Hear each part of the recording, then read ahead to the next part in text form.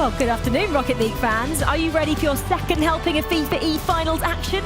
Well, you're in the right place. Today we conclude our fierce group stage of the competition and find out which 8 teams will be progressing to the knockouts. In the driving seats, well, you're looking at them now. Saudi, USA, France, even Germany. There's a few names we can put up there.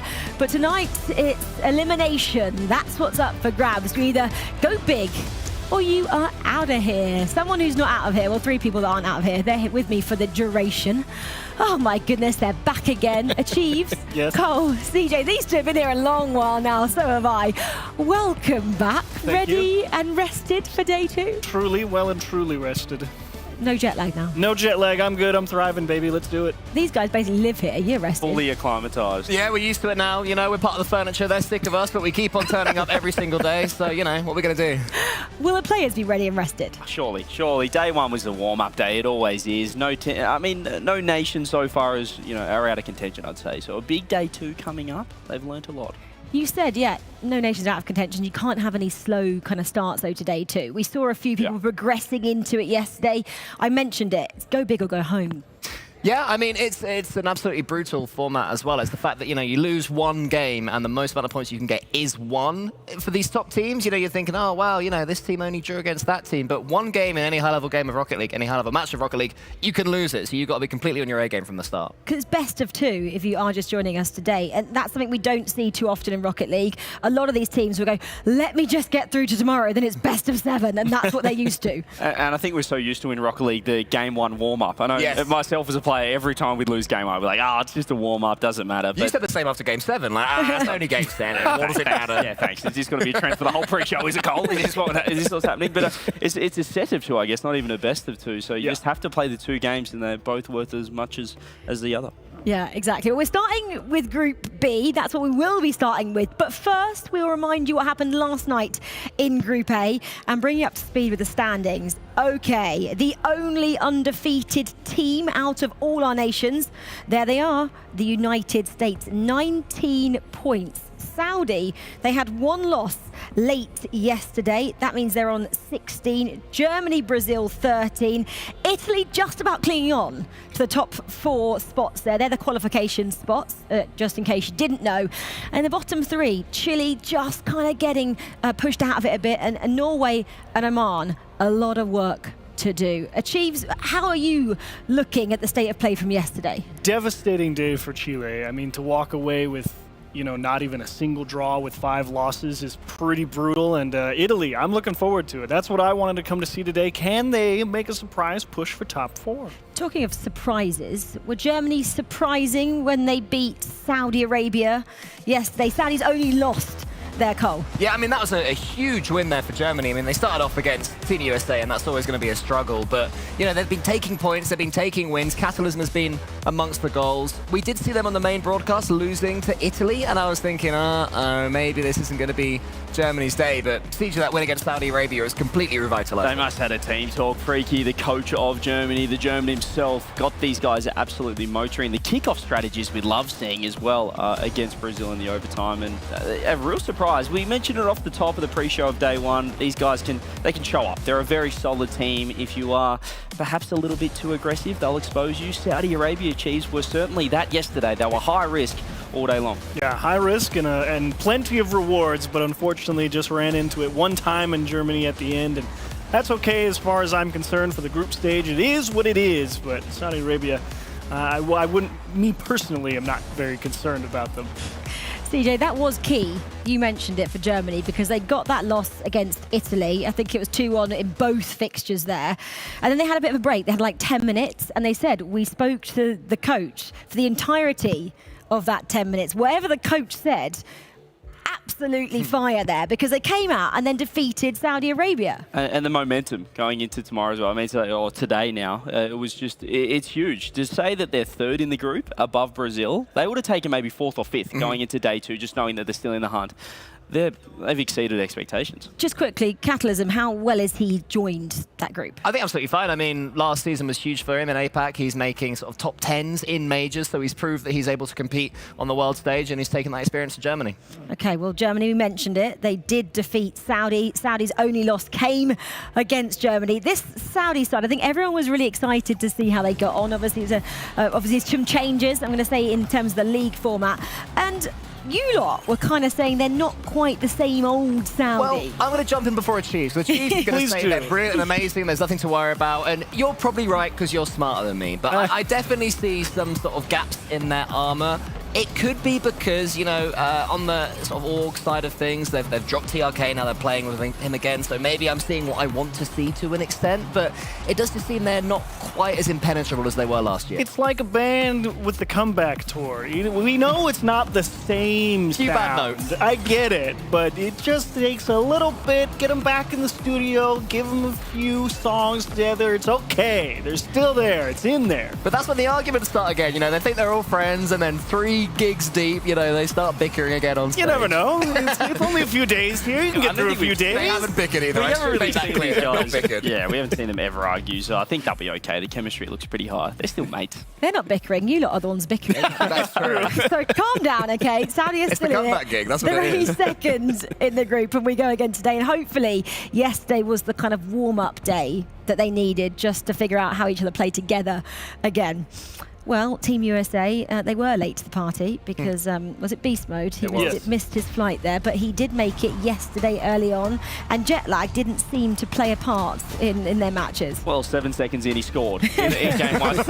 All the build-up, all the hype that we were trying to produce on the desk here, Cole, just completely evaporated after he scored straight away. Clearly didn't. I mean, they're chill guys, aren't they, Team USA? And they are, you know, they struggled in the RLCS. They didn't make the kickoff, but I mean, I saw Beast Mode's YouTube video about that. He was sort of saying that they weren't really trusting each other, hadn't played enough. I think that happens across all esports, all sports. You win the pinnacle, and then it's like, where do we go from here? I think you need a loss to remind you that actually you still want to keep on winning. So maybe in some sort of way that would have done Team USA some good, NRG, not making it to the kickoff land, because they're certainly looking more like themselves now, Chiefs. Yeah, and I mean, they mentioned it in a couple of their interviews. They've done it together as a team for so long that, you know, yeah, they get hiccups, but they've done it so often that they know how to bounce back and get back into it, and they showed it yesterday. Yeah, they don't need the prep as some other teams from other nations that are only newly formed for this tournament, so they are just picking up where they left off from Worlds. I'm trying to think of something like negative to say about them yesterday because they were so good, and the only thing I can think of is that it's their first time here,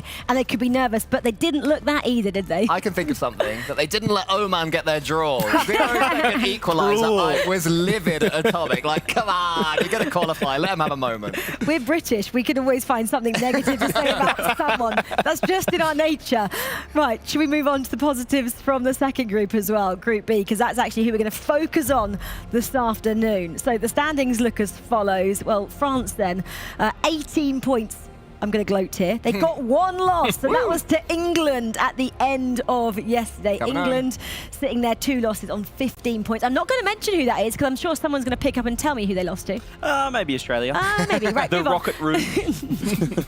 Netherlands 14, Belgium, Australia both on 11. And a little bit of a similar story to Group A. Gaps start forming at the bottom. Morocco, Malaysia, South Africa. Morocco needs to find something today so they don't get cut adrift. Yeah, it's your big turnaround day here if you're Morocco. I think you had a tough couple of first rounds, you know, where they had to kind of feel it out with that new third, and it definitely showed early on. But I think as the day progressed, they started okay, and forcing more draws and a win or two. It's possible for Morocco, but a long way back.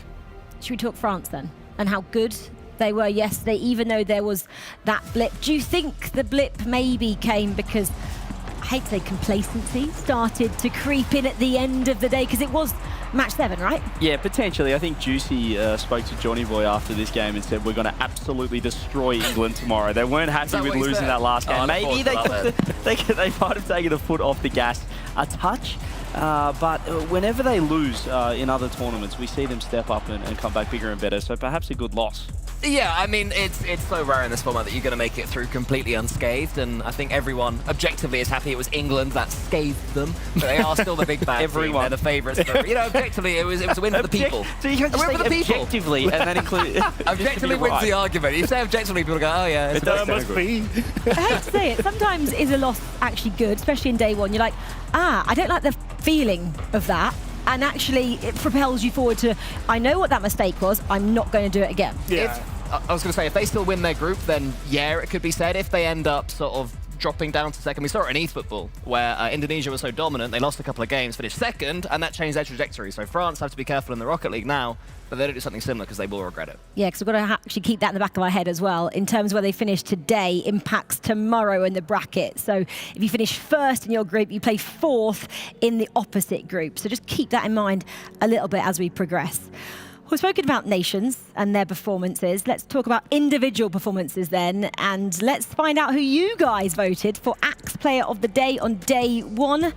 Killers. Well done and well deserved. I mean, offensive showcase for Saudi Arabia yesterday. Killers definitely a big part of it, and a well-deserved day one player of the day, no doubt. I feel like Rocket League production teams will be getting sick of making these MVP graphics of Killers, because every event it feels like he dominates the day one, day two, day three MVPs, tournament MVPs as well, Cole. Well, last year it was TRK day 2, it was Riyadh day 3, it was Killers day 4, and then TRK overall. So I think all the Saudi team are probably pretty confident playing on these shores. So yeah, they'll only keep on improving. And for what I was saying, it is still Saudi Arabia. They're not quite at 100% in my opinion. They're still at 99. They're still, it's pretty good. Incredibly dominant, scary, and brilliant team. You take 99, absolutely. I tried to find Khalid actually for an interview today just to talk about how good day one was, but I think he's sleeping in. Obviously, they play in Group A later on, so he's earned a little rest.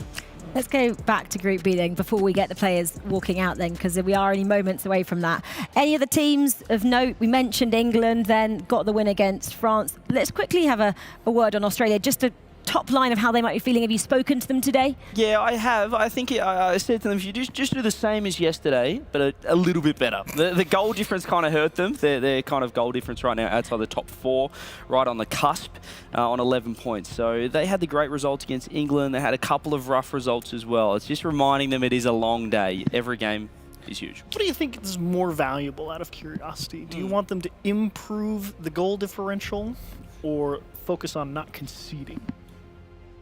Oh, do I want to? No, I think Australian defense has always been very questionable. That's why we love watching Australian Rocket League. It's probably my fault. A large part of that. People look up going, wow, you don't have to defend. You can just keep on scoring. So I'd like to see them concede less goals. I think they're sitting at 31 scored, 31 conceded. So a perfectly average day for the Aussies. Well, lots still to play for. Netherlands still in with a shout. Obviously, Italy, they're the other group. We're talking about Morocco still kind of holding on there. We've got the likes of Belgium in this group, Australia. You're not out of it. We're in the mix. I think there were a clear top 6 nations in that group, in Group B, that we're seeing establish themselves. Morocco is surprising that they are in 6th out of all those nations, but they're all right in it still. Yeah, you got to basically battle with Belgium, battle with Morocco. If Australia can take one win from those, it'll be a massive 3-point swing. It's about getting a win rather than consistent draws, because we've seen it from England. If you lose and win, it's better than drawing. Okay, should we get things started? It is day 2 here for the FIFA E Finals 2025 featuring Rocket League. It's the second day of our group stage action, and all is on the line, as you can hear from our players now. Day 1 of the group stage isn't about lifting trophies just yet. It's about arrival, presence, letting the world know that this is where you belong. Nations step onto the stage. Styles clash in the air and on the ground. And with every kickoff, the margins grow thinner. But day 2 is where the tournament starts asking the real questions. Pressure closes in. Every touch is heavier. Every decision louder. One hesitation, one mistake can echo through the entire bracket. Because when the day ends, the math is absolutely unforgiving. 16 teams arrive with belief. Only 8 will move on. So who handles the moment when it matters the most? The ones who are ready.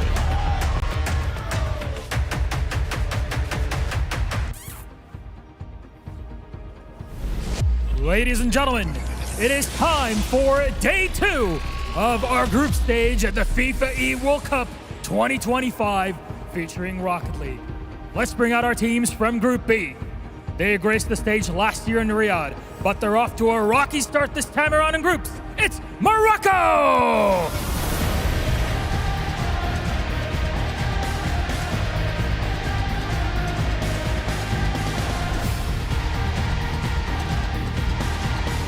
Put through their paces yesterday and currently third in their group. There's no room for slowing down.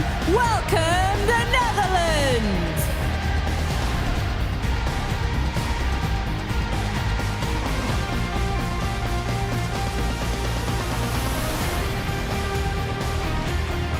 They're currently stuck down south in the group standings.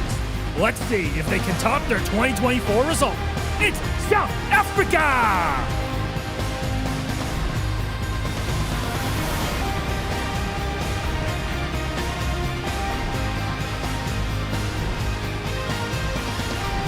Teetering the edge of top 4 in their group. It is time to see if they've done enough. Take to the stage, Belgium!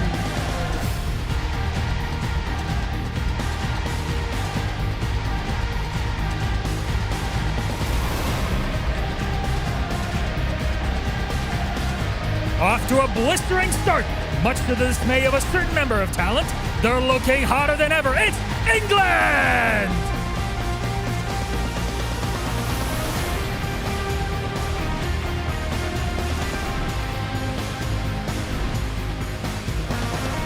After a tough day 1 performance, making the most of facing international opposition, show us what you've learned. Malaysia!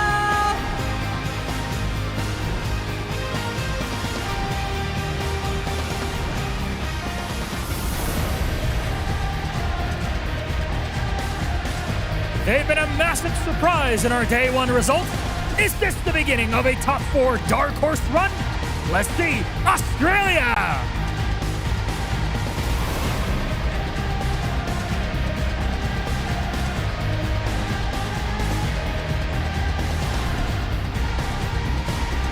An almost flawless run yesterday. This team boasts having the top performing player of the tournament so far. Take to the stage, France!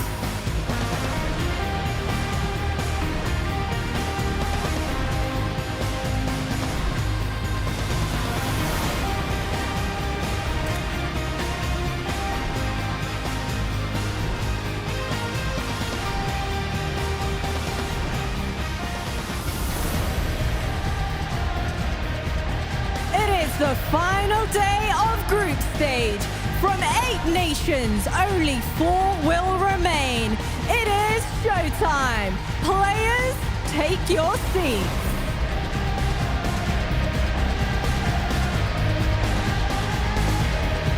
Showtime indeed.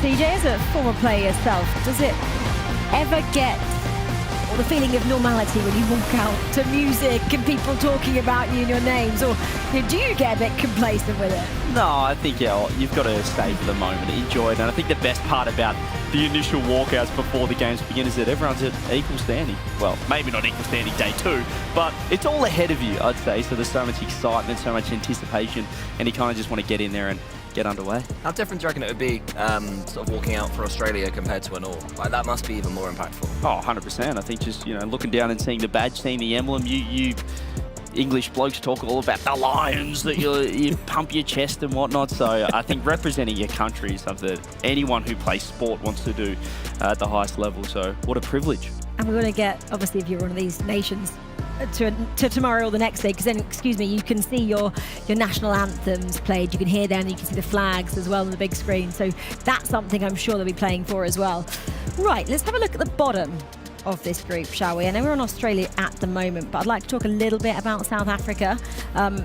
Hate to say they've really struggled yesterday, 0 points still. It's going to be a massive uphill struggle today, achieves. Yeah, and I thought they were going to be in a slightly better position. I don't know by how much, but it was tough to see them go out there and just not really have the fire behind them that you know is in there, and that was tough to see for sure. I mean, they're going to probably be targeting Malaysia again. They got that 2-goal comeback against them and then lost in overtime before. But also, even if they lose to Malaysia, they'll have other matchups in their minds of we can play spoiler. Yeah, you know, they did it last year against England. They want to do it again, right? Yeah, you're remembering that exact situation. They can definitely play spoiler. They're definitely good enough as well. Just a bit of a tough day one. A notable omission as well is Sweaty, who's not in the national lineup. I know coming into the tournament there was a bit of drama around that. So, yeah, well, interesting to see if that pays off today. Okay, well, let's actually hear from them now because Miloš is standing by. Yes, I am, friends. I'm here with Banana Head from the Australian national team. Look, you're on the cusp of hitting the top 4, really locking in. You're only tied up with Belgium in points. How do you rate your performance as a team yesterday?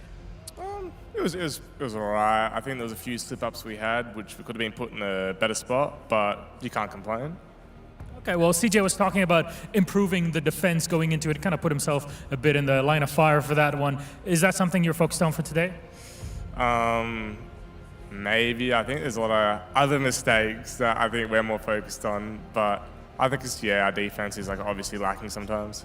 Well, at the end of a grueling day like yesterday, got 7 games, BO2s, a lot to go through. What do you do all together to rest, but also to prepare for the second day?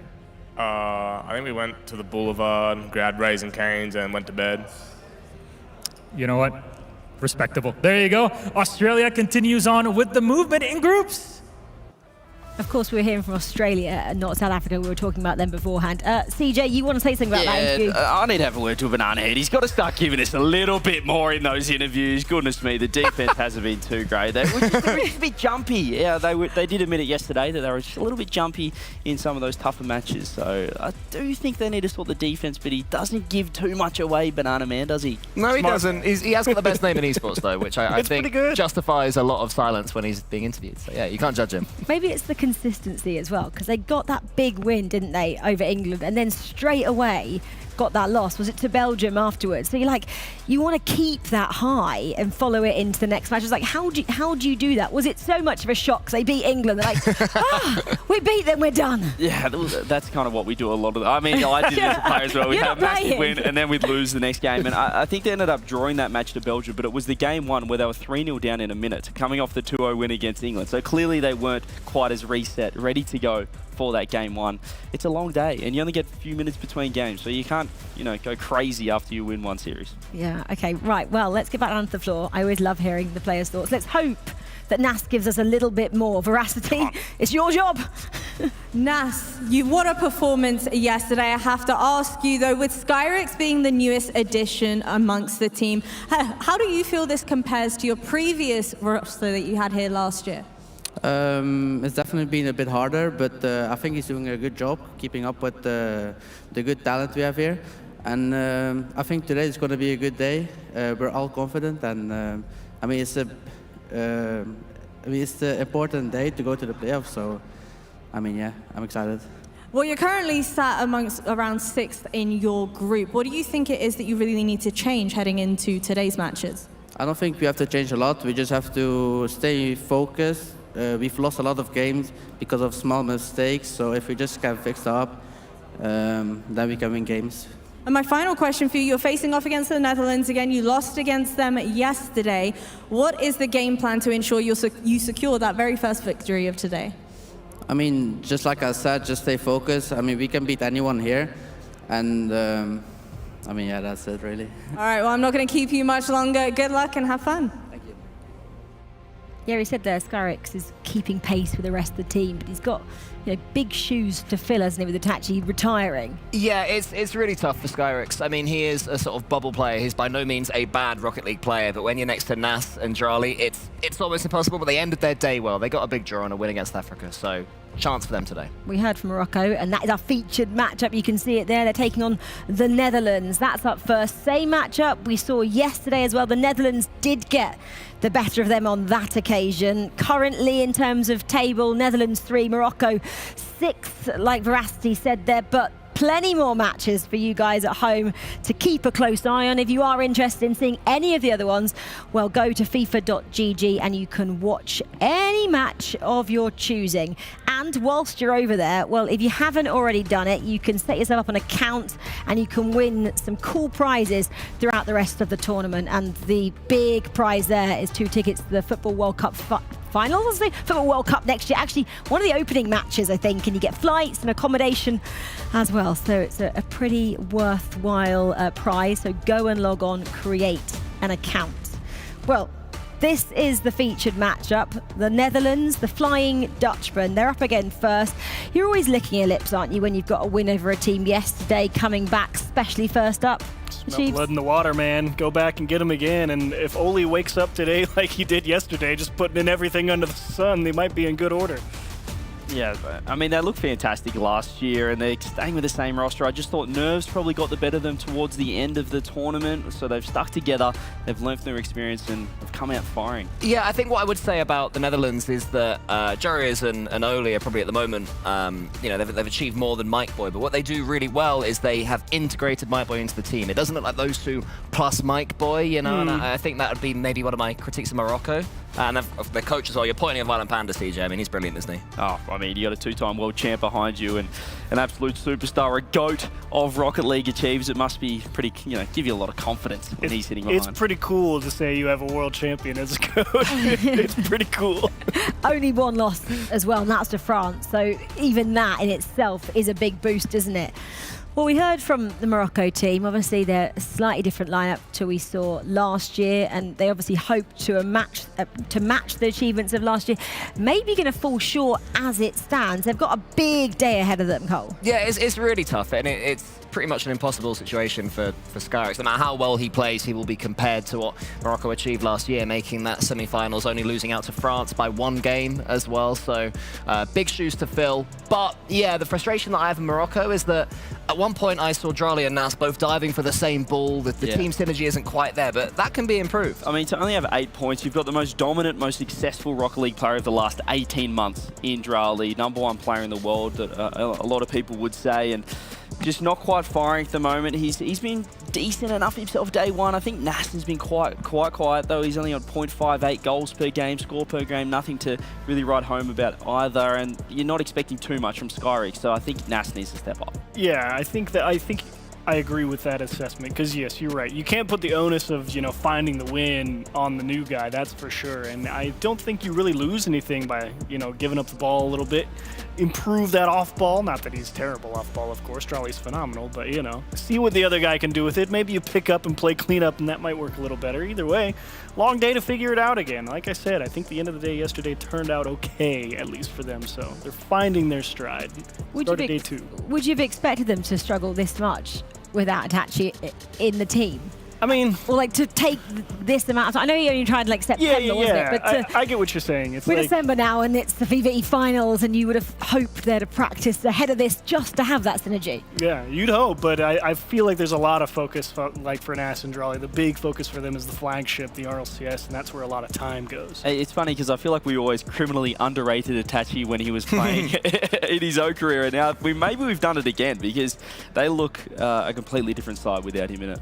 Yeah, it's understandable. I think, to answer your question as well, it's acceptable for day one. If they're making the same mistakes this day, they'll need a bit of a telling off. But it's very viable that a team struggles day one and then is way better day 2. We're looking then at other nations. Where can they get points? Considering they got 8 points yesterday, just 2 of those wins. First up, they lost the Netherlands.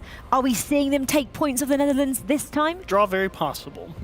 Is it going to happen? Maybe. 67-33, I think, is actually a pretty accurate shout for the chat. We look at the table, though, and go, right, they're on 8 points. France are on 18 points. How many points do you realistically think a team like Morocco, who struggled yesterday, need to maybe be there or thereabouts? I mean, at this point, I think they can only afford to lose to France and England. Outside of that, they pretty much need to beat everyone. Yeah, draws and wins, but mainly wins. You can take maybe a 1-1 here, but they need to be beating Australia, need to be beating Belgium, and definitely Malaysia and South Africa. When you put it like that, that sounds even more scary because that sounds like a tough day at the office. Cole. Yeah, it's certainly an uphill battle, but they have the players that can conjure up magic moments. They have to introduce those players, make them feel comfortable while not squeezing out their third as well. It's a really tough balancing act for them. So in terms of points, just so everyone can kind of get their head around it at the end, are we looking kind of for 18 plus? Yes, I think 18, yeah. Big day. Only one team has it so far, that's France. France are not our focus right now, though. The Netherlands and Morocco are our focus. They're our featured matchup. Let's join this one with James Bott and Jorby. Morocco start day 2 in a difficult spot near the bottom of the standings here in Group B. Every single game is a must-win for Morocco to get to the playoffs. Oh, certainly, but Netherlands, they are going to be trying their heart out as well because they are hot in the race for top 4. So this is going to be a monumental task for Morocco, who has been struggling so far. And Netherlands ended the day with Joria's 9th in score per game, getting 420 score per game and getting a lot of shots on top of it as well. But that's a free clear and a free goal. Nas will start the scoring here for Morocco. And this is off the back of that great save from Skyrix. That was such an important stop. And then Nas, also a player who you heard the desk talking about, then not having the best statistical performance, getting involved early. That is exactly what Morocco needs if they're going to see some success today. Well, the couch was talking about Skyrix a little bit, and Cole saying, you know, obviously not a bad Rocket League player. You're talking about a world-class pitch here, and so the differences are magnified. But sometimes all you need, James, is just a little bit of experience to adjust to this game speed, the pro-level game speed. And Skyrix, even yesterday, he still had some good moments.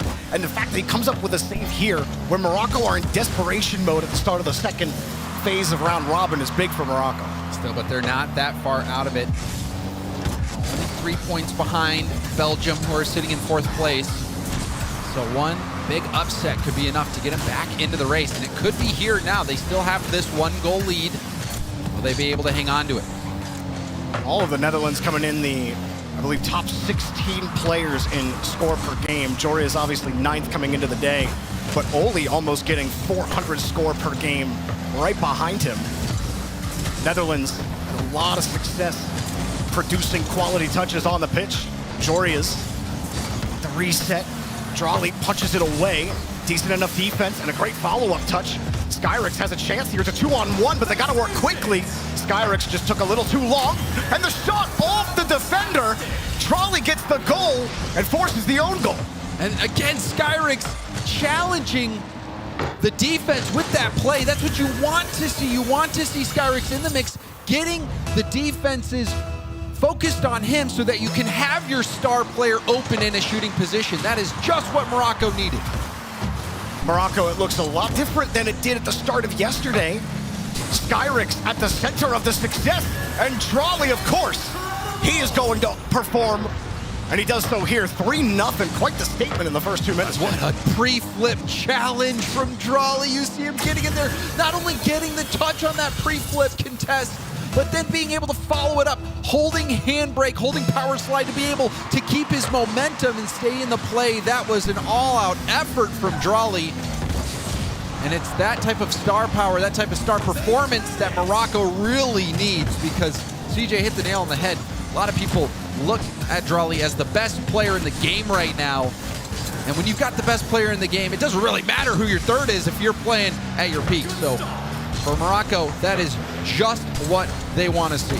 Yeah, you don't collect an MVP if you don't got the juice in you. Skyrix.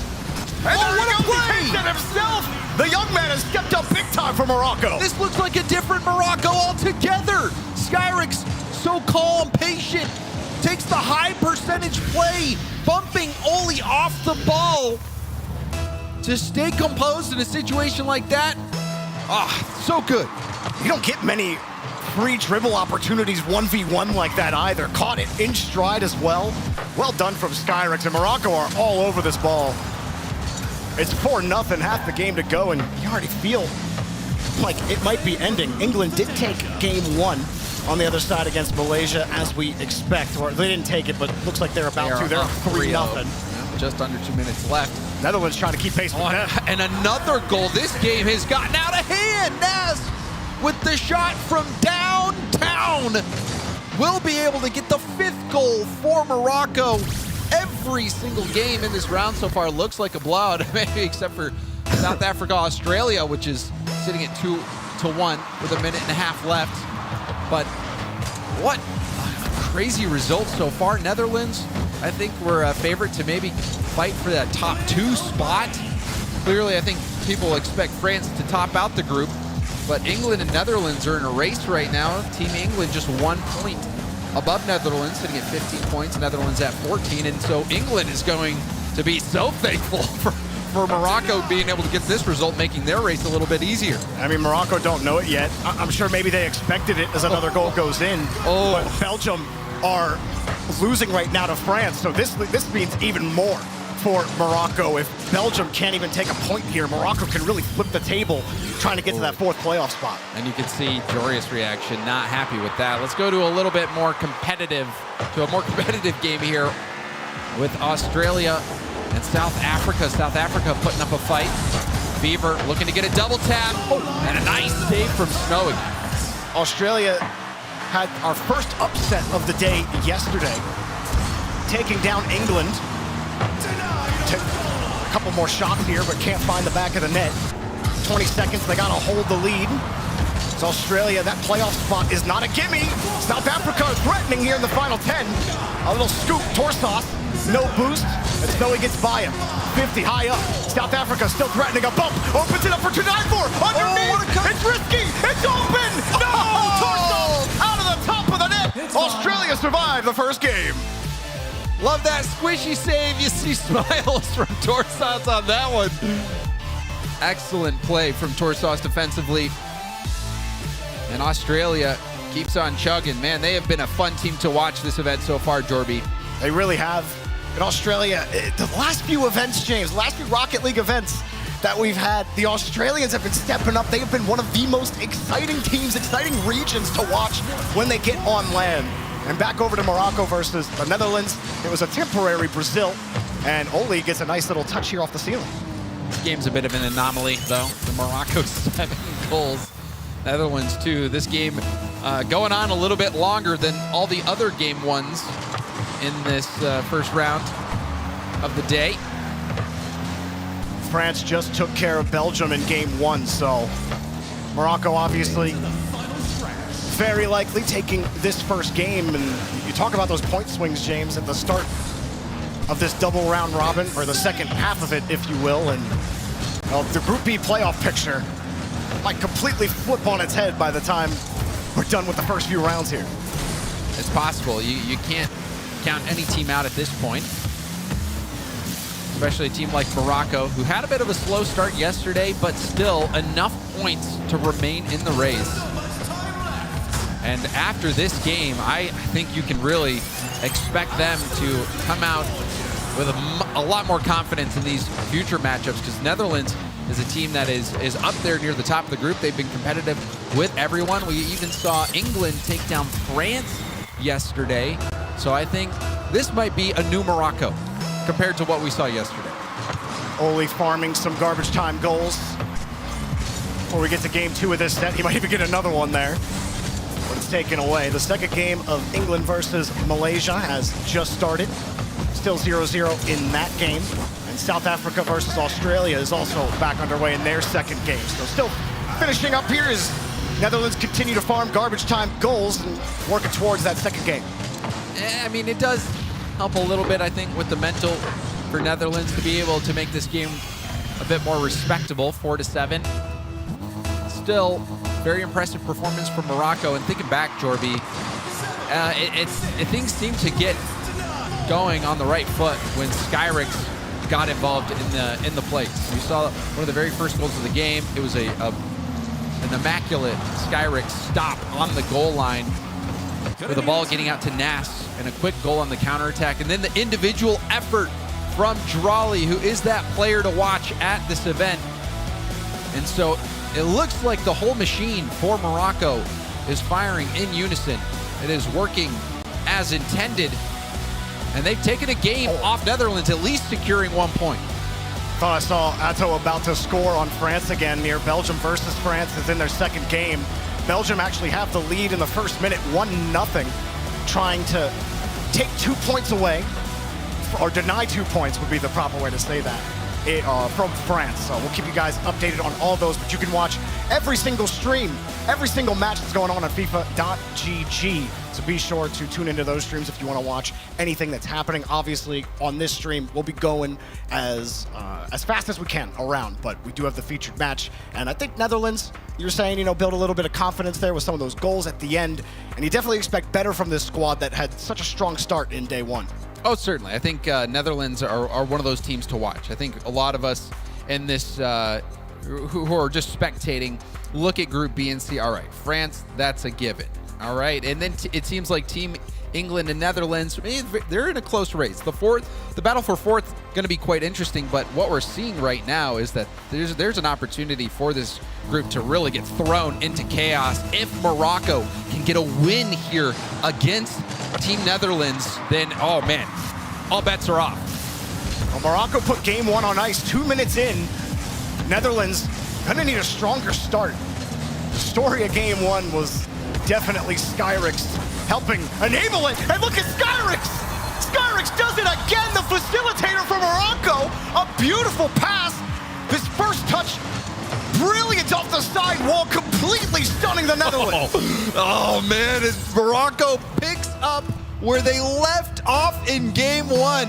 And you saw some of Jorius's reactions to the goals last game. You'll wonder if this is a tilt that we're seeing out of Netherlands.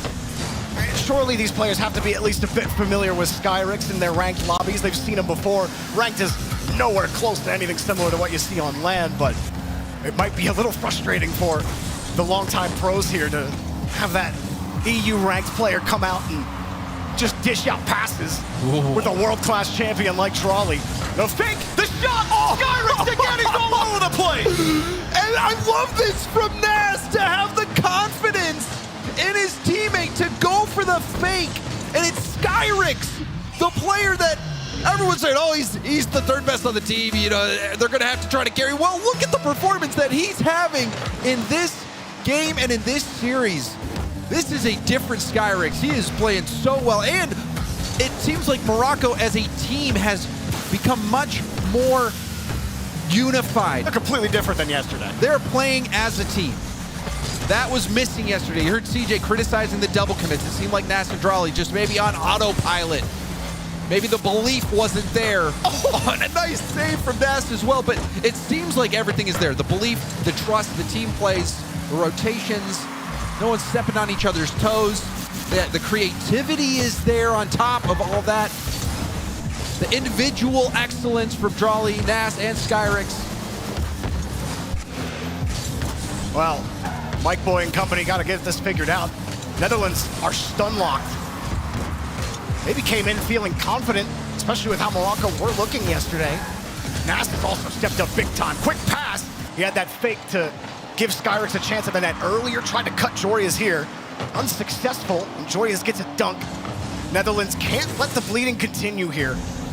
2 goals down. It kept snowballing the wrong way in game one. At this point, it was already 4 goals for Morocco in game one.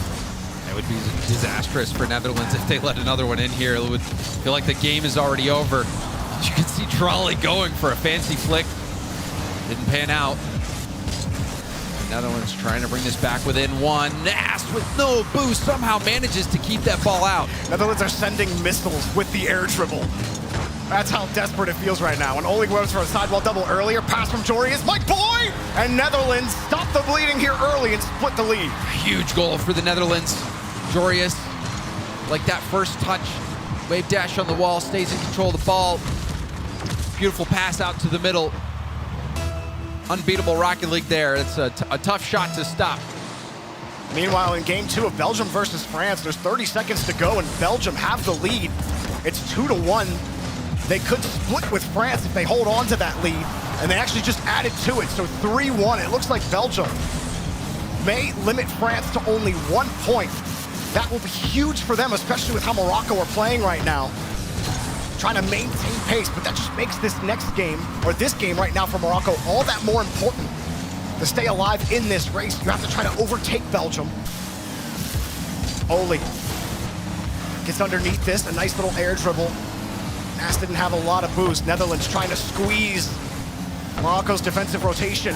Quick pass in front of the box, but no power. Morocco, you can keep an eye on their boost levels. It looks like they have been stuck on 0 boost for many seconds. You can see Drali has a couple pads, but still boostless. It feels like a matter of time, and that one, you feel like that should have gone in. The defender was a goose. He was stuck with no boost, and it hits the post. Oh, Netherlands got a minute 30 to figure it out. That one's gonna sting. Skyrix getting 50'd out. Netherlands maintain possession. Still a good sequence. Get over 1, but oh, that might be a loose one. Double commit. Jorius won't miss that one. Tie game. Redemption there for Jorius, who had a very good look earlier, put it off the post. This time he has to shoot over defenders, slots it upper 90. And Netherlands tie up the game. It looks like they're starting to get in their groove. We got to credit Oli with that touch as well. Oh, the dunk! Almost found its way in. Shot on the rebound, was on the post, and Oli was there regardless. Netherlands get away with one. Very easily could have been the go-ahead goal. And now Mike Boy trying to get there. Oli will be credited with the goal, and it was a demo on the back line as well. Acted like the pinball bumper here to make sure this one goes into the slot. As Mike Boy, he was landing not a lot of boost. Bad. It was gonna be tough. That could have been bad. Could have got bumped off the ball there. Messed up the shot, but Netherlands, they make it work. And now they have the lead, trying to salvage that point.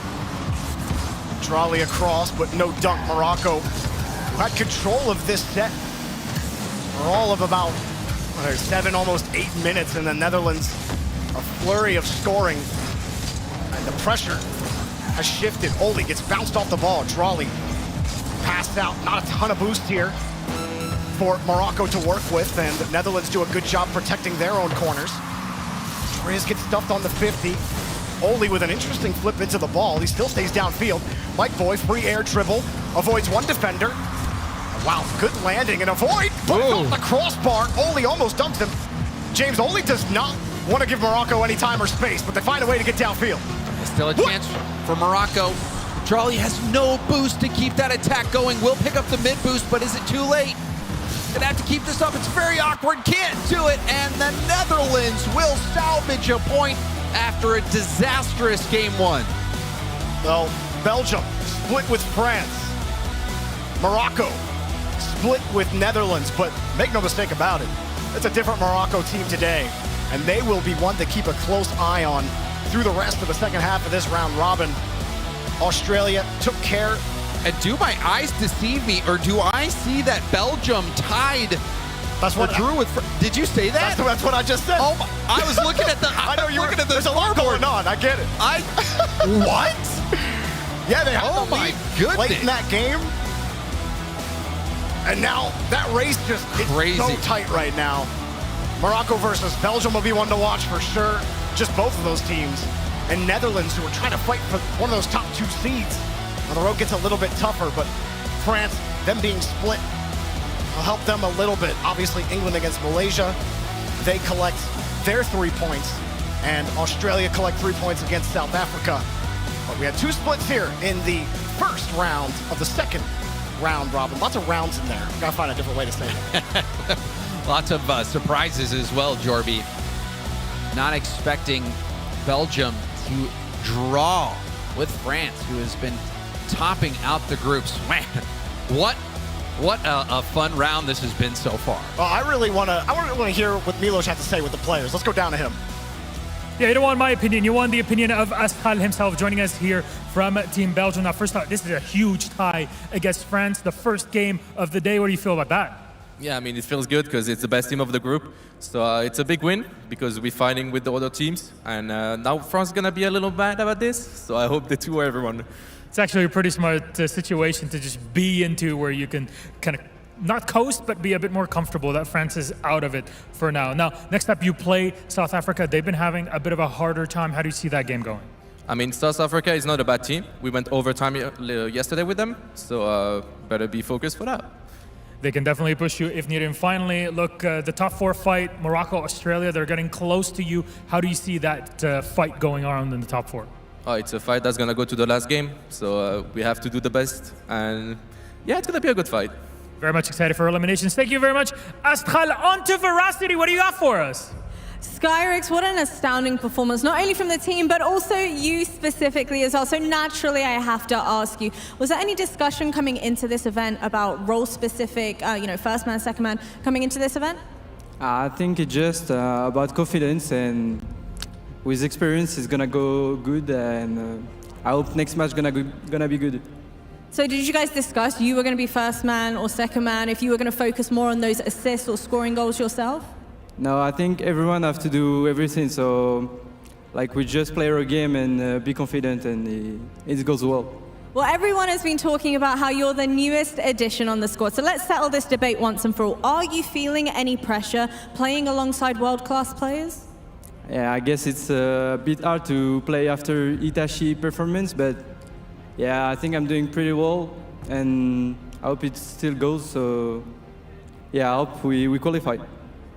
Well, you know what, I'm super excited to see how you guys perform with the rest of the game, so good luck and have fun. Thank you. Look, Skyrix, I know that Itachi that's big shoes to fill. I'll be honest, you keep playing like that, I think you're filling the shoes quite well. Morocco's got so much Rocket League talent.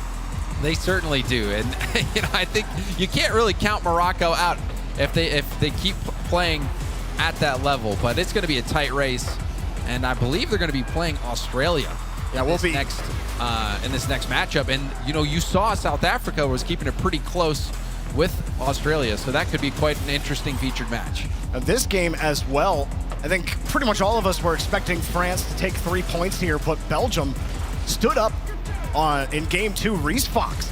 It's kind of the story of these players that we haven't really seen at LANs before. The story of Reese Fox, the story of Skyrix, stepping up in big moments for their countries, and splitting against France is a big deal for sure. England taking care of business against Malaysia. I think the expected result there, England trying to keep pace with France, maybe even overtake them if France keeps splitting games. Oh, certainly. And I mean, England looked good yesterday. They just faltered in a few key moments, giving away some points. So if they tidy things up, they very well could win the group. So a lot of people eagerly watching the performance of England. But Morocco, I think so far, the story of the day with that first game against the Netherlands, who's also a competitor to potentially win the group if things pan out nicely for them. So they're going to have so much more confidence, especially with Skyrix playing at the level that he is. I just love watching those highlights back. We saw that Skyrix pass, the Nas fake into a beautiful slot.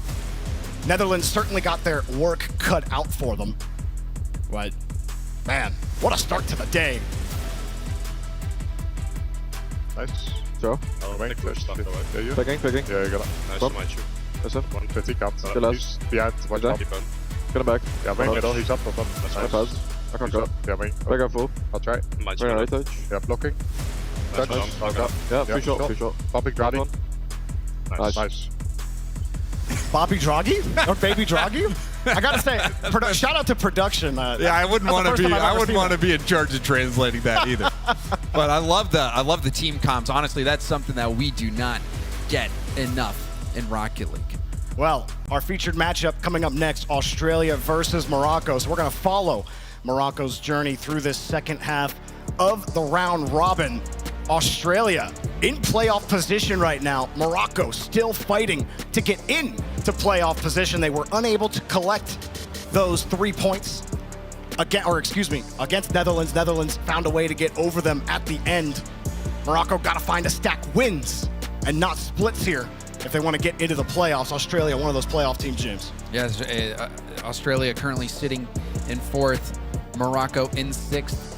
But Morocco can make a huge leap forward with a win here over Australia, one of those teams that's battling it out for that 4th place spot. And if you're Australia, though, I mean, it's got to be a must-win game for them.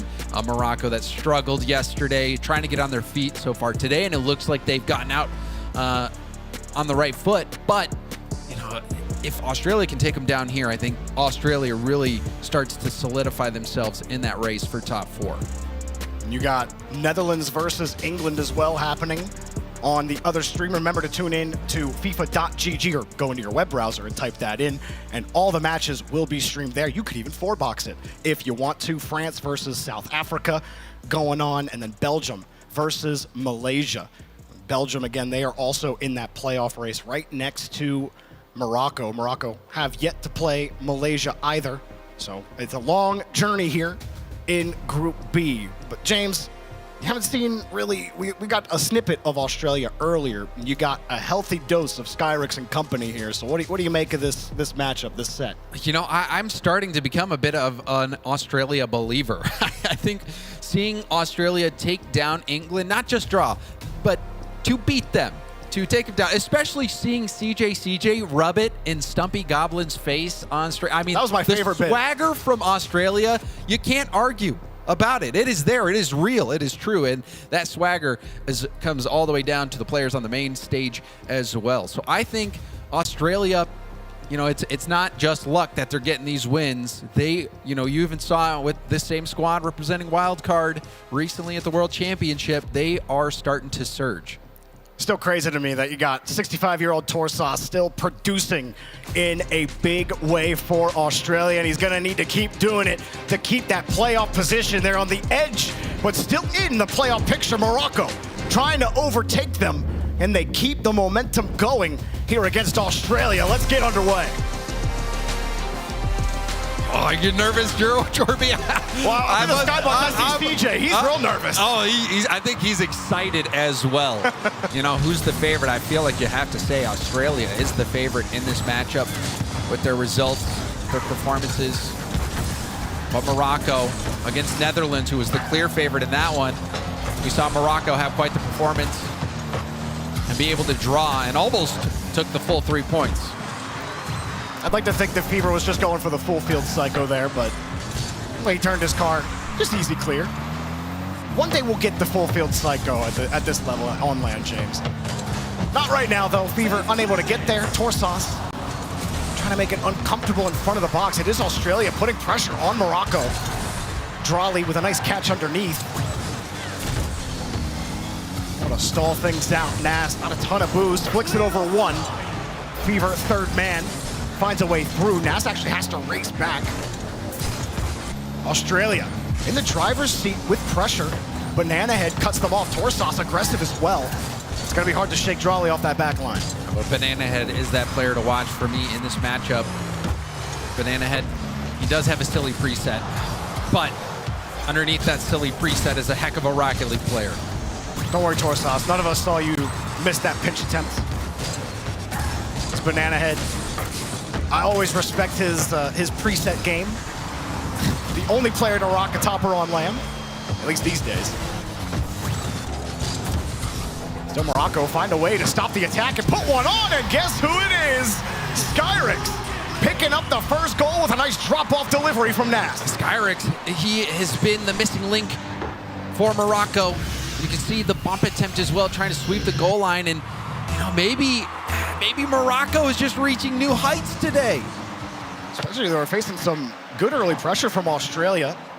Stopped that a couple of times. I think you really got to credit Drawley for a couple of those. Good save. That time it was Skyrix. He's finding himself on the scoreboard a lot on day number 2. We've seen a level up so fast from a pro on land. And I think a lot of that just shows you how mental this game can be. Once you get up to the top level, the elite level of gameplay, so much of the game is mental. Banana Head has to stretch for it, but that's about as good of a 50 as you could hope for. No boost steal for Torsas. You like the wheeze? Yeah, it's fun to spectate. It's ridiculous. Also, I must say, I do love the Pigeon 3000 topper. It is pretty good. You're a little biased, I think, on that one, though. Tad bit. Understood. Good better by that pigeon. Australia unable to take any flight, though. After that first minute of pressure, unable to collect anything. Morocco have kind of stuffed them. No presence in the orange half right now for Australia. Nas messed up the reset. And now that's going to leave a chance here for Australia. Still dangerous. Fever attacking the backboard, but Drawley's there. Banana Head doing his best to try to keep this attack going. And Banana Head did steal that corner boost, so the attack's still on. Torsas jumping a lot under this ball, trying to get, I wouldn't say unconventional touch, but maybe an unexpected touch for Morocco to deal with. Hasn't necessarily worked out, but Torsas has been ultra aggressive in this lobby. Has not netted Australia that goal-tying chance, as he has to drop off to Fever, but Fever no boost and easily read here by Morocco. Drawley trying to get this counterattack going. Banana Head denies the boost steal. You can see that forced Drawley out of the zone. Up high, Skyrix covered the high, and Drawley's got the low. Nas right underneath, he gets demoed, and without that demo, that's probably a second goal. Instead, Australia stay within striking distance. Fever fakes the approach. Torsas next up, barrels his dominance into the play. A demo again gives Banana Head some space, but he gets bumped back into the ball. Torsas gets a great touch. Fever reset, but can't get back to it off the ceiling. Fever opting to go for the corner boost, slowing down his rotation back. Banana Head, key 50, Torsas in the air. Can't deny the clear from Skyrix, and it's gonna force Australia all the way back. They've been able to maintain possession. Morocco have to chase these balls down. Oh, and Australia just gave up their position. Now they're forced to chase. A little stacked in the corner. Banana Head gets in Skyrix's way. Quick 50 out. Fever sees the space. He'll take it. Quick pass. Banana Head left early. Pre-jump. Goal! Unreal play from Australia. Fever the pass. Banana Head already in the air waiting for it. That was the play of the day. That was electric stuff from Fever and Banana Head. Morocco trying not to slip on it. Drawley, oh, what a beautiful 50. And the fake, but Banana Head gets there in time. Australia are in some trouble here at the end of regulation. Fever stopping the attack. Torsas, no boost. He'll flip into it anyway. Australia trying to line up this ball, keep it safe. Rebound comes out to Nas. Off the ceiling, Nas, 2 touches. Nope, he missed the second. Wow, it took a remarkable pre-jump goal from Australia to equalize. Will they be able to pull this one out? Or will Morocco guarantee at least another point for themselves? It's an awkward bounce, and it's too much for Australia to read on defense, and Morocco will win it in overtime. It dropped at a non-Euclidean angle. Impossible for the defense to read. And Australia, despite, I'll just say, they're the most exciting team to watch in Rocket League. You don't get pre-jump passing plays like that unless you're desperate, but you look so good doing it. And Morocco, though, steady on the sticks, and they get it done. And at least they're going to get a point out of this game. Australia now, it starts to get a little dangerous. You don't want to say must win, it's still early here on day 2, but splitting is not what you want.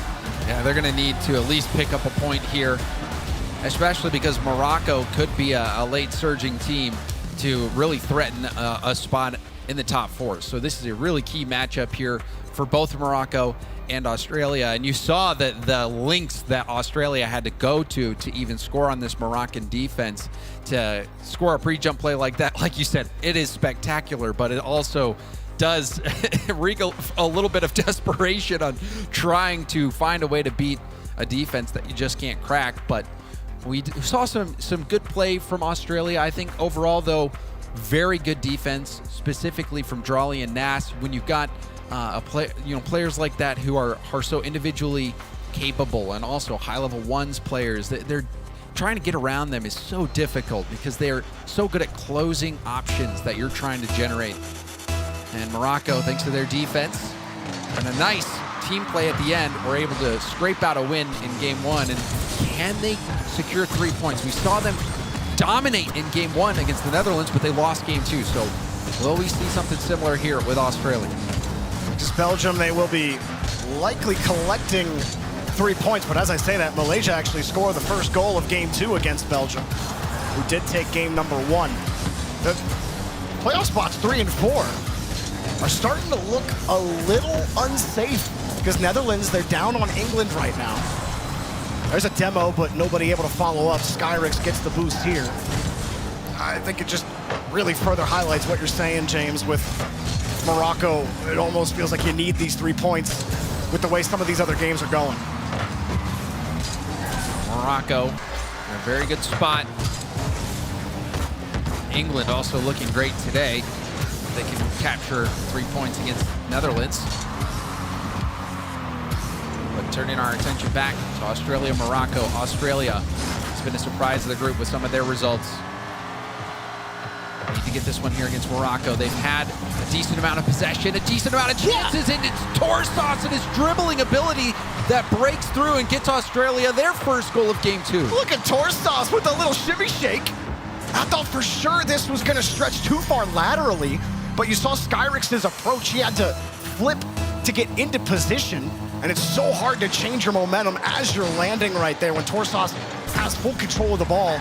Well done from Torsas to find a way to shovel that ball in. Skyrix has to force the 50 here. No touch from Nas. Drali, who has really been the backbone of this Moroccan backline, prevented Australia from getting early goals in the first game. Not so much this time. You don't feel like Morocco will be down for too long. Still, Australia doing a good job feathering some of these touches away from Morocco. Having to take that space. Not too aggressive. Banana Head gets the boost. 50 is going to be a free touch for Fever, who doesn't get the best touch and tried to audible into a demo. Didn't quite work. Yeah, the defense easily dodging that bump attempt. The defense looking very good for Morocco so far. Drawley, tough last one back to beat. I think if you've got one player in the back, you want to, if you're Australia, you're trying to get Drawley to go, try to get Nas to go. Wait till Skyrix is in net to take that shot. No disrespect to Skyrix, but I mean, the Nas and Drawley, world-class defenders, so tough to beat. And Australia is going to keep trying to whittle away that defense. And oh my, that is insane. You saw the trail on that one, Jorby. It looked a little orange to me. Yeah, I think he's a little ill after that play. Fever dunks it underneath Skyrix, and that was just nothing he could do about it. Great approach there from Fever. If you're Australia, you'll take it. There's that flare. Sometimes you hit the enemy with confusion, and it they hurt themselves. The enemy can hurt themselves. I always felt like that percentage was a little rigged, personally, but I always held B, so I never hurt myself in confusion. Unfortunately, if you hold B in Rocket League, well, depending on your controller configuration, that's arrow right for me. It's just boost for me. So I'm usually empty. Now, we saw Morocco empty on boost quite a bit against Netherlands, but they haven't really had that problem so far against Australia. Had a lot more control in the midfield. Happy to accept some of that pressure. Seen a decent amount of possession from Australia. Not as much creativity, other than the crazy pre-jump goal. That was pretty remarkable. But just good, solid team play from Australia. And it's been enough to get them this 2-goal lead, and time is really starting to tick away. Morocco have good pressure on this push. Banana Head tries to give him the weed whacker. Commit. Nas, good initial pop. Torsas, look, he's starved. He's got to stretch and he can't get the touch. No, whifty, Nas. Flick over one, crossbar, goal. Morocco not out of it here. Skyrix, an easy goal. This was so good with Nas, picking him apart. Gets the pop, catches it as well. And I love that from Nas. Instead of taking it to the sideball or hitting that ball to the corner, he catches it and attacks the net right away. It was the perfect play call from Nas. And even though that flick didn't go in, it was enough to get the rebound goal. I haven't really said his name a lot other than Skyrix and Drawley, but Nas's passing has been elite in these first 2 series. Fever, 50 gets away from Banana Head, who is playing aggressive on low boosts. They need everything to go right on the 50-50 if you hope for that to work.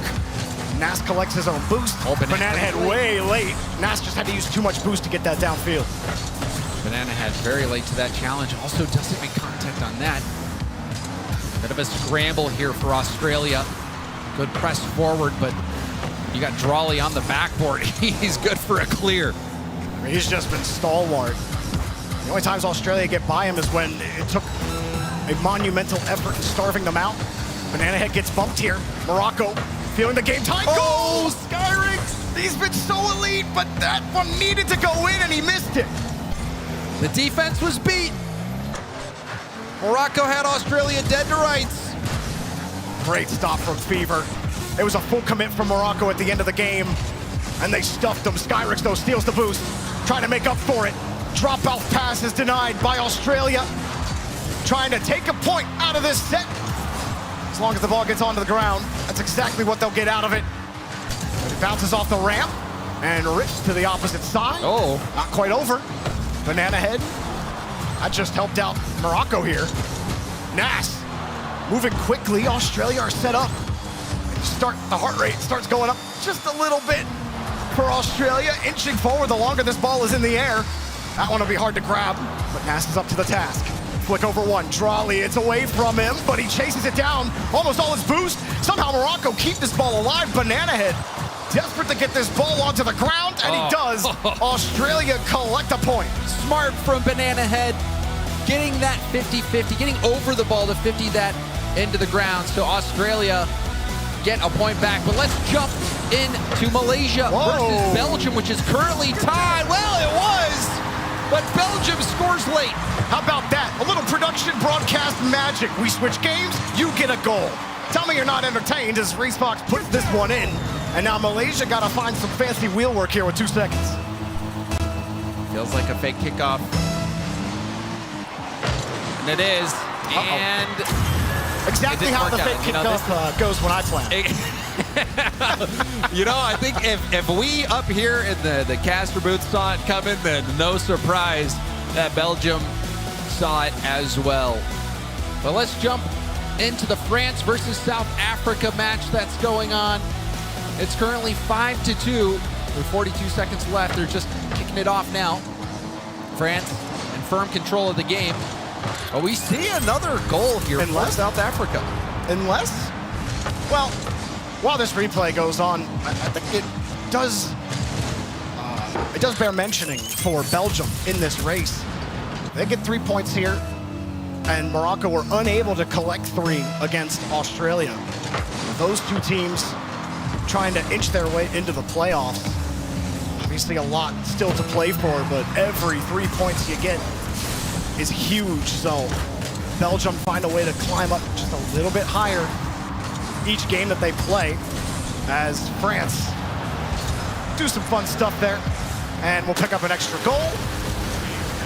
6-3, 16 seconds left. Not a lot of surprises here. Yeah, this game looks secured here for France. Just looking at the results from groups, it's pretty crazy, Jorby. The race for third through, I mean, the race right now, 3, 4, 5, so even close 6 right now. Yeah, Morocco's not out of it yet, but just drawing is not going to be enough. Yeah, I think the task gets really hard for them now, especially their best chance was against Netherlands, with how dominant they looked in most of that game, and they were unable to take it. France, after Belgium were able to split with them, they get what looked like an easy 3 points here against South Africa. The Vatira and company will maintain their lead in the group stage. Team France looking good. But let's get back to our main game here, Morocco versus Australia. Let's talk about it, Jorby. Now, I still think Australia are the most exciting team here. The way they play Rocket League is just so fun. But Morocco, man, I do think they're the story of the day with how different they look between day 2 and day 1. So it's just going to be exciting to watch Nas and company for the rest of the day. Like you said, playoff is getting a little tougher. But I want to go down to Milosh because I want to hear from the players. Yes, we will hear from Australia. I'm here with Fever. Now, look, game 1 against Morocco, you're able to tie it up. Great touch between you and Banana Head, but then it slips off in overtime. What happened there? I think both the goals were kind of just miscommunication on our end. You know, obviously Morocco are a great team. I mean, they have Drawley and Nas, and you can't underestimate Skyrix. So, yeah, I think just a few things we need to fix up before going into Netherlands, which is our next series. Did you fix up anything between games just to get into that second round and then be able to tie up against Morocco? I mean, we recognize that we can't get the 3 points anymore, so we just tried to play for the draw, try to compromise with the comms that we kind of slipped. So yeah, we tried our best. We knew our game plan would still get us across the line, so we just stuck to it and tried to compromise the best we can with the comms. Well, the format is pretty brutal. There's a lot of games to go through. Speaking of which, you got 3 points against South Africa. You tie up against Morocco. You go up against Netherlands next, as you say. How do you expect that matchup to go? They just lost against England. It leaves the top 4 spot a bit open. I mean, playing Netherlands is always fun. So we got a draw against them yesterday, so hopefully we can get a win. If not, a draw is like pretty good. There you go. Thank you very much, Fever. More games to go. I'll let you go set up. Thank you very much. Yeah, just sat outside those automatic qualification points as it was this morning really for Australia. Not much has changed because results around them are not going in their favour, CJ. Yeah, well, we've got an eye on 15 points at the moment, so that's huge. It was just Belgium and Australia at the start of the day right there, but now 3rd to 5th tied right up. Australia as well improving their goal difference in the first couple of rounds, but good to see even Malaysia showing up. They really pushed Belgium. Yeah, we've seen some big scoring games, even from teams that have been losing a lot of games. Malaysia getting plenty of goals at the end of that round of matches. We saw South Africa getting some goals against France as well, which does bear slightly ominously for some of these teams that are thinking they're having it all their own way. I'm looking at you, England, because something very similar happened last year. South Africa warming up will strike fear into them and choose. Never a guarantee, but you're right. It's a long way, but a good start. And of course, France versus South Africa. It's the smackdown. It was probably expected. I felt sorry for South Africa after France lost the previous game against Belgium. Came out with some fury behind them to start it out for sure. Started to score more goals though, South Africa at least. 3 goals in 2 matches today, whereas yesterday the maximum they got was 2. So finding their feet a little bit, albeit not getting that W or a point. Yeah, a bit of a free swing, I guess, against France. They're expecting to upset some other teams, but then obviously a featured match, Australia taking on Morocco. It felt like Australia could have pinched that first one. The late equaliser to force overtime. Morocco took game 1. And then game 2, we could see Australia with some beautiful goals, some lucky goals as well. We saw Skyrick's own goal pinch it off his bottom, if you don't mind. And late tie-up, late first goal for Morocco. But Australia, a huge point, because if they let Morocco in there, give them the 3, they're right back in the hunt. Yeah, Morocco are starting to close that a little bit. We just heard from them a little bit earlier on today when Milos spoke to them. Kind of clawing a few points back now. They've got 2 points so far today out of both the matches. Close to wins on both occasions. What has been switched around for Team Morocco? Is it just the confidence of day 2? Yeah, it's a little bit less of the confidence, and it's just the more time. There's also a lot of value in, a nice night of rest and getting back into it and knowing, okay, we've got 7 more goes at it. Come on. Well played, boys. Insane. Nice pass, bro. Not sure. Yeah, we dominated, that's fine. Yeah. They just did the best move in the world. Talking about not trying to overthink the next game. You can kind of try and listen to some team comms there and get something from Bit of respect for that last goal from Australia as well. I think he said they just did the best move in the world to score. Which nice, that's kind. Yeah, don't overthink it, same as game 1, but they didn't end up losing that game 2. Yeah, just a recap then of the results. You can see them there. Australia, Morocco, that was a draw in the end. Then you've got Malaysia, Belgium. Belgium winning that last minute though, so a good account of Malaysia. Netherlands, England. England won. That was a different result to yesterday. And France beating South Africa there as well.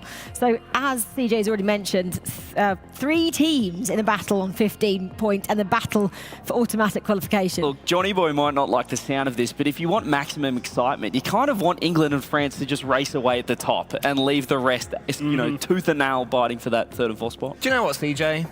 Okay. Oh, yeah. Okay with that. I wasn't too attached to that, but now you mention it, yeah, go on then. That's a great plan. Yeah, that win from England over the Netherlands does put the Dutch right back in the hunt. They're now in the 4th spot. They're not as comfortable as they were at the start of the day. Morocco, we've been talking about there, another story of the day so far. France next. They've grabbed points off the Netherlands and Australia. Is France a step too far, or have we found something from them? Found something. Is it a step too far? Maybe. But that's why, as our good friend Stax always says, that's why we play the game. Got to go out there and prove it. Maybe the Skyrick's initiation is over now and he's well and truly embedded into that team. We're not going to dwell on that one too much because our feature matchup is Belgium taking on England. The Red Devils taking on the 3 Lions.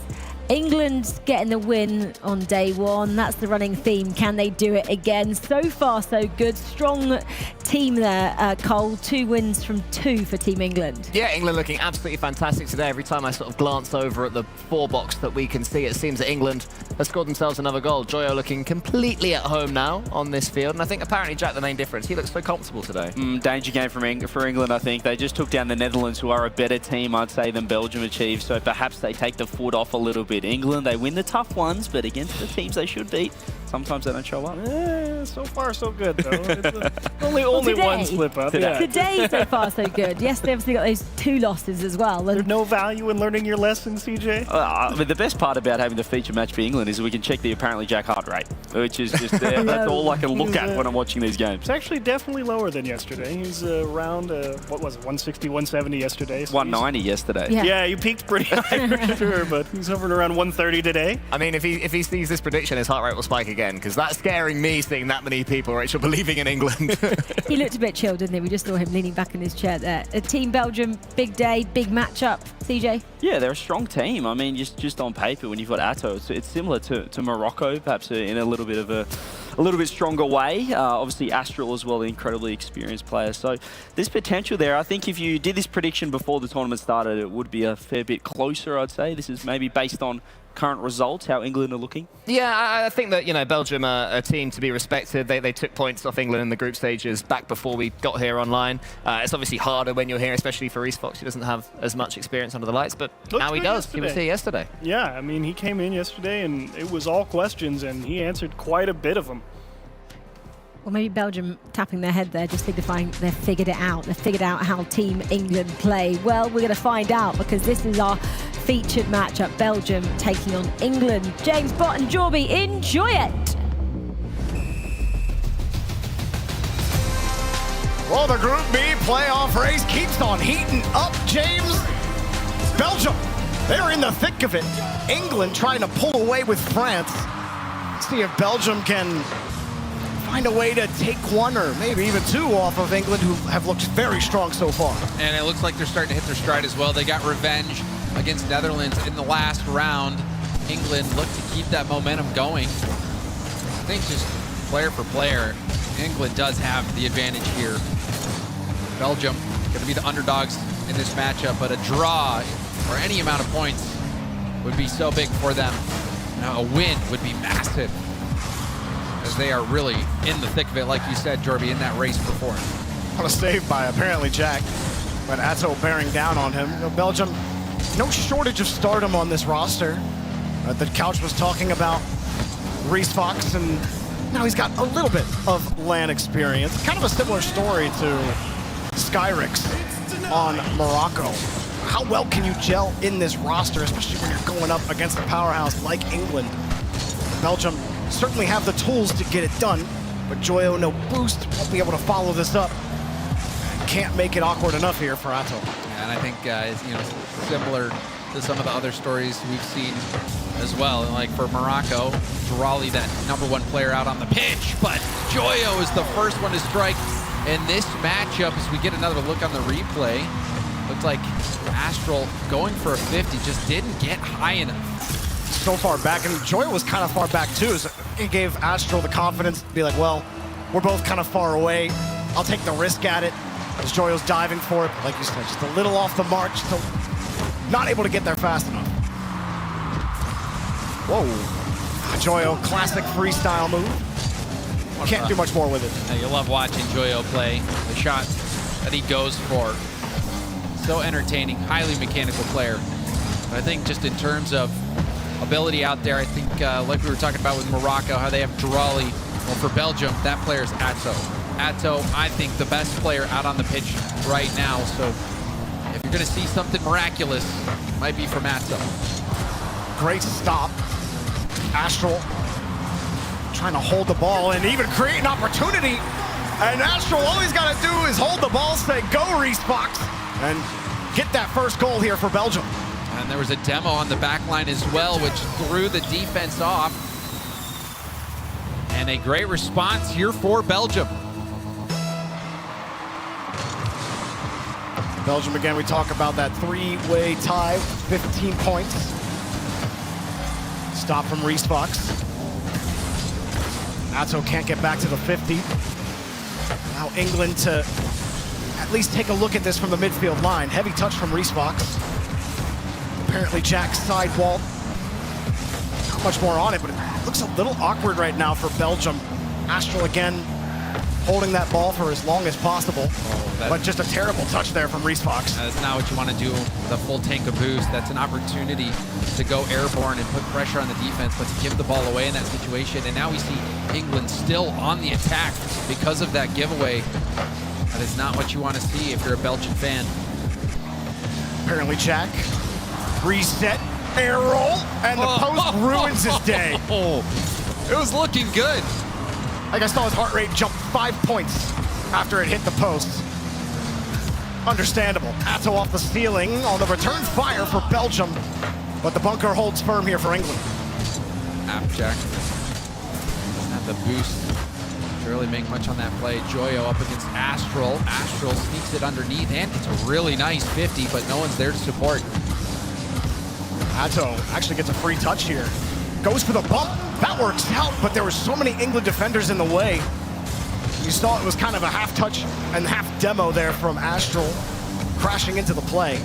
Atto another good catch. Trying to find Reese Fox, but no juice on the touch.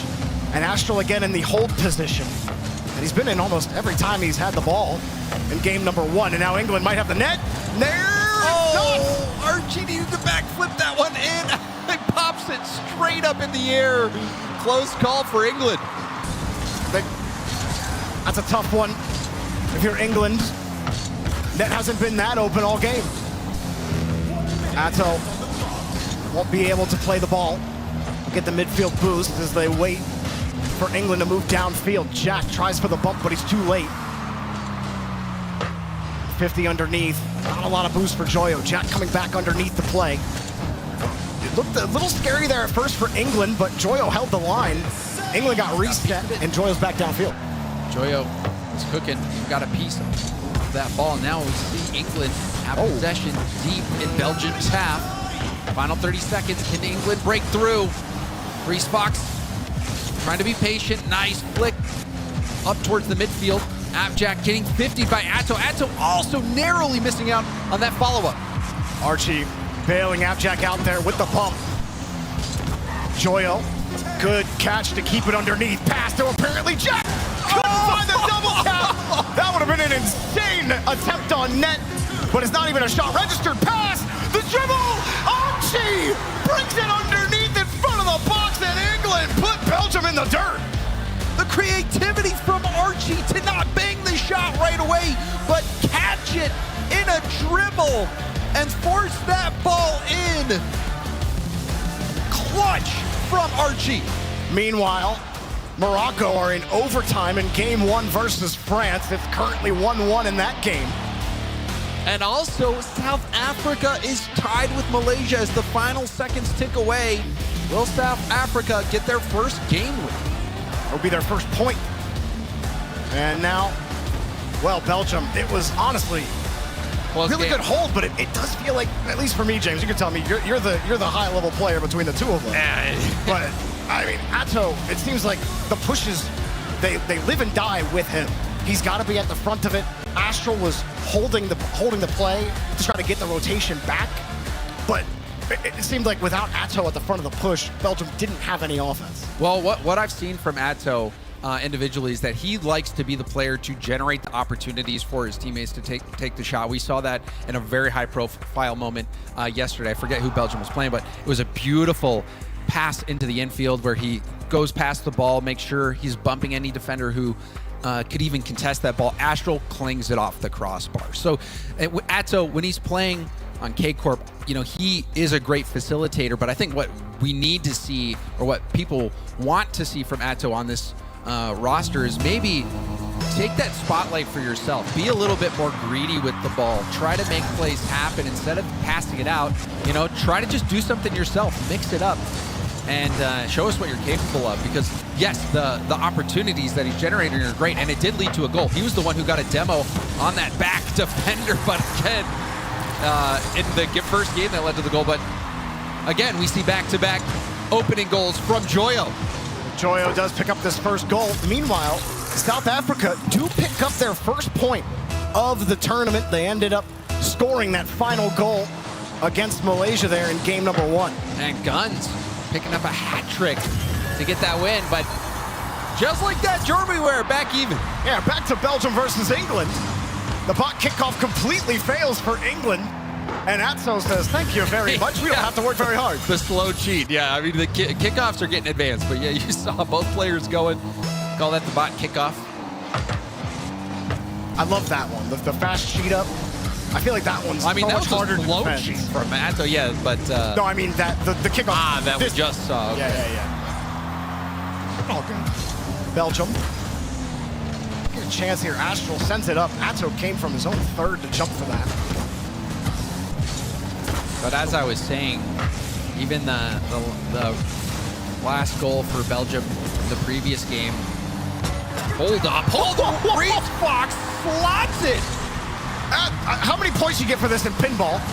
Reese Fox gets back to this touch, puts some mustard on it. Archie was surprised, had no boost. I mean, that was, you know, Archie starting to cheat over towards that corner boost, not expecting Reese Fox to take that rip. But it was a really nice recovery on the sidewall. And then a quick shot, recognizing that Archie was rotating back way too far out, leaving a wide open lane towards net. Well, 50 underneath here for Belgium. They maintain this pressure against England, who've had some creativity when they do push the ball down the field. Especially a factor like apparently Jack, where he's always sitting in the front of his team's rotation, really no matter what team he's playing on. Is he gonna bump? Is he just gonna go steal your boost and then take the ball away where you're not seeing him on the blind side? Always tough to figure out that rotation. And you got players like Archie throwing the rotations off. Archie flip reset down. It was awkward. Reese Fox getting bailed out. Nice follow-up from Astral. Atso gets there quickly. It's a free 50 for Reese Fox. Belgium able to send England back to their own half. Jack challenged away. Ball's a little too far away from anyone. Joyo actually gave a heavy touch. That's gonna put England in a bit of a tougher spot. Jack gets the ball back quickly with momentum as well. Reset to flip it over one. Players are there for Belgium on the rotation back. Archie thought a challenge was coming, and he ends up giving away the ball to Atto. Very patient play from Atto, who now moves upfield yet again for a demo, but apparently Jack rather was able to dodge it. And now counterattack shut down as well by Belgium. It's looking very good as we approach the halfway point of the game. Atto, I've seen about 1 million ground pinches from Atto. I just assume he's gonna get it. Wasn't quite able to put it on the pinch there. Reese Fox has had a couple of nice 50s as well. Almost an awkward spot, but Astral's 50 goes the whole way back to England territory. 2 minutes to go. England, good enough job of wrenching this ball away, but it's Belgium that are in the driver's seat a little more often. Demo on the back end, Reese Fox holding that ball for as long as he can, and apparently Jack will scoop it out. Jack trying to push it past Astral, but Astral gets it cleanly to the corner, and now Belgium are able to break out. Astral infield to Reese Fox, and that is a beautiful passing play. I mean, England were just unable to actually hold on to this ball for any amount of time. They get into the corner, it's immediate clear, and that's just through the whole rotation off for England. They were still trying to get back. That opens up a small window, but a window nonetheless, and a beautiful pass for Belgium to collect on. England, though, right off the kickoff, almost score. And that would have been not great for Belgium. Instead, it's not great for England, hitting the post and then the crossbar. Atto and Astral trying to work together here. Belgium getting a point here against England would be big. They're up 2, but there's a lot of games going on here. Netherlands holding on to their 1-goal lead to try to get 3 points here against Australia. Quick shot. Australia can't quite get the goal. It's safe. Both of these teams tied at 15 points. This is a big result for the Netherlands, who get an insurance goal late. Big time play from Jorius. What a scoop there off the sidewall as well. Such a clean release off the ceiling. Jorius producing here. And back to Belgium versus England. And guess what? We got another goal. Reese Fox sends an easy rebound back to Atto as the squishy save was unsuccessful with a minute left to go. And James, we talk about this Morocco team as well up against France. They need every single point they can get. And right now tied against France. They were in overtime in game 1, were unable to collect the win. They get another chance here in game 2. And teams are starting to pull away from Morocco. Morocco need every single point, and this would be a big one to get a point against a France team that you would expect to get nothing from. That would really help out Morocco's chances. Juicy and Nas, not Juicy, excuse me. Looking at Juicy's car, but watching Nas move the ball. Drawley unable to get that follow-up 50. Juicy has the read and he splits the gap. France have the lead here late. Juicy pressing forward. You can see the defense really struggling to deal with that bounce. Skyrix the last one on the line, and you can see the disappointment on Nas's face after that one goes in. You got 36 seconds to figure this one out if you're Morocco. They push forward on the kickoff, but France get their boost back as it's kicked out in front of the box. Dangerous ball. Drawley trying to find a way to open one more goal up. France keeping the door shut for now with 20 seconds remaining. Also, South Africa are facing their elimination match. If they lose to Malaysia, they are officially out of the race or the playoffs. Well, 50, the shot, it's wide. Drawley, another one off the bar and saved by Zen. No time left. This ball has to be in the air. Juicy puts it down, and France demo their way to victory. Team France looking to further cement their spot at the top. And let's tune into South Africa and see if they can make a miracle happen, Jorby. I don't know if I've ever seen a 3-goal lead squandered in 18 seconds. I think I saw that Gentlemaids versus... Oh, yeah. Was it FaZe? It might have been FaZe. FaZe blew it, right? Well, either way, South Africa... Or it was Ultimates. It was Ultimates. They weren't FaZe anymore. You know, a first killer team, but... The first killer team. Drop down, South Africa were able to get a point, but ultimately, this group proved too difficult for them. They are eliminated. Malaysia stay alive for a little longer. Malaysia getting a point, but I think for South Africa, they knew they were underdogs coming into this event. They're just looking to build and to be able to pick up a point, to be able to get a game win. At least you got something to point to. Got something for it, but the rest of Group B has been really exciting to follow game by game. You had Belgium versus England trying to pick it up. Reese Fox trying to step it up. With Atto in front, they were able to split there with England, but England maintain their second place spot. That first game, Jack, was pretty damn close. You guys managed to win that one out, but talk me through why you think there was a little bit more of a disconnect heading into game 2. I think there was just a little bit of a difference in the speed that we were playing compared to game 1. Yeah, nothing too concerning, but yeah, just a couple of things we have to speak about going into the next series, but we still feel very good, still in a really good spot, so yeah, it's all good. Well, after having won against the Netherlands 2-0 today, you previously lost against them yesterday. Do you feel like that was a little bit of a confidence boost for you and the boys? Yeah, I mean, we think that we should beat them, but we know that we can lose to them. They're obviously a great team. So it's a slight confidence boost, but we felt really good anyway. Win or lose that match, I think we were going to be in a good spot. So yeah, a little bit, but regardless of that result, we would have been fine. Well, Joyo has actually played alongside you as currently. Not too long ago, played alongside Archie as well. How has it been kind of merging the synergy that he has between you two individual players? Yeah, it's really nice. I mean, Archie and Joyo work incredibly as a team. We've seen that previously, and we are seeing that right now in this tournament. And yeah, me and Joyo, I think we work well together. I think me and Archie work well as well, so it's going good. Yeah, I just have to kind of fill in the spots, and they do really insane plays on offense. Yeah, it feels great with these guys. It seems like all the stars are aligning. My final question for you, Jack. Your heart rate has been pretty sky high right now, concerning for a lot of people that are watching right now. Are you feeling any sort of pressure coming into this event? Oh, I feel pressure going into every event. My heart rate's always been extremely high going into every series, win or lose. Don't think it affects me, but as long as I can play well, that's really all that matters. So not too concerned. Maybe it's something I need to check when I get back, but I think for this tournament, no concerns at all. Well, good luck for the rest of your games and GG's again, man. Appreciate it.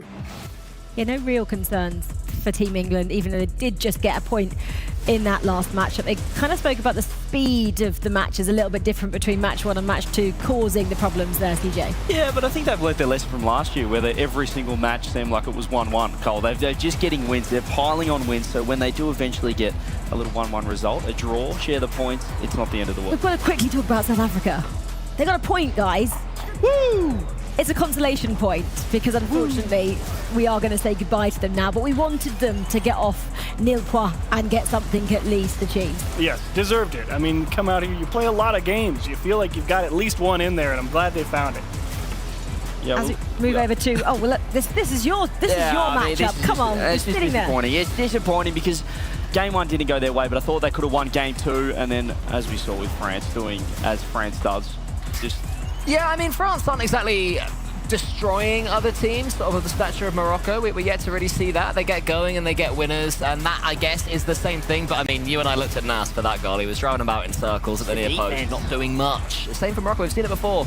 They've not been defending very well at all as a trio or individually. Yeah, Morocco actually pushing them, though, and that's been our repeated theme of today. Morocco trying to get something out of it. Got 2 points. Unfortunately, did get that loss there, but at least got France into overtime, guys. It was close, and a pretty good try at it, but it's always tough to keep the cannons at bay when they're all France. So, well done, France. Put them down, making the push. Want to stay in first, Cole. And this could be a huge point for Belgium as well, with the feature match there against England. We heard from Jack, he wasn't too upset with the 1-1, but Belgium will be stoked for that extra point. They're right there with Australia, and now it just puts them at 1 point ahead.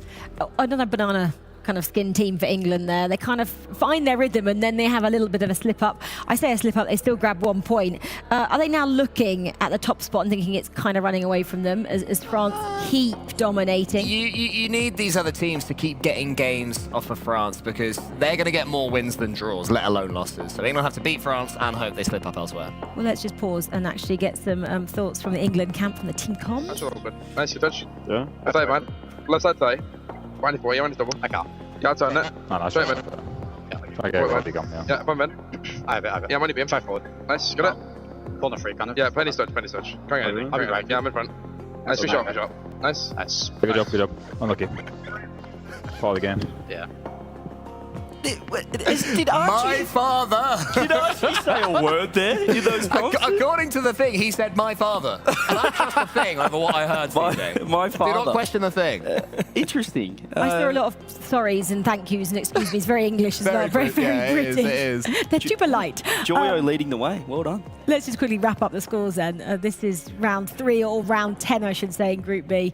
South Africa do get a point, but as you can see at the bottom there, we are going to confirm now they have been eliminated. And we think, Malaysia on the cusp of that elimination as well, because there's only a possible 12 points left. And if you add 12 there to 4, you get 16. And unless Belgium and the likes of Australia don't pick up any points, thereabouts. We're not writing them out, but cusp of doing so. France then, let's go back to the top. France 25 points, continuing that great run there, guys. As we just look at both sides as well, we'll see Group A a little bit later. We still have, 4 rounds left to play here. We're just showing that South Africa have gone.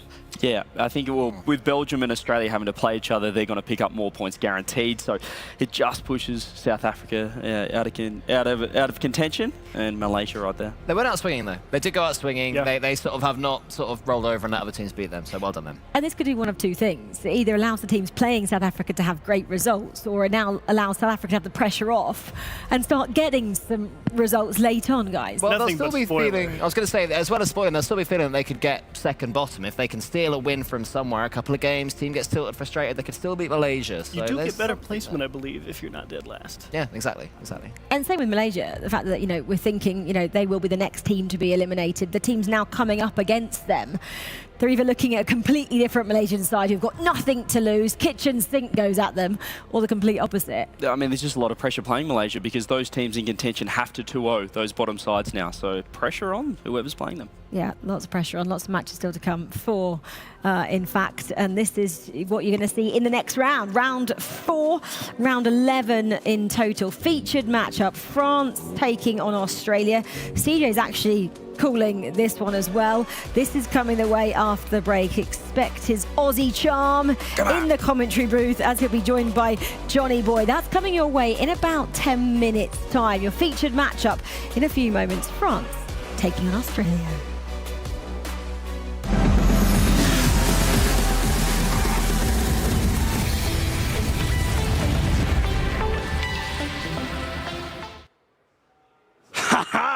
Johnny Boy ordering an Americano. Quite ironic, as you don't like North America.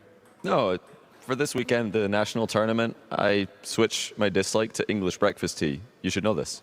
Yeah, but I still feel like your hate for North America grows stronger by the day, and you ordering an Americano must hurt. No, I can make an exception. I think this might be America's greatest gift to the world. Espresso with hot water. So are there any other positives to America? Fried chicken is pretty good, but actually Scotland invented that, so look up on Wikipedia. Extra, extra, read all about it. World Cup prep begins. Hold on to your hats, folks. Training for World Cup in North America has begun. And you would not believe what these guys are up to. White 17, hot!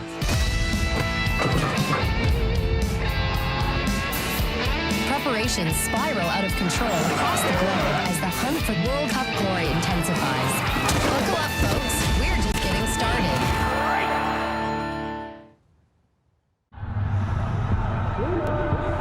Bruno.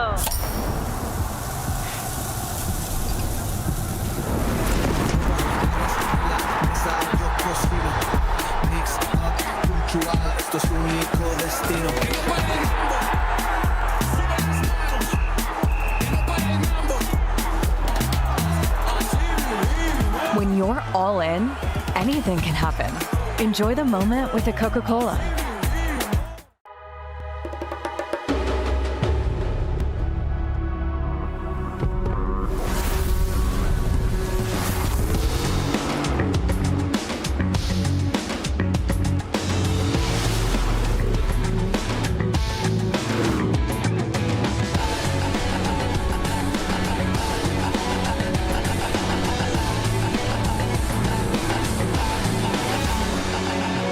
Kia, movement that inspires.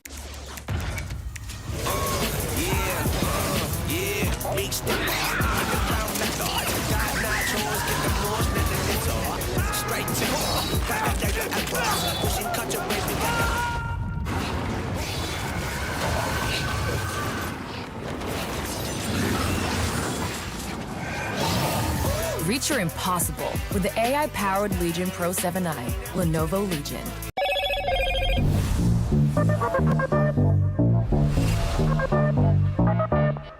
Slim like a whisper, sharp in the hand, never unplanned. Every move got his game, smooth like ice, cold like flame.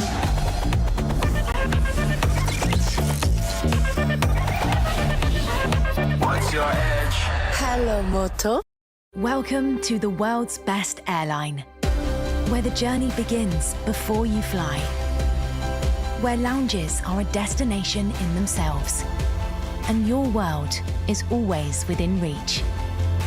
A place where you're looked after, and the smallest details bring the biggest smiles.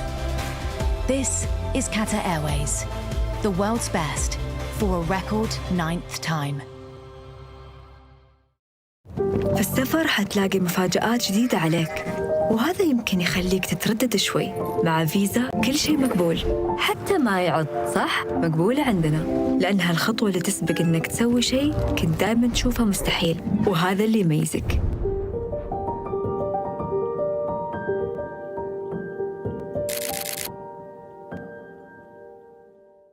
The The digital world speaks the language of zeros and ones. And now, with advanced digital systems, countless new numbers join the field. A 7 can break the pattern. A 9 can be the game changer. At Globant, cutting-edge technologies are at the core of everything we do, driving new and innovative solutions to shape the future of FIFA and companies across every industry. We are the official tournament sponsor of the FIFAe Finals 2025. Globant, technology that dares to delight.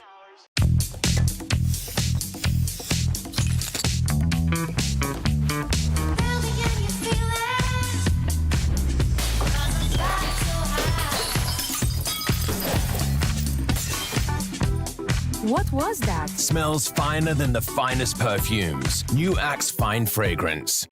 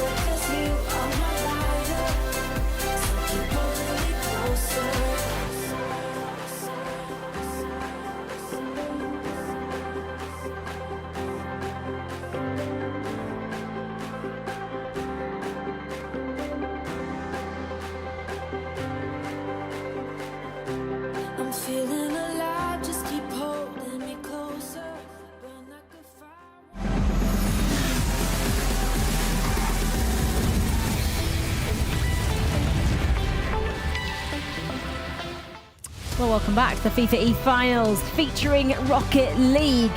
We are getting ourselves ready to go into round 4 of today, round 11 overall for Group B. And the big storyline just before the break was that South Africa have been eliminated from the competition. We will not see them be able to progress to the quarterfinals. That's coming your way tomorrow. Our big matchup as well before the break was England taking on Belgium. Unfortunately, the Three Lions had to settle for a draw. Just the 1 point there. I think after the previous 2 matchups, we expected a little bit more. Herc joins us on the sofa now. Good afternoon. Hello. How are you doing? Oh my gosh, it's been a busy morning. They've had me everywhere and all over the arena, and it's been so much fun actually getting to explore while hearing everybody screaming at the same time. I'm like, I feel bad for y'all. Y'all seem stressed. I was having fun kicking a ball and just doing my thing. I was probably screaming and being stressed because England were held to a draw there. Yeah. We were saying, obviously, England got 2 victories before that this morning, then held to a draw against a team like Belgium, who we're kind of saying, you know, they always find this banana skin. They always slip up when we don't expect them to. Achieves, you know, why was that a slip up for them? Yeah, the big downside for England is they're trying to go for seeding, right? Because you don't want to play the 2-3 matchup in the next matchup in the playoffs because there's some good teams over at the top side of the other way. So England really fighting for placement, and Belgium coming out there in game 2, putting up 4 on the board. Massive, really keeping England at arm's length and forcing a draw there. Hurts pretty bad. Overall, good, bad result for England then? Bad result. Okay, let's see if CJ agrees. Well, I agree. That's a great call. I fully agree. Does he know what he's agreeing with there? I have no idea. He's sleeping on the job. He's just left the sofa and gone straight into there to have a snooze. I mean, classic CJ. I'm pretty sure he's casting next. He better get a... Yeah, wake up, buddy. You gotta wake up. I don't know where he is. Okay, because he should be casting, because he'll want to cast this one, because it's his team. He's calling them Rocket Roos. I call them the Socceroos, whatever you want to go with. France taking on Australia is the featured matchup. Some massive matchups everywhere you look then. England, they're going up against the eliminated South Africa. Malaysia on the cusp of being eliminated, going up against Morocco. Netherlands taking on Belgium. Those 3 matchups, FIFA.gg. The one we are locked in on is France taking on Australia there. And France, I mean, they did get held to a draw earlier on today, which was a little bit of a surprise. That was actually to Belgium, wasn't it? I believe so, yes. Belgium are picking up these random points today, Herc. Belgium's being Belgium. Belgium's being Belgium. I fear they are the coin toss of everybody, but France is definitely not a coin toss. They have been nothing short of successful. They are definitely playing at the standard people expect them to be at now, with Farah sitting behind them, which is a fun little throwback now that he is no longer with KC, in the coaching role at least. But I don't know, so far so good. What can he bring then to this squad by just being here? The aura of France. Aura. Yeah. He carries so many titles on his name alone. It just elevates them in general. Talking about world champion, how cool it is to have, you know, world champion Violent Panda behind Netherlands. Farah's like, I'm going to go become a world champion as a coach. And it's pretty sweet because he definitely, as soon as he became a coach for teams, like, he's brought a lot of good things to every team he's coached. And he's earned his world titles in that role. I hope it doesn't eliminate the trio standing and sitting in front of him. That's what I say. One day when he's done with it, he'll come up here and start taking everyone's job one at a time. It clearly hasn't intimidated Team France, because they are sat at the top there. 25 points, 8 wins, 1 loss. They got that today. Sorry, that yesterday. The draw came today. We said that already about Belgium. Australia, results so far, they won to kick off the day, then they had a draw, and then they just had that recent loss. A mixed bag of results for these guys. Yeah, it's a tough pill to swallow because you know you need good results to catch up. Coming in at 5th to start the day, you can't really afford too many losses. You know you've only got a couple in the bag, probably England, probably France, but draw is a great result here for Australia against the top of the roster at the moment. So good luck, Australia. Come out swinging in game 1, give it your best shot there. Do you doubt them in the same way you did yesterday? Or? I mean, against France, I doubt everybody versus France. Is Banana Head going to be your MVP again? Oh, 100%. Actually, you know what? No. See, this is how it works with Australia. Everybody gets like one day to be like Superman, and he had his day. Today, it's coin toss. It's whoever wants it. Okay. You gotta want it. You gotta want to turn. Well, Australia are going to want this so badly. They will want to get a victory against France. Our ones to watch. The guys that are sitting pretty at the top of this group, Group B. Let's get to it then. France taking Australia. It's round 11 of the competition. Johnny boy, CJ, I know you'll enjoy it.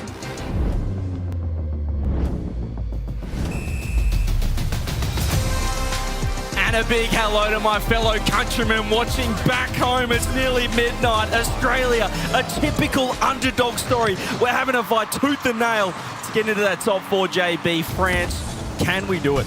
I respect it. You know, these countries, the Frances, the Englands of the world, they don't understand what it's like to be an underdog nation at a FIFA World Cup, CJ.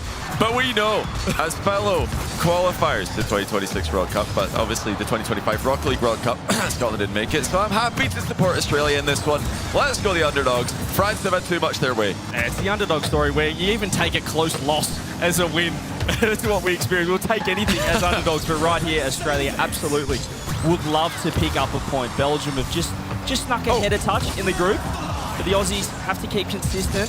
The defense has been questionable, but their offense so far has been fantastic. The goals that they've been creating throughout this tournament have been second to none. Oh, they've just been passing the ball brilliantly in the final third. France not looking as bulletproof today, already drawing to Belgium. Obviously, Belgium are a solid team. They're in a resurgent day themselves. But Australia fans will be hoping the Netherlands could do them a favour and take down Belgium.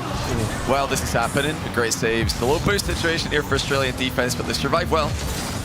Yeah, in a little bit of trouble.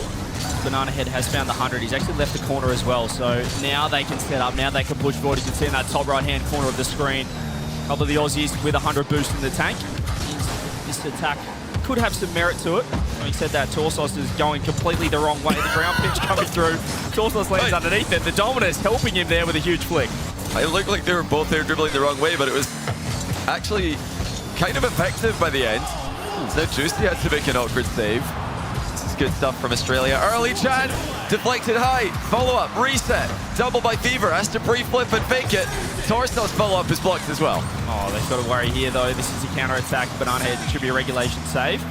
So they need to be careful. I'd love to see them be able to keep that attack going instead of having to just track back. But as you mentioned, France haven't looked as strong as yesterday, but it might be a bit harsh on them because yesterday could have gone much better. And this guy, he just doesn't miss. He went at 50% shooting accuracy yesterday, averaging 2 goals a game. Yeah, that's just not fair. I mean, who lets it? So you look across the field, you think, who lets it play? This isn't fair.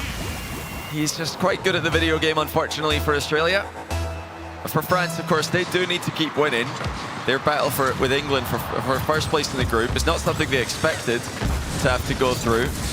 Of course, everybody thought England would have crumbled under the pressure by now, but they're actually giving France a run for their money.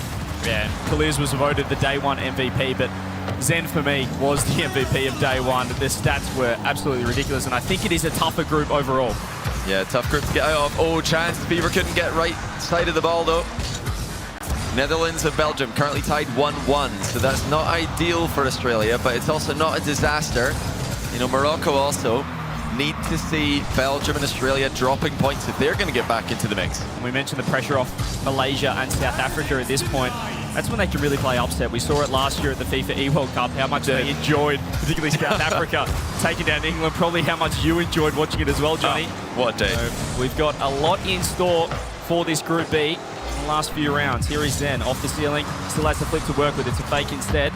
Trying to keep pressure on. They've had a lot more of the ball than they did in the first half. Had they been let out here, it's he spots the bottom corner. France scored from a similar position earlier, just getting the ball mid, but this time Torsos cuts it off.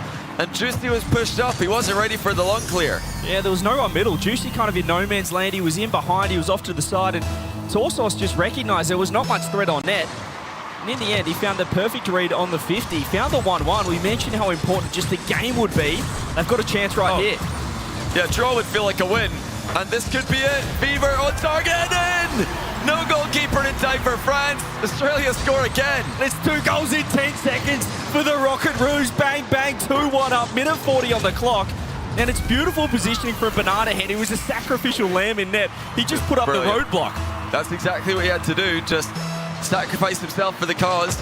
Now, Australia have to only hold on for, checks what, 100 seconds? It's not long, but it feels like a long time. Here we go. Vachi pops it up. Juicy should be able to beat Torsos to this. This is really dangerous then. Doesn't miss these off, but Fever, beautiful save, and Banana Head just helping out. They've got to hang on. This is going to feel like a long minute 20. Yeah, good help defense there to just get the ball clear. They're trying to make each other available, trying to make themselves available for each other, I should say. As France push forward again, this is not what they expected. Going 1-0 up, they probably thought, right, good stuff. Let's just keep this going, keep the sheet clean. Australia had other ideas. Now, a minute to go, they're still holding on. They've got to hold on, particularly now with Netherlands 2-1 up over Belgium. If Netherlands get 2-0, it will put Australia right back in the hunt. Right level with Belgium in the points. Here is Fever. Throws it across. No, it's in there. No time! Oh! The team, the nation that looked unbeatable in day one. The Aussies don't give a stuff about it. 48 seconds, 2-goal lead. And look, it's about the placement. Look at that from Fever, and just nonchalant fist bumps as well. They're just so locked in. I feel like they've found the vibe that works for them. It's not over the top. They're not getting overly excited. But at the same time, they're not getting down about their goals they're conceding either. They just get right back to work. France need 2 of those in less than 40 seconds. Yeah, they're on JB. They're locked in. Have to watch these touches. Juicy's kind of helping out the defense, though, with the clear. There's only 30 seconds. They still need to find 2 goals. What I've loved about the Aussies now is they're not just rotating out, forgetting about helping each other. They're just getting underneath, finding those passes. Here is Vatira. He gets around one, has Fever. Can he make the save? Beautiful touch, the follow-up. Torsos right there. That might have been the last chance. Can the Aussies at least pinch a point? Can Zen have anything to say about it? 10 seconds left. Do I dare say it's over? I don't want to. Vatira with the block. The Aussies, what a start again. France. What? Game 1 goes to Australia. They're not just trying to scrape a point. They've got one. They could go for all 3 here. France cannot believe it as Australia take game 1. 3 goals in a row. That is unbelievable. We've actually had a pause in Netherlands versus Belgium, so we're waiting to see the final 10 seconds of that game. Netherlands still lead 2-1, but everything's going great for Australia right now. I mean, I was more wishful thinking, hopeful, but optimistic about that game against France. But what a start to this set of 2. I'm absolutely over the moon. And the Aussies, as you said, they're playing great rock. They are. They look solid. They look down there. They look great. I mean, they're actually so locked in. I think Torsos might have looked up to you. I've been trying to get their attention. yeah. There they are. Yeah. Look at them. Look at the boys. They're absolutely pumped. What a start. What a start for the boys. They're trying to stay, locked in, which is good. Don't get ahead of them. No, we've actually unlocked them a little bit here. Let's let them lock back in here, CJ, because they could go for all 3 points here. France look beatable. We thought they were going to keep rolling. They won 6 straight games yesterday, 6 straight matches, I should say. And then England finally took them down, and it seems like it's hit their confidence a bit. Belgium got a game off them earlier. Now Australia have got the opening game off them, and it's all to play for. 2 more points available for Australia if they can win this game as well. They've all been locked in. Got to give a shout out as well. That game 1 to my boy Fever. Incredible on the defense, having to really lock it down, but then in the attack as well. 5 shots with a goal. Here we go, game 2. 3 points against France. And these are the ones you're not expecting to pick up. So if they can get a win here, it'd be unbelievable. But 1 point, certainly a pass mark.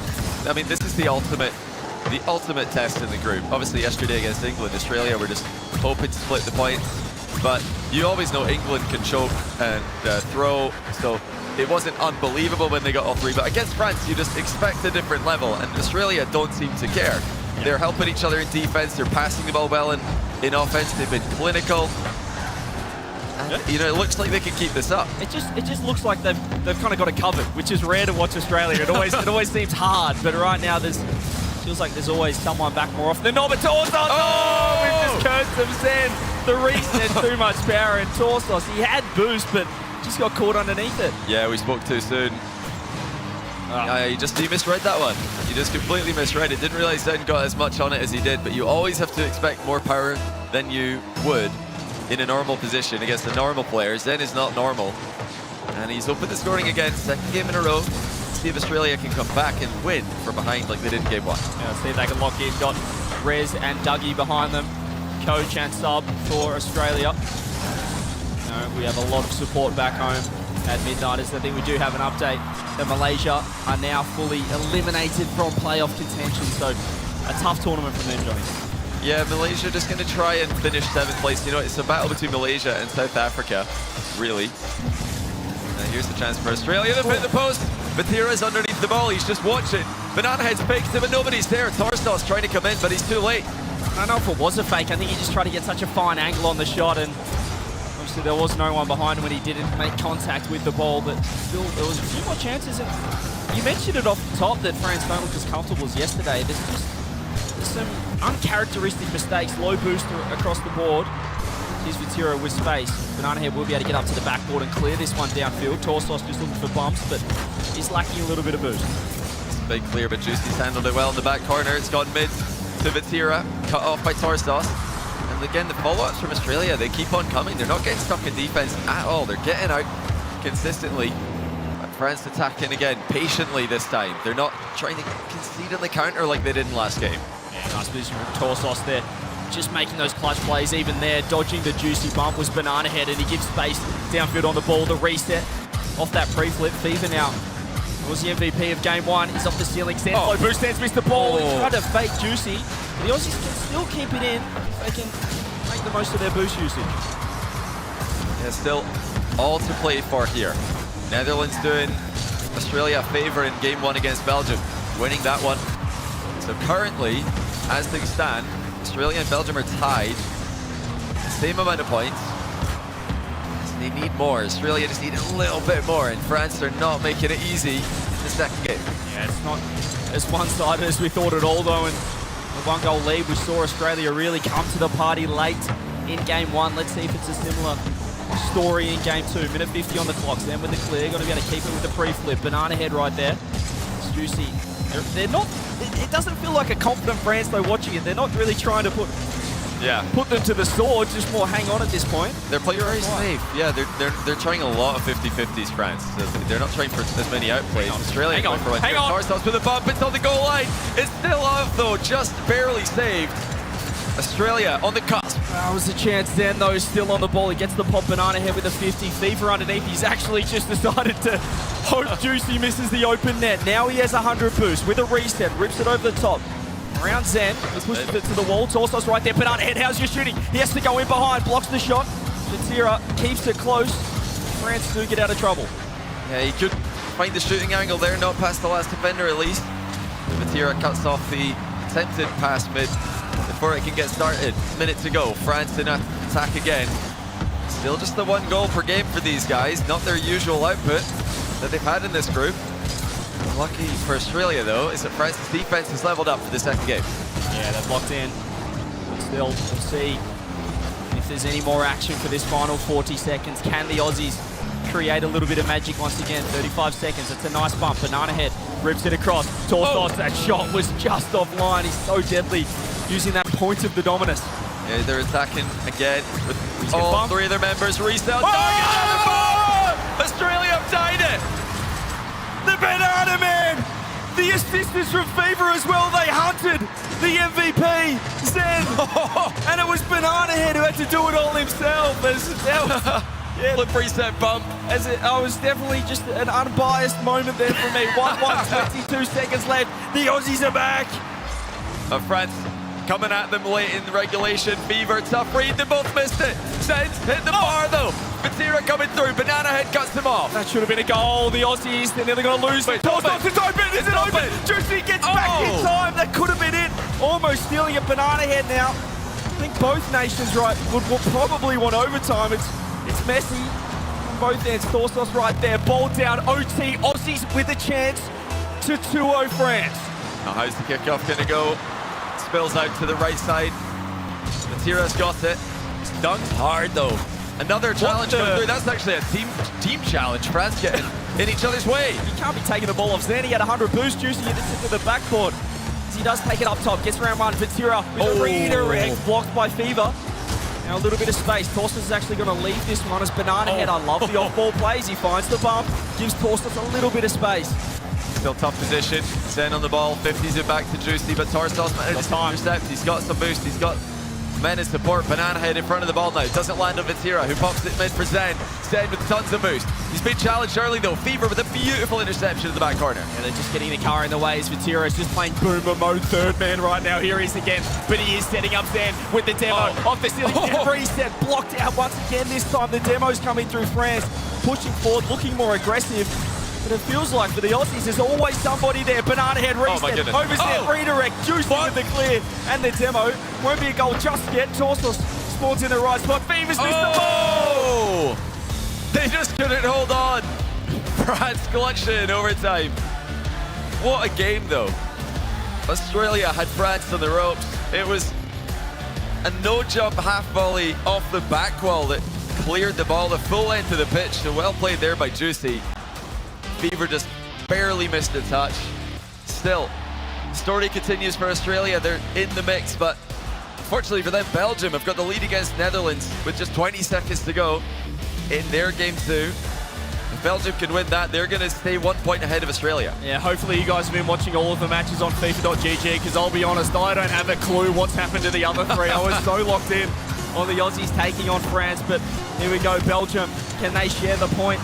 Ball still alive. Duro's one last chance for the Netherlands to force overtime. It's not the best touch. And they do split the points. A huge result for Belgium, considering that Australia did take a point off France.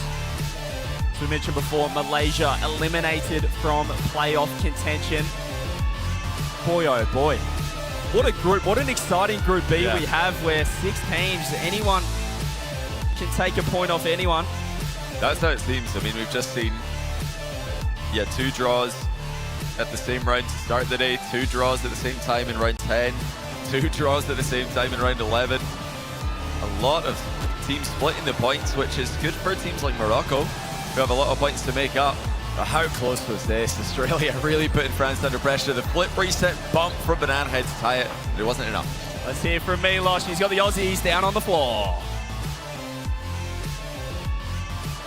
Yes, friends, I'm here with Torsos, and what an incredible matchup between France and Australia. Look, it's great to witness, regardless, a tie at the end of the day. How do you feel about it? I mean, considering how the game went, pretty annoyed. I just messed up the first goal, kind of threw the win away. We didn't really get outplayed. We just kind of outplayed ourselves in the end. That's kind of, you're always your own worst enemy in those sorts of ways. Now, look, I'm going to talk to you about the top 4 fight, because you tied France, Belgium tied France, but now they lost to the Netherlands as well. Things are really jumbled up in there. How do you feel about that? Yeah, I mean, we played Belgium last, and it might sort of come down to how we go against them. You know, if we're still, as long as we stay in it, I guess, until then. Well, you got 2 games now, Malaysia, England, before you get to Belgium at the end. 3 final matches to close up the group stage. How do you expect your Malaysia and England games to go? I mean, I hope we beat Malaysia, and hopefully we can get a repeat against England. It would make it really, would make it a lot easier on ourselves, considering the last few results. I'll tell you, Johnny would love to hear that and see it in person. Thank you very much. Torsos, Veracity, what are you doing over there? What's going on? Now, Joris, you coming into this at the start of the day were the top performing player, the MVP out of the entire tournament so far. How do you feel like your individual performance has matched up today? Oh, I didn't know I was it yesterday, but I definitely feel worse now. I didn't feel the greatest yesterday, but I guess I'll take it and still be top performer. But my individual play is slacking a little bit. Is there anything in particular you feel like you need to work on? I think the team cohesion isn't there right now, especially the first 2 games. We've been picking it up throughout the day, but the first 2 against Morocco and England was kind of disgraceful. Yeah. You say disgraceful, I say you guys are warming into things. Now your next opponent is going to be France. Australia has just managed to find some success against them. How do you feel that makes you feel heading into the series? I think France is going to be the heavy favorites, but I consider our team better than Australia, so we should be able to take a game. Well, best of luck to you. I'm looking forward to seeing you play again.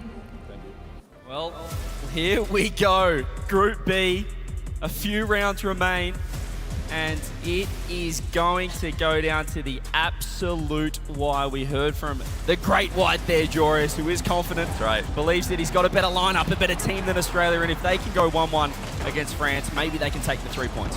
Yeah, you know, Netherlands they're looking comfortable enough to make top 4, but the seeding really matters a lot, of course. You can still make a push to top 2 on paper, but it's super unlikely for Netherlands. I think they're mostly just trying to preserve their 3rd seed there and avoid the top seed coming out of the other group when playoffs do begin.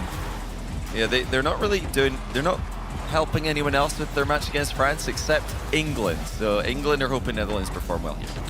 Yeah, it's just, as I said, those just little points are so crucial, and Belgium able to tie it up right at the end against the Netherlands just means they stay that 1 point ahead. It means they're just on the edge of that 4th spot, holding it for now. The Aussies are right there, and as we were talking about, Johnny, Morocco are making a late charge. Their day 2 looks a lot better. Skyrex is looking more and more comfortable, so they'll be right in the hunt towards the last round. Yeah, Morocco get to play Belgium as well in round 13, and they've got South Africa in the final round. So we should assume that Morocco get 3 points in their final round of the day, meaning if they're within 3 points of the top 4 going into the final round, they could absolutely end up top 4. And Torsos mentioned that big mistake that he made just at the start of the game, and they were able to tie it up, but that's all he's going to be thinking about. Obviously, weren't able to get the job done in the overtime, but he's probably thinking that could have been a 1-0 win. Because outside of that, they played a fantastic set of 2. They did. They're against the French, and I was. That was when Zen scored, I think. That was when Zen scored. So? I was jumping around. I'm not sure about that. As we do take a look at the stats after that set of 2. And look at the defensive merchants, the French. It's just boring rock. All the saves, the demos as well. I think, you know, taking after England there. Let's have a listen to the boys. Nice play, man. Nice. Great fucking shot. Nice. Great pass. Great shot. What a shot. You know what I mean. I think that's all good. In Australian, that's fine. So we're all good there as the Aussies. Yeah, the accent pretty hard to understand there. Didn't really hear what you said, but it's hard. If you listen close enough, I think you said you're a great player and you're a great shooter as well. Yeah, I think you said very good shooting ability there. Friend or something. Yeah, you're a great friend. So it's great to see the chemistry and the connection, the synergy good shot, there friend. amongst the Aussies. Yeah, something like that, yeah, JB. Like that. But, yeah, no, anyway, we're moving on to the next round with France taking on Netherlands. France need to keep winning if they want to retain that #1 spot. They're in a battle with England for the top spot. Netherlands are still mathematically in the race for first, but with just 3 rounds left, they're pretty much just trying to defend their 3rd spot. However, if they lose to France here and Belgium win their match, which they should, Belgium are playing South Africa, Belgium are actually going to be 3rd place. Wow. Yeah, and I keep looking at this table thinking of last year. England are in just a much better spot than they were at this point of the proceedings last year at the FIFAe World Cup. As we do take a look at the schedule, we can see South Africa taking on Belgium, Australia versus Malaysia, a huge 2-0 required for the Aussies there. Morocco improving, they're right in the race. If they can get the 3 against England, it's game on. France versus the Netherlands as well, which will be our featured matchup. Joris thinks that he can take down the French based on what the Aussies produced in the previous round. Let's see if they can match it on the pitch. Yeah, we got those 4 teams battling for 3rd through 6th place in the group. Netherlands, Belgium, Australia, Morocco, all still pretty close. And well, of course, Netherlands and Belgium is currently in the top 4, but they're all still in striking distance. And now this is the round where the 2 outside of the top 4, Belgium and Australia, have an easier matchup, and it's Netherlands who've got the tough one. Sorry, Belgium have an easy one. But Morocco, yeah, they need an upset, really. Morocco need to beat England if they want to stay in this and keep the pressure on the top 4. And it's this point in the tournament where we did look last year to the Malaysia and South Africa playing upset. So we'll see if South Africa can come to the party. Are you still worried there with Australia versus Malaysia? A little bit worried. There's always the APAC OCE rivalry that is gone on for as long as time, but let us know in the chat who you guys have winning this one. And well, based on that, pretty confident in the French, even though it was a little testy against the Aussies in the previous. Yeah, the Netherlands are not looking as good today. Yesterday they were really pushing England for 2nd place, had 2nd place in the group to their own rights for the start of the day. But yeah, like Jory said, he's not feeling as good today. Don't think the team's going as well today. So they'll be hoping for France to be struggling in a similar way. And if memory serves me right, they looked fantastic earlier on in the tournament last year. Obviously the same roster for the Netherlands, but when the pressure went on, we did start to see some mistakes. We did see the pressure mount for particularly Mike Boy, who is the least experienced on the team. So yeah, this point in the tournament where they are still right in the hunt is where the pressure is at its highest as we do dive into our next round, our next match. Can the French bounce back? Are they a little bit worried with how proceedings went? Can the Dutch push further up in Group B? We'll find out right here. Will it be the blue, white and red in vertical lines, or the red, white and blue horizontally? Are you a vertical or a horizontal type operator? I think I'd go for the diagonal cross personally. Like two diagonal crosses. Would that look good? A blue, like a blue. And yeah, I think that would look pretty good. Yeah. Somebody should go with that one. I don't know why you thought that, because unfortunately, Scotland are in the real World Cup. Not quite here in the FIFAe World Cup. Or the Rocket League. Here is Juicy though, kicking off proceedings. Vatira popping up. I thought Vatira was incredibly quiet, just looking back to that previous set against Australia. It was Zen with the goals, making some saves. Juicy and Vatira, not their best showing.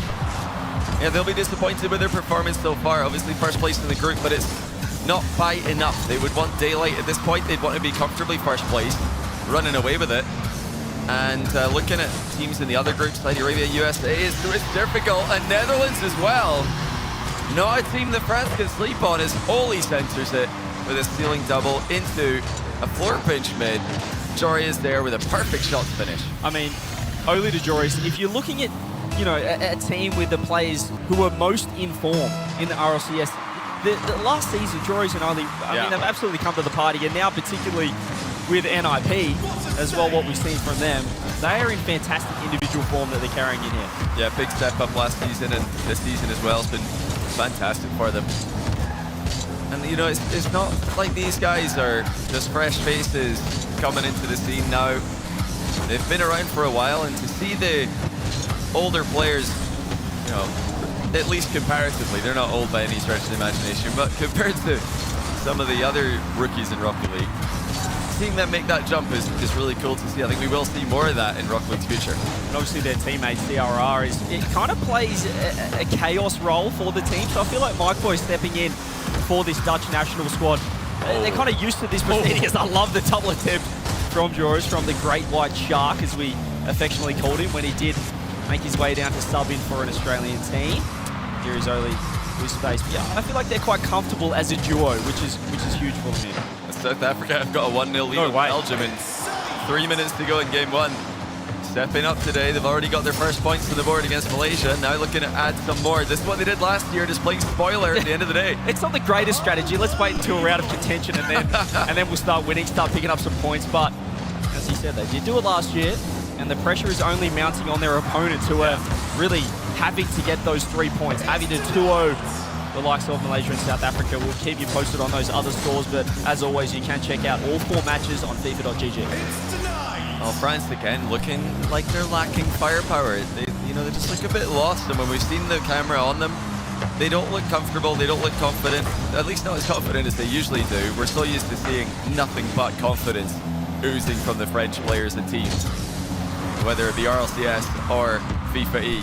Yeah. They're not the same right now. They're trying to figure out what is going wrong today, what is going wrong in this group stage. Not to give them too much of an excuse as well, but speaking to the French camp, there has been a bit of sickness, a bit of illness kind of circulating around the players, but it didn't affect them yesterday, so I'm cutting no slack at all for this one.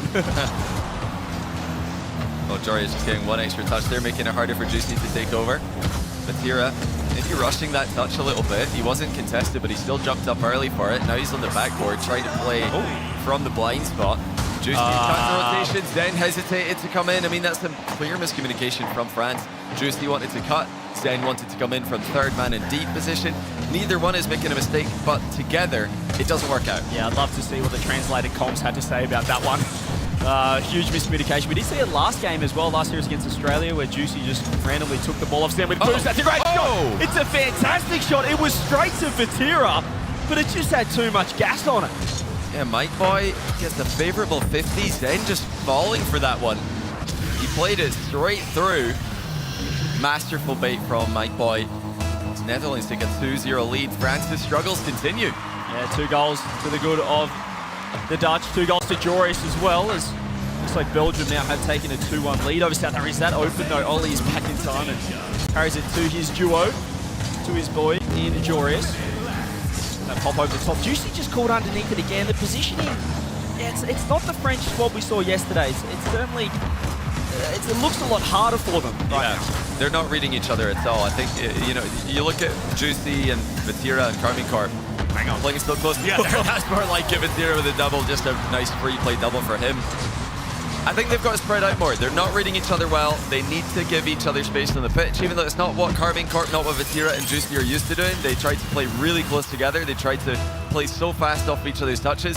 But when you're not reading each other like they clearly aren't today with Zen on the team, I think they've just got to adapt. They've got to spread out and try to play more reactively. They still look mechanically, individually on point. It's just the positioning, the team play, the synergy that's not quite there at the moment. So we'll see if they're up.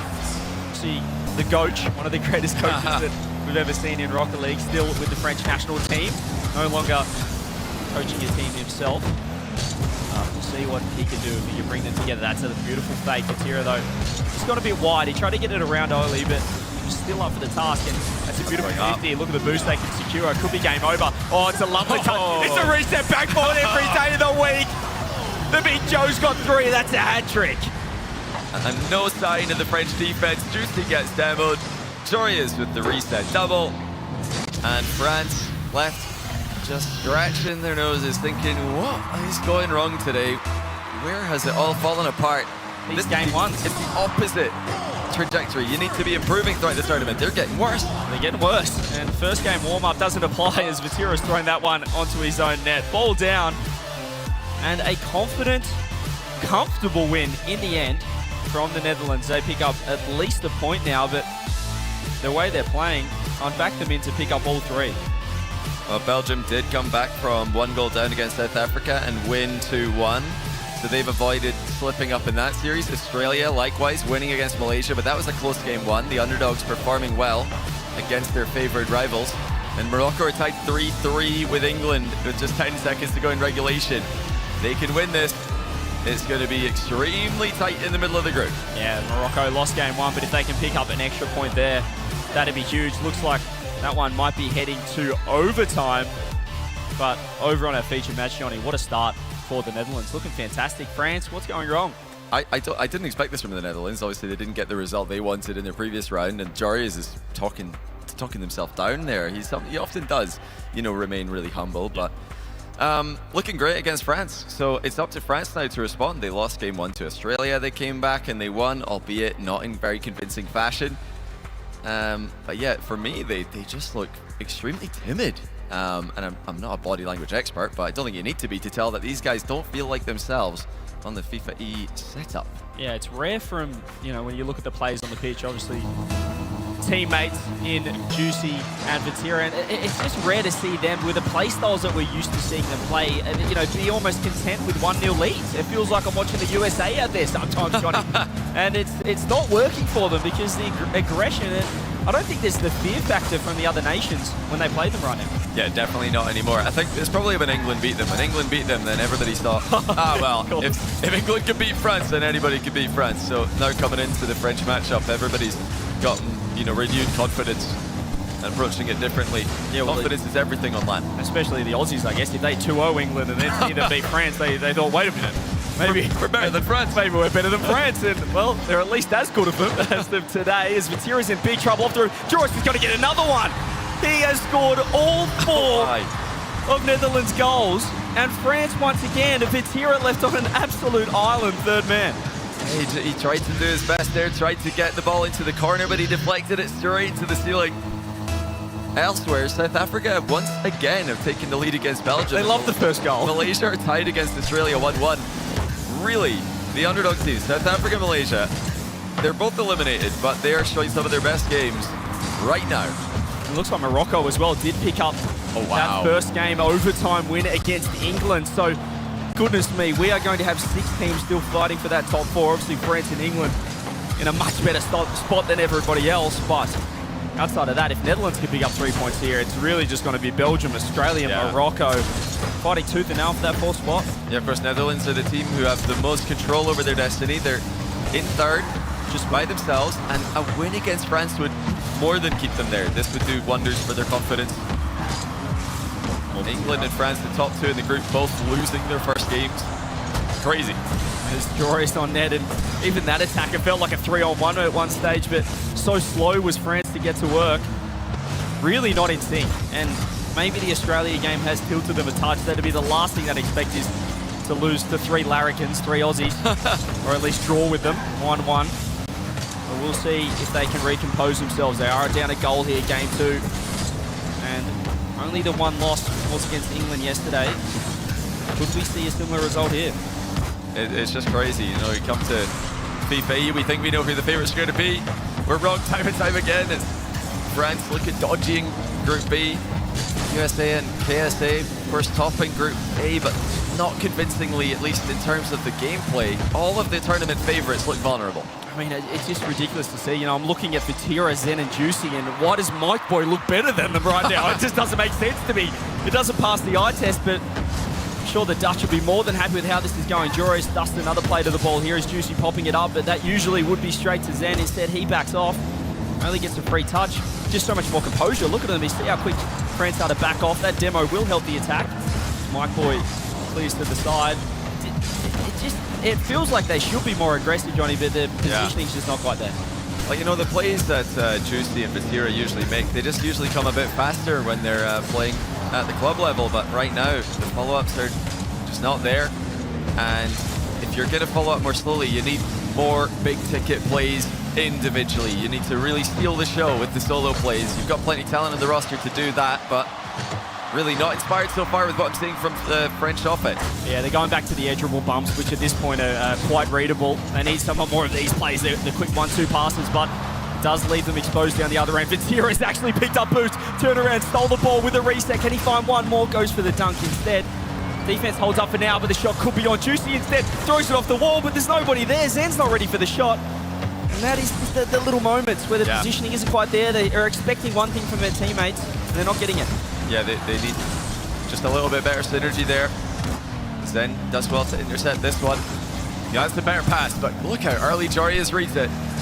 Zen doesn't have enough boost to comfortably challenge. You can see how much these players have screamed against each other. They just know their tendencies. It looks like Malaysia, with only 35 seconds left around the grounds, are actually threw one up over here. I look away for a moment, and Juicy ties it up for France. Last minute hope for France here. Just enough on that one. Oh no. Oli on the way in. He didn't know anything about it. But we have got big upsets coming in other matches. South Africa 2-2 with Belgium, minute to go. Malaysia 2-1 up on Australia with just 10 seconds to go. What is happening? CJ, it's all falling apart for Australia. Yeah, you look at that. I'm currently watching the Aussies, 5 seconds left. And Malaysia are probably going to pitch a point there, and South Africa are right in it. There's 45 seconds left in our featured match. And France have finally decided to get on the board and perhaps get to work, only with the clear. They've done it. Malaysia take down Australia. Huge blow to the Aussies' chances. Wow. That will tilt them, but we do see to die for. South Africa have actually taken the lead against Belgium. Where do you look? Pull up all 4 streams, ladies and gents. FIFA.gg, get involved. It's pandemonium in Group B.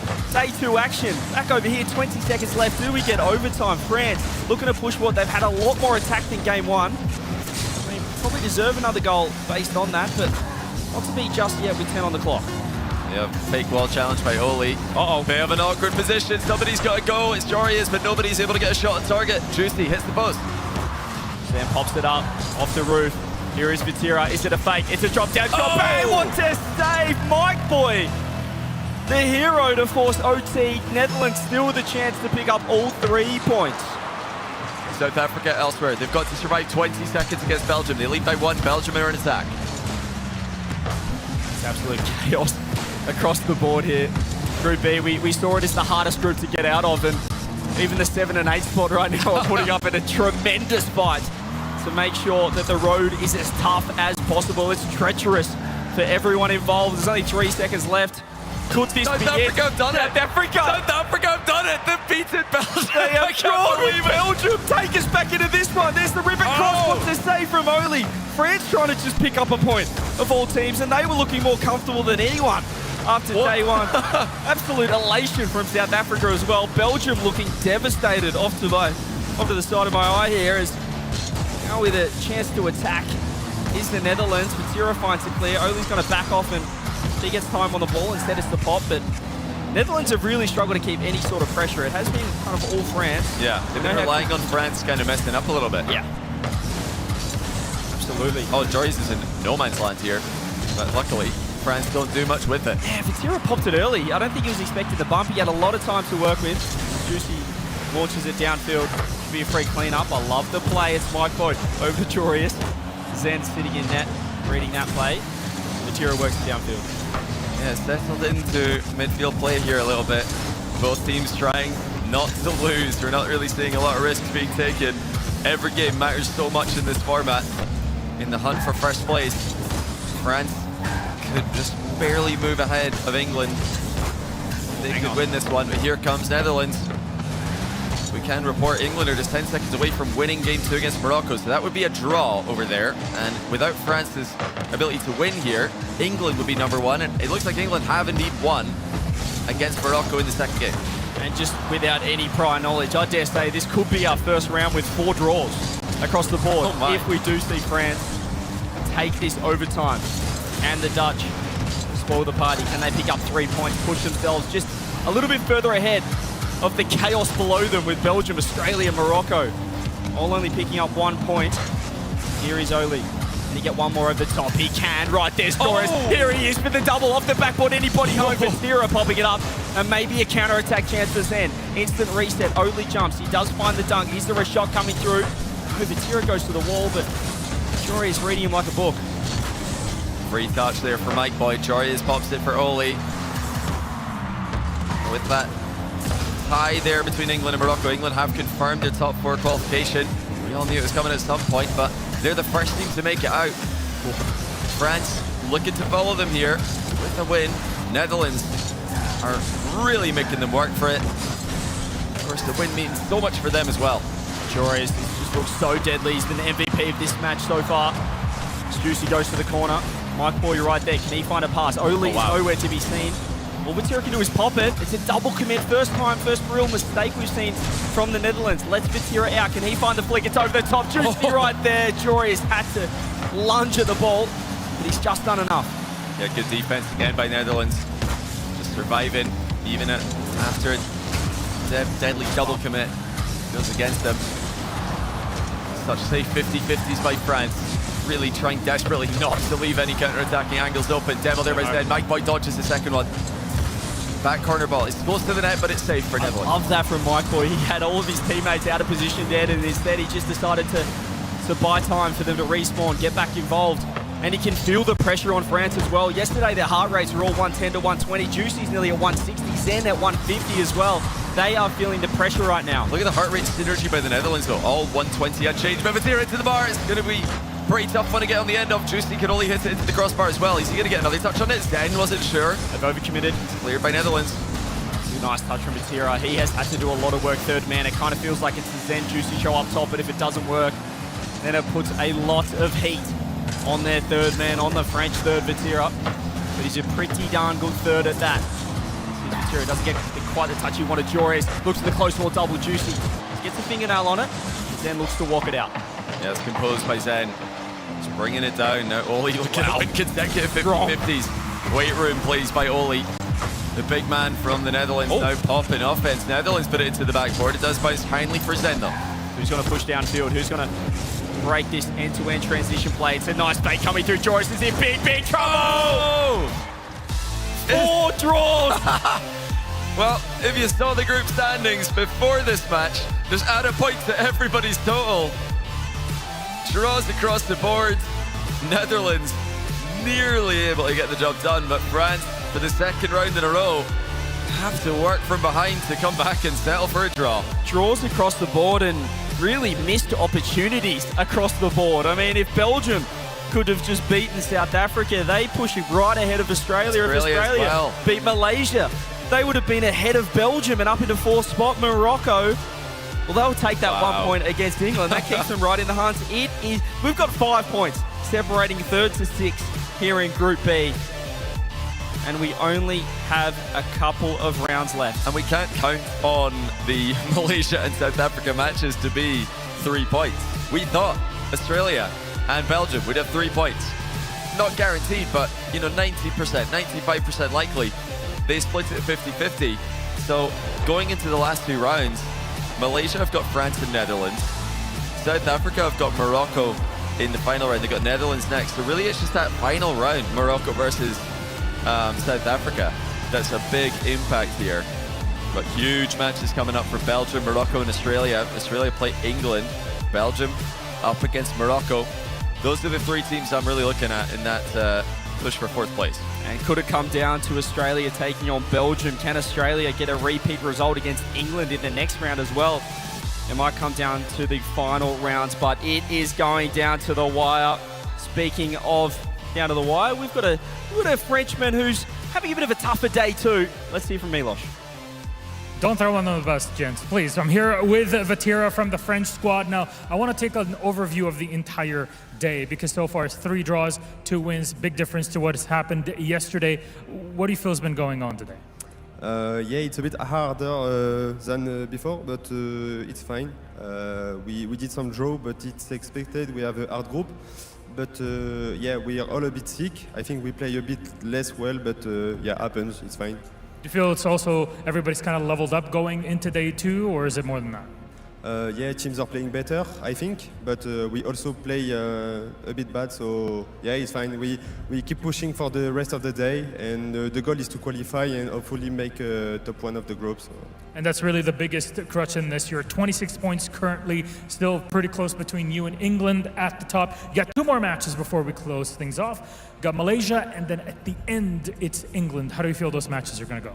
Yeah, I think we feel good. We play better now, so yeah, I'm pretty confident. You think it'll come down to the wire for England? Yeah, I think we'll beat them. There we go. That's all you need to hear. Thank you very much, Vatira. Let's get into the next one. I want you to stay on the smirks of the England faces there. We will beat them in the last matchup. Hang on, we've still got 2 fixtures to go yet. Long way to go until we see that one. I love the trash talking then, as we just get into the highlights from this round 12 already. South Africa, Belgium, nicking a draw. CJ said it, everyone nicked draws in this one, Herc. Yeah, this was a crazy round. It's a little sad. We were talking about it in the in between that if one team had won, it would have changed absolutely everything, and nobody was able to quite come off with the win. However, you can't be too upset in some of these draws. Malaysia did end up getting one of theirs for their own, but I am very pleasantly surprised with how Australia has been doing today. I was scared yesterday was a fluke. Yeah, they need some bigger results than they've got so far, but it's a good turnaround from yesterday for sure, as Morocco-England was a tight one. Morocco taking the first game, and then there's the sealer for Drali. England was able to come back, though. Secure the 1 point. Well done. Fighting back from 0-2 is never easy. Well, this is your featured matchup as well. France taking on the Netherlands. Again, Netherlands really, really strong out of the gates there, allowing France to come back into it in the second one. Yeah, and you do have to also take into account, if you guys haven't seen the tweets or you just missed the Vatira interview, France is playing while under the weather. They're sick. So, I mean, that is something to take into account, but for the Netherlands, it was such a close game. Coulda, woulda, shoulda. Rooting for them in that second one. But ultimately, France did end up coming off the win. There was it off the sidewall from Zen that really allowed them to have that breathing moment and accept that draw. When you're feeling under the weather like that, what have you got to do? Because the games still go on. Drink water, man. That's the only thing. You got to make sure you stay hydrated. Nothing's worse than being sick and you don't drink water, and you got to go out there, pump your heart rate up to 140 and just grind it out all day. Nah, you got to stay on top of the basic stuff at that point. 24 demos. They said, get us out of here.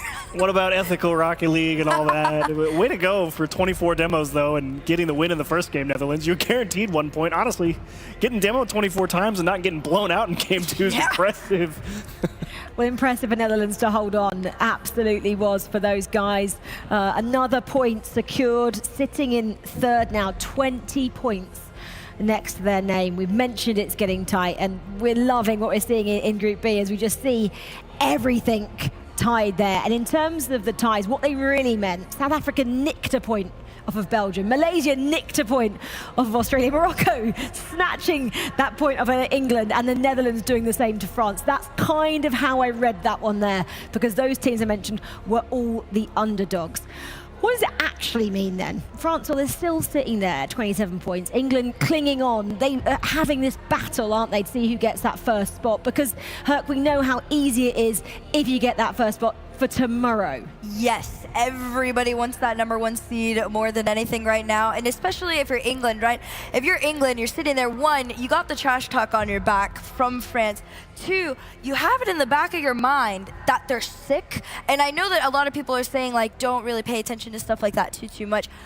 They've brought it up about 2 times now and put a tweet out about it. I think it means something at this point. Quickly, it was a chaotic round. Your final thoughts. Give me a word to sum up that round. So close. Stressful. CJ, you agree? I completely disagree. He looks great. I'm going to throw these cards He looks around. great in pink, CJ. Whatever, this is how we roll.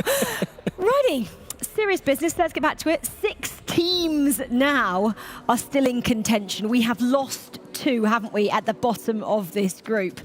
There we go, featured matchup. England taking on Australia. I know everybody in our team are going to be excited for this. We have Stumpy casting this one as well. He's going to be excited for it.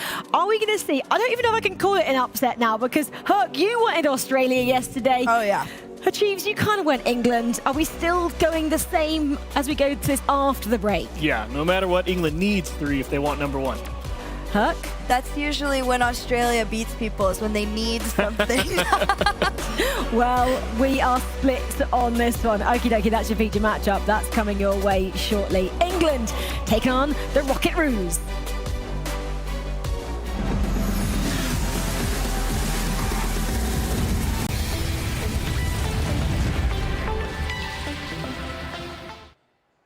Extra, read all about it. World Cup prep begins. Hold on to your hats, folks. Training for World Cup in North America has begun. And you would not believe what these guys are up to. White 17, hot!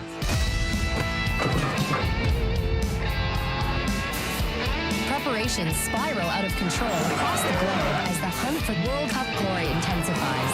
Buckle up, folks. We're just getting started.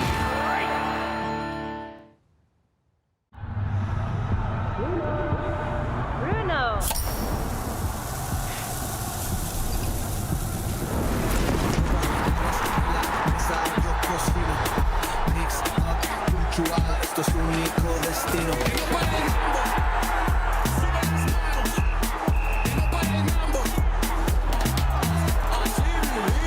When you're all in, anything can happen. Enjoy the moment with a Coca-Cola.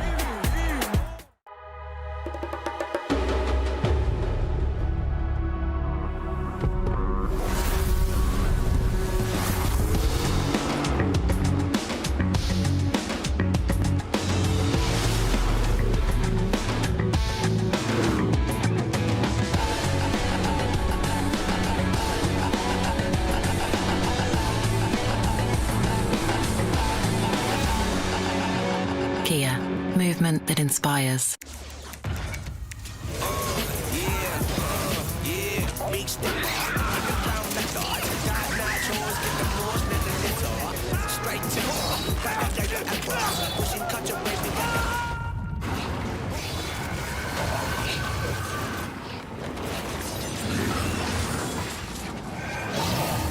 Reach your impossible with the AI-powered Legion Pro 7i, Lenovo Legion.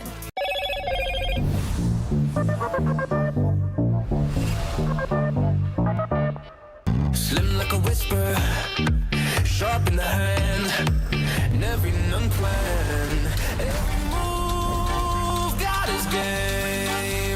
like ice, cold like flame.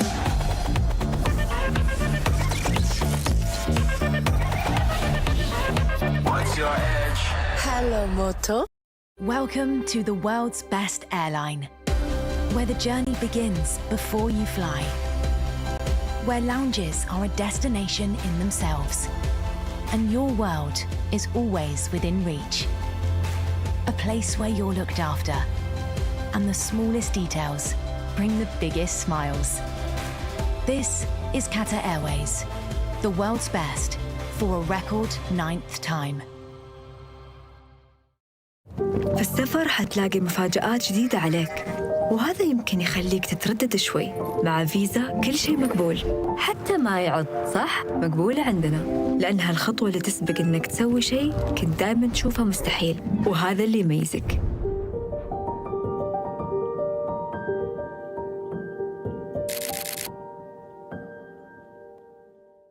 The digital world speaks the language of zeros and ones. And now, with advanced digital systems, countless new numbers join the field. A 7 can break the pattern. A 9 can be the game changer. At Globant, cutting-edge technologies are at the core of everything we do, driving new and innovative solutions to shape the future of FIFA and companies across every industry. We are the official tournament sponsor of the FIFAe Finals 2025. Globant, technology that dares to delight.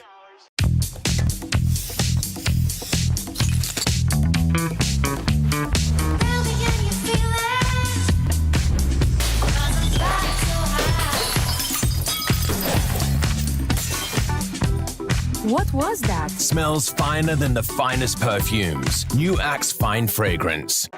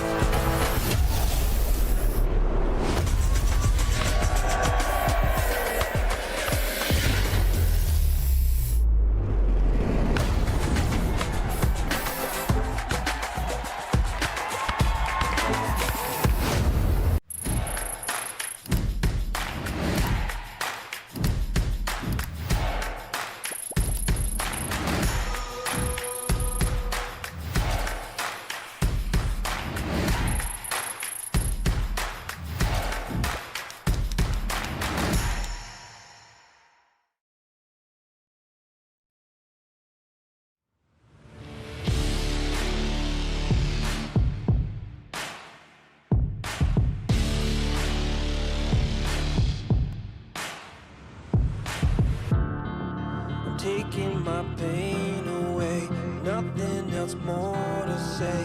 Everything that I have, I'll give. First, you gotta pick a side. Now you got a team and you're rolling with the pride. Wanna play the game, make it to the end. I wanna bring it back again.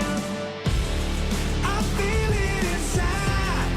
I'm reaching my stride. I'm standing my ground.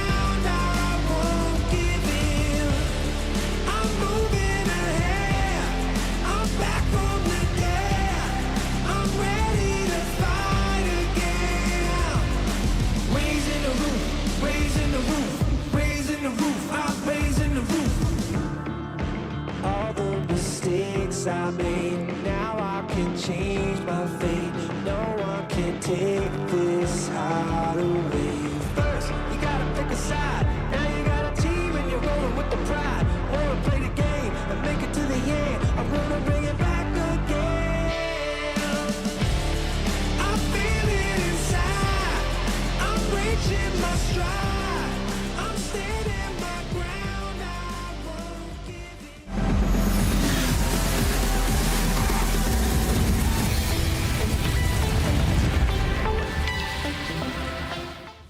Here we go. Welcome back to Rocket League at the FIFA E Finals 2025. Only 2 more rounds of fixtures to go for Group B, and it is heating up. The previous round, round 12, we saw draws across the table there, and that really made these standings look a bit more interesting. James just joins us now. Achieves is still alongside us as we just go through Group B with only 6 points left to play for. The top 2 looking like they're pretty secure. 27, 26 points for France and England. Netherlands, Belgium, Australia, Morocco. Where are we going? How do we call this, James? Welcome to this party where we cannot call anything. You know, but you love to see this. Honestly, you know, you want to see teams competing. And to me, the fact that South Africa drew against Belgium, it's mind-blowing. It's mind-blowing. It's honestly huge for a team like Australia, who, you know, although they also drew against Malaysia, keeps you in the race. You know, it keeps them in the race. Exactly. Yeah, big one for them, and nothing more powerful than pride. Well done to force the draw there, South Africa. So, round 12 and 11, I mean, stressful stuff for everybody involved, but no time to dwell, right? No, a lot of teams yesterday we thought underperformed have really come out firing today. We're rushing through things here. We're going to our featured matchup, which was maybe one of the blockbuster ones from yesterday. It was England, Australia. We sat here and went, you know what? England look really good. I said they're a shoo-in for victory in this one. Herx disagreed with me. Achieves agreed with me. What happened, Achieves? Well... You can say it. You're not even English. England lost. I mean, no other way to put it. What do? You guys are Yanks here. You can say that. I'm the one that finds it hard to get it out of my mouth when I say they lost yesterday. Let's talk about England today then. In terms of what they've achieved so far, would they be a little bit unhappy with how the performances have panned out? Honestly, I don't think so. 1 point off first, yeah. You know, I don't think so. I think they should have picked up a few more. The goal, I think, for them was to be better than last year. And they've done that. They have qualified for the playoffs. They're guaranteed top 4, which is huge. I think for them, the pressure's off. And, you know, this is a very realistic team. I think they know that they are very good players. They're very capable players. Yes, you will have some unfavorable results because of this challenging format. We saw South Africa get a draw against. Yeah, so I think for them, they know it's a marathon, not a sprint, and they have been running a very solid race. A draw to Belgium, a draw to Morocco, though. 2 teams I feel like they felt they could have got more points off. Just in terms of the standings for tomorrow, it helps being first. They could have leapfrogged over France. They haven't been able to do that. Yes, absolutely. But they also know they still have their match versus France to play, and that's where their biggest swing is going to happen, if one will happen at all. So they would have liked the cushion if they got the win, but we can't all get what we want. And Australia then. Talk to me about them. I guess their biggest matchup was that draw against France. Yeah. Right. Oh gosh, I just saw what we were jumping around the English flags there. We've moved on already quickly. In terms of Australia, as we continue looking at the 3 Lions, big point against France. It gave them a bit of a boost, didn't it? Yeah, guaranteed 1 point against the top seed currently in your group. Massive for Australia, absolutely. Because like we said, not getting the draw there, you start to slip further and further behind, and that puts more pressure to win game 1 no matter what against the rest of the round. So big for them to guarantee 1 off the bat. But then they go and have a slip up against Malaysia and get a draw when it really mattered. It's true, but you know, look, I mean, it's almost like it's destiny, because Australia is set to play against Belgium in the final round. So it could all come down to that, a winner-take-all scenario, and that would be something special. Again, they're on 17 points. They're in 5th. They're in the danger zone at the moment. Even just being 1 point out of safety, it must be a little bit of a stressful situation, guys. Yeah, nothing quite like the bubble. Is never a fun place to be, where you might get bounced in, bounced out, and sometimes the worst part about it is a lot of times the fate isn't necessarily in your hands alone. Like if you get a draw and the other team wins and you just lose by 1 point, what could you do? I guess you should have won. How confident are this Australian team, the fact that they did win yesterday, James, to England? Oh, I think they're quite confident. Quite. Maybe not good enough. Let's see if they're really confident, if they can get the job done. Okay, it's Australia taking on England, the 3 Lions taking on the Rocket Roos. CJ, Jorby, enjoy. Well, round 12 was the bottle job round, which means that round 13 becomes the round of opportunity. The Aussies, can they get the 3 points against England? as they did yesterday. We've got Belgium, Morocco as well. Plenty of matches on FIFA.gg, but over here, the Australians need to respond. They won one against Malaysia. That's not good enough, Jorby. Of course, you know, we're going to ride the hot hand, not just on the featured match, but also in the booth. How Australia have played, they've been so exciting to watch, front to back, at the FIFAe World Cup 2025. England, as the couch was pointing out, playing much better overall, at least this year. However, look at Australia putting on some pressure. Fever denied at the gate. That looked close. Yeah, they're still pressing, still pushing forward. He's tossed on. Bang! 1-0 Australia. How many years has Torsas just been doing it? He's taking it. The players may change. The names might be different, but Torsas is still the same. Still striking. That's a beautiful push there from Torsas. They've come out hot. Big T with the first goal. Archie with an incredible save, but the pressure kept up from the Aussies. This could be huge for them. We've got 2 rounds left. It is going down to the wire. 6 points separate third to 6th in Group B, Jorby. It's anyone's game. B got tight. We had a feeling that it would. Well, the race has not disappointed at all. Fever easily take over a lobby. Wasn't able to get much done right there. Joyo, flick downfield. Torsas ready for it. Just too weak, and now England kind of getting tied up together. The ball goes right back to Joyo, though. Archie with a slight little pre-jump. You saw Jack trying to get the bump. Couldn't quite connect. The demo giving Torsas a way out. Yeah, and Fever just got bumped off that pass. Look for the pre-jump. We have to give our flowers. Obviously, the Team England already qualified for the playoffs. But for the next 10 minutes, not just them, but particularly Cole and Stumpy, I can't stand those two. I can't stand them. They're our worst enemy here for the Aussies. Shout out to everyone that is watching back at home. Wherever it is right now, nearing 12:30 in the morning. A late night for everyone. Here's Joy to get 2. There's the reset. Fever just covers the fake and the pop. Nice redirect from Banana Head. Early lead still for the Aussies. They're looking pretty settled. Oh, Torsas is on something right now. He steals the ball again. Fever, half flip back, rely on Banana Head to cover. He'll do just that. Torsas actually pops to go across. Wasted a lot of time and a lot of boost. This actually puts Australia in a bit of a tough spot, but Torsas sends it right back down. Jack trying a little short hot ball.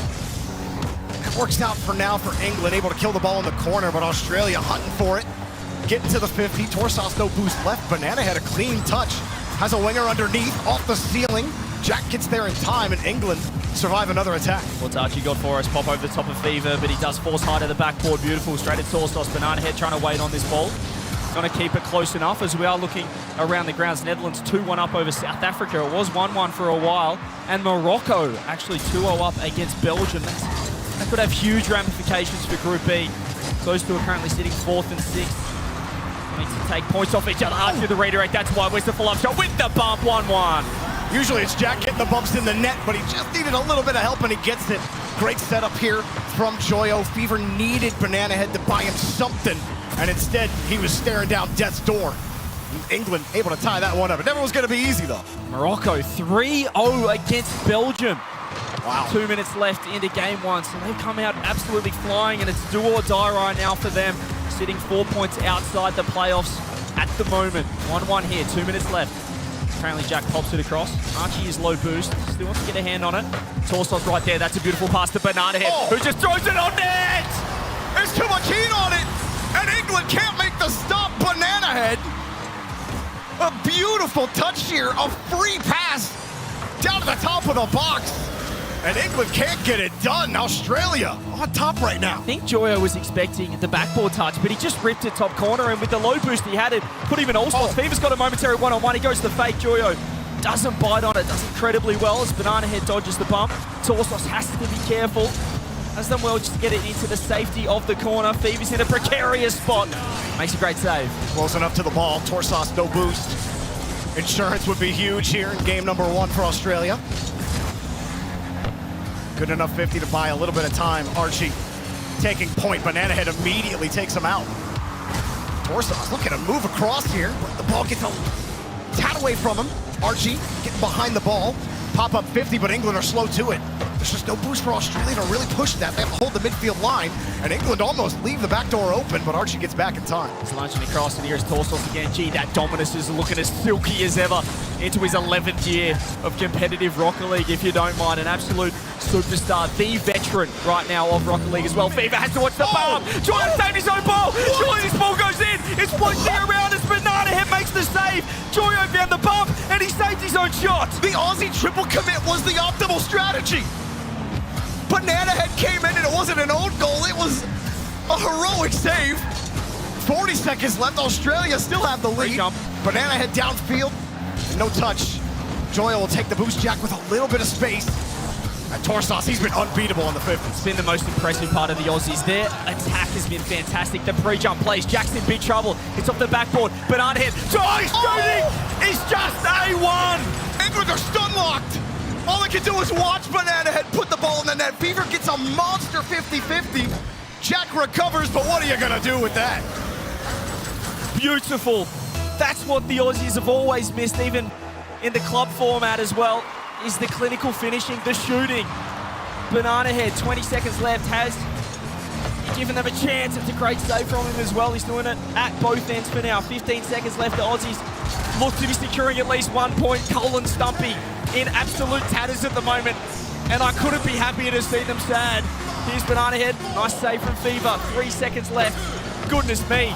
They're 3-0 over the 2 days against England. England can't buy a win right now against Australia. Meanwhile, Morocco definitely going to be winning their first game against Belgium. It's 6-0 in that first game.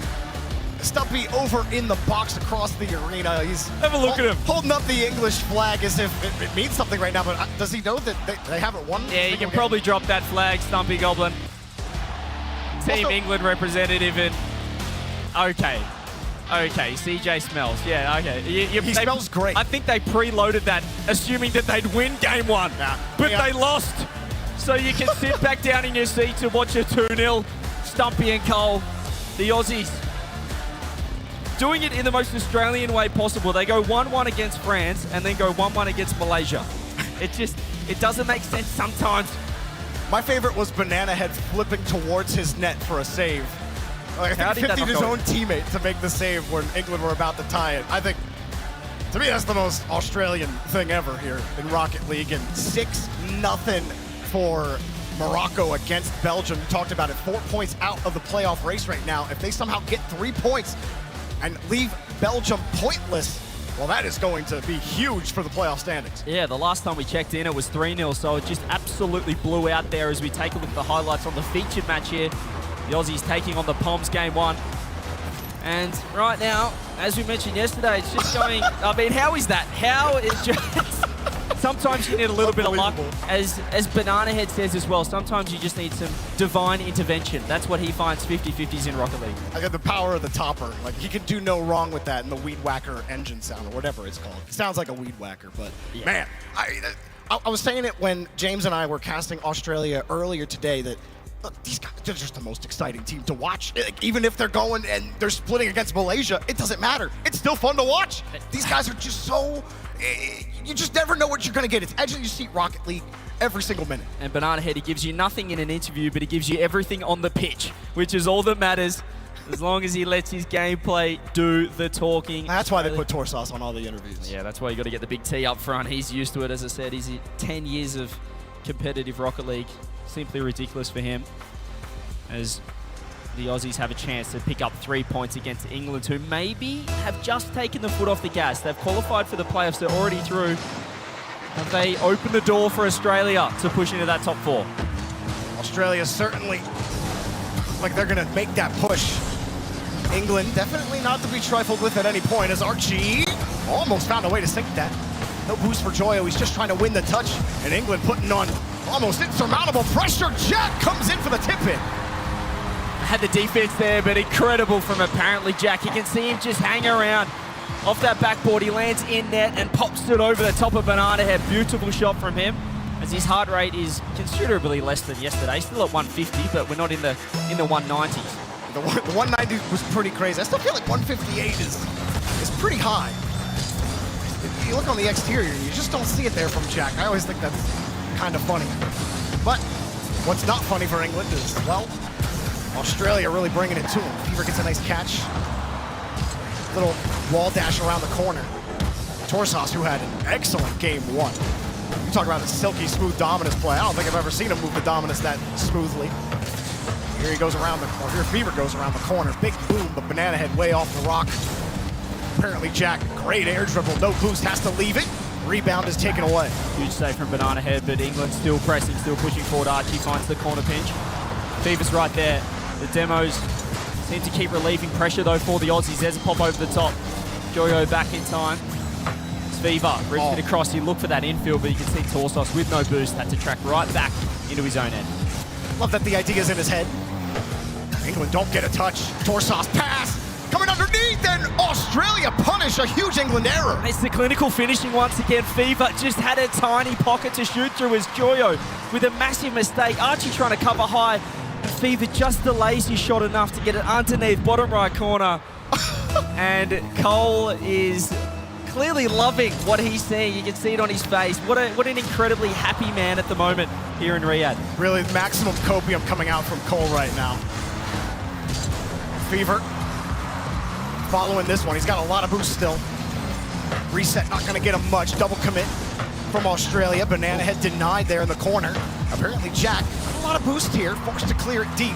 Archie also in an awkward spot, but Australia not really in a position to punish it. And Banana Head can't even get to the ball. Archie gets a free air dribble. It's just beautiful play from Archie. He had so much control over this touch. He recognized Fever with the pre-jump, so he just waited. He delayed. He waited till he hit the ground, and then Banana Head not up on the sidewall in time. Left last man. Not been able to make the touch, and I believe Team England were happy with that one. Big Stumpy, I think his fist is going to fly off his arm if he pumps it any harder.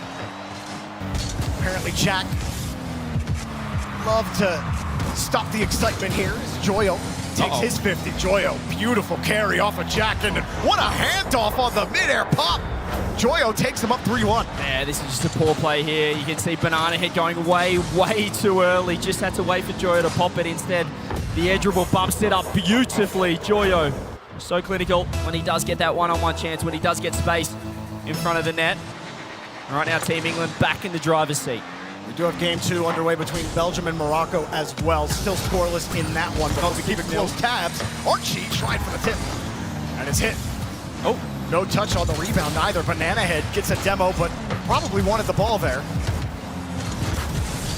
England in full control. Being a little bit too aggressive. There's a nice double touch just offline. Joyo's been fantastic. He's certainly come to the party now. Banana Head looks for the pass. Instead, he's thrown it straight on net. Torsos has to get that around Joyo. Pre-flip misses from Fever.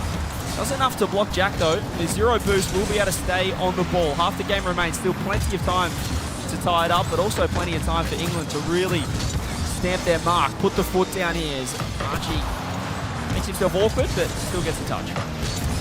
Australia just a little slow on those follow-ups. Unable to get to the mid-air 50. Torsos slips underneath one. Almost by two. He just didn't have any boost to push it. Joyo gets bumped off the push. Banana Head gonna find anything. Jack has the back end clear and gets a 50 through the midfield as well. 2 minutes left here for Australia to get something going. Banana Head with space. He actually found a bump and their corner boost. So we do see them getting a little bit more aggressive. Kind of just moving into overdrive, moving to that ultra attacking mode, knowing that they're 2 goals down. Space for Big T. Hello? A fake would be huge. It's Fever with the redirect. I think you let him have the shot, but it's still momentarily open. Jack back in time. Certainly a chance right there for the Aussies to get one back. Not to be, but they're on the attack again. Torsos stuffed. Tried to roll that underneath the defender. The attacker, if you will. Joyo, no touch in front of the box and a huge pinch here. What can they do with it? Banana Head's getting bumped. Joyo protects his own corner boost. And again, apparently Jack completely stops the momentum here for Australia. Zato has put Belgium up 1-0 with 10 seconds left. They might be able to share the points there. Over here, just over a minute. Aussie still need to find 2. Archie, if you can put a shot on net. It's top bids, but it's not online. Just off the post as we hear that beautiful ping. Goes Jack. Block time. Oh, what a beautiful 50 to Archie, who tries to find the low 50. Get it to work, but certainly down the right end. England just need to keep the ball pinned, keep the Aussies in this back half to secure this game. And so nearly created some magic just there. That's a crazy pre-jump from Archie. 42 seconds. Not good enough. Joyo pops it up again. Australia, quick pass off the post. Oh, that one had to be in if they want to be back in it. They don't relinquish possession. Torsos sends it across. Banana Head, a slight pre-jump, and it's saved again here from England. Time running thin. Archie gets his boost, gets the ball, but he gets dunked. Banana Head diving for the touch and doesn't get any of it. Australia desperate to get anything here with time left, but they can't find anything in front of the box. What a touch! Jack gets the save. They're going for it, 10 seconds, but I think that was their last chance. Infield pass perhaps, double commit Joyo with the save. And we are going to be sharing the points on this side of things. The Aussies went for it in the last 30 seconds, but England get their first game win against Australia here at the FIFAe World Cup. Took until the fourth game, the last of the group stage, but they do share the points. And don't Cullen Stumpy love a 1-1 draw? They love draws. I'll remember that for the rest of England's games. But, man, England do look very strong. Australia, especially at the end, the way they build pressure, just kind of dive with everything they have. Every ball is, again, so fun to watch. And Fever looking up, maybe a little frustrated they couldn't grab those 3 points. Feeling like maybe they had a chance in that game, but great job from England, making up for Joyo's early error that put Australia back in the game. And now it all comes down to the final round. Australia and Belgium, 1 point separates them. They'll be playing each other, so Australia would have to beat Belgium 2-0 to move up into the top 4, to move into the playoffs. Belgium, a draw would be enough if they do share the points. So all coming down to the wire in Group B. A couple of missed opportunities for Australia. They'll be thinking about that draw to Malaysia as well. A couple of points gone begging. Tough. Couldn't get them all for Australia, and I mean, Belgium and Morocco, what a battle that's been so far. But England trying to post themselves as one of the top 2 of Group B. Impressive stuff. Astro, brother, what is it with you guys and drawing every single game you've had today? Netherlands draw, France draw, England draw, South Africa draw. Now Morocco draw. What is going on? I don't know. No, we struggle the first game all the time, but the second game is always the complete opposite of what we do first game. So we hope to, for the next game to do the same for the first game than we do for the second one. Well, it's coming down to the wires between you guys and the Aussie boys over there to take that sweet 4th spot. Do you feel like coming into this event, other teams, other players might have underestimated Australia just a tad? Not really. They had a big season last year because they're still a roster, or an official one, and they're not the bad players. So yeah, it's going to be a good game, I guess. What is the game plan to ensure that you're going to walk away victorious? The boys can hear you right now. What do you have to say? I'm going to tell the strat, hit the ball. Hit the ball. There we have it. Thank you so much. GG's again and best of luck. On the other side, I'm checking in with Australia. I've been having a chat with them every single moment pretty much here because we're down to the wire. We've been having a chat all through this day, and it seems it does go down to the wire against Belgium. How are you feeling? I'm feeling all right. I think we've got a few missed opportunities today, so now we're putting it down to the wire, but hopefully we win. Netherlands out of the runner. It made sense that we're going to Belgium, Australia to close it out. Do you feel that today, compared to our earlier conversation this morning, that things have changed? You guys were able to improve on what you wanted to overnight? Not 50-50. Some things went well, some things went bad. So I think it's like, I think our day's probably like a little bit worse than yesterday, but we're still in a decent spot. What's the one thing that you're focused up for this last game? Beating Belgium. What do you have to say to them? Because they're saying just hit the ball, that's strat. Best of luck. Best of luck. No Fighting Warriors in this Australia-Belgium. Looking forward to it. Well, CJ, I'm sorry, I have to ask you. Like, I need to check your pulse. You know, we have the heart rates of all the players, but man, you're over here, your arms are crossed, you're grinding your teeth a little bit. You're a little nervous because 1 point's not gonna get it done, dude. We always do this. We always do this. Doesn't matter if it's OCE, doesn't matter if it's wildcard, or if it's Australia here at the FIFAe World Cup.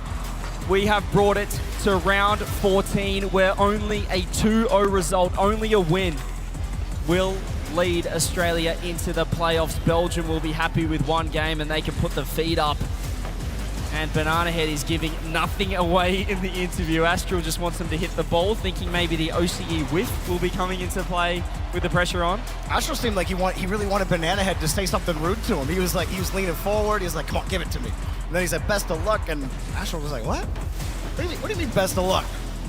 Wow, it's the mind games. I mean, what a Group B we have. What an outcome to go all the way, to go the distance to round 14. Taking a look at some of the other highlights so you guys can see on screen. France doing as they please against Malaysia. They did play semi-upset in the previous round to Australia, picking up the 1 point. Over in our featured match, it was highlight city for Australia in the first game. There were questions of whether England could even pick up a game. If apparently Jack is just cursed against OCE against Australia. But they did eventually bounce back. Game 2 was much better. There were chances for the Aussies, but we did see Jack step up, and they took their first win, their first points against the Aussies. Now, it all comes down to this Belgium match, and Belgium, it's been not the smoothest road for them. They've looked great at times, they've looked poor at times, and that's why you're here in the middle, just like Australia. And there's no shortage of firepower on that Belgium side. Australia have to bring their S-tier gameplay in order to take this team down. But man, what an end to this Group B stage. Group A has got a lot to live up to when we get over there to that side. It all started earlier. You had, like you said, France really taking that top spot earlier today and never really letting it go despite having that split with Australia earlier. Netherlands, you thought maybe they would end up securing things, and they did. So Belgium and Australia, all comes down to this. Yeah, we came into today with 8 teams in contention, and now we are down to 5. Morocco, after that 1-1 to Belgium, have been eliminated from contention. They would have had to have won and picked up all 3 points in that penultimate round. Instead, they're just on 15. That's not enough, even with a win against South Africa in the final round here. So it is just Australia or Belgium who makes it through. Netherlands, they're sitting pretty. Their goal difference as well is at 10, so they'll be right in there. They're guaranteed. Our top 3 locked with France and England. As you can see, our other matches will obviously be focusing on that Australia-Belgium matchup, but Malaysia, Netherlands, you expect them to pick up more points. Morocco, South Africa, perhaps a chance for South Africa to get some points as well as France and England. Yeah, GG's to obviously Malaysia and South Africa. Morocco unable to make the playoffs, but absolutely played their hearts out.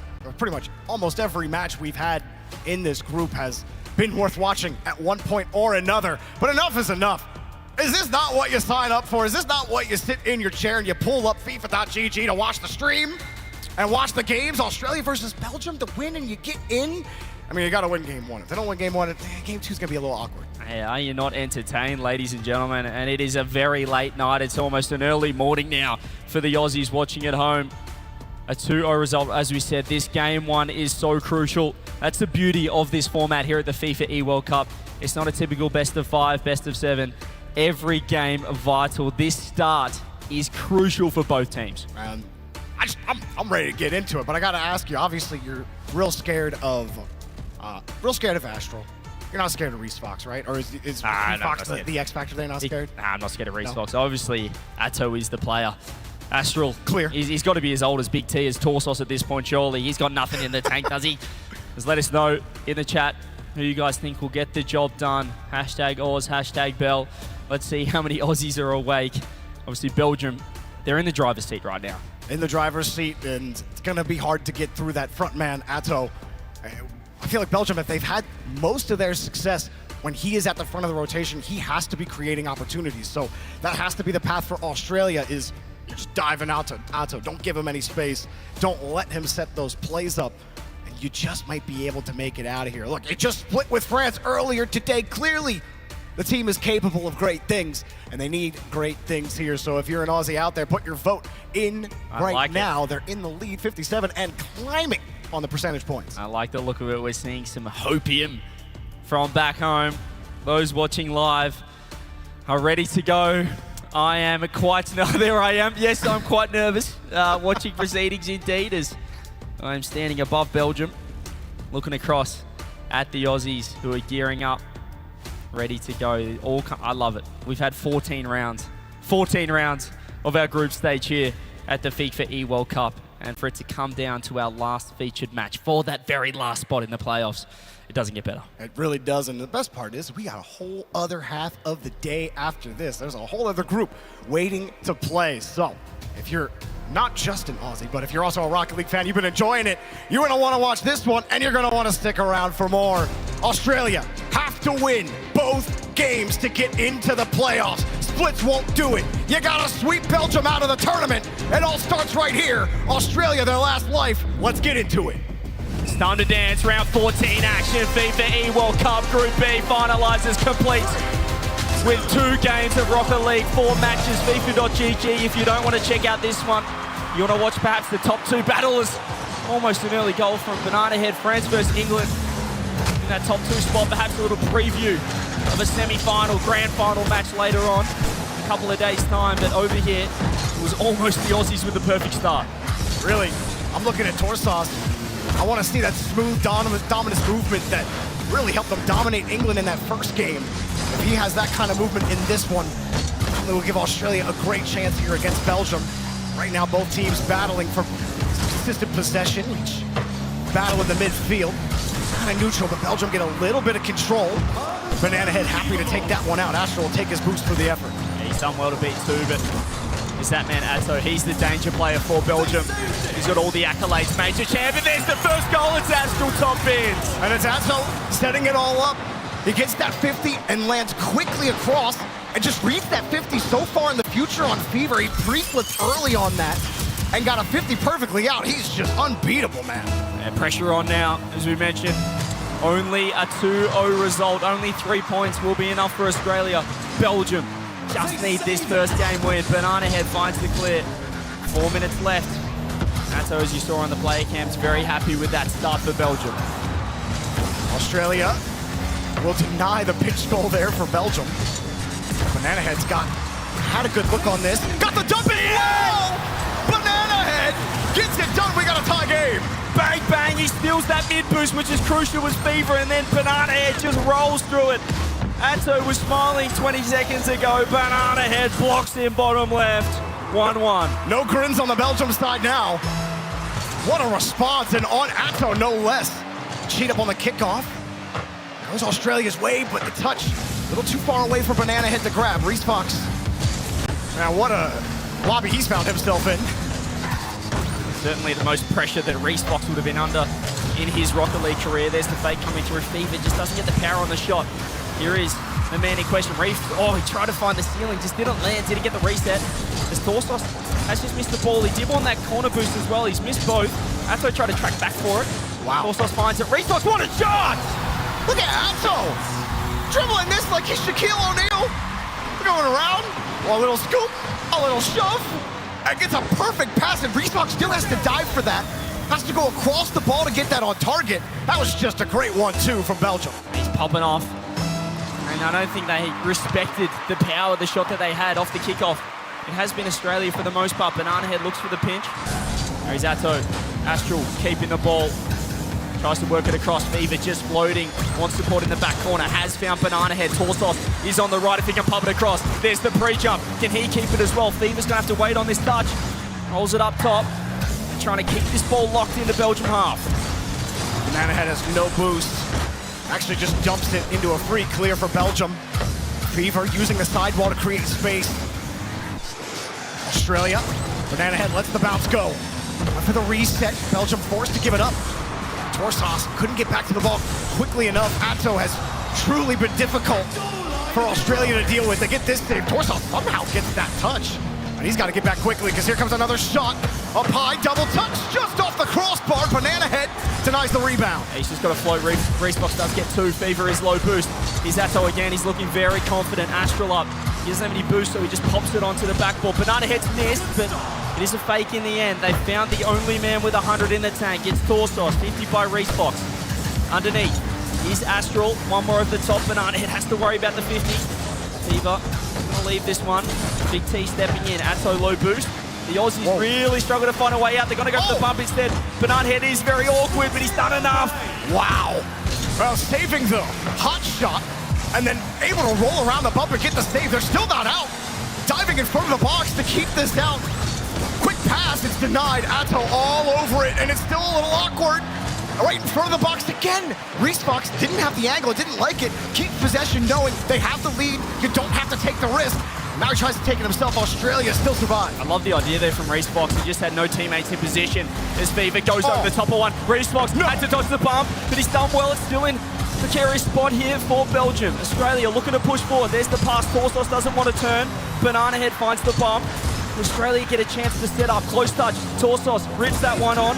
Saved off the bar by Atto. They are low boost, Belgium, but time is running out here for the Aussies. Yeah, Australia didn't have much boost themselves. Everyone 30 or lower. Finally, they get some canisters. That's a huge 50 from Torso. It's open! To Banana Head! They're eating good, CJ! The demo, absolutely crucial. You can see Atto tracking back Fever out of nowhere. Atto not expecting the front post rotation. But they got desperate, and it paid off for the Aussies. It is unreal how much this team performs when their backs are against the wall. But Australia need to find a game-leading goal with 50 seconds left. Banana Head keeps it away. Light touch for Fever. Can he do it again for Australia? Setting it up, Torsos tried to read the future, but it just wasn't in the cards. Banana Head, a little scoop. It's just too far away for Australia to reach. Astral gets the clear. Slow boost. Pass downfield, goes for the bump. He got the demo off the post, and no tip in. That should have been it. 25 now. Can Belgium recover? It should be 2, 3-2 up. Astral finds 1, finds 2 off the bar. Fever launches himself across. Banana Head has to track back. Reesfox looking to keep it. Does get around 1. Fever pops it. Not trying for the touch you wanted because there's the reset. It's safe. It's panic for the Aussies. You want overtime now just to get the ball down. Maybe one last crack for Belgium as Torsos puts his hoof on it. Ball still alive. Reesfox wants the ground. Really, is it Belgium's day? Is it the playoffs from this overtime win, or do Australia take us the distance? Well, they might have something here, but Reesfox keeps the touch tight, and he gets around the bump attempt. Australia awkward, it's Banana Head, makes the save, rebounds up. Atto! Saved! Torsos keeping Australia alive here at the World Cup. Banana Head, can he get a touchdown field? There's no bump. All of Belgium are back. Reesfox has found an awkward touch, so you can see the panic setting in, but it is advantage Belgium so far. You can see the bumps happening. There's another chance. It's off the sidewall. Does he get the double rift across to Atto, who drops it down? What a touch! Reesfox will get credit for the goal, but this is a ridiculous pass from Astral to Atto to the playoffs for Belgium. Belgium, all they needed was that one game win. The Aussies took them the distance, took them to overtime.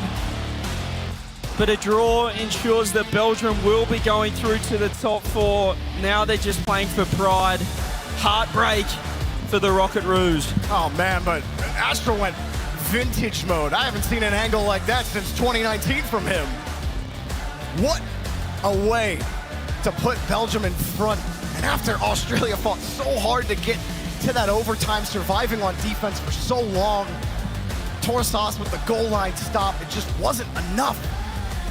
And Australia, I mean, that's just a tough one. You fought tooth and nail to make it work. Now you got to play this last game out. Belgium got to be feeling great. Perhaps in one of our finals preview matches in our top 2 matchup of round 14. England 1-0 up over France. That's a 3-1 win in game 1 as a 7-0 victory from the Netherlands against Malaysia. Morocco 4-3 over South Africa, but the only matchup that, well, I care about is devastating. Devastating for the Aussies. I would have loved to have seen it go to at least game 2. I was really hoping for that game 2. We got to play them both. The drama, it would have been great, but just not in the future for Australia this time at the FIFAe World Cup. There's so many chances in this tournament. You know, you don't split against Malaysia, and you're probably not in this situation. Maybe you can split. But that is, you know, you've seen that story before, CJ. Belgium and Australia. The final game here, playoffs already decided for this team. Still impressed with Reesfox. I think to step in a high-pressure situation, it was a must-win game for Belgium to get to the playoffs. Reesfox with absolutely zero LAN experience coming in that high-pressure situation. It's just impressive stuff. Yeah, it's just unfortunately a typical OCE performance. Oh, what a save! That's a typical OCE Torsos moment with a redirect. Well, now it doesn't quite matter, but we do love a doink. I know that the subpar boys, Cole and Stumpy, love a doink as well. So they'll be happy with that one as we are switching across to our top two match now that the table, the group has settled itself in the standings. As we mentioned, a bit of a finals preview. It was England 3-1 over France, and they are 1-0 up in game 2 as well. I believe unless they score about 400 goals, France will keep top spot regardless. But they are bridging that gap at the moment. Yeah, question mark for sure. And I mean, no one can see Cole right now. They're stumping again. They're all fist pumping over there, but Cole's on his knees over there. So, you know, you're playing for a little bit of pride here in the set of two, France and England. But those two are acting like it's their last game. The goal difference right now, or coming into this round, was 12. They won 3-1 in game 1. And obviously everything is doubled since they're playing each other. So they would need to win, what, 4-0 in game 2 to tie it up. So right now they're halfway there with a minute gone. They're a chance to take top spot, which would be huge. Obviously, that means that you would be playing the number 4 seed from Group A. And Group A, I'd say overall what we've seen, Joel, is looking a little less competitive at the lower to bottom end. So that 4 seed could be a much better matchup. That was a ridiculous try to go for. Joyo put the ball down for an attempted ground double. England, it's going to be really tough to put a 4 spot on France and keep them scoreless. And when you do have their number a bit, France are always going to find a way to keep themselves alive in any game. Jack, no touch from anybody there from England, and Vatira collects a freebie. Yeah, they just panicked as soon as that ball hit the backboard. You can see Jack just creeping up front post. If he just waited, gave Joyo a bit of space instead, he made that read so awkward for himself, being underneath the ball. And that won't help the goal difference chances. They could finish on 30 points as well as France, but as we mentioned, that plus 12 goal difference in the end will mean England needs to score 6 more goals than France overall. You did talk about Group A, and that's the thing we have our clear top 2 in Team USA and Saudi Arabia. Stacking them up here with how France and England have looked. I think we're really getting an assumed really strong top 4 for the playoffs. Juicy will collect another in France, just like that. Right back in the game, tied up. Yeah, looking fantastic now. Ever since we've started watching, I don't know how England have been in front. They've been all over them. The French pushing forward as you can see a few defensive mistakes. They've just been low boost on a couple of occasions. Australia-Belgium right now 2-2 in that deciding game. Obviously, the standings have already been decided with Belgium locking in that 4th spot. But all that first seed to play for, as you mentioned, Group A, you're looking at either playing a Brazil or even Germany, but Germany are looking, they took down Saudi Arabia yesterday. Yeah. Do you want to be first? I'm not sure. It just depends where the other nations end up. As what a statement! Apparently, Jack has had a game 2 of nightmares, a couple of misses, and then an own goal. It was an incredible save from Archie off the post. I mean, what was there, like a 15% chance that skirts right back onto his car, the way that came off the crossbar? Now Jack is thinking, seriously? There's no way that ball bounces right onto my nose like that. And France with 3 unanswered goals here in game number 2. Zen underneath it. Someone who I've continually watched on France anytime I've gotten a chance to look at him. I haven't really casted many of their matches, but talk about Juicy's come up, man. We're not even talking about Juicy being one of the 3 best players in France for a long time. He was certainly on his way. But the fact that he's just stepped in for France and has really looked rock solid for them. He's been such an elite player. Then getting this downfield of Vatira. Yeah, it's a pretty decent team. You've got a major champion, a multiple major champion, and a world champion on the team. So, yeah, I wouldn't say they've got the worst squad here. France coming in to the FIFAe World Cup. Obviously, accolades galore across England as well. A couple of major championships. Joyo, apparently Jack, and Archie just in one of the most informed players in Rocket League at the moment. So, they've certainly got a strong squad, but this game 2, bit of a reversal from game 1, and going France's way, could be sharing the points. Joyo, I mean, that's a tough spot. He had to jump early to read Vatira's touch, and Vatira puts it on the opposite side of his momentum. Just left a difficult touch. Now 4 unanswered goals for France. It almost feels like they've put it away here. As Zen drops it, fake 50. Nobody was going to take that 50 from France. England trying to show some fight here. At the end, Zen gets a touch off the ceiling. Maybe a 5th goal. 5 unanswered would be crazy when we were just talking about, oh, how possible is it for 12. England just to get 2 more goals? Yeah, we're looking at the plus 12 goal difference, and maybe it was achievable, and they've closed the door on that. Juicy with an open net. Doesn't matter that he's missed it because Vatira's there in the octane to clean things up. 5-2 now, 5 unanswered goals. Archie is just bunny hopping his way third man, having a bit of fun. I guess he knows that right now. Archie. Yeah, I think he's realised that they're not moving from that number 2 spot. Got caught with his knife out. Understandable. You get that sometimes. They've done enough though. They've certainly put in an impressive performance through the group stage to make their way into the playoffs. Netherlands 5-1 up over Malaysia in the final round. Morocco 5-0 against South Africa in their final game. And the Aussies just earning a bit of respect in that last game, although they can't qualify 4-2. Zen's put in the 6th for France. Australia 4-2 Belgium to try and share the points in round 14. You know, the roster for France last year looked a little different. They did end up making it to the grand final where they eventually fell to Saudi Arabia. Obviously, that Saudi Arabian team, still the same one that won the FIFAe World Cup last year. And really, France look as strong as ever. England, though, didn't even make the playoffs last year. So trying to make their case.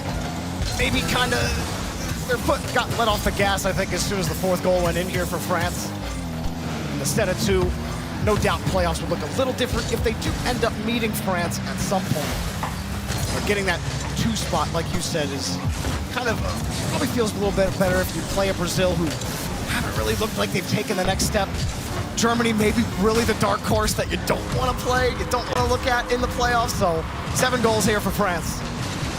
And no question now about who the number 1 team coming out of the group is. To finish off with a 7-2, putting the foot down over Team England means that France will finish up on 31 points. Wow. Out of their 14 matches, their 14 rounds, 14 sets of 2. Make it 8-2 if you don't mind. That's going to roll straight through. England, as we said, it felt like as soon as they realised that a plus 12 goal difference wasn't quite achievable, they put the cue in the rack. They put the controller away and have saved themselves for the playoffs. France will be our number 1 team, and Australia did pick up the win in Game 2 over Belgium, so they will share the points. That means they've missed the top 4, Jorby, by a single lonesome point.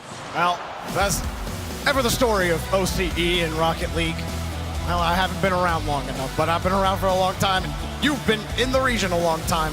You know how it is. Unfortunate for Australia, but France and company, congratulations to Belgium for qualifying for the playoffs. They will likely be playing either Saudi Arabia or Team USA. That group standings still has yet to be decided. We'll see who ends up taking that top seed and who Belgium will play. We'll see who France will play in that 4th seed. Because that 4th spot, wide open in Group A. I believe 3 teams are vying for that 4th spot. France came in as one of the tournament favourites, and they backed it up at the completion of the group stage. They just look so formidable. Ferrer back coaching the national squad with his old boy, well, his young boy, his prodigy in Zen right behind him. As you can see them on screen right there, Vatira, Juicy, obviously teammates this season as well. You can see the chemistry shining through. It was a little bit of a rougher day too for them, but you can't take too much away from the fact that they picked up 31 points, finished with a plus 57 goal difference, if you don't mind. Yeah, plus 57, you know, a little weak from France, not 60. Come on now, but France look as dominant as ever.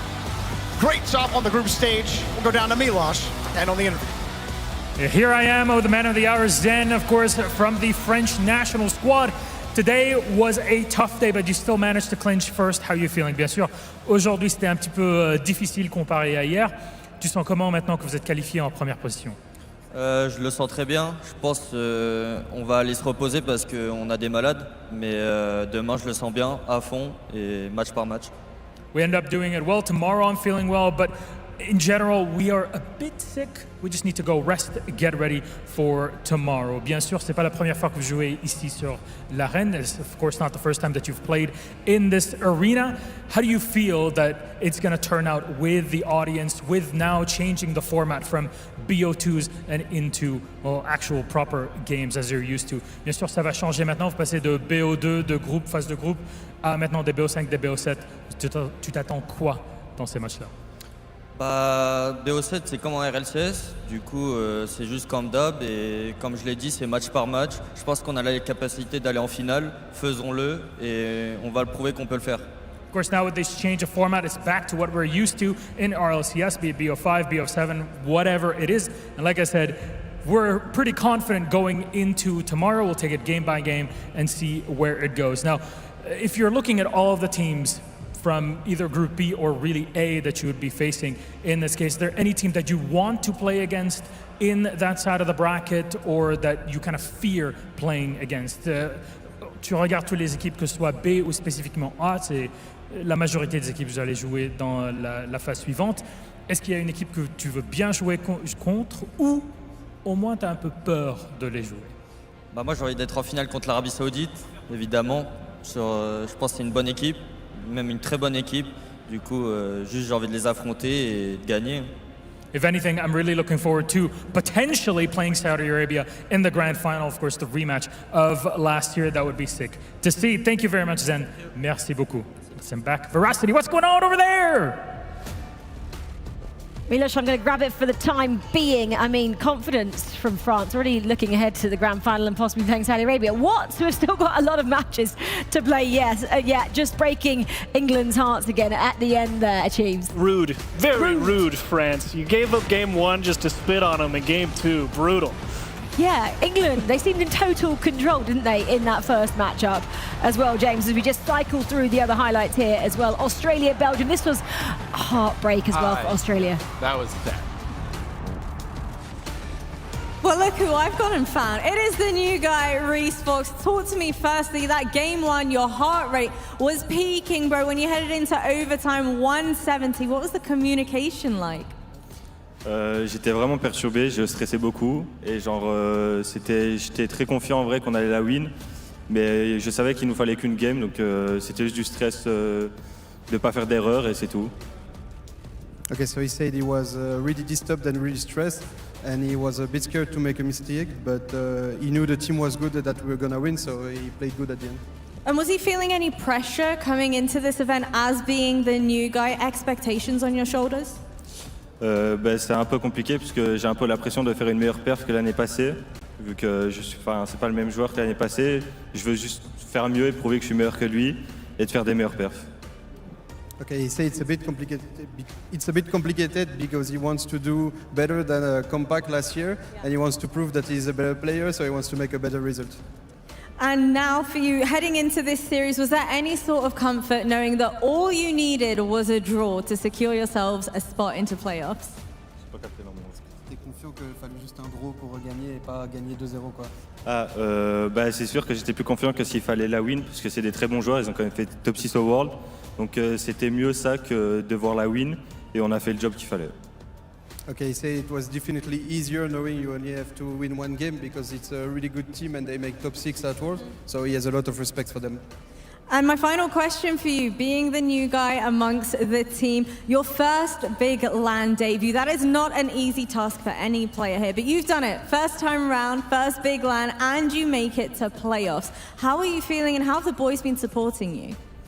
En vrai, je pense que juste c'était ma première LAN, du coup, genre là, c'est déjà très bien d'avoir fait playoff. Et là, juste, je vais donner mon max pour essayer de faire une bonne perf au playoff et donner mon max. Okay, he said he's really happy because it's his first LAN and he already made playoff, and he just wants to do his best for tomorrow. I didn't really answer about us, but we're helping him a lot. I'm just going to have to take your word for it then. Well, GG's again, and congratulations, man, you made playoffs. They did indeed. Fourth for Belgium there. They might have a really tough matchup tomorrow. Wait and see who tops the table in Group A. They come your way a little bit later. Okay, then there were 4 from Group B, guys. We have eliminated 4 teams. We've said goodbye to Morocco. We've said goodbye to Malaysia, Australia, and South Africa. And now we have 4 quarterfinalists waiting to see who joins them. We have to wait until tonight's Group A fixtures are complete. Right, these are the highlights from round number 14, 7 of the day. This is England, France. This was the one we were keeping an eye on in the end because it could have decided who who topped the table in the end. France definitely got the better of England in that second matchup. Malaysia, Netherlands achieves. Yeah, well done, Netherlands. I mean, nothing really to play for on either side here, but you wanted to go out strong, set up the playoffs well for yourselves, and Netherlands took care of business quite well. Yeah, Netherlands, that was kind of the dud match, wasn't it? Waiting to see, well, they were guaranteed third, weren't they there? So they'll play second from the other group. As we just look at Morocco, South Africa. South Africa had a really good account of themselves on the second day. Yeah, I think maybe once they got officially eliminated, maybe they had a little bit less pressure on themselves. They started to play much better, getting some really impressive game wins against some tough opponents. And this is one we've spoken quite a lot about. You saw it as your featured matchup.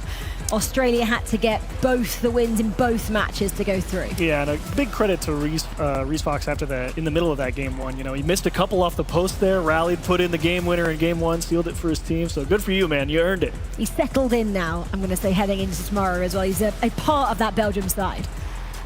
Okay, well, let's just round out this highlights package then. Banana Head scoring Herx was a big fan of that player. Well, she said it wasn't going to be MVP today.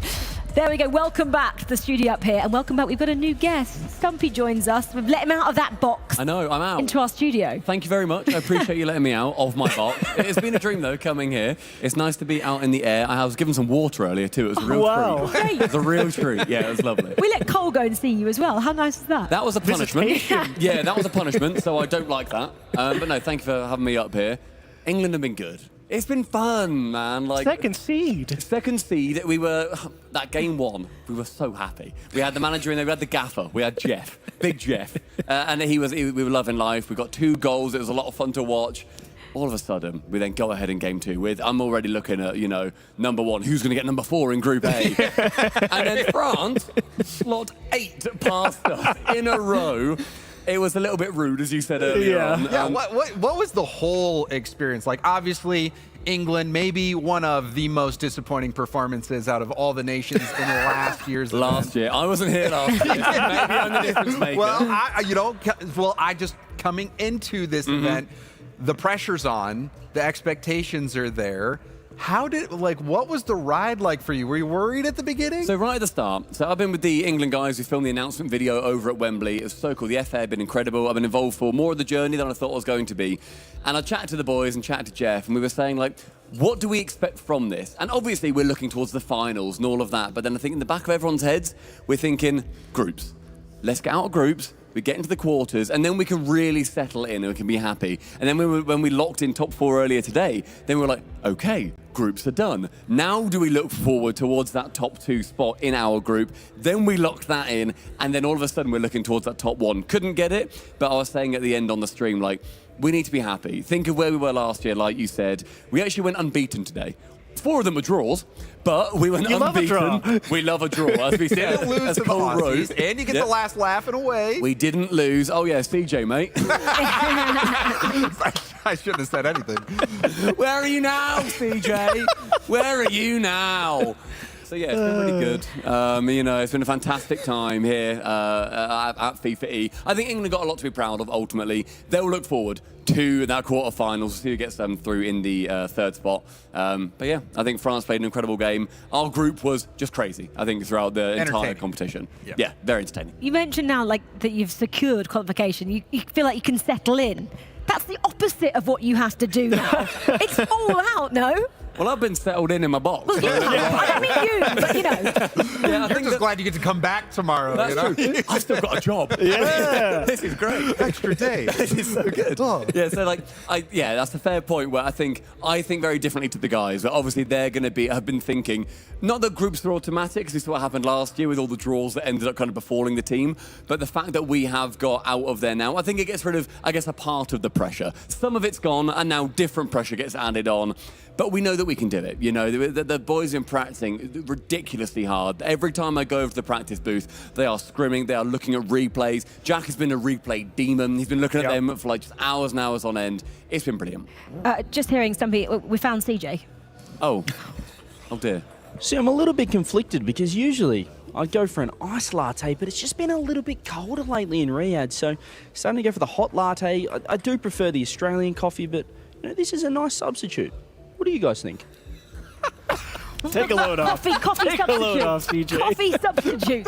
I was expecting something different. I thought I was going to get laid into there. And I think instead it might happen off camera. I don't think there'll be camera-safe words he's going to give me. But yeah, fair play to Australia. They got another draw against us today. It was a very good match. I think Australia as well, to be real, so much to be proud of. Like, they've been a brilliant team. We saw how well they've started to do this season in the RLCS, then coming forward into this. I've loved watching them. They're so fun. Horrible to play against. So horrible. But yeah, great job from them. Achieves, maybe we can get an insight from Zampi about apparently Jack's heart rate as well. Because we've been discussing this a little bit, haven't we, Achieves? Yeah, I mean, yesterday, apparently Jack, I mean, we saw him peaking around 190. Obviously, the second game, you see it kind of drop off a cliff there. As the ninth goal. But in general, it goes back to resting 120. Yeah, which is but good. across the board today, he's definitely been a little lower. You know, he's hovering around 160 instead of 170. Good for you, Jack. He's You're been aware at of every other player's peak today, and we've been saying it like, he looks calm. This is good. He's 30 below what he's been at. And then we actually had yesterday in chat, we had Jack's mum come in and say, can you please keep an eye on him? Calm him down a bit. Can you please just make sure that he's okay? And yeah, obviously we've got guys from the FA, we got the gaffer coming around, making sure he's all good. Actually, even lower. Got a load of water. Yeah, he's fine. He was saying that obviously he's a competitor and he's always had a very high heart rate. Obviously when he's in tennis, you kind of get that from the physical movement. Yeah, it shows how much it means. It's crazy. Then in that final game, did you see Patira's heart rate? Oh, yeah. 90. He just chilled at 90 and just slotted 8 past England. Yeah, And I was Zen's heart rate versus Australia, when they put in that equalizer, his spiked in game one. He was like, no, we might lose. There we go. Well, it's great to have apparently Jack here as well, because obviously he wasn't here last year. So it's nice to see him in the team, even if his heart rate is through the roof. Right, let's just confirm then what we've seen today from Group B. France, 31 points. Table toppers, they will take on who finishes 4th in Group A. That's coming later. England, 28 points, safely through. Love to see. Netherlands, 24. Belgium, 20. That was a really touch-and-go matchup between them and Australia. Australia losing out. They needed the win over Belgium. Morocco, I'm going to just say congratulations for a brilliant second day. They came here today with 8 points, picked up 10. If they had a better day one, James, it could have been a different story. If they played the way they played today, yesterday, I think they're taking home that 4th spot. But that's, the nature of competition. You got to be ready to go day one. And unfortunately for Morocco, they got it started too late. But like you said, a lot of positive things to look back on. And I think that if they come back next year with the same team, they're going to be a threat. Yeah, they went for the home run too today. They were putting in goals left and right. They knew they were probably going to need every goal differential, every tiebreaker they could think of, but tough break for them and good way to rally, but ultimately we'll see you next year. Loved it though. I think also as well from an England perspective, they were so much better today. I think you could just tell they'd sort of started to click. We never really question Drowley and Nas very often. It's kind of the third who they're playing with, who is that lower level, who isn't going to these RLCS events. You could tell that pressure was there. We kind of saw that from Malaysia too. Day one, couldn't really get anything going. Day two, and earlier, later in day one, they got a few more things kind of on that train track. Morocco looked brilliant today. They were really, really good opponents. So again, I'd love to see them come back. Same team next year, see what they can do, get more rising talent out of the region. Yeah, maybe we were expecting too much, putting them on the same pedestal as we did last year when they made the semi-finals. In terms of South Africa as well, great to see them actually picking up some points today, and Malaysia as well.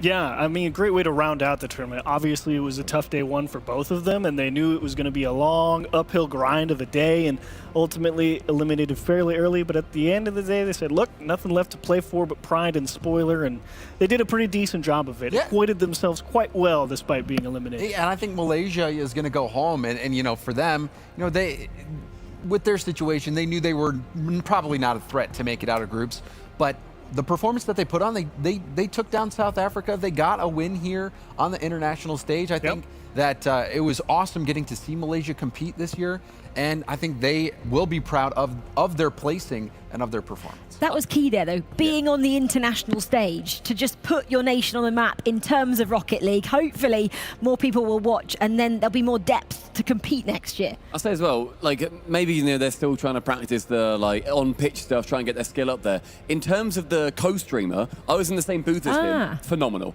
The passion from there was brilliant. And I think you kind of see that with a lot of these regions. We see Greybeard in South Africa, and they have so much passion for the game. And it's they're not going to go there and thinking, yeah, we're going to win. They're not even thinking, yeah, we're going to get out of group. It's like, no, let's just give the best we can. Let's really put our best foot forward and show what we can do. And I loved being in the same booth as Malaysia. It was a real honor. And to have a stage like this for those players to come on and to represent their nation, I think it's inspiring future stars to pick up the sticks, play Rocket League, and try to make it to this stage. Because I mean, you look at this environment, you get to play with the best players in the world. This is a truly special experience. Yeah. I was going to say as well, just quickly about Sphinx, on that exact point, he would have looked back at realized back in the day, the Japanese legend, he then brought Japan and APAC on the map, really got it through. Sphinx now carried that on. Malaysia couldn't get it done, but then there's going to be however many tens of thousands of kids watching thinking, yeah, I'd love to do that. That looks great. And yeah, they're going to be picking up the controller tomorrow and really giving it a good go, and I love that. How many people were watching Malaysia's stream? Did you see? I've got no idea. I'm going to say I hoped it'd be 100,000. loads, exactly. I'll chuck a number out there. It was a solid 6 figures. There we go. Right, shall we park the bus then on Group B? Because Group A is coming your way. We kick off actually in an hour's time, 6:30 local time. We get going with Group A. United States, they were the only team undefeated out of the two groups yesterday.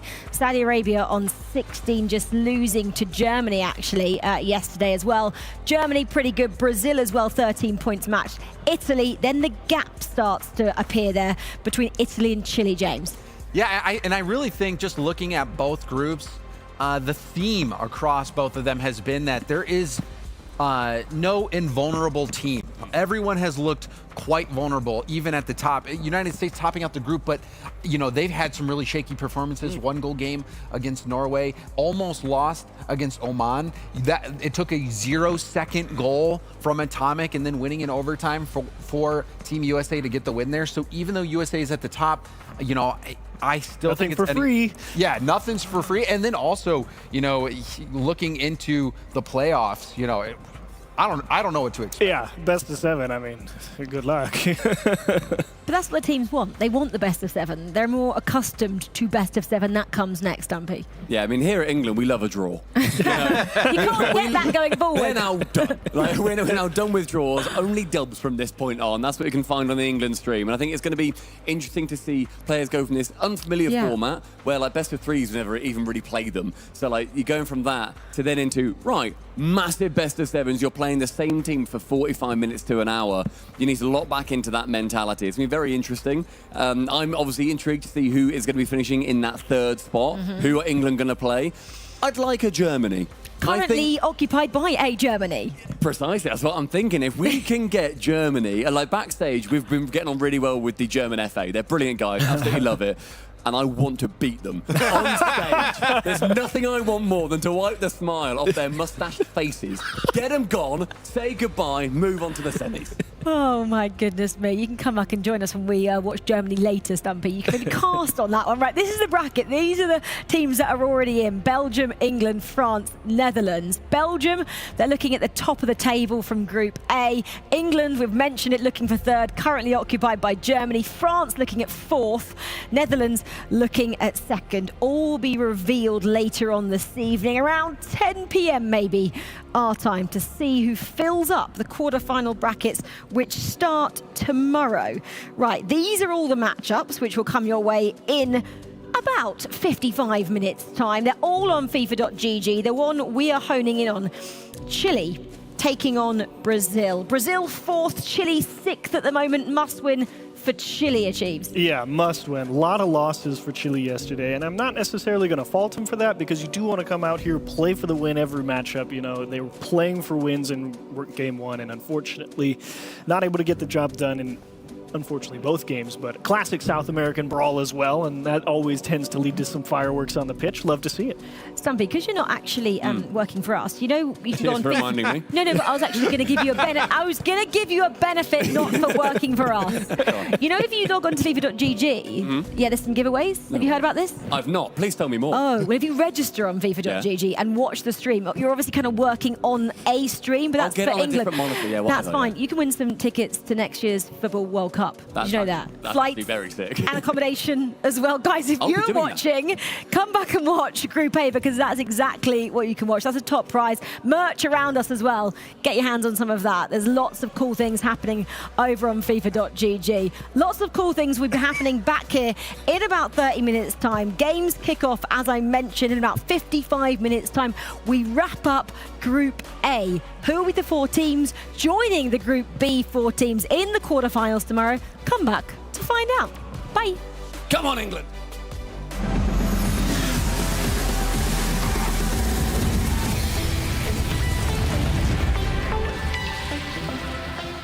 Hi everybody, it's Hercules. I'm here at the FIFAe World Cup in Riyadh, and I just finished getting hair and makeup done. The boys, everybody's on break. I wanted to go explore and play some games, and I heard that there was soccer, and I was like, listen, I gotta attempt this in the heels, right? Because I got an aura farm on everyone, and you guys aren't gonna believe me, but I swear I did it in one try. This is the video, that's the proof. But because we weren't recording, everybody was like, you need to do it again. So I'm gonna try to do it again. We're gonna see. This is how big my heels are, by the way. So we'll see how this goes. I actually have no idea how I did that before. Now I'm like way more nervous. Okay, let's see. The ball's getting away from me, so that's fun. Okay, we're gonna try and chip shot this.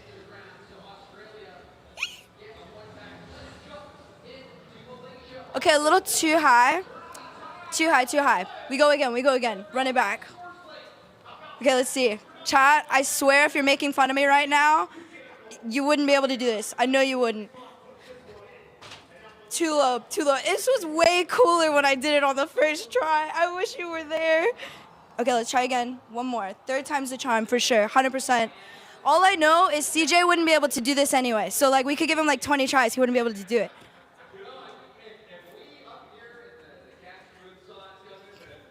At some point, I'm just gonna walk away. I'm getting nervous because there's a bunch of people and y'all can't see them. I'm losing aura for this. That's the shot. I don't know. Extra, read all about it. World Cup prep begins. Hold on to your hats, folks. Trading for World Cup in North America has begun. And you would not believe what these guys are up to. White 17, hot!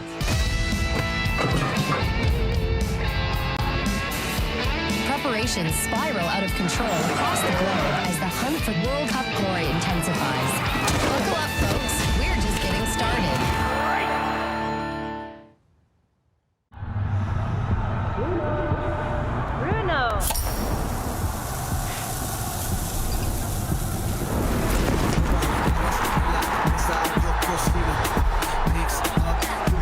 Esto es un único destino.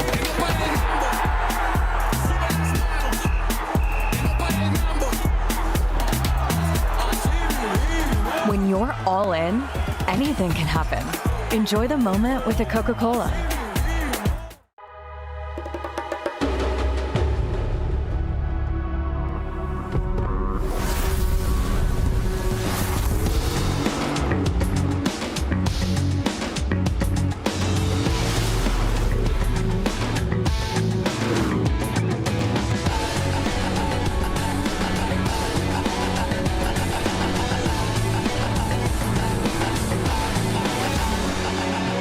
Kia, movement that inspires.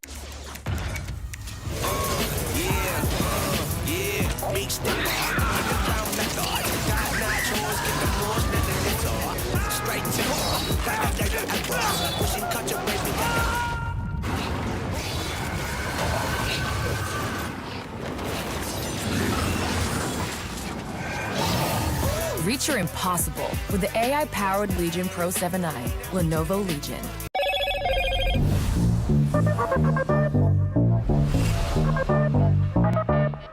Slim like a whisper, sharp in the hand, and every unplanned.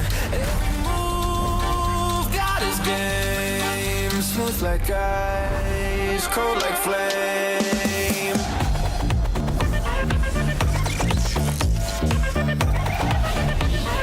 What's your edge? Hello, Moto. Welcome to the world's best airline, where the journey begins before you fly, where lounges are a destination in themselves, and your world is always within reach. A place where you're looked after, and the smallest details bring the biggest smiles. This is Qatar Airways, the world's best for a record 9th time. في السفر حتلاقي مفاجآت جديدة عليك، وهذا يمكن يخليك تتردد شوي. مع فيزا كل شيء مقبول، حتى ما يعض، صح؟ مقبولة عندنا، لأنها الخطوة اللي تسبق إنك تسوي شيء كنت دائما تشوفه مستحيل، وهذا اللي يميزك.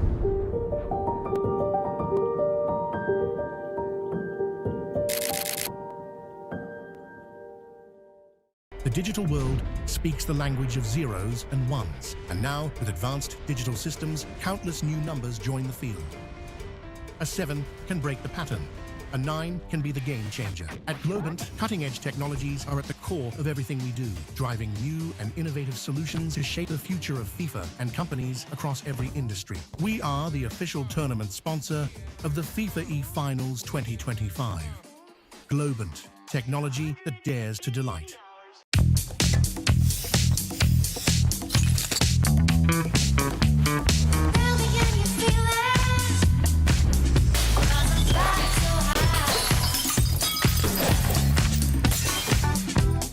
What was that? Smells finer than the finest perfumes. New Axe Fine Fragrance.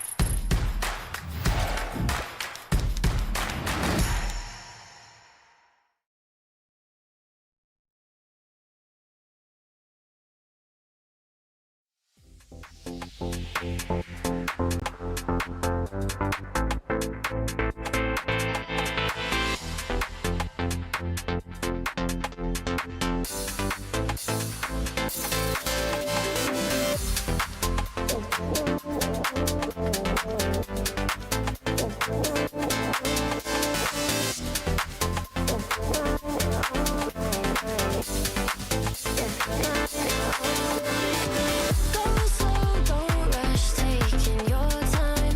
Give me that touch, baby.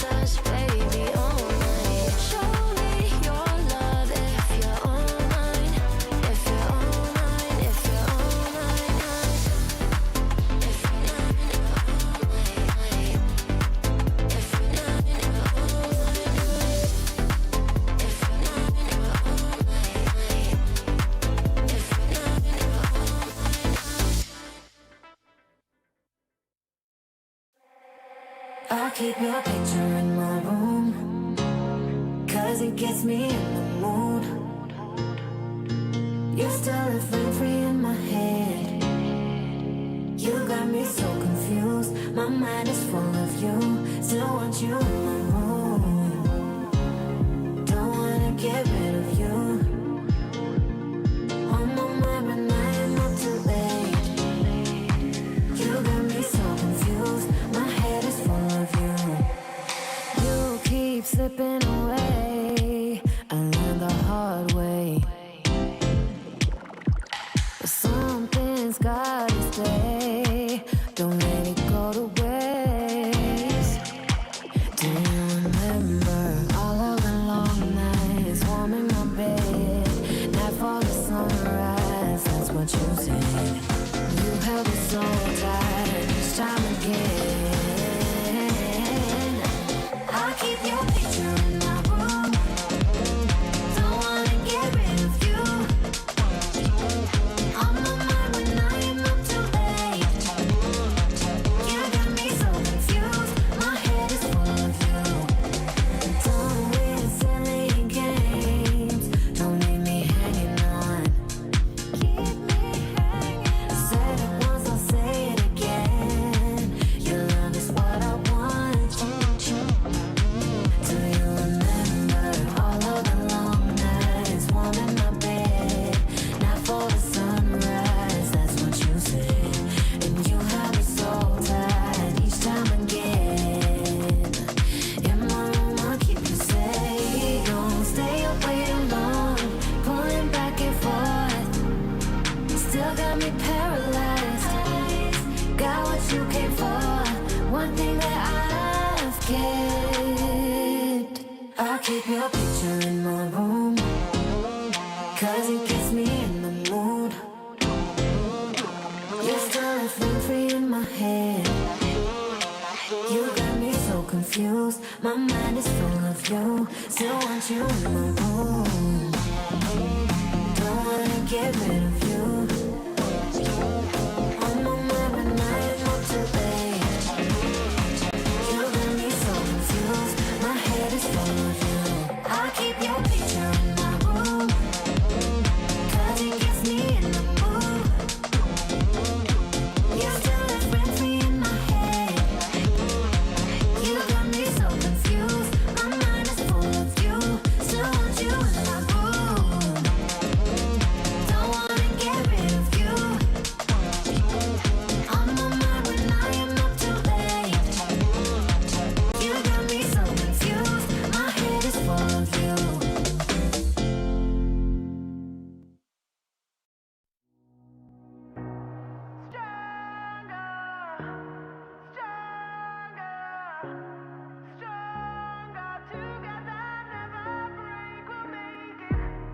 Woke up in the middle, in a field full of fighters, fighting a battle, fall down, get up, losing requires. Stay strong till you're moving to a higher ground. Rise up and proving steady forward, I'll stay around. 'Cause underneath, for everyone to see, held my head up higher, higher, I ain't freaking. That's why I believe what everyone will see.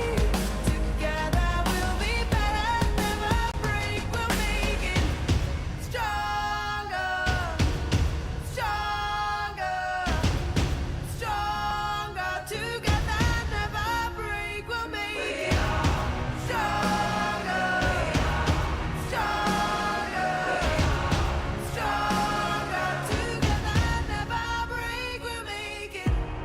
Put your armor on, setting the game straight. Something to hold on, 'cause I count on checkmate. You won't be alone, we'll be standing tall. Till the day is gone, you find it all the way up. 'Cause underneath, for everyone to see, held my head up higher, higher, I ain't freaking. That's why I believe what everyone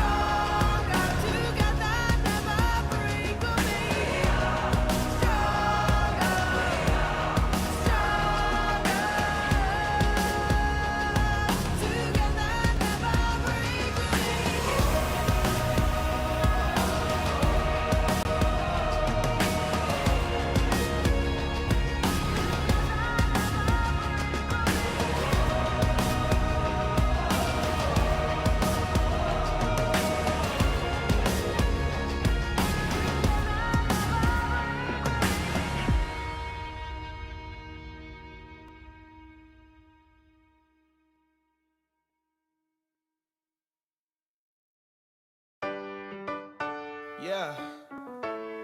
La la la la la la la. Yeah. Your life hits hard, but I hit right back. I never back down. I keep it on track. It's the same day with no problems. I keep rising from the bottom. Cause when the sun comes up and I look around, I can feel that love, I can hear that sound. They're never gonna hold me down.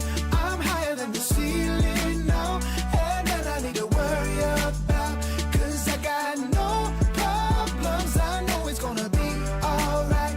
It's getting better every time. Nobody's gonna kill my vibe, cause I got no problems. Yes, every day was a war. Yeah, it kinda took a while. When they tell me I should stay, I just jump with a smile. Yeah, it's hard until you notice. Everybody's got their moment. When the sun comes up and I look around, I can feel that love, I can hear the sound. Listen up. They're never gonna hold me down. I'm higher than the ceiling now. And then I need to worry about, cause I got no problems. I know it's gonna be alright. It's getting better every time. Nobody's gonna kill my vibe, cause I got no problems. Cause I got no problems. Cause I got no problems. Do you feel a little down? Say it. No problems. Let you in, but you out. Sing it. No problems. They're never gonna hold me down. I'm higher than the ceiling now. Had none I need to worry about, cause I got no problems. They're never gonna hold me down. I'm higher than the ceiling now. Had none I need to worry about, cause I got no problems. I know it's gonna be alright. It's getting better every time. Nobody's gonna kill my vibe, cause I got no problems.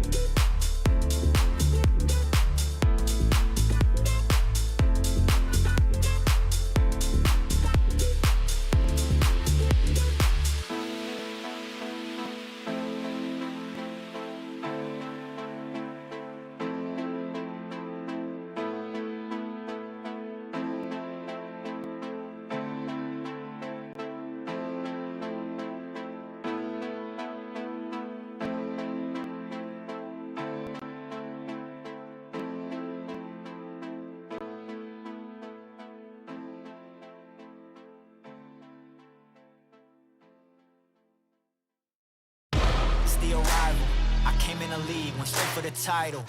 No time to idle. I'm finna get it, put that on the Bible. This is survival. Gotta treat every move made like the final. One by a mile. Nobody believe it, they all in denial. Hey, look at me, look at me. Still in the show, that's the crook in me. They want me gone with the hook in me. Asking why is he here like I shouldn't be. I've been on grind since Otto. 10,000 hours the motto. They see the bag is coming out and flocking to me like I won the lotto. Dancing with the devil, there's no recital. I'm killing competition, ain't no revival. I shoot it to kill it, I'm aiming for vitals. I'm showing no mercy when facing my rivals. Snakes in the grass, they getting exposed. I know they be lurking, I'm watching them close. Acting like friends, but really they foes. Saw they be scheming and said adios.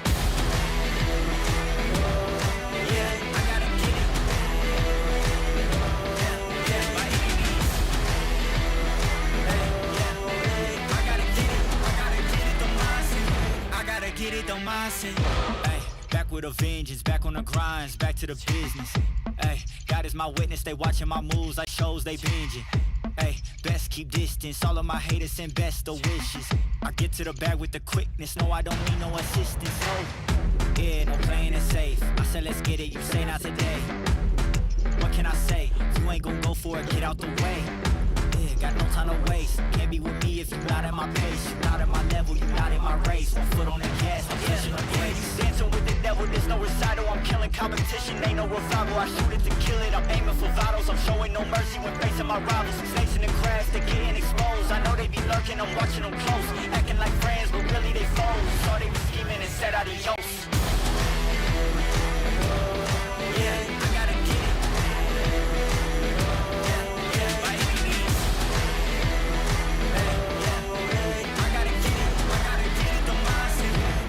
Get it, don't mindset.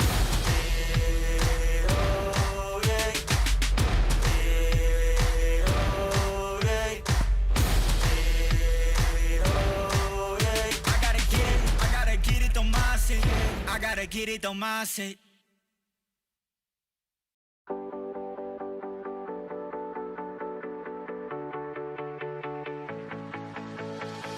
Hey there, come with me, gotta drum up some explosions.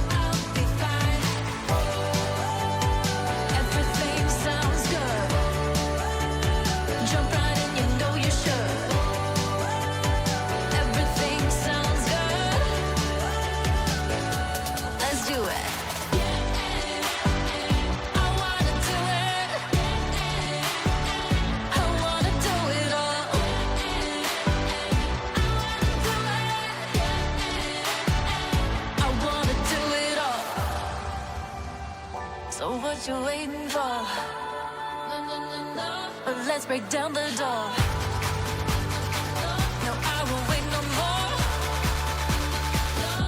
Let's do it. No more waiting, let's just go. Pumping up your pulse, yeah, I wanna do it all. Let's flip a coin, we're down and then up. Dancing on the walls, yeah, I wanna do it all. Just mess around, I like to keep it intense. Shoot it to the skies and do it again. No more waiting, let's just go. Pumping up your pulse, yeah, I wanna do it all.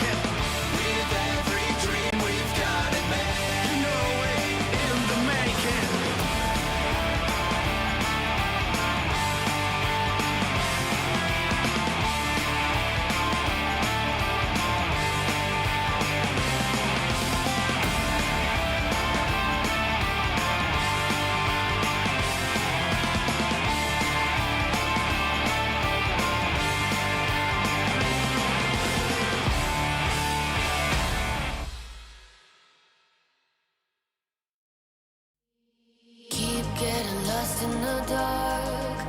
Lose sight in just a beat of a heart. Held on tight to a star that doesn't get me very far. And then the day came out, the night, now I'm awake. It shines so bright, illuminate my tired eyes. Come out and find me in the light. I know you will find me in the light. In the light.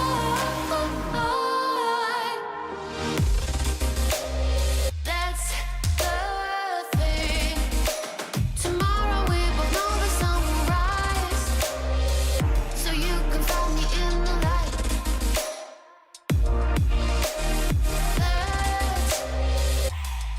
That's the thing. Tomorrow we both know the sun will rise, so you can find me in the light.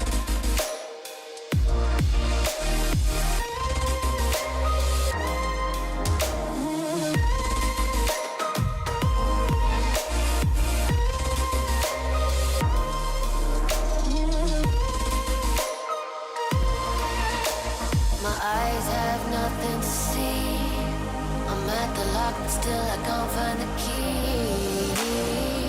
You know where to be seen, but I know you're always looking for me.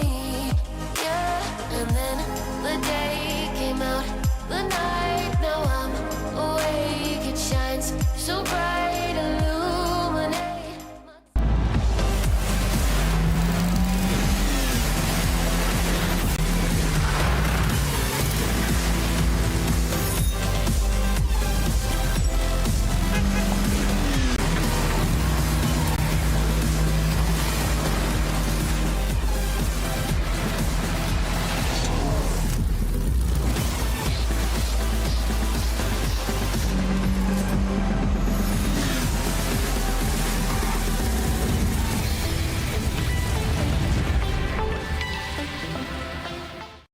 Welcome everybody to Where in the World Is This? I'm joined alongside Brooke. I'm joined by Tox from Germany, who is a geographical expert. You told me your geography knowledge was pretty darn good. Are you backing yourself right now?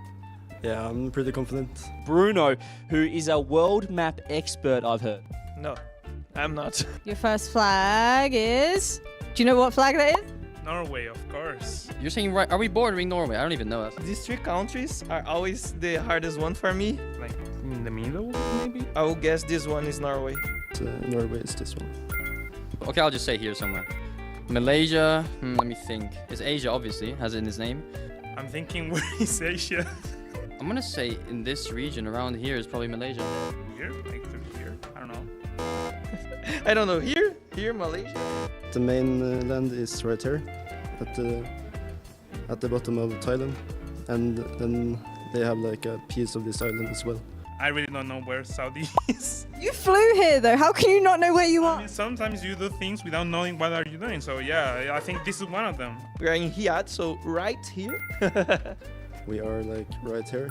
This. I mean, South Africa, of course. The problem is I'm just so bad at geography. Okay, that should be a bit easier because it should have the position in its name. Maybe like here, right? Where should South Africa be?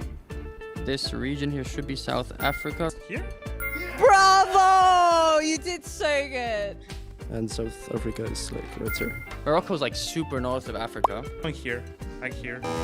This part? Why are you looking at me like that? Like, I don't know. So this is definitely Morocco. I'm pretty sure it goes by the coast right here. And it's Belgium. I got the flags, just... We're saying here somewhere. Here? In here. Italy, of course.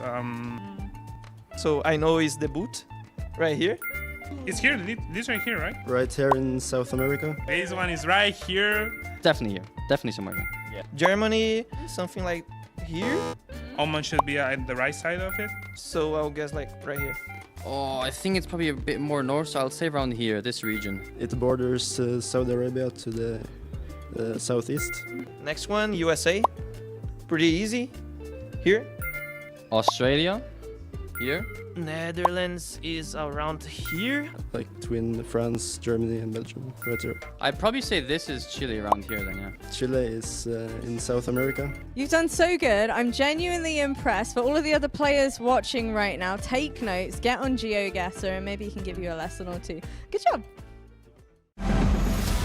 Here we go again, Rocket League fans. It's the last chance saloon here at the FIFAe Finals for our nations in Group A as we get ready to say hello to our final stint of group action.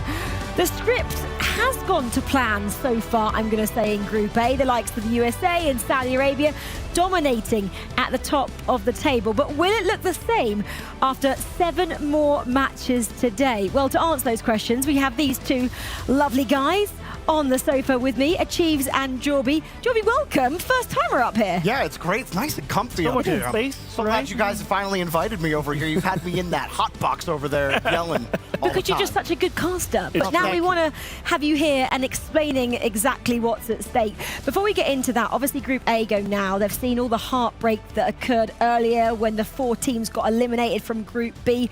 They all want to avoid that at all costs, Jorby. Yeah, absolutely. And I mean, I think it's even tighter in Group A, because I think that, well, depending on what Brazil does, we assume that 3 of these spots are spoken for. But that 4th spot is truly worrisome, especially with how Italy looked yesterday. Italy looked like a true threat right now. Right in the mix, that's for sure. And Chile, just like Morocco and Norway as well, both with a long, long road back today. But it all starts at the beginning, one step at a time. Yeah, only team as well, I'm going to say it once again, United States only team undefeated out of both the groups as well, the 16 nations. That is a statement, isn't it? Definitely. I mean, especially considering, you know, how they got bounced out after the first regional of the RLCS. Who knew what shape they were going to be on? But like we mentioned yesterday, maybe a loss, get punched in the mouth real quick and go buckle down for the next one. And they definitely showed up strong here after day 1. All I know is that I need to see Oman get a point. 1 point. I absolutely love that team. I don't know how they scored 4 on Team USA still. I need a point out of them. South Africa was able to get a point. Let's get Oman a point. Come on now. It seems like the same storyline, doesn't it, between Oman and South Africa from what we saw earlier. They managed 3 points, I believe, in the end to round out the day, which was massive when they started the day like Oman on nothing, Jorby. Yeah, and honestly, it's a tough bracket or a tough group to be in, especially with, you know, some of the games we saw Chile play. Obviously, they're on the outside looking in right now, but I could absolutely see them having a bounce back and really being competitive here on the back end and maybe like making a play for that a good 4th run. spot. It's Yeah. very possible. I mean, Chile's got a lot of fireworks that's on that offense. It's just a matter of, can you put it together long enough to make it happen? So I think they can do it, but it all starts with the first game every single time, because if they start playing for draws, you're going to be eliminated real quick. Yeah, and I mean, those middle groups, again, we didn't even really talk about Germany. Like, Germany look really strong, so I'm scared for anyone outside looking in right now. Do you think Chile could be like the Morocco of earlier? Morocco of earlier, if you're just joining, they had 8 points to begin the day. They got 10 on day 2. If they got a few more yesterday, they would have been safe and they'd been going through. Chile, can they have this bounce back that we've seen so many teams do earlier on, Jorby? Yeah, I mean, I think it's a little tougher for them. Obviously, they have Bull, who he's a land boy. He has a lot of experience playing in the upper echelons of Rocket League. His 2 teammates, though, Davitrox and Pan, while they have a lot of experience playing against top-level South American players, Team Brazil, I don't think it's on the same level as Morocco, who really just picked up an EU bubble player to play with them on Morocco, but you had 2 world-class players on that team still. So I don't know if it's exactly the same. It would be way more impressive if Chile did it than it would be if Morocco did. Fair. Okay, well, we're going to go straight into it. Our teams are ready. The stage is set, guys. Let's get the final day of group actions underway. It's Group A. Let's find out exactly what's at stake and how our nations are feeling. Day 1 of the group stage isn't about lifting trophies just yet. It's about arrival, presence, letting the world know that this is where you belong. Nations step onto the stage. Styles clash in the air and on the ground. And with every kickoff, the margins grow thinner. But day 2 is where the tournament starts asking the real questions. Pressure closes in. Every touch is heavier. Every decision louder. One hesitation, one mistake can echo through the entire bracket. Because when the day ends, the math is absolutely unforgiving. 16 teams arrive with belief. Only 8 will move on. So who handles the moment when it matters the most? The ones who are ready.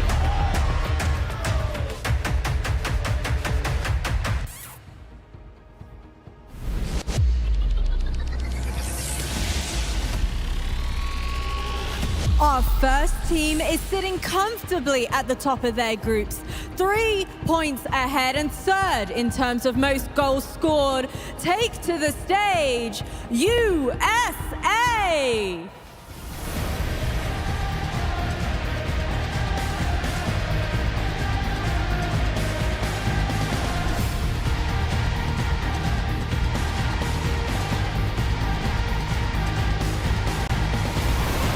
They're chopping at the chance to clinch their first points at the FIFAe World Cup. It's Oman!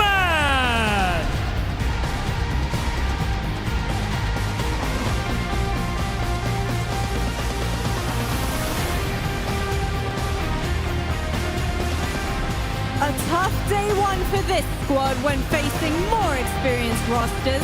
The real question is, have they done their homework heading into today? Come on out, Chile!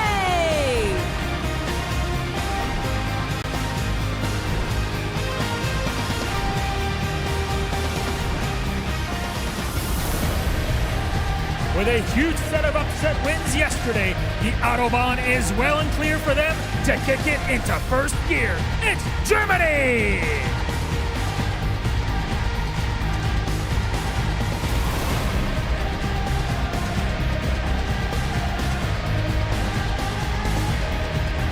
With a new lineup and fourth in their group, we're hoping to see a new furious side of them today. It's Brazil!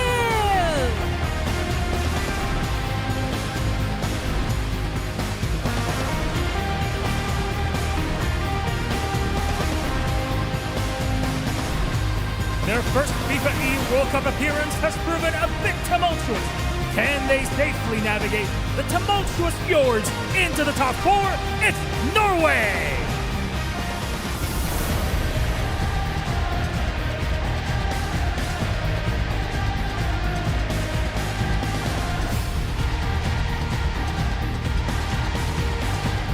A day one performance to be proud of. 5th in their groups and playoffs within reach. It's time to shine, Italy!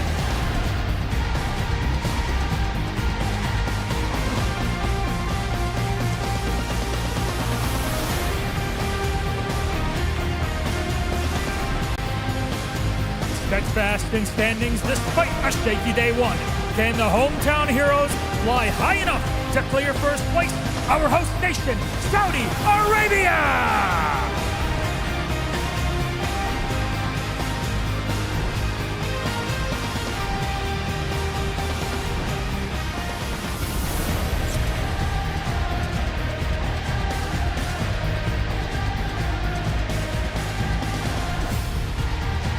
Eight national squads stand here before us. In a few hours, half of them will head home. The gauntlet is reset, ready, and set.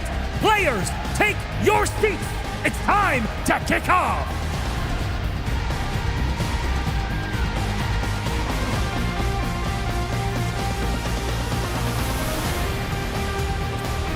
Our nations have approximately 8 minutes to wait until kickoff, until crunch time.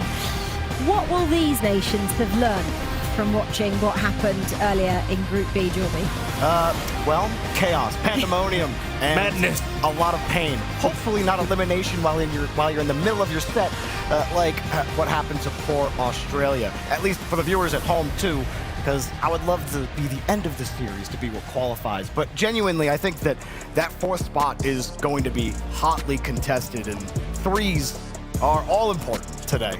You got to collect as many threes as possible if you're Italy, if you're Germany, if you're Brazil. Because I honestly don't think Brazil have this locked right now. Not at the moment. I'm kind of worried for them. Yeah. It's not even just about the threes and the wins. It's almost about goals at this stage as well, Yeah. because, you know, it could come down to you being level with another team, and then you have to go and look at different permutations here. Yeah, a lot of different tie breaks as well. Head-to-head, the most important one, which plays back to your point, Jorby. Threes are good. Ones like are threes. acceptable, and zeros are avoid at all costs. Is that why we saw a lot of kind of flip results then from yesterday to today? Because they knew actually if it came to head-to-head, they needed these results to go in their favor. Yeah, absolutely. And I think the big thing is too, where some of the results, at least in the last group, were thanks to like splits. Like Australia were only as close as they were because they split with a top seed like France. So if someone could do that against a Team USA or Saudi Arabia, if you could get 1 point against the top 2 seeds, that's going to go a long way. You're gaining putting 3 you in points. contention. Because everyone else probably getting zeros against them.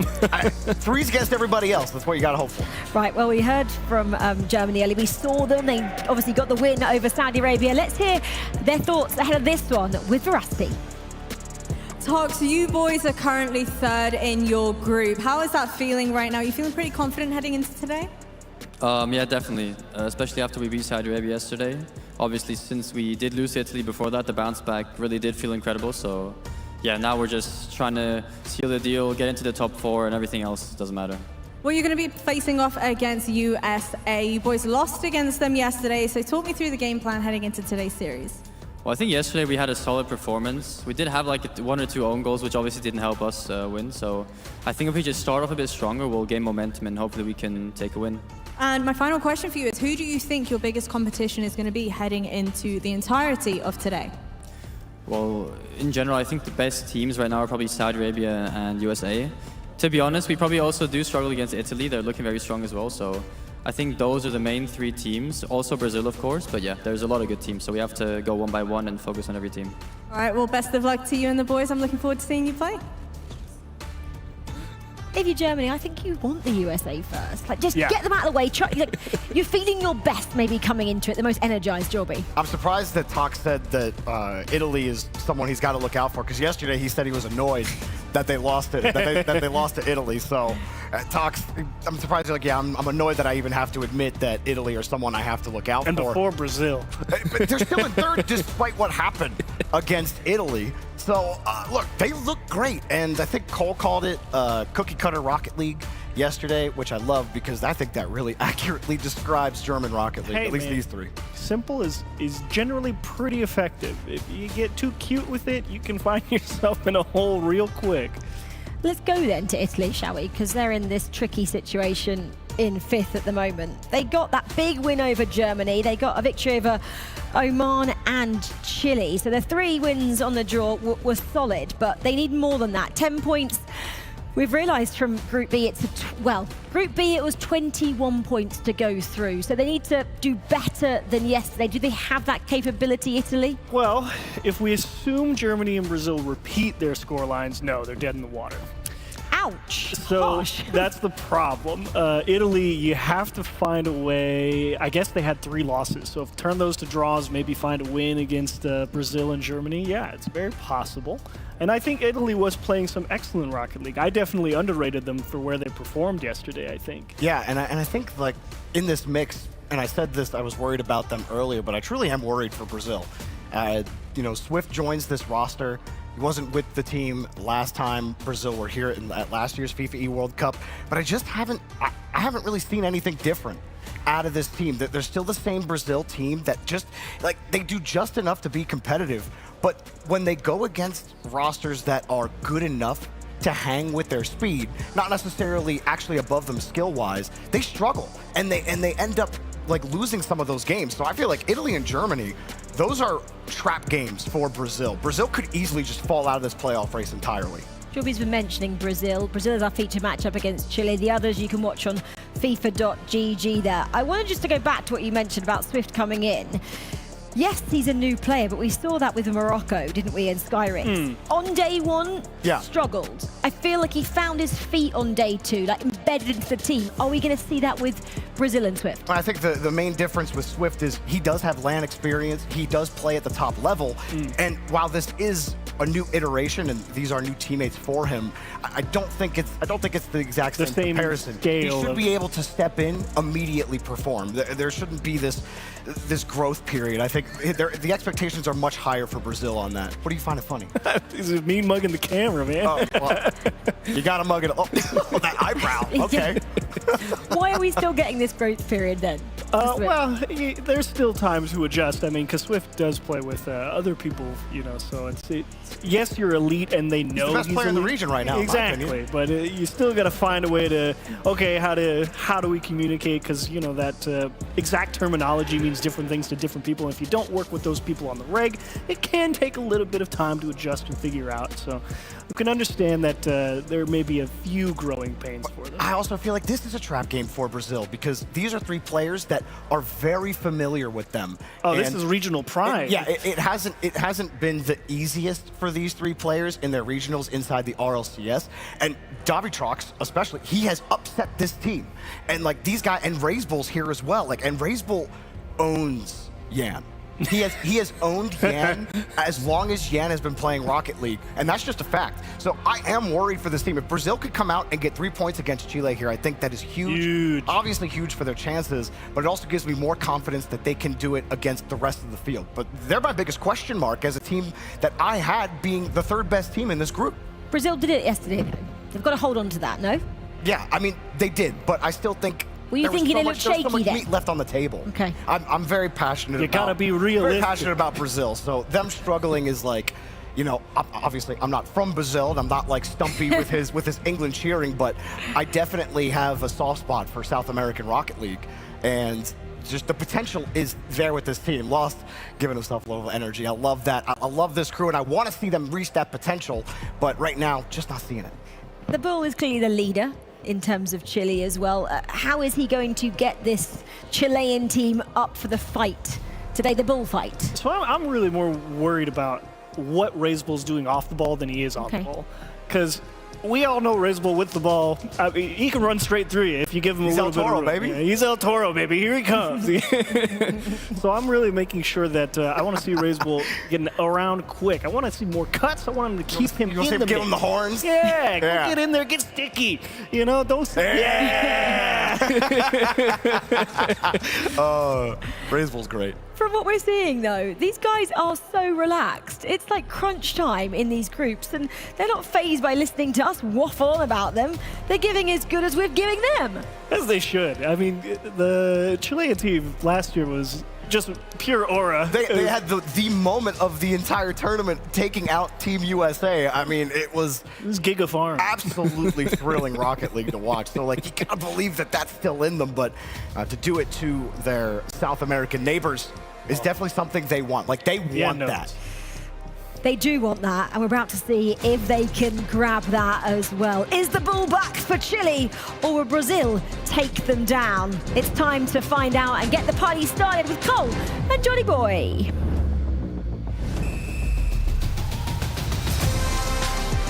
A second South American derby here in Saudi Arabia opens up Group A. It's Chile, Johnny, versus Brazil. Yeah, they need to have a great day today, Chile. They had a horrendous result overall on day one. To make matters worse, some of their rivals had good days, so they've got a lot of ground to make up.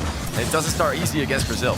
Yeah, only wins against the two whipping boys in Norway and poor old Oman. I'm still hurt he didn't get that game against Team USA yesterday, but I'm sure we'll see plenty of Oman's story. For now, let's keep a close eye on this one, our feature game. They lost to Brazil yesterday. Brazil, not their strongest though, I'd say. Yeah, they've got definitely more levels he can go to, plenty more gears. Whoa! Davitrox to the dive bomb save there. He's done that multiple times at FIFAe, notably last year against USA as well. All defense for Chile as we kick this one off, but Brazil, the big brothers of South America, always the team on top. Able to get the win yesterday, looking to repeat here. Push for higher spots in the standings. Yeah, this roster, furious team. They've recently brought in Swift after his thrilling end to last season for Team Secret. They say, okay, we'll have a little bit of that, please, and we'll bring you on. They've recently won the first Open in South America, and you can see why. Already dominating Chile, but no goals to show for it so far. Key man potentially is Swift, the man in form for Brazil. Well, Razebull did finish second place in that same RLCS Open #1. Definitely in form. Pan and Davitrox, consistent members of South American top 8s over the years. Really, they bring their A game for Team Chile, and it's what we love to see. Lost.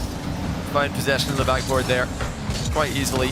This is the best look that Chile have got. Not really too much to write home about, but at least they're not having a defender at this exact moment. Yeah, for now, they get the ball forwards. They've not seen too much. Reyes will having complete control of the ball.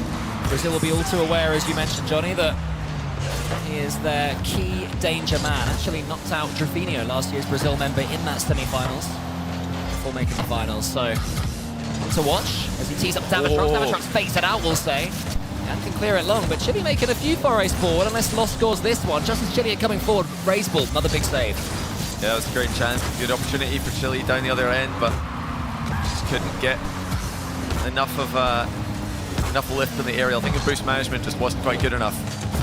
Boost is always at a premium against Brazil. They like to up the pace. They're forced to use a lot of boost just to keep up with them. It's actually Lost his out of boost at this moment. This is brilliant from Chile. Can they get a quality shot at the end of it? Yes, they can. Oh. Raise ball too low for the double. Ooh. And too high to put it in the net. That was a real chance there for Reyes. Probably could have got that angle on target if he'd have got a slightly better first touch, but not quite to be. Jan now races Davitrox. It's going to be turning around Reyes ball, who's getting all sorts of the ball. Davitrox coming in again. He goes for the shot. It's a little mini pre-jump there from Lost. Tees up Jan. Pan has to make sure he doesn't miss this one. Keeps his eye on the ball. And Chile growing into this game. Yeah, this is a good start for them in a day that they need to be almost perfect. Elsewhere, we've got Germany tied with USA in game 1. Well, Brazil opened the scoring here with a bump on the goalie. And there's no denying a shot from that range when the keeper's under pressure there. Yeah, Davitrox is getting tripped at a key moment. It was the man in form, Swift, who earned his Fury a call-up at the end of last season and has started off like a house on fire with them. And yeah, as you mentioned, Brazil can't afford to take any games easily. Germany and Italy right on their tails. They will think that Chile will be out of it, but we know how quickly these groups can swing over the last couple of years here at FIFAe. So here comes Jan again, gets the flip reset nearly over the top of Davitrox. Brazil looking good for their lead, trying to build upon it. Yeah, it's been solid for Brazil. They've had the offense going for most of the game. Chile had a couple of decent looks, but for the most part, it's nothing Brazil couldn't handle. Here comes Reyes ball. Having to use a lot of boost to just get the ball mid is really just where every attack seems to be ending right now for Chile. Brazil haven't had all that many chances themselves, but they do find themselves one up with just 1 minute to go. It's going to go quickly as well for Chile. 6 shots to Chile's 5. Brazil have, so by no means dominance according to the statistics. Swift wants to get this 50-50. It's won by Reyes ball. Maybe it's what Swift wanted, letting it fall towards Jan. Then he takes control, lovely touch. Gets some height on the ball. Pan misses out on the backboard as well, not the first time. This is how the goal happened. Another miss there from Chile. Brazil are just knocking it up, waiting for Chile to miss. And it seems to be an effective tactic right now, because look at the pressure it brings. Yeah, great fast-paced offense from Brazil. Centered the ball quickly. Lost his first to that by an absolute mile. 2-0. Brazil cruising in game 1. This is the Brazil that we want to see. We didn't see enough of this yesterday. They were playing safe Rocket League, not what we expect from the region. Ever since they joined us in the RLCS, they've thrilled us. Even when they lose, it's exciting. Didn't quite have that style yesterday. Maybe that is something they would have been chatting through overnight and long into the morning here in Saudi Arabia. Brazil looking a little bit more like themselves. They have had to do some defending this game. Don't forget at the start as well, Johnny, Davitrox had to make a huge save to stop Brazil taking the lead early doors. Yeah, Brazil could have had goals early. It was Chile surviving. They've got to get something going late here. Pan's used all his boost to get to the ceiling, has a flip, doesn't get it past Lost though. Swift going to try to slow them down to the back corner some more. He does just that. Time getting away from Chile completely. This has to be a goal right here. Pan with a shot, but it's blocked by Swift. That'll be at least 1 point guaranteed for Brazil, you'd expect. As Jan, who has previously won in Saudi Arabia, won the first ever game as 8 for Furia, the org that he still represents, wouldn't mind doing it again. And I think this will mean so much more wearing the famous yellow of Brazil. They'll be hoping that their rivals, Germany, don't finish the job in game 1 against USA. That's just gone to overtime. 1-1 the score currently. Germany did start off yesterday pushing USA pretty well in the series before eventually losing. More of the same from the Germans. Very consistent in Group A.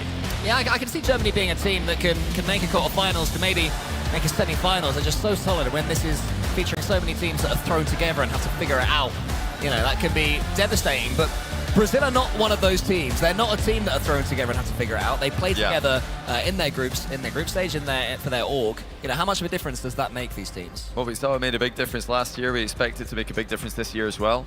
The previous winners, Saudi Arabia, were a full team at the time, and a lot of people attributed their success to that fact. They're not necessarily a full team this time around, but USA are, Brazil are, at least for the last, the last couple of months. So of course we're Team Australia, and they nearly made it out of Group B earlier. So it does seem to make a difference, as you would expect. The additional time practicing and familiarizing yourself with your teammates' play, it can't be a bad thing. Well, Chile are staring down the barrel of their 6th loss in this competition so far. Unless they can claim this game, they will leave this pitch empty-handed once again. We saw in the first one that there's plenty of opportunities for them to score. They just have to break their duck here against Brazil. As Swift puts someone to the centre, might be a chance here for Raiseball. He keeps the attack going. Here comes Davitron, and it can't be saved. There we go. Chile on the board as Pan's initial shot was deflected pretty brutally by Brazil into the back corner. Actually helped it into the middle, and the whole team committed to the attack. Chile get up by 1 early in game 2. Way back in round 1, Brazil dominated game 1, winning it 3-0, and the second one was an overtime win for the Brazilians. So Chile have history of improving as this series goes on against Brazil. That's already what we're seeing here. A team that brought so much fun to FIFAe over the last couple of years. Yeah, they've been underperforming so far. I think both the South American teams have been underperforming so far this year's iteration. And to Chile's dismay, Brazil looked like they stepped up, at least in game 1. They were very difficult to score on. That's the same about this game, though. This is going to be a large part of everyone's success. Is back corner defense, just keeping the ball safe in the corner.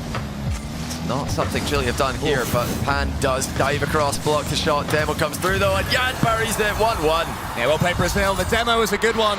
It did seem like Pan had done enough. He'd escaped lost.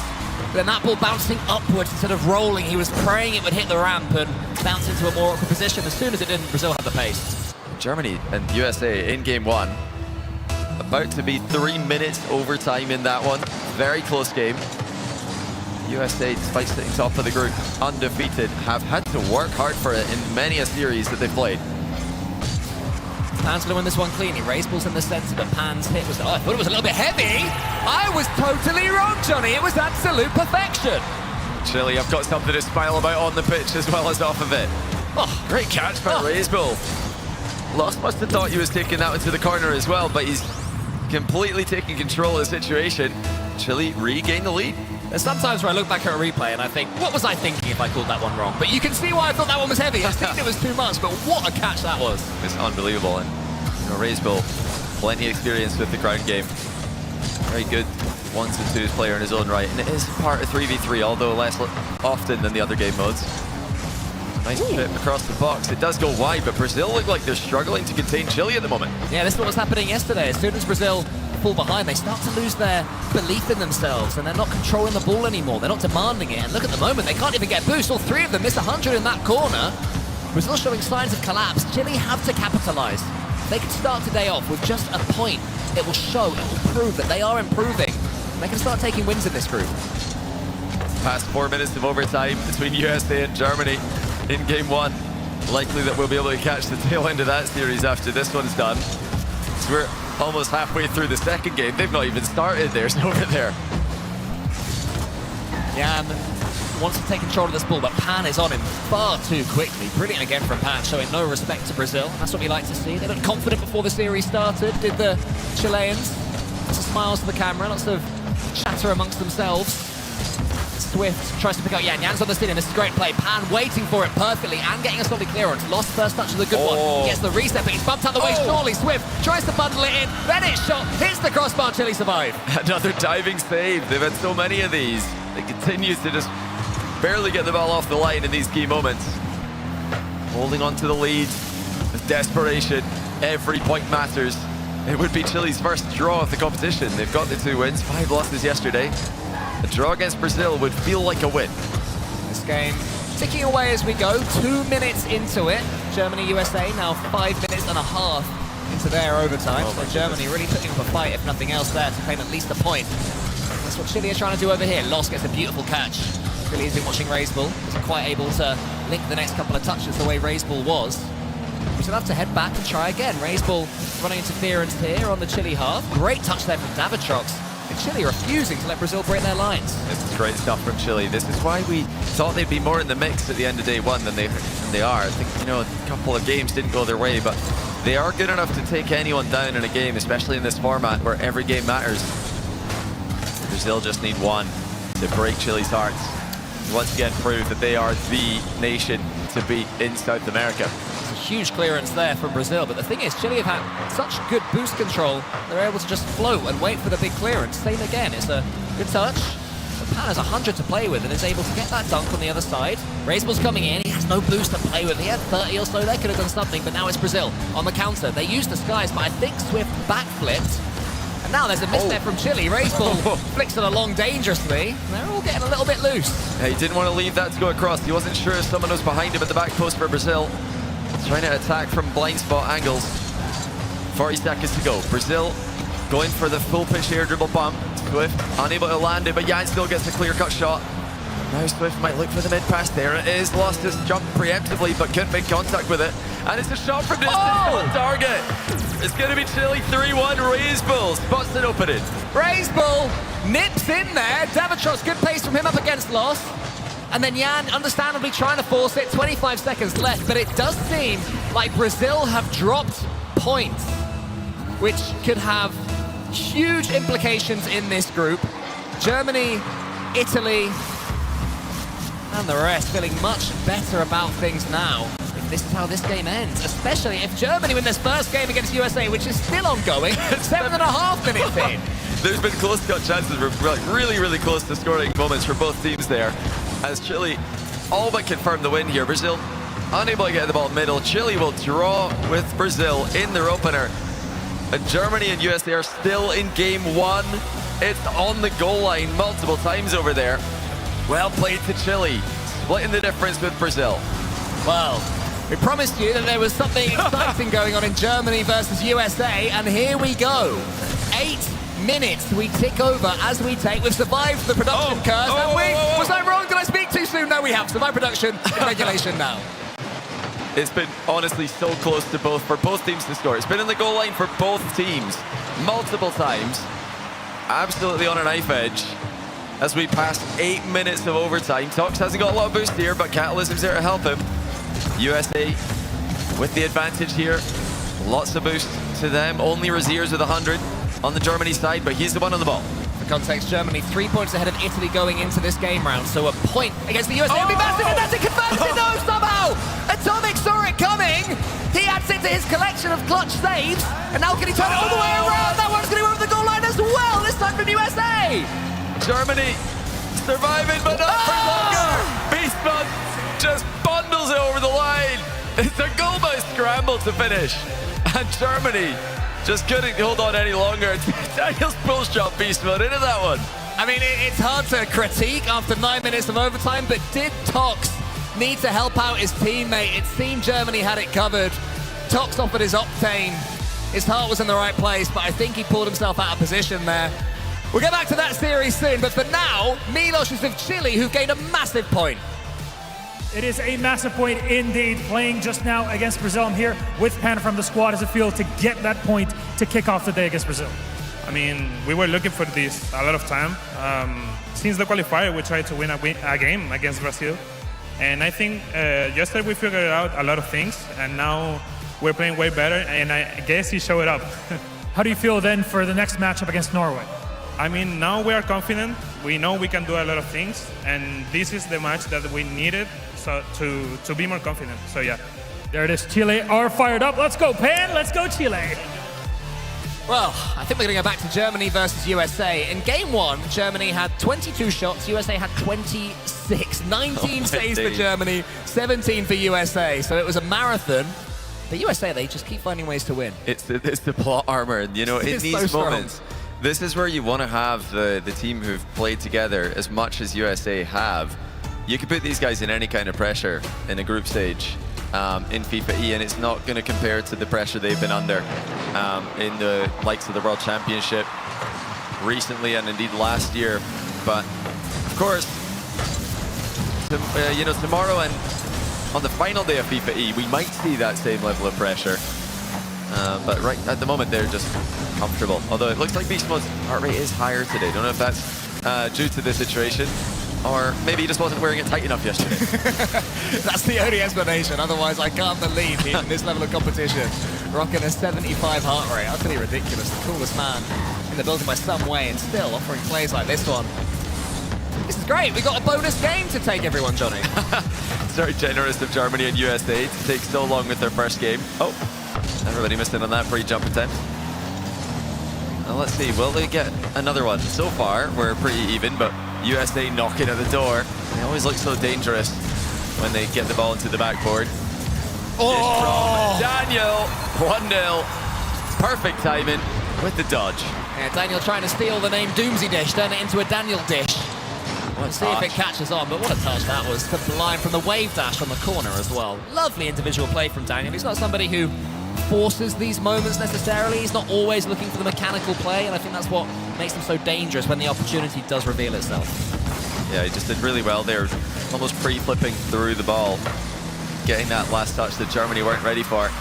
Germany have to be careful here. This is the key moment. If USA get into their rhythm with the 1-goal lead, I think they're one of the hardest, if not the hardest team in the world to come back against. Compared to, you know, compared to all the other top teams and all the other top nations in the world, they're the ones who are the most happy just to sit on 1-0 and wait for a mistake. Especially as Brazil have just dropped 2 points. It has to be set against Chile, so Germany will be thinking, if we can get out of here with a point, that is below par, above par, better than par, whichever way you word it. That would feel like a win. I mean, if they could beat USA, especially with the way USA are playing today, making it so hard to score, Germany will feel ecstatic about that. They've got the tough start of the day with their strength of schedule. Oh my goodness, Beast Mode lost control of that, but he lands on it as the shot came through. This is where USA do some of their best work. They just don't panic. They did double commit there, but it's not the end of the world, and this is why they're so dangerous on the counter. Yeah, lovely touch there from Toxo. The second one was all important because Atomic was lingering. The ball does make its way to Atomic in the end. He gets the second one that lands on Razias. Can Germany star mechanical man conjure up? It's the ball towards Tox. Tox in the corner, chasing this one. Always pretty low on boost though, the Germans at the moment. USA definitely controlling the center of the field. Razias comes in. Germany desperate to break into that top four. A point here would be massive for that. Razias up against Daniel. It's not defended by USA, and I'd say the difference between USA today and yesterday, at least in this game that we're seeing, obviously the last one was chaotic, but they don't seem overawed, they don't seem jumpy at all, and they have had that about them since the start of this season. Yeah, we've only been half watching, of course, that long overtime that they were a part of. Maybe a quarter watching would be more accurate, but yeah, from what we're seeing so far, they look a lot tidier. Oh, a save on the goal line by Atomic. He would have had to clear as well himself, but he didn't have to with Daniel there to help him. They just are so difficult to score against, so composed, so good with their defensive communication. Yeah, it was an old school flip reset there from Germany. They needed somebody following it up because USA are always going to have the mechanics and the ability to save that first shot. You have to have your second and even third man playing bravely, but not overcommitting. It's a tough balance. Daniel gets the catch. Dances forward. Castleism waiting to see if Tox can't get a touch on this one. Tox is okay though. Flies about like a gnat, trying to get in the way of Team USA. Beast Mode gets something similar to Zen's signature shot, but it's not quite on target on the stealing pitch. Germany still have time. What they've done well, Johnny, is they've not let themselves get out of this game. You said it was a key moment earlier. Yeah. Now we're back into sort of neutral territory of it all. You know, we talked about USA's defense and this particular squad's defensive history. Germany are another nation with that history. They're very good at just playing as a unit. Oh, look at the pass. Oh, that's a great goal. The 1-2 pass rips apart the US defense. Tox getting involved with Raziers. That's absolutely phenomenal from them. Yeah, I love that from Raziers as well. It's tempting to hit that with the side of your car. He opts to go with the front of his car, a bit more pace on it, but when it's that accurate and you have to be against USA, it ends up being a perfect pass rather than a floaty ball, and that's the last thing Germany wants. They do get back into it. Catalysm sprays it out wide to Tox, who wants to get this boost, but lingers over the top of it. Beast Mode now, via the demo, is able to come right in, wants to get this done. Daniel's arriving, almost there. Dangerous times here for Germany, but again, they get it to safety, get it to the corner, and the three of them, as a unit, begin to march back towards USA's goal. Well, so far, we're following yesterday's to a T. USA took the first game 2-1 in today's match and in yesterday's matchup between these two nations as well. The second one, though, is 3-2 in favor of the USA, so we're going to need to see a few goals in a hurry if we're going to continue with that trend. But all one-goal games so far between the two nations. Daniel has the ball, though. He was the one who conjured up USA's first goal. Is he able to do the same here from the same wing as well? Catalysm gets it as far as Atomic and Beast, but I thought there would be a double commit. Team USA are not a team that double commit often, and now especially seem to be back on the same wavelength. And deep breath, everyone. It's overtime. All right, so now it seems like a good time to go get the kettle on, maybe take a dog for a walk, Yeah. come back in 10 minutes, find out who's won this one. No one would have won this one in 10 minutes. Germany and USA, both, like we've been saying, such great defensive nations. Can anyone find an opening early in overtime here? Germany, really good job by them to come back from 1 goal down after such a crushing loss, such a long overtime to lose it. So close to beating a team you keep losing against. Yeah, you got to say credit to Germany. So easy to tilt out after an overtime like that, as you mentioned, Johnny. But even if they do lose this one, they've refused to do that. They've shown they have that fight. Trying to get a point that would take them back above Italy after Italy's win over against Oman. It might be being taken away from them right now. Here comes Atomic behind them both. The composure, the difference. Atomic never rushes, does he, Johnny? It was just the same play, exactly the same play as Daniel made earlier. It's that one extra touch to the same back corner, get the ball middle this time. Beast Mode facilitates the teammate to score. Earlier it was Daniel doing everything himself. But USA, for the 4th time in 2 days, take down Germany by 1 goal. Great games every time these two teams play, but every time the USA have come out on top. Yeah, Germany's play style definitely a good matchup for Team USA's. The way they don't rush into anything, it's very difficult to get them to double commit, but the goals they conceded, we saw it in the overtime, it was Tox arriving, and that forced a double commit, and there as well. Atomic had 2 players diving across, and he was able to get it behind them both. So that seems that Team USA can focus on that patience, but Germany putting up a fight. Yeah, great games. Always fun to watch the Germans play. They're still, I think, favourites to make top 4, with Chile grabbing just 1 point there. Italy did get 2, so they're right back there neck and neck with Germany for the moment.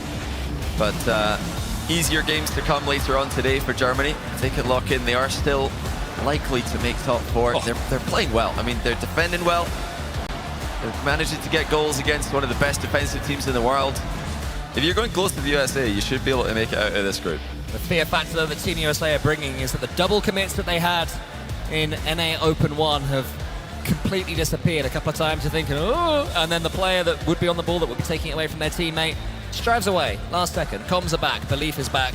And Beast Mode is certainly not jet lagged. He is ready and raring to go for Team USA. Yeah, heart beating a bit faster today. Got that heart rate monitor on tightly. But Germany not able to get a win, still impressive performance. Let's hear from them down on stage with Milosh. Yeah, if you ask me, despite their loss against the US, I think it was a valiant effort against one of the best teams in the world. I'm joined by Tox here just to discuss this. 2 overtimes against this US squad. How are you feeling through it all? Well, obviously we're still full of adrenaline. I think we're very amped up. We're very hyped for the rest of the day. I think this definitely set the tone of how good we can play, how close some matches might be. So I think we just keep that level that we played against US, because they played absolutely insane and we played insane as well, like 9-minute overtime. I think if we just keep on playing like that, we will have a very good day. Now up next is Brazil. They've had success in their first matchup, but still tied with Chile. You're fighting to hold on to top 4 spots and go even deeper into it. Do you feel this, even though lost, but still this game against the US really pumps you up for the next matches? Oh yeah, for sure. Like I said, like the adrenaline is crazy. Like we're all super amped up now, so I think if we just keep on going, we keep on staying solid and stable, I think we'll have a good day.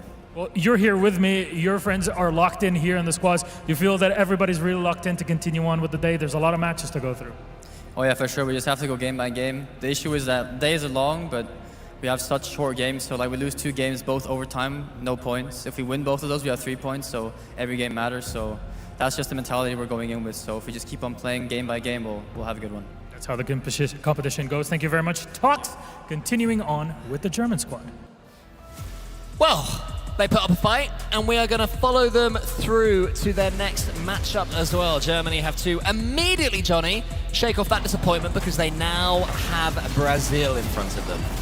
Oh, that's a great shot initially to get things Oh yeah, we haven't seen these, have we? Looked like an own goal there, maybe. Was that an own goal, or was that just a red decal on the blue team? I wasn't quite sure. It flew by pretty quick there. but great skim nonetheless. But that's what that was what we missed before we joined in with that match. And Saudi Arabia and their match against Norway did what we expect them to do, taking all 3 points. Colliers player of the day yesterday, getting lots of votes from the locals, of course. Too much for Norway to handle, but still Norway looking to get back in the mix in the easier matchups. Yeah, Saudi Arabia putting on an incredible amount of pressure, which understandably Norway weren't quite able to deal with. Italy, meanwhile, they swatted Oman to the side. Oman, who have done some damage recently against teams, still yet to get their first point. I will be rooting for them to do so in this group because they've offered us way too much to get zero. Yeah, great personalities, and they've been putting up some good fights as well, so we'd love to see them coming out on top. We did catch most of this one, of course. Brazil comfortably winning game 1, but then a great response from Chile. We're looking to make up the ground that they lost yesterday. They'll be hoping for more losses for Germany, Italy, and Brazil, maybe. All the teams who are closest above them. It's a ways to go yet. They're 6 points back, so they've got to keep up their winning ways. They've just completed against Brazil there. It's nice that we're seeing a bit more from Chile. I mean, they were disappointing yesterday, and they know that as well. Jasmine was telling me that they promised her, they pinky promised her, Jasmine was saying, that they would do better today. So far, they've already, kept that promise up. Let's see if they can continue to do so, because the games don't get any easier, and I'm sure there'll be some wins that Chile have in mind. I think they'll be looking at Germany and Italy as well as thinking, let's continue what we're doing against Norway and Oman and really take a win against some of the middle pack. Yeah, they've got to beat Germany, got to beat Italy. Got to hope that those teams also stumble in one of their other key matches. Well, Chile can maybe get wins against Norway, Oman. So that's altogether 12 points available for them, which would put them on 19. If Italy and Germany are only winning 2 series, that would leave them on 19 as well. Italy played USA next, so that's a really difficult match, and Germany play Brazil, so we could see Chile close the gap here if they can beat Norway. Which they did do last time, but our featured matchup will be Brazil versus Germany. And this is a FIFA tournament. This is the World Cup as well, so there's some history here in real life, but also in Rocket League as well. 2 good rosters who came up against each other yesterday, and it was never easy. It was actually a draw between these two. 2-1 to Brazil in game 1, and then an overtime win for Germany. So they do win some overtimes. They do. In game number 2. It was a kickoff goal as well, so they got the kickoff strat in overtime yesterday to beat Brazil. Brazil need to be paying attention to that. A lot of the European teams especially have been very sneaky with their immediate kickoff goal attempts. Is that a way EU's getting ahead of the pack, maybe? It could be, but it depends nation by nation and region by region. Some regions prefer to just try to secure possession and boost. Yeah, of course, I think with Karmine Corp's success in EU, they've been leading the charge in going for more high risk, high reward strats. Yeah, woo! Love that. Deutschland. Of course, the other thing that we've not talked about yet, Cole, is that everybody in this group's trying to snipe 3rd place, because then you get to play against England in the quarters, which is just a dream matchup for anyone in Group A. I'm not sure that's true, is the thing, based on what we've seen over the last couple of days. But you know what, Johnny? If that's what they're all agreeing, then we'll see what Ixo and the lads have to say about that tomorrow. Back to this one. Brazil not favoured in this matchup, and I think before this tournament started they would have been. That's very surprising. I wouldn't be surprised if the vote does lean a bit more towards Brazil, closer. Okay, take it back. Yeah, it's going backwards. There you go. It's going the other way. Whoa! Hold on a second here. Admins, what's going on? We've got some interference. Maybe a couple of multipliers being added there. That's taking away all the credibility of the percentages. Added time multi-ball coming into effect. It's going to be 100, I don't know, 17 or something I don't know what to believe anymore. Have those numbers been fake all along? I knew nobody was voting for England. Well, a team that has a 663% chance of winning this one is Brazil, I think, or maybe it was Germany. Who knows? What I do know is this will be a fantastic matchup. It was last time. These guys got a draw last time around. Brazil could really do some wins to make themselves comfortable, but Germany knocking on the door of a top 4. It's a good start for Germany. Same as yesterday. Oh, there we go. You do see. It was actually Brazil trying to fake kickoff. Germany read it, shot it on target, but good job by Brazil getting back with their 3rd man. They did not concede immediately. Well, that's a statement right there, that if it goes to overtime, Brazil's saying we've got plenty of kickoff tricks up our sleeves as well. Maybe they should have saved that one for an overtime. Germany have had to dust themselves off after the last game. It was a tough loss. Let's see if they've still got the energy, because of course Brazil have had a longer wait as well, because Germany went on about 6 or 7 minutes longer. Great strategy there by Brazil, or by Germany and USA, sorry. Oh, hold on. Jan's actually just bounced one in.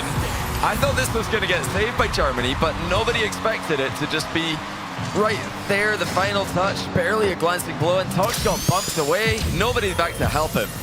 I saw Zen score a similar goal earlier. I was seeing the Rocket Baguette streamers reacting, laughing at it. But maybe the sort of flip reset bouncer fake is becoming a little bit of meta, because, of course, players so consistent with it. Anyway, here's Swift. Tox saw that one coming and snuffed out the danger. That's good play from Tox, doing his job there, getting that block.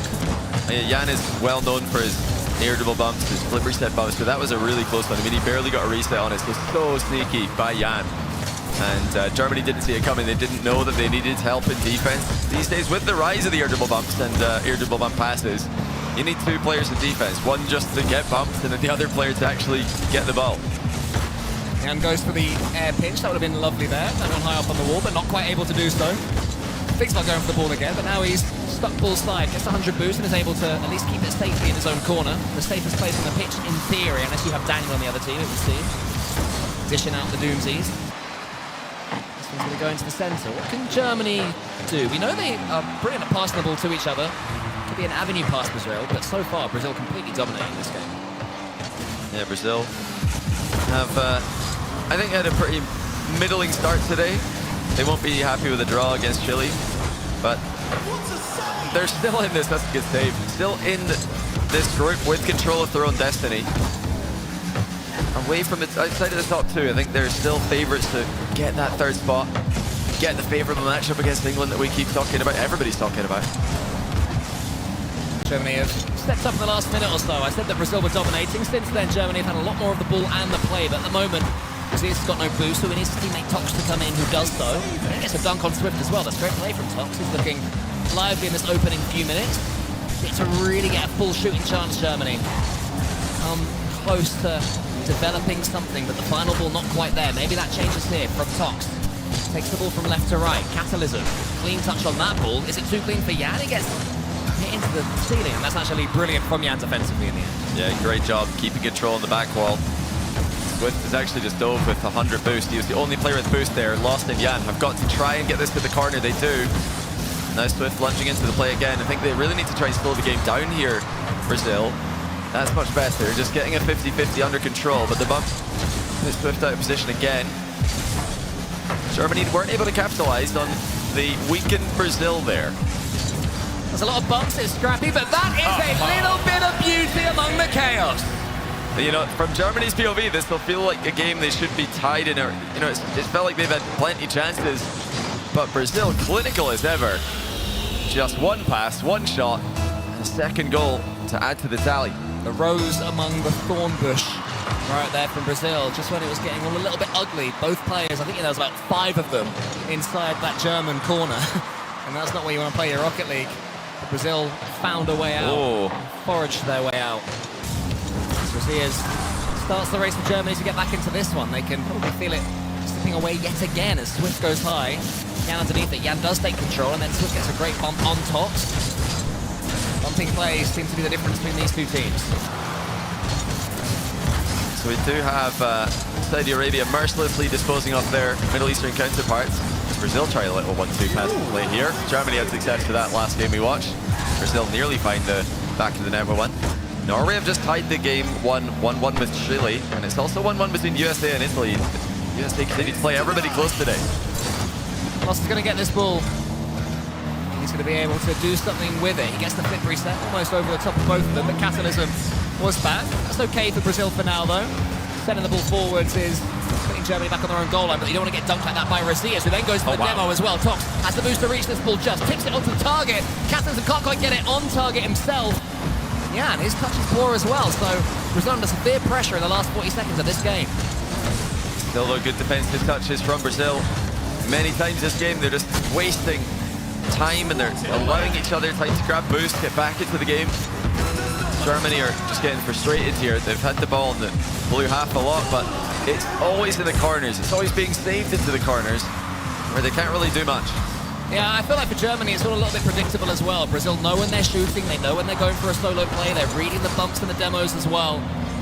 Brazil, even when Germany have the ball back in their own half, they're continuing to attack, continuing to defend from the front. Jan and Lost in particular, absolute pests there. Lost lets that one roll over his shoulder. Brazil guarantee the point. And Brazil taking one there. USA just 15 seconds away from taking game one against Italy by 1 goal.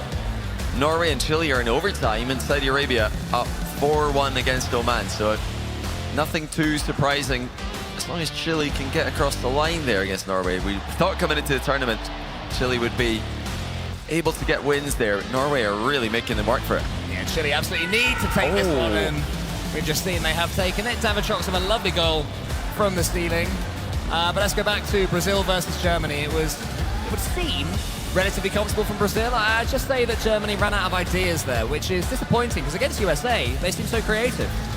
Yeah, I do like the final third play from Brazil. They're putting the ball in the middle on the nose of a teammate, not just shooting, hoping it goes in against defenders who are in position to clear it to the corner. So I think Germany have got to take their time. They've got to try and find the pass in the final third.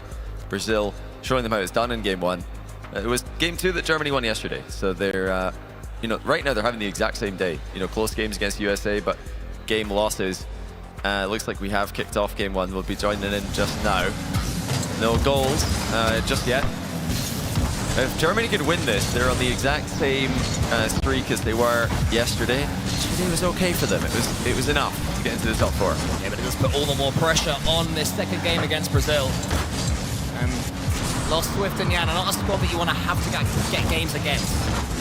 Looking more and more comfortable now in Group A are Brazil, especially if they can start turning draws into wins. They'll be frustrated by the draw earlier on against Chile, but that'll be forgotten if they can get this second game. Lost. He's able to come in for the ball. Swift left it to him, but now there's a chance to a counter. Catalysm up against Jan. Catalysm has got no boost. Jan's got 100, and Jan is able to get himself in the way. Yeah, it's just too good there for Brazil. Oh, in the midst of the backboard, let's Lost double in the opener. And you can see the difference. At one end, Germany are hoping that Brazil outplay themselves, and at the other, Brazil are outplaying Germany. They're not waiting for mistakes, they're forcing them. Not the first time we've seen Razias miss on the backboard as well, and Brazil were ready for it, and that was a huge shout from Lost. That goal meant a lot to him. I think he is sensing that Brazil finally are looking at their Brazilian selves. Maybe we can see the flair coming forward. They've been the flair team that we expected so far. Yeah, starting to get these wins as Lost goes to the ceiling. Takes control of it. Is this the play? Goes to the bump instead. In comes Swift, I think it was. Oh, it's Jan off the post. Lovely idea from Brazil. Yeah, really good stuff. Brazil putting it all together here against a tough Germany. We just saw this team go long overtimes against the USA. Brazil are putting them away a bit more easily. It looks like they've regained pretty well from their game loss to Chile earlier. Really shows the level Chile have come out with today. They're able to take a game off this Brazil. Taking game one and now ahead in game two against Norway as well. So the South Americans all taking over the group today. Yeah, it's also brilliant. Yeah, it's brilliant for Italy as well if Germany lose. Good for those guys. Catalysm had a chance to put this one past Lost, but Lost was quick enough. Then the shot comes in from Razias, saved again by Brazil. The reflexes are on point for them. Lost has got time to go high here. He finds Swift, who's already pre-jumping. This is more like it from Brazil. This is the version of yourselves we all want to see. Yeah, they're getting everybody involved now. They're starting to spread out in the pitch, trusting each other's touches just a little bit more. Germany are stretched in, trying to defend here. Mid-pass to Lost. Catalysm barely stays it. It's just deflected into the corner. Lost almost had that one on target. Yeah, the final pixel of Razias' car's hitbox. Got something on that one. Diverted it past the Brazilian player. That could have been game over on current form. Instead, Germany stay alive, but it falls to Lost in the end. Again, good defending from Razias. It was poor on the backboard earlier, but he's made up for it since. Yeah, Brazil are just all over them. Doing a great job. Just up in the pace, and Germany are struggling to hold on. Still, though, just that 1 goal difference. Germany have survived that solid minute of pressure. Yeah, they've got a chance to put on some of their own. Brazil just get out with pace once again. Impressive that they're able to just do that, just flick a switch, and now everything's moving a little bit faster. Yeah, they're trying to make quick fire passes though, cut the ball back to breaking through the lines, and it is risky. It can be countered, but lost. As the Mex gets that ball so cleanly, he tees it up. Swift there. Ball's going to waterfall down. There'll be no one left from Brazil, so they're not overcommitting. Doing well to avoid falling into that trap as Tox clears it into the center, but Germany using all of their boost up. Not really doing too much with it at the moment. Lost taking the scenic route here as the ball is defended well once again by Brazil. They're just wasting time. Oh, dive bomb save. It's gone back into his ears though, who ties it.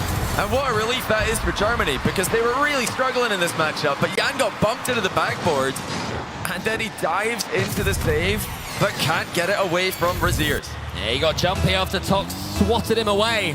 And Germany again show signs of life in games, and it seems that they're dead and buried and almost lose it from the kickoff. Tox had to have good reflexes there after beating the way forward for his teammate for the goal earlier on. Lost. As his team pegged back. Swift gets that one into the corner. Jan is using the ceiling to try and get this ball, but Razias gets the big clearance. And now it's Brazil that are focusing on the demo game. It's well played by Tox. Just past 2 here. 50s at mid, but Germany have to leave it for Jan, whose sideball skimmed this all the way down the other end of the pitch. Germany awoken by this game, by this goal that they've been able to get. 20 seconds to go. Lost deflected into the middle viciously though. Deflected extremely well. Long clear there by Raziers. Well, yesterday, this game in this matchup went to overtime and it was won in 4 seconds by Germany. Not quite there yet, but let's see if history repeats itself. Before then though, Tox gets into the centre, Castles underneath it. Can he get the clean touch against Swift? Not quite, he gets something. Looks like it's gonna fall, but for now, Jan keeps it up. Tox and Lost racing. Swift might choose to do something with this ball, you know. Pre-flips into it, Lost is in front of him. Lost almost gets control of it. Are we going to see overtime? Yes, we are. Johnny, talk us through it. They should go for it. They should try the same strat as yesterday. Why not? It's going to be double kickoff for Brazil, though, so they're going more aggressively than they did. It's going to be Germany's ball, though. Advantage for them. Straight away. They do clear it with their shot. It's not easy to get on the end of that one. Just a bit too much of the cross. Brazil will feel they've been the better team so far, but they have to get over the line. Lost has the ball from Jan's pass. Gets the flip reset over one. Tox a little bit awkward getting that one to the side, and Lost is able to do something more with it. Swift turns. Aggressive turn from Brazil.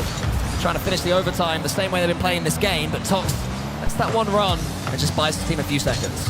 Oh, well, we're close in this matchup. Every other match has gone one-sided in favor of the favorite, so we're going to be staying right here to find out the winner.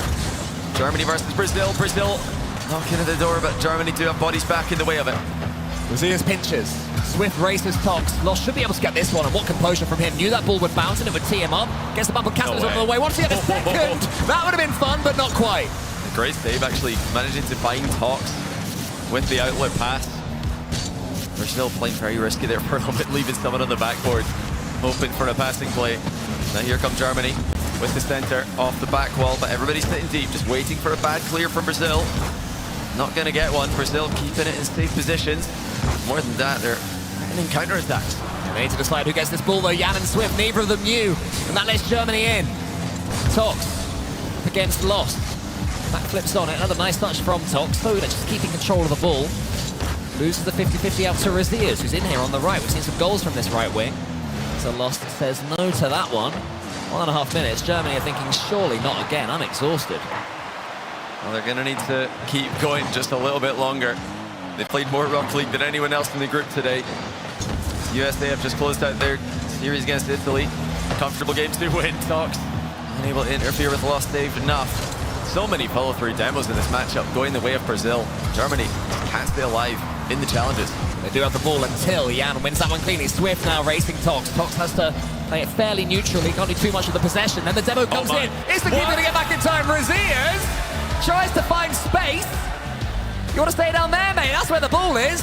Oh, he thought his teammate had it covered, but the demo proved to be critical. Brazil win it with off-the-ball play. They do what they could not do yesterday and beat Germany 2 games in a row. So it's a very tough start for the Germans.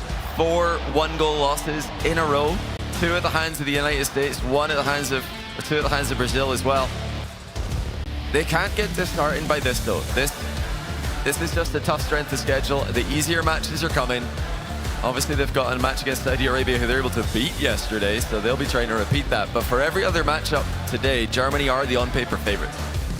Well, it's an exhausting morning's Rocket League for Germany, but these are experienced professionals. They're only 2-game series, so maybe that'll work in Germany's favour, but a long overtime is a long overtime. Oh, you know, he said they played more Rocket League than anyone. Maybe not, because there are still games going on. Saudi Arabia 5-0 over Oman in Game 2, 8-1 for Chile against Norway. That's a statement. That's excellent from Chile. They really look a lot better today, drawing with Brazil, who just beat Germany.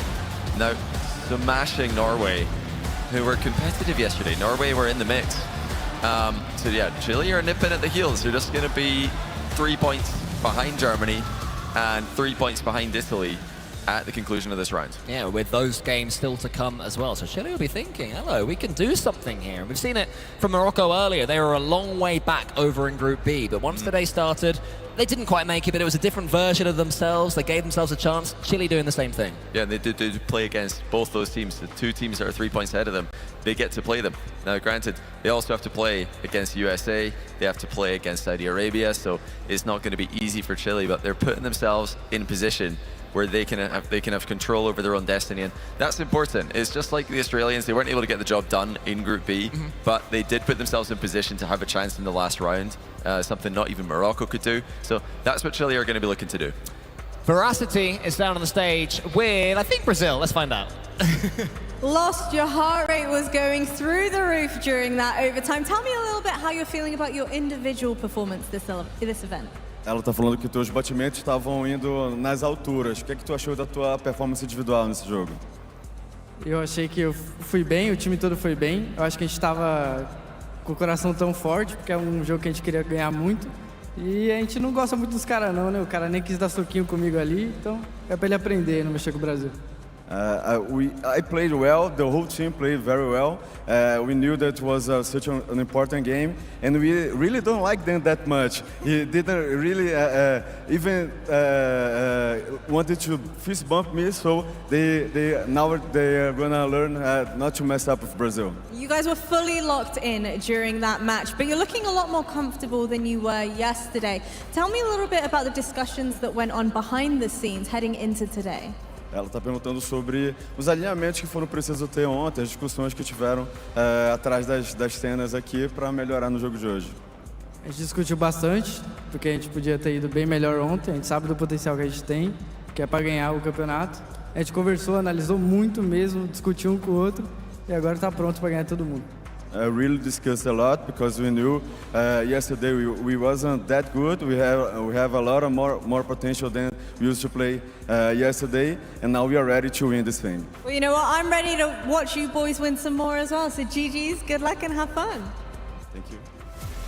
It's interesting there from Lost. Did I hear that he's calling out the Germans for not wanting to fist bump him? Can we get some ones in the live chat if I heard that? Because I wasn't quite sure. I was thinking the same thing, yeah. We were chatting among ourselves and he said that. But I thought that Tox didn't know he was there, and as soon as he did, he turned around and fist bumped him. But it did seem a little bit like they were accusing Tox in particular, I think, of not wanting to fist bump. So. Yeah, it sometimes happens that someone is just so locked in that they don't realise that the other team have come over. But yes, thank you all for reporting back with the number ones in the chat. Or maybe you're all just instigating. Either way, I don't mind it. Yeah, Brazil much stronger today. Chile much stronger today. South America as a whole really showing up big in Group A. And Saudi Arabia, USA doing what they're supposed to do, so no surprises there. Going to be tough along the second half of this group. Going to be very interesting if Chile can keep this up. Around the group, yeah, like I said, no surprises between Saudi Arabia and Oman. Saudi Arabia by far the leaders in goal difference in this group. USA are ahead in the points total, but Saudi Arabia tend to win their games by more goals when they win them. Their goal difference looks to be approaching plus, what is that, 50? Nearly 50? Yeah, 48, I think. 48, which is plus not bad. 48 goal difference for Saudi Arabia, and the USA have plus 27. You can see the clear difference in the play styles there, with USA more happy to sit on a lower goal lead, while Saudi Arabia, no, they just keep trying to score. They won their last series against Oman 12-1 overall. Yeah. So yeah, they keep on going to Saudi Arabia. I like to warm up by making that ball explode. Brazil v Germany was tighter. It was a closer affair, but it was Brazil in the end that got their goal. And had their fist bump as well. Hoping we can see that one again, but maybe not. But yeah, I'm keeping an eye on that one. I love it though. I like when, you know, these teams bicker. That's what we want, a little bit of drama. It's not too bad. Nothing wrong with that. The worst thing that could happen here is if the Germans tweet that actually it was just an innocent mistake. We want it to be beef. Yeah. Can it be beef? Can we just have some beef between Germany We and can have some Brazil? beef. I don't like your jumper. Yeah, they've got, you know... It's a really nice jumper. Got beef internationally. Oh, my Sorry. jumper? Yeah. I am actually probably one But of it's the very only nice. people wearing one in Saudi Arabia. And there you can see the group standings. Saudi Arabia with about, I don't know, 400 or 500 goal difference in their favor. United States 27. So if Saudi Arabia can beat the US, they will take #1 in the group with a huge goal difference advantage that would be almost insurmountable. Means though that USA can stay in first with just a draw, or a win would put them miles ahead. They would pretty much secure the group with a win against Saudi Arabia coming up next. But a draw would also make them massive favourites. I think they can improve on yesterday and close out the day with wins. Actually, they did beat everyone, but maybe even more convincingly than they did in day one. Well, very interesting games coming right up. Italy versus Brazil is a battle to ensure you're in the top 4. Brazil looking more like themselves in that last matchup against Germany. And Germany v Chile, you're pointing at them, Johnny. You're excited about that one. I mean, if Chile can beat Germany, they're right back in a tie. If the South American teams both win, we're gonna have a 3-way tie for 4th place between Germany, Italy, and Chile. But we'll update you on those scores as we go through the rounds here. The underdogs of the group are also playing against each other, so this could be an interesting one with round 3, matching up teams of pretty close in the power rankings. At the top of the power rankings, Saudi Arabia, the defending champions, and USA, the world champions. Doesn't get much better than this. We are bubbling up to potentially the highest quality series we have seen so far at FIFA E. Yesterday they shared the points. It was a Saudi overtime win in game number 2 that made sure Team USA didn't pull away too much, but Saudi look venomous today, Johnny. They do. You know, they always do that against the lower ranking teams though, so you never know if they're going to have tidy gameplay against the other top tier teams. Yesterday against USA, Saudi Arabia's defense was sloppy, but USA also likewise didn't seem as locked in as they did in Lyon. You know, they've had a tough post-World Championship win run of it with their gameplay, but they're still #1 in the group, and with just a draw here, they would stay #1. Of course, that's not what they want though. They want to win. They want to beat Saudi Arabia. That would, you know, really do wonders for their confidence going into the playoffs. Well, you guys in chat can let us know your thoughts. Hashtag KSA or hashtag USA. Don't make a typo.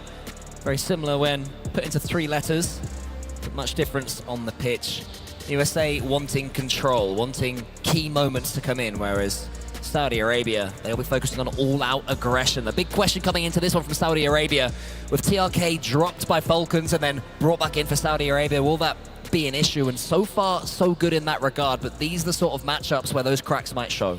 Yeah, you could say that there's some, you know, somewhat still doing okay, but I think it has messed with their synergy a bit. You know, in the previous calendar year, this trio, the Twins and TRK, have had unbelievable synergy. And outside of grand finals, this is a title and a storyline that they are definitely not a fan of, but outside of finals, they look unbeatable. And then you put them in a final, they look a bit nervous, but they haven't looked unbeatable at this tournament. They lost to Germany, they lost a game to USA yesterday with a pretty careless back corner 50 from Clears.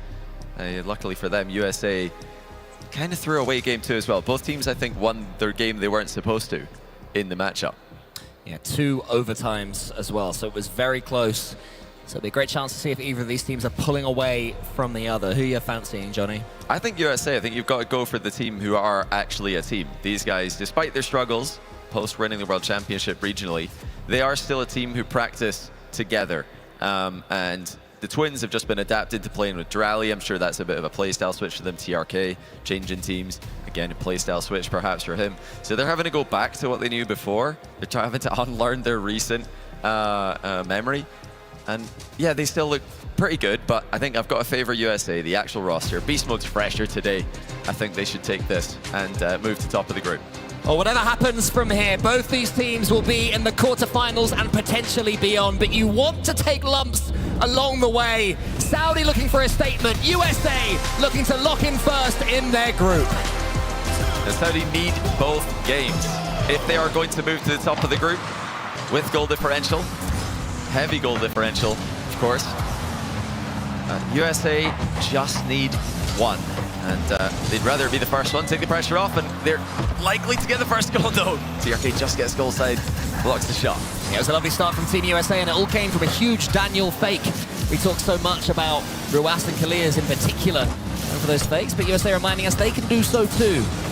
Saudi Arabia ain't too bad at defending. They get away with that one and survive. TRK shoots. Killers thinks about coming in. Open. Here's Ruas. He's got to score. Surely, even against beast mode, he can pick his spots. And that was just so uncontested for a long time. Really rare to see all three USA players jumping. That's something that they do so well, is staying composed and communicating in defense and trusting each other. There, they didn't trust each other enough. I'm okay with those double commits, triple commits if recoveries are coming through, but with no boost there, the recoveries were not going to be fast enough if somebody doesn't get a good clear. Well, Beast Mode heart rate watch is about to maybe tick into the 80s, which is big, and he might be the one who scores. Hey. Maybe that'll get him going. Yeah, it comes straight back down. It's like, all right, we're fine. Scores a goal. Is he excited about it? No, he's calming down. Heart rate's So much plummeting. as well. His heart rate's plummeting. Beast Mode, who else to die for? I know Jan had pretty low heart rate yesterday. Some of these guys have got lower heart rate playing than most of us do when we're resting. It truly is extraordinary. Daniel wins that one. It might be a kickoff goal here for USA. Almost. Saudi Arabia needs to get hold of this ball because Atomic is coming into that corner right now. Daniel loses that one out to TRK. It falls through a wax. Daniel has to make amends, and then Beast Mode could help him out. That's that USA composure you were talking about, Johnny. Yeah, they usually follow up in each other's touches so well in defense. And I think with Saudi committing heavily, as they used to be more criticized for, I think that USA are going to get some free goals on the counter-attack in this matchup. They're going to get free open net at some point, I expect, in both games. And that's something that they're quite happy to wait for today, it seems, against Germany. Saudi Arabia, will they be able to up the discipline? Will they be able to make life harder for USA? Make life harder to score, at least.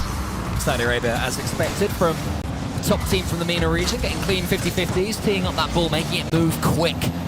Never ambles around the pitch. Saudi Arabia are involved. Ruas takes it under his spell, up against the top. It falls to TRK, who gets some distance on it, wants to help his teammate in.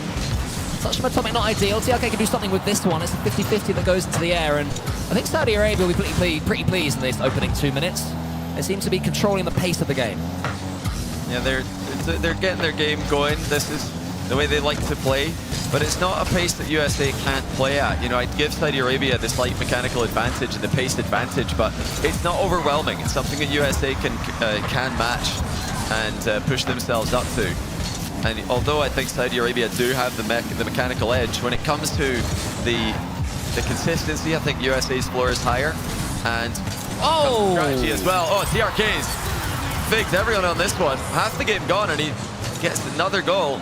Daniel leaving the play there and then turning around in a bit of an awkward spot. Maybe could have just played that initially before turning. I mean, there's a myth in Rocket League that you need boost to be good. TRK disproving that with one touch. His pathing taking him towards the ball as opposed to the pad. The catch was perfect. Then a bump or a demo comes in as well from Killers from the kickoff. Ruas wants to take out Beast Mode, nearly does. Beast Mode quick enough to wriggle his way out of that one. But TRK is coming in, but Beast Mode does all sorts of work to get that ball into the corner. He has calmed down now, as we mentioned. You can see why when he plays with such control. Lovely control by Daniel. Quite happy to take a 50-50 at the end of his air dribbles. It makes it very easy for Beast Mode and Atomic to follow up on what he's doing, because they know it's not going to be a horrible outcome here. It might be a really good outcome, but the worst case scenario is going to be decent when Daniel's in the air. Killers pushes that one out wide. Beast Mode takes the 100, so all Killers can do is push it forward as far as he can. TRK against Atomic. He's going to bounce forward towards Beast Mode. USA have a game to chase. They're looking to win this one rather than just claim the point. They do want to make these statements, especially after not making the kickoff land. In a series like this makes other teams fear you again, but now it's them that are running scared, but a huge pinch from the post. Sets up Daniel. Can he go forward all the way? Gets it almost over the top of Ruas. What a turnaround that would have been. That was a crazy save with the post pinch. And you can see the threat of the counter-attack is always there with the USA. They get these crazy saves, and then someone is downfield at the halfway line, ready to pick up the ball. And now here comes Atomic. We've got interference in front. Atomic backboards into Beast Mode. Tie game. For the second time in this game, a Daniel fake completely throws Saudi Arabia off their defensive game. Suddenly they all found themselves central, stuck underneath the ball. And in the end, the shot couldn't be missed. It looked like Ruas might have been bumped in the air there by Atomic, which surely he should get an achievement for that. The hardest player to hit with an air dribble bump. Atomic just got him. Beast mode crushes the 50, but it is deflected high by Ruas. Similar sort of story to yesterday. KSA taking the lead, USA coming back. Yesterday it was USA able to win from this position. And they don't need a last-second equalizer this time. Ruas booms it as far as he can. He's eyeing up that boost as well. Instead, leaves it for his twin killers. CRK's underneath this one with nothing to show for it boost-wise. The shot's going to come in. It's going to hit the crossbar. Ruas will claim that he knew it was. But he did a little hop, was tempted into not staying completely still. In the end, the ball falls to killers. Wants to get a clean 50-50 here as far as Ruas. Next goal will probably win this one. TRK is being swatted at by Daniel. Needs Ruas to help out, and he does. Yeah, good counter rotation there by Ruas. And look at the physical plays by USA. Just taking risks where it's safe to do so. Making it just player advantages at times. And they should be fine here. Plenty of defenders in position. As Saudi Arabia tried to put the pressure on in the final set. You can't separate these two for now, just like yesterday. And it does fall straight away to overtime. Who guarantees the point? How's the kickoff looking? It's a slow one from Saudi Arabia. They get it second. It's brilliant from Ruas. TRK's right up there from the start! And they take it! That's crazy. Ruas just drove up to the ball. He didn't flip on his approach, and then he gets a huge dunk. That's like a Platinum 1 strategy. I'm sure we've all got a friend who doesn't know how to flip on the kickoff. Well, apparently that works in pro play against the world champions. You know the DiCaprio pointing at the TV meme? I did exactly that, because I do that kickoff all the time. And really apparently good. Jack has told me it doesn't work at the top level. Well, Jack will need to take notes, because not every time anyway. Just simple driving kickoff, it works against some of the best players in the world. Saudi Arabia able to close out game one, unlike yesterday. And you know, they're cleaner performance from both teams, I think. I like more what I'm seeing from both teams when compared to day one. But there it was, the dunk kickoff. It's not popular at high level, very popular at low level. You just arrive late on purpose and go for a big block, close street behind it, and there you go. It's a counter to NRG, counter to USA, and maybe we're going to see more of it. I mean, if Ruas can get away with it, why can't we as well? A great first game, though. This time, Saudi Arabia winning the first overtime. Yesterday, fortunes swapped in the second. But Saudi Arabia, yeah, I mean, I had my questions over them with what had happened in the off-season, but it does seem that they are still playing with complete cohesion between the three of them. Yeah, that's much better from them, because yesterday, I think the defense was sloppy from Saudi Arabia. It was pretty sloppy from USA. Compared to, I've got a higher standard for the USA defense than we've seen on either day of this competition. I'm thinking to the triple commit in game one. That's not what you're used to seeing out of USA at all. Oh, that's a good bump. This gets deflected wide, though. Good save by Saudi Arabia to kick off game two.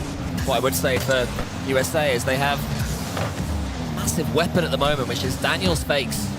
Saudi Arabia aren't expecting them, beating Saudi Arabia at their own game. So we'll see if KSA a bit more of an eye on that one as Ruas loses the 50-50 to Killers, who can pick his spot. That is just the fundamental Saudi Arabian goal.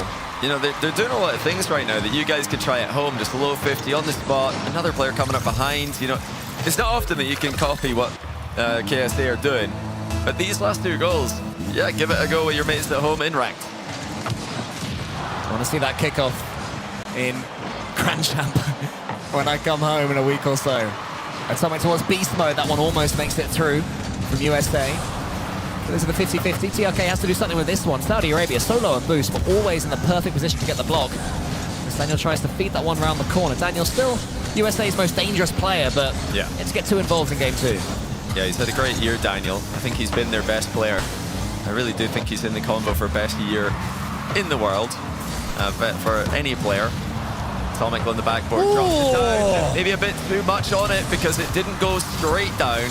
Hit it too far out between his teammates. And, yeah, USA's cohesion just isn't quite at the level we're used to seeing it. Like I mentioned in the last game, they're playing up against what some would say is the most mechanical team in the world. Definitely, in my opinion, you need to be more cohesive than this against Saudi Arabia. Of course, this is a rematch of the World Championships Grand Final, and this is the way that Saudi Arabia, then Balkans, would have hoped it would have gone. It didn't happen then. But right now it's Saudi Arabia winning every challenge, dictating the play entirely and beginning to pull away from USA. And with France confirming the first seed in Group B, this is a critical moment for USA. If they lose this game, it's Saudi Arabia topping the group and dodging the France side of the bracket, at least until you can't avoid them all the way. They are, you know, you're going to need to beat them in the final if they make it that far. Still time for USA to work with. Can they start to link up in defense? Can they start to link up in offense? They've just not had that same synergy that we're used to. Kalir's looking to make a three. Beast Mode just gets in the way. Yeah, that is so scary for Beast Mode, but he held his nerve and got that read, and now Beast Mode all the way down the other end, almost finishes what he starts. Goes just above the goal, and then Killers has no goalkeeper to aim at. Not quite sure what happened to USA there. I think they were ball watching, thinking the Beast Mode shot was going in. Yeah, they thought they had something there. The pre-jump attempt. Atomic with the back corner wall skim, not going to work out. Yeah, it's not quite coming together for USA at the moment. Saudi Arabia have leveled up since day one. USA not able to produce the goods that we saw when they played at the World Championship final. Oh, and now Ruas and Killers. Those two combining again. The old tricks are coming out. TRK wants to get involved as well. Saudi Arabia can smell blood. Fancy that third. TRK was waiting on the right wing, hoping Killers would find him, but that's too fast from USA. That's better from Team USA. It's a fake again into the bottom corner. And once again, it's the fake. Great stuff. Daniel doing so well. Hitting it up into the ceiling. And what fake by Atomic. Beast Mode. Slotting it not just past the pre-jumping Kalirs, but also past TRK, who was waiting in the goal line. Perfect placement brings USA back within one. Still plenty of time as well to come back. USA have got their foot in the door. Can they continue to push? Not with Ruas going for the bump instead of the ball there. It falls to TRK. He has 100 boost to play with. Goes to the backboard. Atomic was waiting. Great defensive positioning there from Team USA. Killers waiting for this ball. Daniel underneath it. Hoped that boost would spawn, but it didn't. And he's able to go at the near post. Bit of a double commit, but not a terrible one. And then Beast Mode allowed his teammate to do the rest. Again, Saudi Arabia just doing what they do. It doesn't matter if they're winning, losing, or tied. They are going to continue attacking. They're going to continue pushing for more goals. Never satisfied with their goal lead that they currently have. That does leave them open just a little bit more than the other top teams in this tournament. And USA, one of the best counter-attacking teams in the history of the game, will be looking for those openings to punish them. TRK wants to one for the flip reset, gets it into the bottom corner! There it is! They're just overwhelming USA. Huge first hit by TRK, booms it into the ceiling, reset on the side of the ball. And you can see how much it means to them. A scream from TRK as they re-establish a 2-goal advantage. There's one thing that brings back team dynamics. It is winning and scoring great goals. Currently, Saudi Arabia doing the former and TRK now doing the latter. Here he is again. He gets it high, but it's done by Beast Mode. Killers was waiting for it, and Killers keeps complete control of it. TRK not even being tempted to jump. Saw a little hop on the goal line earlier from Ruas. TRK doesn't do the same. That clearance from Beast Mode only goes as far as Killers. The USA have to go full-out attack soon because Saudi Arabia look like they have more goals in them. Yeah, Saudi Arabia, credit to them. I didn't expect this. You know, from yesterday, it looked like they'd lost a bit of their synergy. Oh, hold that thought. Beast Mode's got a chance. He puts it high, and somehow there's a Saudi Arabia goalkeeper on the backboard ready to collect it. Look at the space as well, TRK, because USA are pushing forward so much. One clearance sends them all the way back. The dunk does it. Saudi Arabia, barring an American miracle on the pitch, are going to take this one and take 3 points. Huge 3 points, Johnny. Yeah, it puts them on top of the table. And barring a mistake like they made against Germany yesterday, they would stay there and win the group. And they've just started their play style on the USA in this matchup. Everybody knows what Saudi Arabia are going to do. When the Twins and TRK are on the pitch, they're going to try and outpace you. They're going to try and overwhelm you with pressure. And their record against this USA lineup outside of Grand Finals is favorable. They do have a winning record against them. But in the Grand Finals, it's the USA who come out on top. And it's been that story today. USA have not been able to keep up with Saudi Arabia. They've been outclassed mechanically. And it's a bit disappointing for USA. Their cohesion seems off. The synergy's not there. They're triple committing on defense, double committing on defense. And they're not reading each other's passes at the offensive end either. The big question is that the USA have stepped down or Saudi Arabia have stepped up even higher? As Ruas thinks about a fifth, they really want the fifth, they get the fifth, they keep on scoring. Saudi Arabia, I'd say they've stepped up. I think they've stepped up massively. Yesterday they were leaking goals. Today they were not. So when Saudi Arabia are not giving away free goals, you've got to earn them against them. And unfortunately for the USA, they just didn't have the firepower to put Saudi in trouble. But what's this? More Rocket League. It's Germany v Chile. We hop straight over in a game 2 overtime. Germany have only got 15 minutes till this one ends. Now, if Germany can win this, then that really puts Chile out of the running again. Chile were within 3 points of Germany, but Germany have already won game 1. After a horrible start to their day, up against the USA and Brazil, Germany turning it around and looking to confirm that top 4, but it's getting pretty close here. Must-win game for Chile, but they're in a bit of trouble here. Pan does well to get back. Yeah, they really need the point, not just to get 1 for themselves, but to stop Germany getting 3. Yeah. Razias has this one in the corner. Raisball only gets it as far as Catalysm up against Pan. Good clearance from Pan. Well, should be okay for Davitrox. He has both Pan and Raisball on the same side of the pitch. Not ideal positioning there from Chile, but they're able to at least get parity. Yeah, Germany are looking pretty comfortable here. This is a good position for them. Catalysm tries to offload to his teammate with flip reset. Raziers joins the fray. Decides to hit the ball there. The fake was also open. Look at the speed by Tox as he gets up to that. But Chile have followed him the whole way. Catalysm moves to that 50. Raisball tees up Davitrox, and I think he's going to get it. No, Raziers somehow gets that block. I thought it was game over. Raziers did not.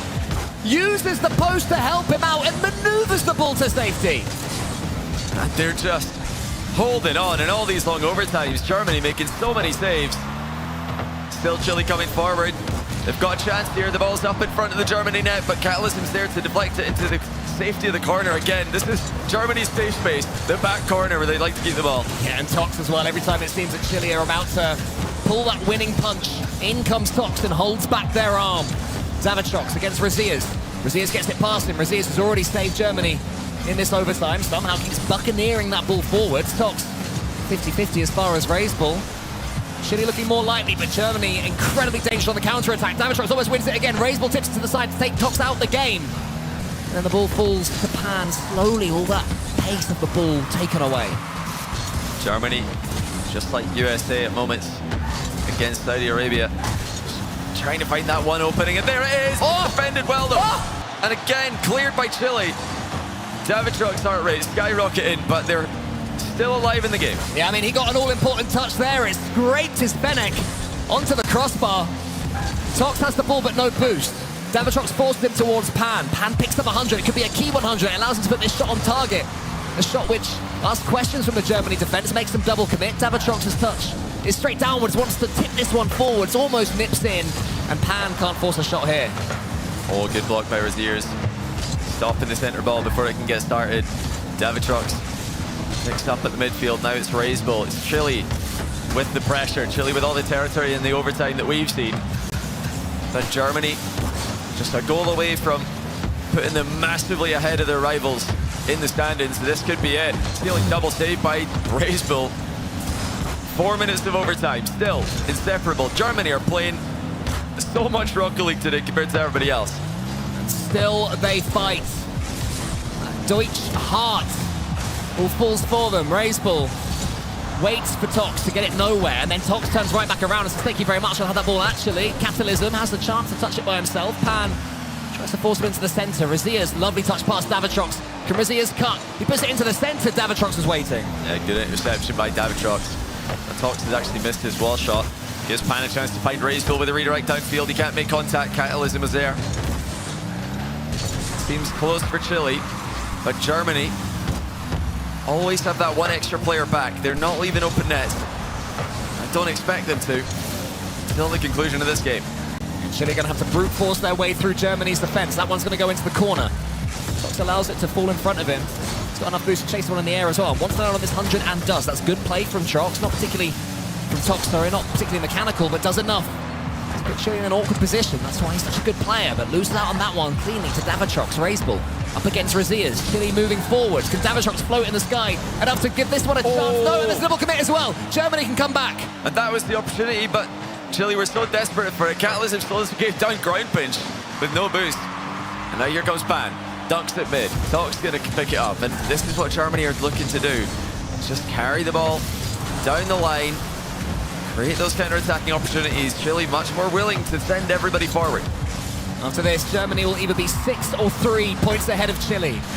One of the biggest goals in German Rocket League history. I want to break into that top 4, so desperate to do so. Chile, a much improved team on day 2. Razias gets it into the center. Davitrox has to get something on it and does. Tox onto the backboard, it's dangerous. Housepan's read, it's not there! Tox, the hero Germany needs, bounces on his chair and receives the adulation of his coach.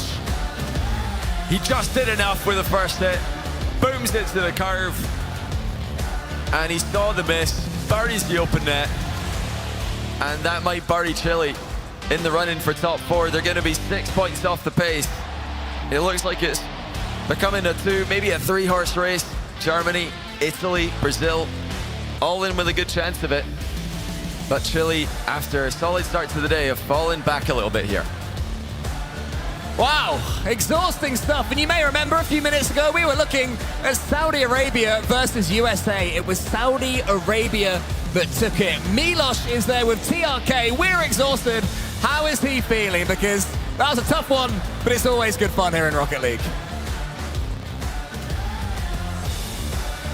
Who doesn't love a rematch of the World's Final? That's what we got with Saudi Arabia, of course, versus Team USA. How are we feeling at the end of all of that? Because it was a close match regardless. أكيد هيدي مباراة العودة بينكم أنتم أمريكا الفاينل تبعت وورلدز لهيدي السنة 2025. كيف حاس حالك بعد هيدي المباراة وفوزكم ضدهم؟ الحمد لله، فريق أمريكا فريق كبير وصراحة أبدا مو بسهلين وقدرنا نتصدر المجموعة والحمد لله بإذن الله أنها تكمل. I mean, the US team is definitely one of the best around. They're a tough squad to play against, but we beat them despite the complications in the game, and we were able to take the lead in our group, and that's exactly what happens in this case. When you play against a big team like that, there's the pressure of the rematch, the #1 also pressure of the group. How do you deal with that as a team? It's not the first time you have to deal with this. أكيد من أول مرة أنتم بتكونوا بمباراة فيها كتير ضغط، مش بس عم تلعبوا الريماتش، عم تلعبوا أمريكا، عم تلعبوا للصدارة. كيف تتحكموا بهالضغط هيدا عليكم خلال المباراة؟ بصراحة كل المباريات علينا ضغط بسبب البست اوف 2 ما نبي نتعادل ولكن الحمد لله نستعد لأي منتخب كامل قواتنا وتركيزنا والحمد لله إن شاء الله نفوز.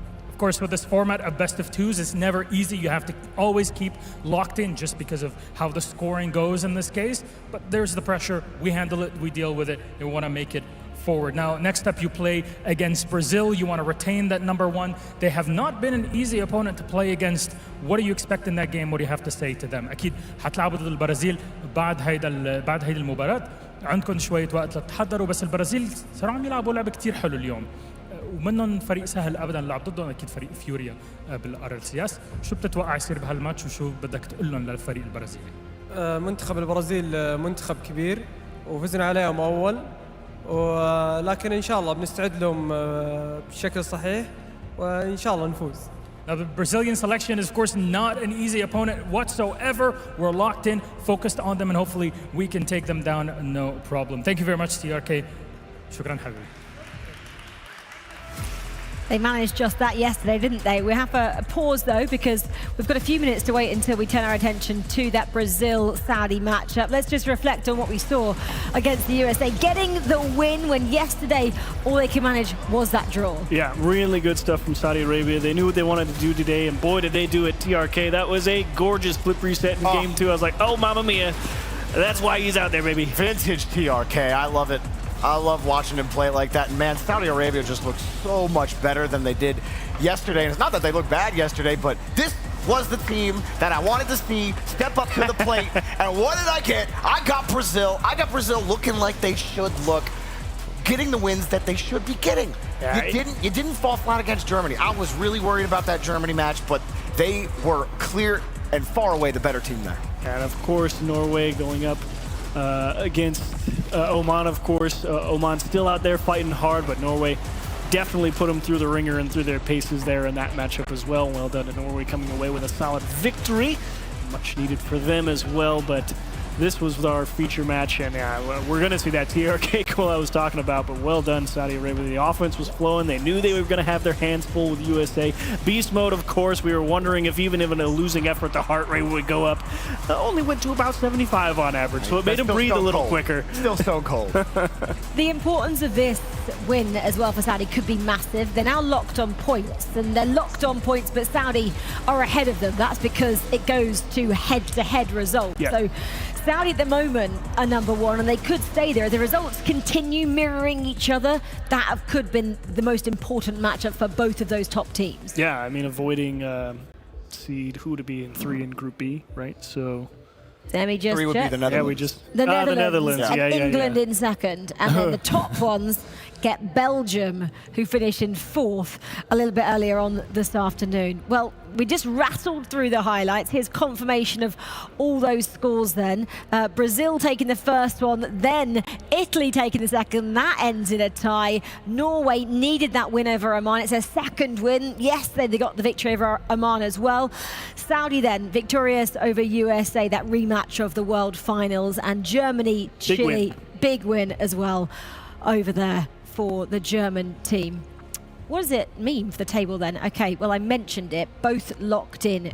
Saudi, USA, 25 points apiece. Saudi are there because of the head-to-head. They got that win, the draw yesterday. Brazil then 18 points. Germany safe with 16 points. Italy just out of touch at the moment on 14. Chile on 10. Norway 7. Oman have been eliminated. Yes. I think it's close to, it's getting really close to impossible for Chile to make it into this playoff race. Italy splitting with Brazil is huge to keep their chances alive, but that spot, Germany versus Italy, man, you need it. That's really going to be tough. It feels like it's going to be like Australia versus Belgium was at the end of Group B. Well, 12 points left, and I mentioned it before. 21 points was the cutoff earlier on. Are we thinking it will be a similar cutoff, or is it too hard to tell at this point? It's close. 21 feels pretty good. I think another 3 points for Brazil, and they're locked. I think that it will end up in this group as we thought it would, which is the top 3 spots locked from the start. That 4th spot up for grabs. It seems like we really have 2 competitors there. Okay, well, still 4 matches to go, so really anything can happen at this stage, guys. You've got to come back and find out who does lock in that 4th place spot there. They're your matches, of course. Our next feature one is this one. Brazil taking on Saudi Arabia. Saudi at the moment, the team to beat. Brazil, a little bit up and down. That's coming your way after the break.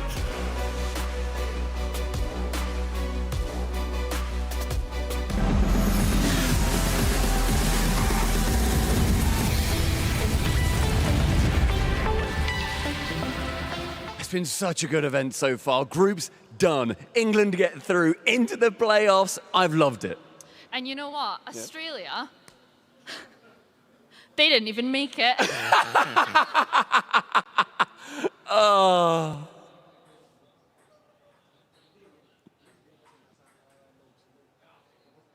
Extra, extra, read all about it. World Cup prep begins. Hold on to your hats, folks. Training for World Cup in North America has begun.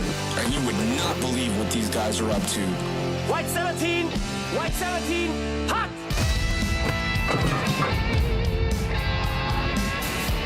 Preparations spiral out of control across the globe as the hunt for World Cup glory intensifies.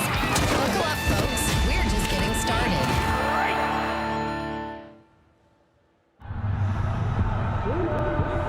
Bruno.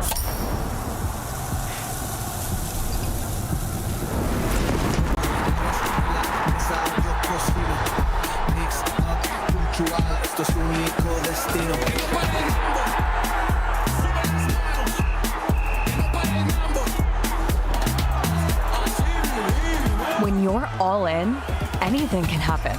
Enjoy the moment with a Coca-Cola.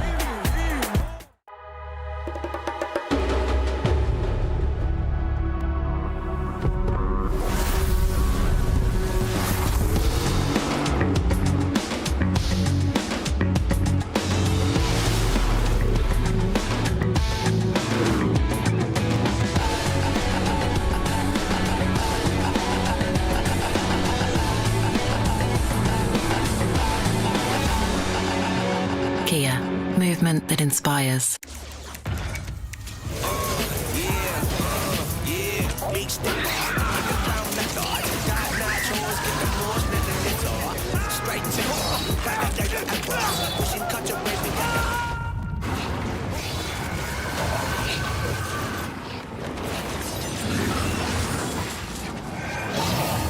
Reach your impossible with the AI-powered Legion Pro 7i, Lenovo Legion.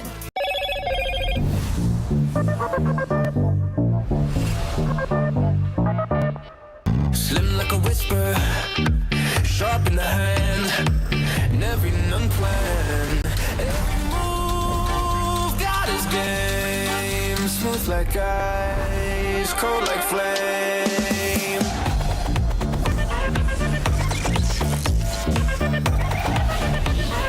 What's your edge? Hello, Moto. Welcome to the world's best airline, where the journey begins before you fly, where lounges are a destination in themselves, and your world is always within reach. A place where you're looked after, and the smallest details bring the biggest smiles. This is Qatar Airways, the world's best for a record 9th time. في السفر حتلاقي مفاجآت جديدة عليك، وهذا يمكن يخليك تتردد شوي. مع فيزا كل شيء مقبول، حتى ما يعض، صح؟ مقبولة عندنا، لأنها الخطوة اللي تسبق إنك تسوي شيء كنت دائما تشوفه مستحيل، وهذا اللي يميزك.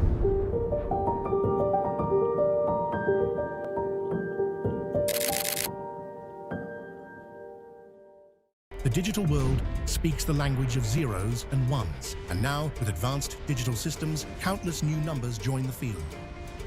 A 7 can break the pattern. A 9 can be the game changer. At Globant, cutting-edge technologies are at the core of everything we do, driving new and innovative solutions to shape the future of FIFA and companies across every industry. We are the official tournament sponsor of the FIFAe Finals 2025. Globant, technology that dares to delight.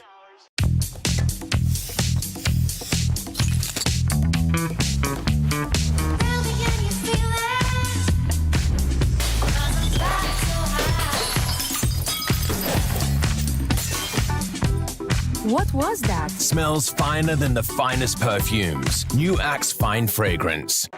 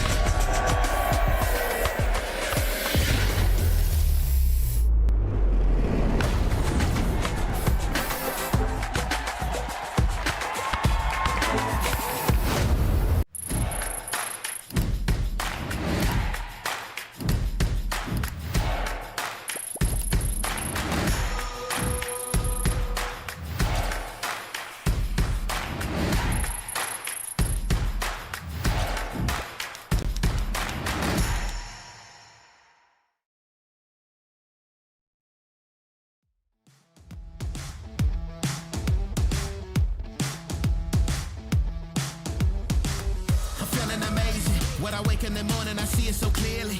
It's no competition. It's just on with the vision. We giving incisions. We feeling amazing. It ain't never gonna stop when we take to the top. We feeling amazing, feeling amazing, feeling amazing. Now back to the basics. We just keep it in moving, ain't leaving no traces. Now look at their faces. Ain't no stopping us now. We controlling with aces. Now tie up your laces. Ain't no tripping. We living this, giving the chase this. Now turn up the faces. We keep living this grizzly. We got it to face this. Feeling amazing. Take to the top and we never gon' stop it. Feeling amazing. Take to the top and we making a profit.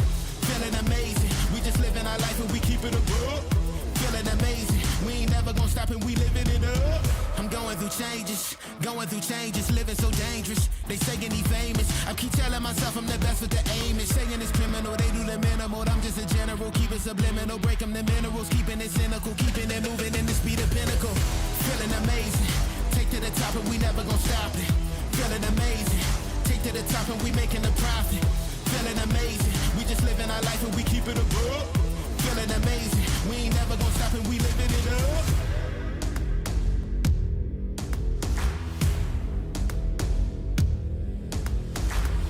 Feeling amazing, raising the temperature, counting your days in. Feeling amazing, raising the temperature, counting your days in. Feeling amazing, raising the temperature, counting your days in. Feeling amazing, raising the temperature, counting your days in. Feeling amazing, raising the temperature, counting your days in. Feeling amazing, raising the temperature, counting your days in. Feeling amazing, take to the top and we never gonna stop it.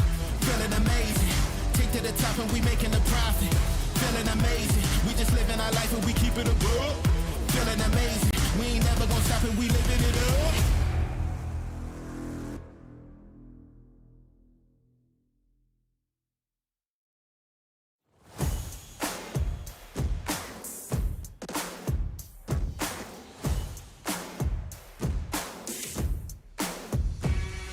Put your money where your mouth is. I got change, I could do it like a house bid. Now let's bang. Put your money where your mouth is. I got change, I could do it like a house bid. Now let's bang. Put your money where your mouth is. I got change, I could do it like a house bid. Now let's bang. Put your money where your mouth is. I got change, I could do it like a house bid. Now let's bang. Hey yo, ain't no competition, dog, we the livest. Never gonna fade us, in the end we survive this. Trials, tribulations, but it only make us stronger. Never gonna stop and bring the heaters like a sauna. Gotta take it to the highest heights, deeper depths. Gotta move it right to left, but we always move in step. Gotta be the champions, dog, never losing. Get it, I got it, deliver to go. Never gonna stop it, I take it a blow. What I get to it, they never can know. What I get to it, I'm back at it, oh. My time like a python, I'm an icon, I got this. Never gonna stop and we take it to the top. Put your money where your mouth is. I got change, I could do it like a house bid. Now let's bang. Put your money where your mouth is. I got change, I could do it like a house bid. Now let's bang. Put your money where your mouth is. I got change, I could do it like a house bid. Now let's bang. Put your money where your mouth is. I got change, I could do it like a house bid. Now let's bang. I got change. Now let's bang. I got change. Now let's bang. Winter time is like summertime. We gon' ride tonight. We gon' feel alright.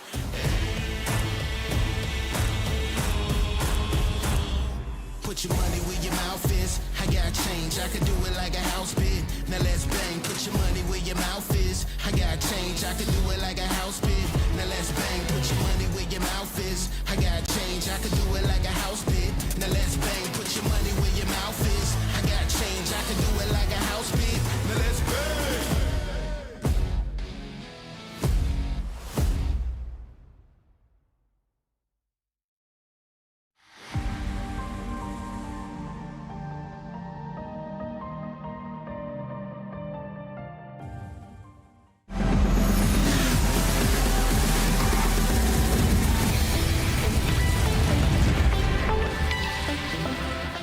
I'm going to welcome you back very quickly because we're about 3 minutes until we get round 11 underway in Group A.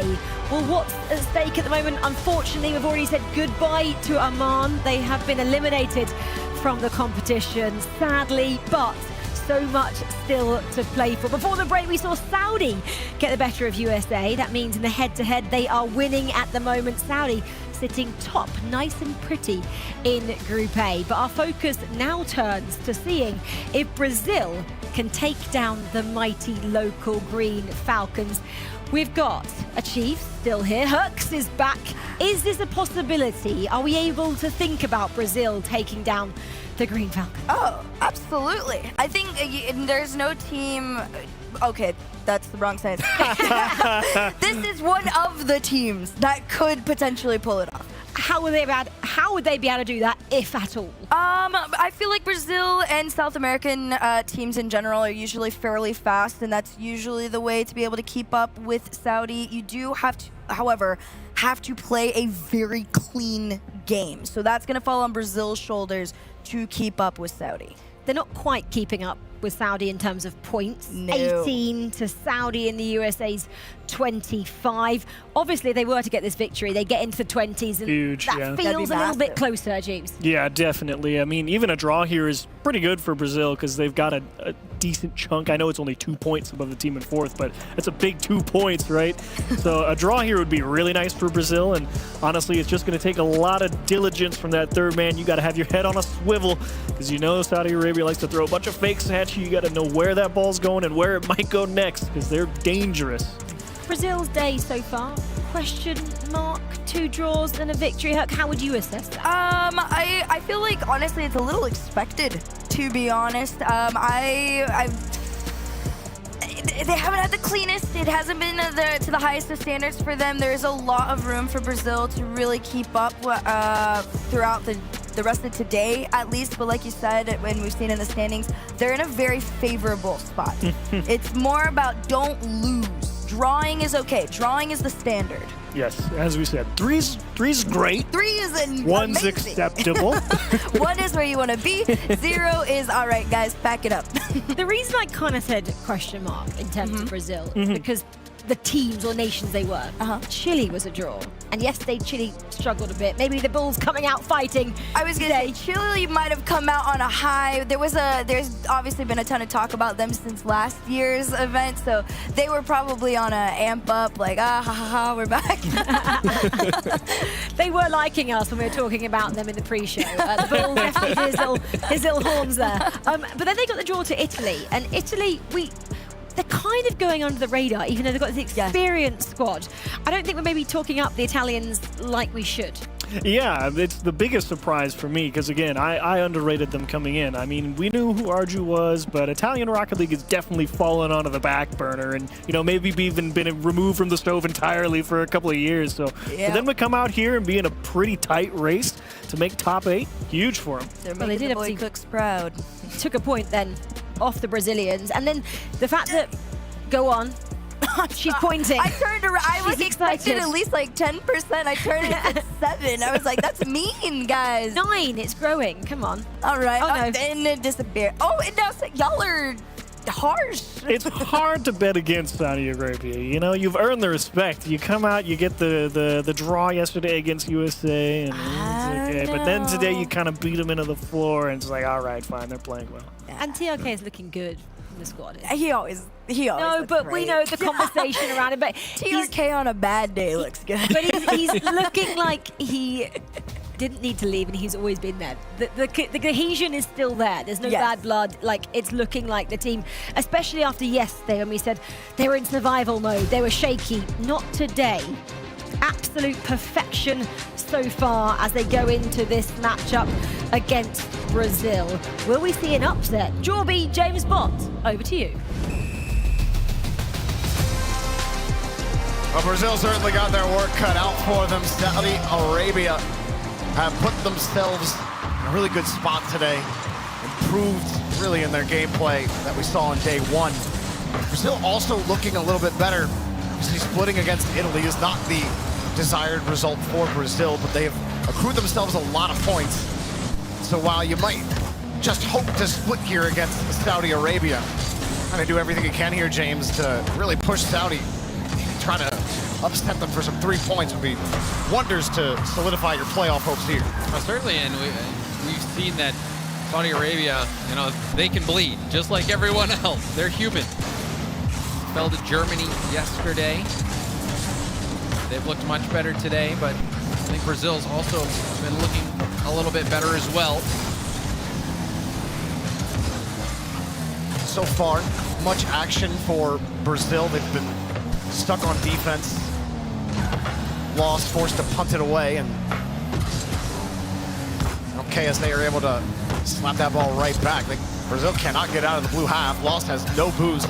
Killers, nothing for him there. Lost turning back. TRK looks as vintage as ever today. Will get the 50 underneath. Shot from Rojas, denied by Yan. And the corner boost grabbed, a little pop-up. Nobody has boost for Brazil. This is a really tight situation. A demo makes things worse for Brazil and their defensive efforts, but a key challenge from Swift will relieve a lot of the pressure. Very good play. Lost got aggressive. Didn't actually be a factor in that play at all. Killer scoops it up again. Time and again, every time that these two teams have met outside of, you remember the very first Gamers 8, when Fury had upset this team, or at least the TRK version of this team. Since then, they have not had the same kind of luck. It has just been all Saudi Arabia all day whenever these two hit the pitch, and it just feels like it's a little bit more of the same. Brazil are struggling to get any kind of possession. Saudi Arabia's kind of been doing that to everybody. They've had a spectacular year. The first non-NAU region to win a major Rocket League LAN to the RLCS. So they've had quite an amazing year. And then also defending champions here at the FIFAe World Cup. So it's certainly a situation where Brazil find themselves as underdogs, but I think they have enough tools in their toolkit, Jorby, to squeeze out a win in this matchup. Rawas challenged out by Yan. Brazil were a little off on the rotation. Lost coming in quickly. TRK avoiding the bump. Not enough here for Brazil. The ball gets dumped back into the corner. You see way downfield. Yet TRK harassing Lost on the back end. Brazil did find a little bit of time in the orange hat, but not real possession. Well, we've seen this type of play before from the Netherlands, where they've played a very heavy defensive game, defending most of the time, but then they find that quick counterattack opportunity, a bang-bang play. You clear it to a player at midfield who takes the quick shot, catch the team sleeping. Brazil keeping themselves in that position where they can do the same, and it's taking some heroic defensive efforts to keep this ball out. Heads up play from Swift. You did not want Lost to be responsible for that rebound save. Now Killer's got another one. Locked, reloaded, fires! Just saved, and Yan comes in for another stop, but TRK off the bar. Rebound, not gonna happen. Killers couldn't put it on target. I thought TRK might cook more there. It looked like a reset double tap opportunity potentially. Instead went for a shot that was slightly off target as well. So not the precision that you always see from TRK. And now a great bump opens up the goal.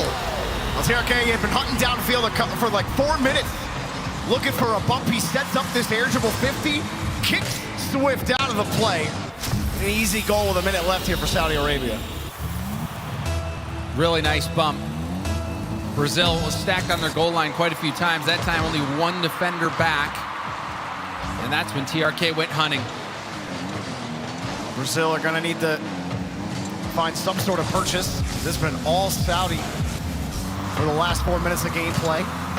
Even there, Lost doesn't have any boost. There's no way he can challenge it. Yan, quick hit off the corner. Even has a reset here, but loses the ball at the end. Finally, a little bit of pressure being generated by Brazil. You can see the call off. That was so good. TRK moving in.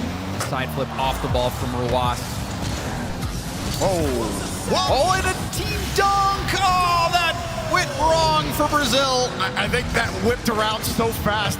Lost certainly wasn't expecting it. He thought Yan was going to get something on the 50. Yeah. Wasn't sure where Swift was or if he needed time. Maybe he just turned in desperation. Yeah, you know what Lost was trying to do is trying to clear it across the goal. A lot of times, though, it's less risky to keep that ball in the corner.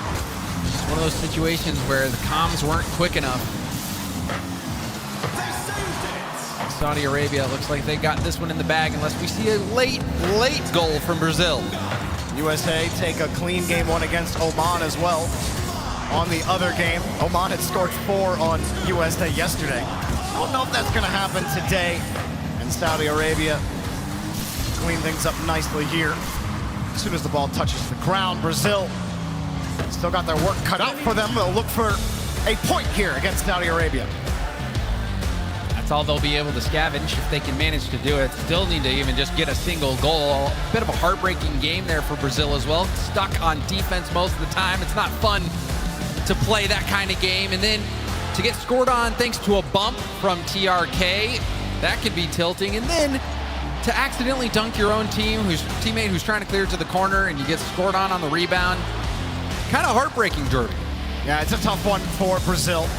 It's something that they've experienced a lot when facing this Saudi Arabian team. And And they did start to build a little bit of pressure near the end of that game, but this just goes to show you the strength of this team, even with, you know, the recent developments with Falcons with their org and TRK leaving the team and then them just coming back together to repeat this FIFAe World Cup run. A little shaky on day one for their standards. Today looks like your typical Saudi Arabia. I mean, arguably they looked like the best team yesterday too. Obviously, they look, like I said, they showed a little bit of blood, but today, like you said, Jorby, this looks like the best team in the tournament to me. Just the eye test. Saudi Arabia, the defending champs, looks like they could go back-to-back if they keep playing at this level. Obviously, they've got some stiff competition. I think the big ones people are talking about are Team USA as a big one. Also France.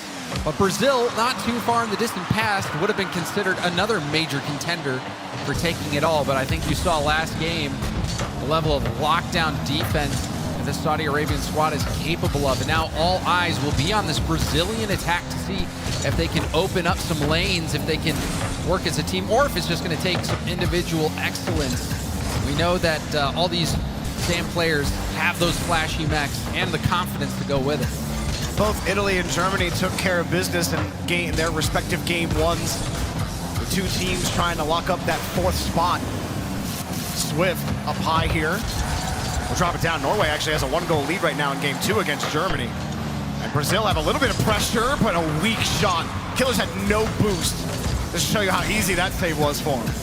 Killers goes for a tip, will go for a bump. Does land a demo in the air. The aggression has been working so far for Saudi Arabia. First goal last game coming from a bump. They're landing those air dribble demos. One thing we haven't really seen too much from Saudi Arabia is their patented fakes. These players so good at going for fakes, especially on the bounces off the corner. We'll see if we see any more of those. Get any control here. Swift was hoping for a midfield boost spawn, but it had just gotten grabbed. Not much control on these touches from Brazil. Tough to do when you're just on low boost the whole time. Swift, he's still looking for boost. He's forced on pads in his own net. TRK was swinging across, headhunting as well. Lost by some time with a bump and almost finds it, but a save off the inside of the crossbar. Wow. Excellent effort. Now dribble opportunity lost. Great back check there, being able to get back, hit the ball off the dribble, and get the demo. Really tight start to game 2. Well, Norway just scored their second goal against Germany. Meanwhile, Killers, easy reset goal for Saudi Arabia. Makes it look so easy. Look at how long Killers waits to turn an air roll into that reset. Waits till the last second. And then not only that, but to get the reset at a perfect height to where when he flips through the ball, he pushes it past the defender. Perfectly timed flip. Perfect setup. Everything about that shot was pristine. Dropping it down here. Saudi Arabia. Looking like another day at the office. It's a real threat, James. Oh, in the other stream, Norway are up 3-0 on Germany. That would be a huge split. As Italy on the other side, it looks like they're going to take care of business against Chile. And I mean, that has massive implications for the 4th spot. Yeah, I'm only picking up a point. That would allow Team Italy to tie it up just based on points. What a development there. Norway stepping up. Oh, wow. What a double touch from TRK. My goodness, Roas. He's like, man, I love when my job's this easy. Look at this. And you can see Swift couldn't get out there and challenge. That's a disgusting touch, dude. They look unstoppable, Jorby. They look in form. It does look like Italy have scored 2 now against Chile in game number 2. And there's still time left for Germany to get it figured out against Norway. The wheels falling off the wagon over there. And Italy just put in a 3rd, Jorby. It looks like they've got that locked in. 4th spot, just maybe Italy's. There's still a little bit more Rocket League to be played beyond this round. As the pop-up for Rawas, called off by his twin. Oh, that and was it goes in! He shot it into Rawas! This was so good from Rawas. Honestly deserves the goal. Goes in front of the ball, threatens the bump. The shot bounces off him, and you can see the smiles, the laughs. as well. That is not how you draw it up, but at this point, you'll take anything. You know, art is art, as they say. Swift back over to Lost. Yeah, Brazil just have had, I mean, if we had like the possession counter, I think they'd have probably 30 seconds out of the 9 minutes of Rocket League played of actual possession. It hasn't been much. They still haven't scored a goal. It's been tough for sure. Luckily for Brazil, though, group stage, you'll still get your date in the playoffs and a best of 7 to figure things out with quarterfinals. They don't have things locked down yet. They will have a few more games to solidify it. You would have loved to be able to draw a point here against Saudi. Does not look like that's in the cards. See Brazil, their offense, it has not had any answers to the defense from Saudi Arabia, who's looked very good. Now offensively as well. Saudi Arabia making some gorgeous plays. Killers especially. Lights out Rocket League. Oh, that shot almost made it in. Swift tried for the fake, but when Saudi Arabia sent everybody for every option, well, the fake doesn't really matter. Germany, meanwhile, were coming back. They had split the lead. They got it down to 2-3, and then Norway just scored again. It's 4-2 with less than a minute to go. Almost a pinch there. Brazil with their longest possession of the set. Saudi Arabia bring it right down. Killers puts the grounder in. 4-0, 22 seconds, easy does it. Killers is playing great Rocket League. This first touch control, let the ball go in front of him. That 50 is going to be really hard to win. He knows it. Got to meet that ball way further out in front of net. You see a double fake kickoff as well. Oh, Brazil get advantage on it. And a demo. Lost will try to get it, but it's all just for feel-good points. But let's jump over to Norway versus Germany, because, James, Germany have fought back into this game. It was 3-0 Norway at one point in this game, and Germany have rocketed right back. Again, if they split here, that would be devastating for their playoff chances. Oh, good hit, and that catches Germany out. Brooke, are you for real? Bruh, Norway on the ground, double first killer style. And you gotta love that if you're Norway. 34 seconds left. And the fans in the stands cheering them on there, trying to split a point. Tox has to generate something here. It's a pass to nobody. Brooke weaving his way through the German lines. Can't quite blitz his way through. Wosian, touch out, Norway. Think they've done enough. Think they've done enough. Only 10 seconds left. Germany. Wow. This is devastating for their hopes, but a great result for Norway. Norway split against Germany, and Germany's playoff hopes are on the fringe right now. Italy, they got 3 points against Chile. They pole vault Germany in the standings. The day is not over, and it may come down to Germany versus Italy for that last playoff spot, James. I think it's going to. It really feels like it. This is so entertaining. You love to see things like this. I guess unless you're a German fan and you can do without the heartbreak or the suspense, but regardless, there's been surprises. I think the big surprise of this group is certainly Team Italy. If they manage to break through and finish in a top 4 spot, make it through to the quarterfinals, that would be something else. Both tied at 17 points, but the tiebreaker is goal differential. Italy has it over them, and that is why they currently own the playoff spot. What a tight race. Chile, after being unable to garner a point against Italy, you don't want to say that they're not mathematically eliminated, but it is definitely close to impossible for them now. So it's a 2-horse race for that 4th playoff spot. Germany got work to do in Italy. Are you a believer for them? Norway, what a win for them. Certainly big result there for Norway. And if I'm not mistaken, Joby, I believe that the first head-to-head is going, or the first tiebreaker is head-to-head. Head-to-head, not goal differential. And as the way it currently stands, Italy has that result against Germany yesterday. So Germany, even if they tie, you know, it's going to be tough for them.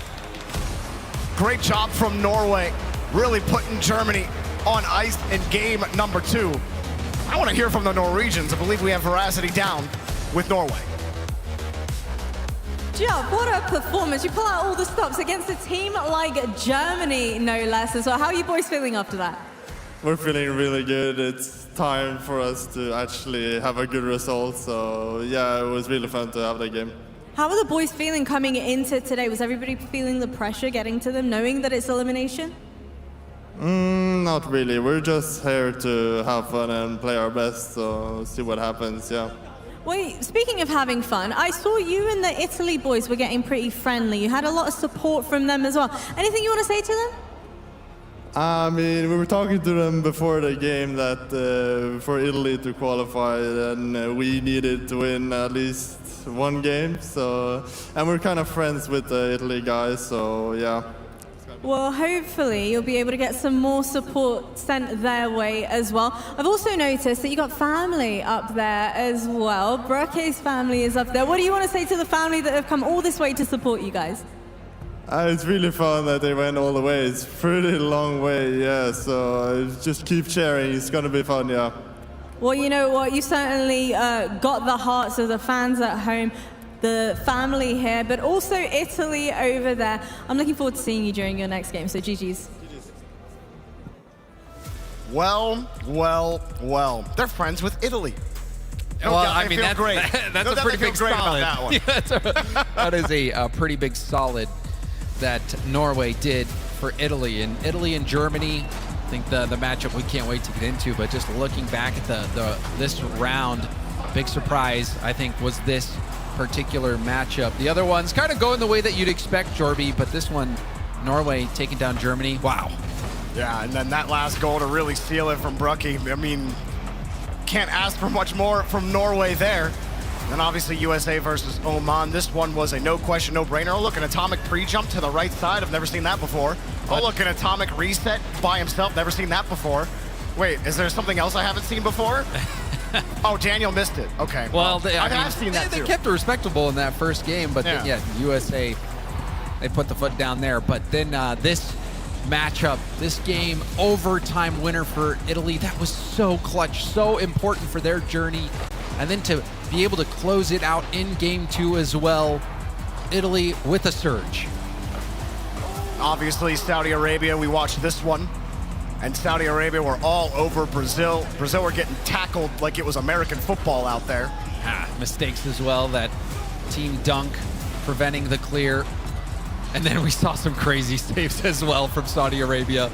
But then killers on both sides of the ball. That was such a good flip reset. And then would have had another goal if he didn't shoot it right at his brother, who got credit for it. But Saudi Arabia were a step above. I mean, it looked like they just outclassed Brazil in that matchup. Yeah, and you talked about killers, how lethal he was. He's still in the conversation for me, best player in the world. He's so consistent and proved it again in that match. That was this group. USA taking it over. Oman, Chile effectively out after losing to Italy in both of their games. Brazil really solidly in that 3rd spot. There is a chance that they could fall to the 4th playoff seed, but I don't think that they will end up falling out of the tournament. They do need to win some of their games here, because you see those points there. 17 points between Italy and Germany, only 18 points for Brazil. There is a world where Brazil somehow don't make it into the playoffs, but I think it would take some otherworldly magic for that to happen with the rest of their games. But you know what won't take some otherworldly magic? A good old head-to-head match to get over the other team into the playoffs. Italy versus Germany here in Group A. And that's what I wanted, James. That's what I wanted to see. I want the gimme game. I want the get it and get in game. And that's what we got here. So much on the line here between Italy and Germany. Italy, I think a team kind of came in underneath the radar. Germany, a team that a lot of people expected to perform very well. If they somehow manage to get beaten by Italy in this situation and Italy gets past them, that would be mind-blowing. Germany I mean, you could tell even from the early interviews with Talks and the overtime game that went for so long against Team USA. Yeah. They felt like they were playing well, but they just kept coming up 1 goal short. They could not find a way over that hurdle, and now things have started to go awry. I mean, no doubt Germany won't be sleeping on Italy this time around. We do have the head-to-head for now. Can you imagine a split? And they're both at 18 points, but it still won't matter. Italy would have, I believe Italy would have still the tiebreaker over them in a split. So Germany, I think they have to win both games here. They would, and then the tiebreaker would go to goal differential. So you never know how things will pan out. Still a lot of games left to play. You can have some runaway games. We've seen some high-scoring games here at the FIFAe World Cup, but can't take it for granted. You want to be the driver of your own destiny, and that is the position that both these teams are in right now. A 3-point victory would mean so much for both of these teams. And we have other matches as well. You got Oman versus Brazil. We talked about Brazil at 18 points. That should be one they walk away with 3 points on, which would solidify their place. It should solidify their place in the playoffs, but I think there is still some weird magic in the last 2 matches. But I think Norway and Brazil still have to play. So I think unlikely for Norway to also split against Brazil there. But hey, you know, crazy things have happened in Rocket League before. I don't care about those other matches. I want to know what you guys at home think about this one. Italy versus Germany. Hashtag ICA. Hashtag GER. In the chat, who do you got? James Bond? I think that the vote has to be on the side of Germany. Germany, certainly the favorite in this, but they've gone through so much heartbreak today. Italy, the underdog. We've seen so many underdog stories out of group stage, you know, that have been exhilarating, where teams who you count out somehow find a way to win. But the stakes could not be higher for both of these teams. They are neck and neck in this race with each other as well. So this is an opportunity to leapfrog, to get some breathing room and really secure your spot in the quarterfinals. 78%, 79% here for Germany in the chat. Talks and company gonna try to get it done. Keeps going up. It keeps going up. 83% until the graphic went away. You know, Italy look up and they're like, all right, fine. You don't believe in us, but we believe in us. And they got to prove it on the pitch. Did chat forget that Italy took them down yesterday? You know, short-term memory in chat, maybe. But also, James, sometimes the universe is telling you.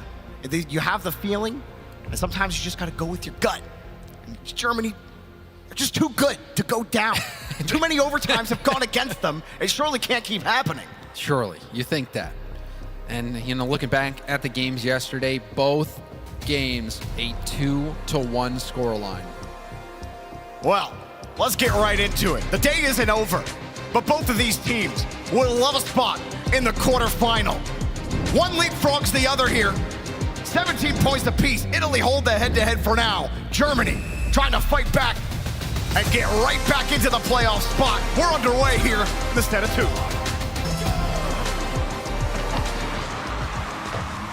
It has been a disappointing day so far for Germany. This is a big opportunity, their biggest of the day. Will they rise to the occasion, or will the underdogs of Italy get off to a good start? I think we got a little bit of an answer so far, Jorby. That is a great start. Razier's getting that great touch there from Catalysm. He gets a good bounce on the ball. Italy are forced to come out and stretch to the top of the box to get to the 50. He just lost it there. Great job from Razier's going underneath the 50 on his nose. Germany, that's a big statement here at the start of the game. Catalysm fighting through the contact. Talks, contest as well. Hyder, enough boost to get a 50. Razier's was waiting up back wall, but a little bit slow to the challenge, and that left some room for Italy to work with, but now a quick counterattack for Germany. Razier's caught that with a reset. Razier's is looking very polished so far. Nothing for Arju. Hyder wants the pass, give and go. 3-point passing play is broken up. Hyder still might have a chance on this ball. He took the corner boost, brought it down. Talks bought him a little bit of time, and a nice follow-up 50 as well. Italy all of a sudden get pushed back. Razier's tried for the space saver, but couldn't quite get back to the ball. Whoa, extra touch from Arju, surprising the defense. But you see good boost preservation for Germany. They barely cleared that one past the goal line. Very scary ball. Braziers tried to land a bump. That one might have been bouncing in if Arju got bumped off the ball. Back and forth we go. Hyder trying to fight for that ball. Arju waiting for this clear. You have Tox right there. How do Italy move downfield? Able to connect with Hyder. He got one back in Braziers, but that blindside challenge proving difficult for Italy. It's twice now they get the ball stuffed out from under them. It's a little awkward for Italy. Hyder has to bail him out. Arju missed, wasted a lot of boost, but picked up the corner, so really no harm, no foul. Another bounce shot. Hyder was trying to bump Braziers off that ball. We've seen both teams now try to get that bump on the last man and come up a little short. Now a bouncer off the backboard. Arju doing a good job to get there first. Fake touch from Hyder. A chance for Arju on the air dribble, but Germany have met every single air dribble attempt, and that just had a little too much heat on it for Hyder. Catalysm feeling the pressure coming. Gets that clear out. A nice bouncer there from Hyder. Tox had no angle to go. What a pinch! That had some speed on it, didn't it? You're lucky he had someone in position for it. Half the game to go. Germany hanging on to their lead. I wouldn't say one team has really had the possession advantage over the other. Italy with a couple downfield tries. Germany with a little bit of possession. But that clear just keeps happening. Hyder releasing the pressure gauge a couple of times here for Italy. Their bump attempt. Davouf met by a defender. Aside from that early goal for Germany, this has been neck and neck. Both teams battling for possession in the midfield. Germany probably a few more chances compared to what Italy's been able to put up. But Italy's still playing some solid Rocket League. Sears. Ground double. Lots of ground doubles we're seeing lately. And Italy certainly weren't ready for it, James. That's insurance for Germany. How did that get through? The ground double, Davouf's up. Arju, was he backwards? What was going on there? I don't think Davouf ever thought a ground double was happening. He jumps as if that rebound is just going to happen. Yeah, and I think that Catalysm actually got bumped, or actually bumped Arju at the midfield. So that is what helped open up that gap. So midfield aggression, we've seen Germany going for those bumps on the last man back, finally landing a bump at the midfield that helped make that goal happen. Touchdown field here. Italy have had almost zero offense. Arju air dribble bump, but they needed to peel more layers out, and Tox completely stuffs the Italy attack. Arju into safety in the corner. Hyder with some boost and a 50, but the follow-up is too slow, and Germany keep on wasting time. Time is on the side of Germany as we hit this final minute. Italy still looking for their first goal. This could be a chance. You can see Italy forcing Germany all the way back. Hyder fakes like he's going to go for it. Arju doesn't have any boost, though. Still will dribble that ball, or try to, around the corner. It's the most prolonged attack that we've seen all game from Italy. Hyder's been at the front of this rotation, doing everything he can to keep it going. Arju with the midfield boost, but Davouf too far underneath, tried to recover. Hyder gets dusted. Davouf with no boost, forced to clear it hard. Tox gets bumped by Davouf. Good makeup call there from Davouf. And Arju gets to move down the field, but nothing here for Italy. They get stuffed in the corner. Tried to challenge that ball in the corner, ended up not flipping into it, and a lot of times that can result in the ball getting jettisoned at near light speed out of the corner. That's what happened. It killed the Italy attack. What a clean game one for Germany. You really couldn't ask for much more if you're a German fan at home watching right now. As Italy brought it to them yesterday, and Germany are giving them a taste of their own medicine. Such an important series in the race to qualify for the quarterfinals, and Germany have risen to the occasion, at least securing a point, and that is critical. Not only securing a point, but denying points to Italy, who they are racing. You want to control your own destiny as much as possible. A split means that you gotta hope Italy drop the ball in the next two matches. You'd rather take 3 points and control your own destiny, and you don't have to care what Italy do from here. So, and I think, you know, we saw the 83% of fans at home voting for Germany. Well, chat, you might be onto something, because Again, clean game from Germany, and there wasn't really many good opportunities from Italy. I think it was a controlled game from Germany. Yeah. Germany had the possession. They were shutting down all of Italy's chances. And it just looked like clean Rocket League from Germany. And then you could see the aggression as well. Kata landing a key bump at midfield. And then also Raziers starting the game out, really setting the tone for Germany with a very early goal on that 50. And you can oh, man. The emotions definitely. We feel you. We feel you. It's a tough one out there for the Italians. But the best part, James, is that Rocket League is a short-term memory game. Because 0-0, 5 minutes. It could be totally different here for Italy, but they need a strong start. Hyder will start on the front end, and he'll get a demo, but the ball's cleared the other way. Arju booming it up, and this is still a really important result to get. If Italy can get a win here, they will lock in that head-to-head tiebreaker at least. So very important for Italy, even if they can't take home those 3 points, to be able to lock in that advantage. And if you're Germany, if you're split, you have to basically hope that Italy drop a series completely so that you can just overtake them clean in points. And at this stage, it might be unlikely, and Italy do strike back here in the next episode. And Italy needed that. The shot right on target, and that is a little bit unlucky. Crazy. Oh, that doesn't happen too often. Italy catching a bit of a break, and speaking about catching a break, somehow Chile was able to take a game off Saudi Arabia. Wow. Oh, nice one for Chile there. I don't know if that has many implications for the playoff standings, but I mean, it certainly helps the United States, who are looking to top out the for group. The 1 seed. Very true. Well, Hyder will drop this down. As they say, fortune favors the bold, and Hyder's gameplay is absolutely of the bold variety. He sits at the front of the rotation more than any of his teammates. He loves going for those demos. Unfortunately, the demos mean more when you have possession, and that's something that Italy haven't been able to do when Hyder does go downfield. Here he is on the ball now, actually slips through the defense. Shot on target! Italy making a statement! Lovely play here from Italy. Hyder staying behind the ball, hoping for a bounce to Voof.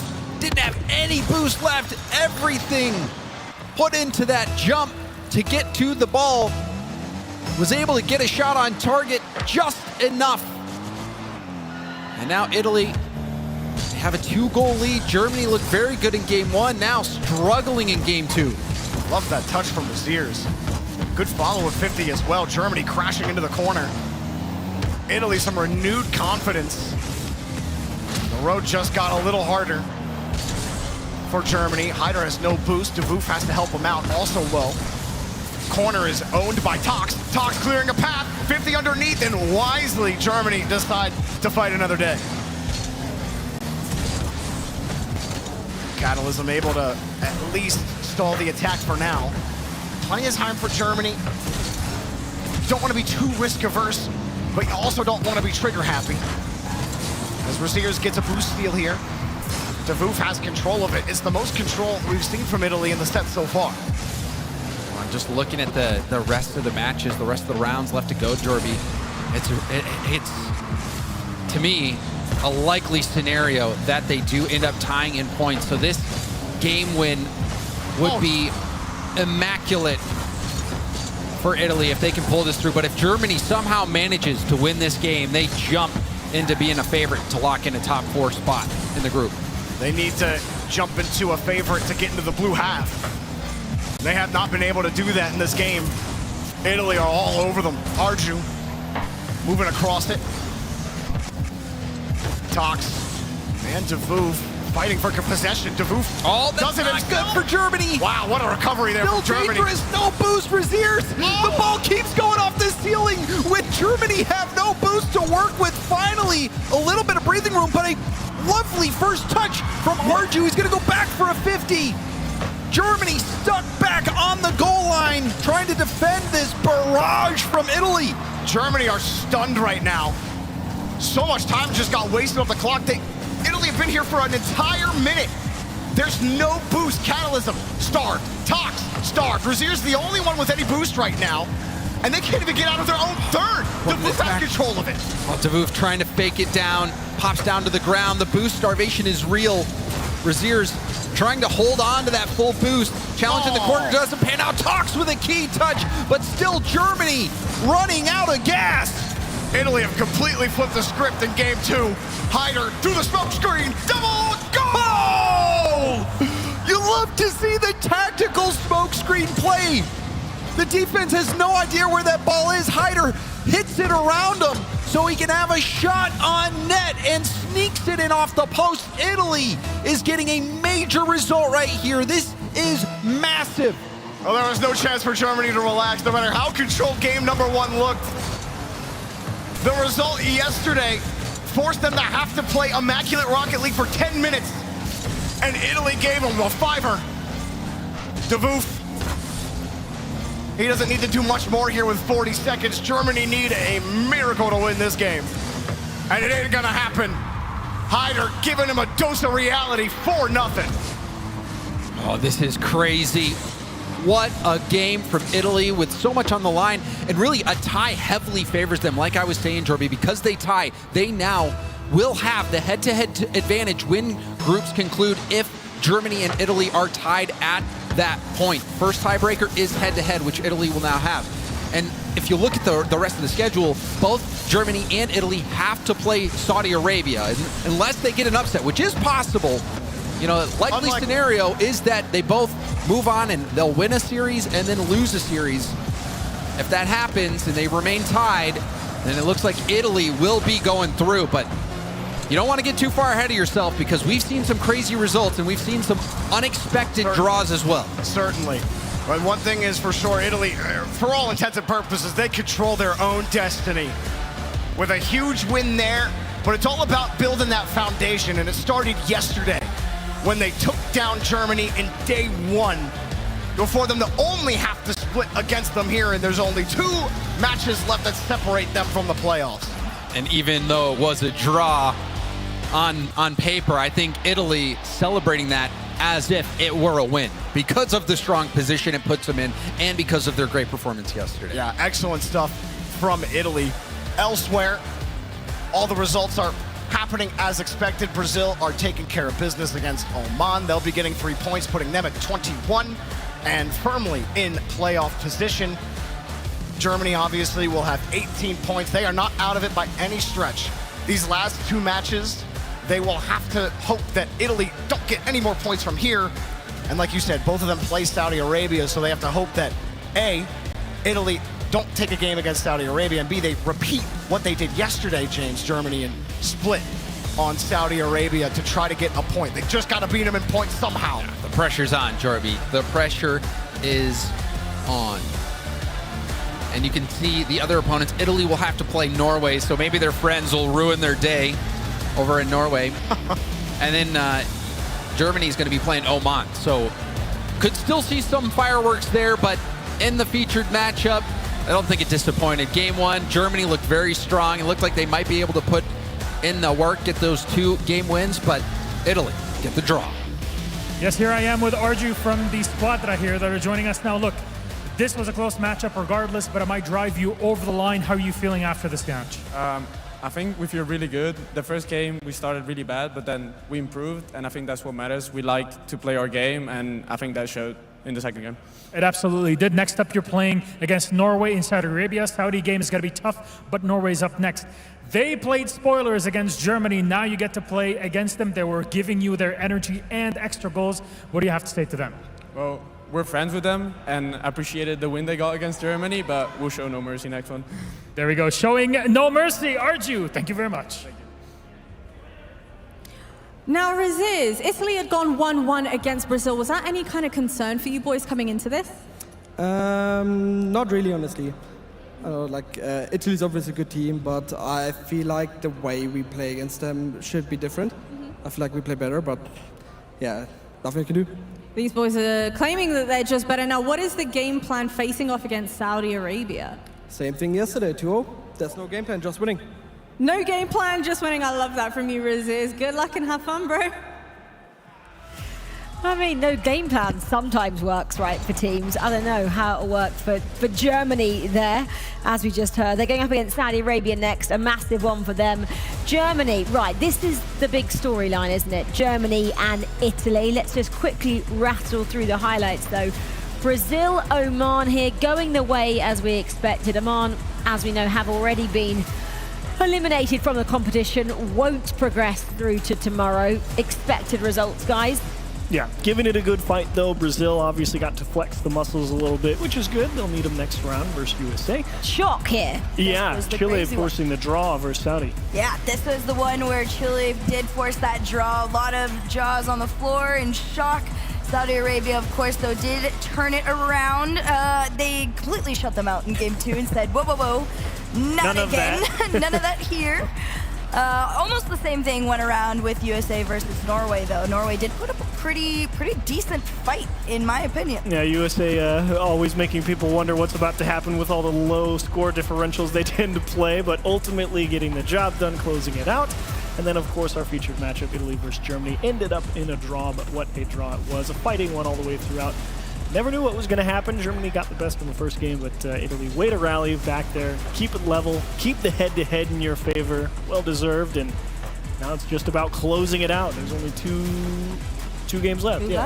From a neutral perspective, actually, I quite like the fact that it was a draw because it makes it even more exciting in the run-in now. Both on 18 points.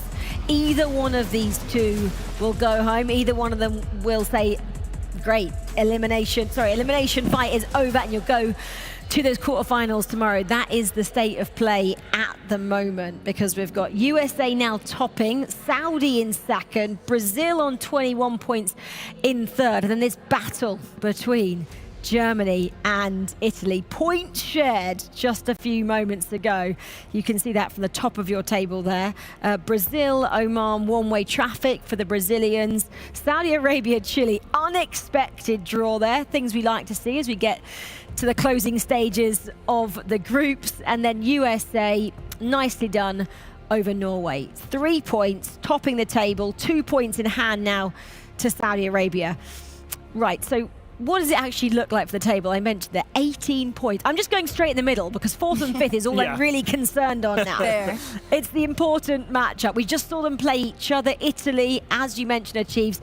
They are winning in terms of head-to-head, though. That's important here. Yes, and even beyond that, they are winning in goal differential as well. So Italy looking like perhaps the stronger team, but just because you look like the stronger team on paper doesn't mean you're going to get there. You both got to play Saudi Arabia. A draw there would be really nice for either one of you because the other team's likely going to get a 0. So good luck. Herc, we've also said goodbye to 3 teams now. Chile are also going home. That's a tough one. I mean, at this point, I would love for Chile to just be the upset monster that they were last year, breaking everyone's hearts left and right. We're going to see if they can do it again here in these last 2 rounds. But yes, unfortunately for them, they are headed home alongside Oman and Norway. But I mean, it's 2 last rounds. You're enjoying yourselves here on the LAN. Have fun. Full send it out. I feel like once the pressure's gone, whether you like it or not, you can have a little bit more fun with it. And Chile have Oman next, and then the USA, because they, not that they're going to upset anybody, but they could still be a spoiler alert at the end, right? If Chile draws USA, hey, run it Saudi back. drew Run USA, which means Saudi holds a head-to-head again. Listen, the last time I casted those 2, it didn't go well for the US, so... What are you casting next? Who have you got next? I've got them. You've got them. They threw the production team. We did the rotations on it, and I was like, "Yo, run it back." So, like, I just, for the memes, would like to be a part of this again. Well, Herc is going to jump out from the sofa into the commentary booth because she is going to be casting that featured matchup, which is next. Brazil taking on the USA. These two safely through to the quarterfinals. The order still to be determined, and we've got 1 spot up for grabs. Germany or Italy come back, though, for the featured matchup. Brazil taking on the USA.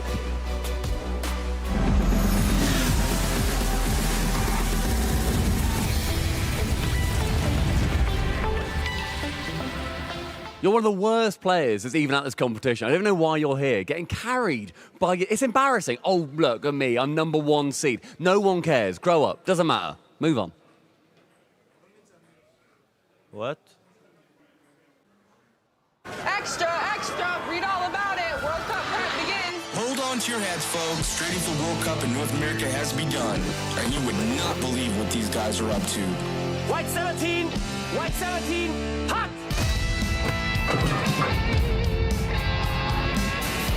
Preparations spiral out of control across the globe as the hunt for World Cup glory intensifies. Buckle up, folks. We're just getting started.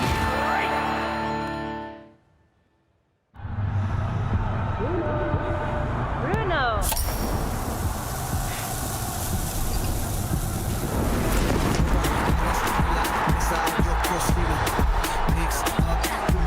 Esto es único destino.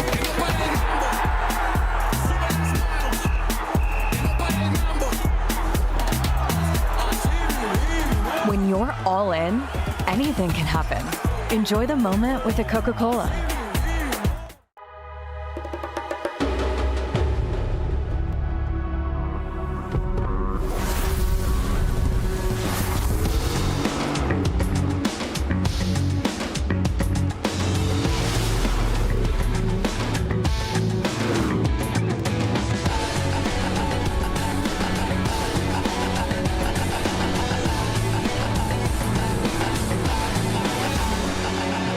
Kia, movement that inspires.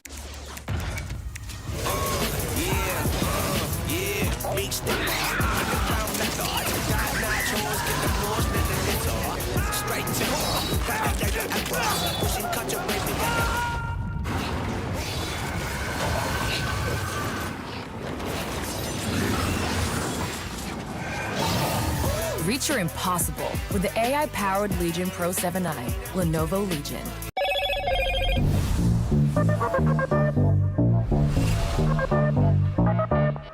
Slim like a whisper, sharp in the hand, never unplanned. Every move got his game, smooth like ice, cold like flame.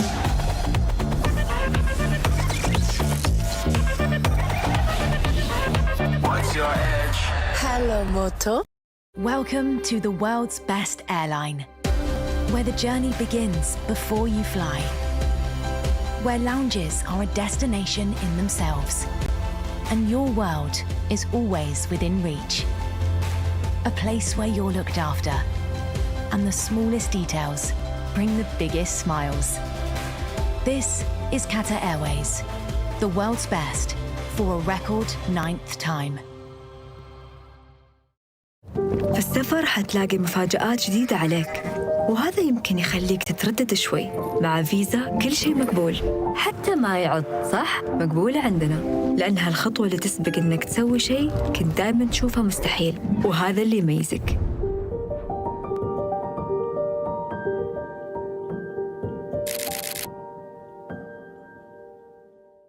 The digital world speaks the language of zeros and ones, and now, with advanced digital systems, countless new numbers join the field.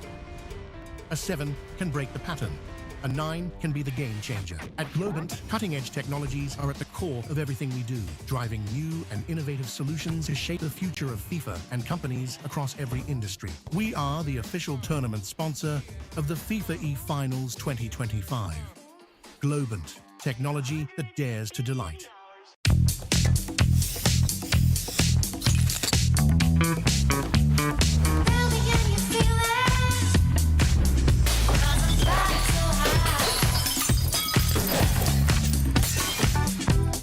What was that? Smells finer than the finest perfumes. New Axe Fine Fragrance.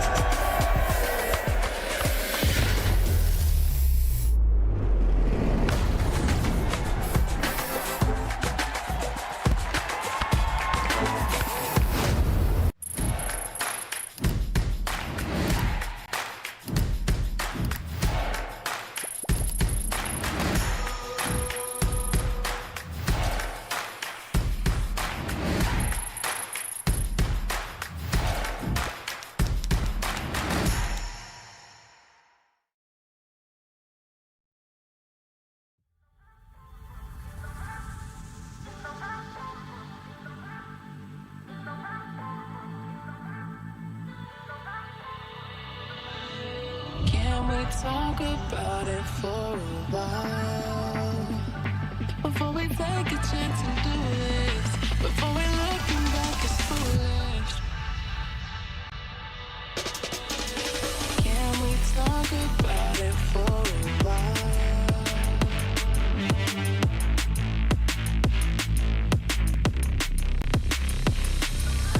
Can we talk about it for a while?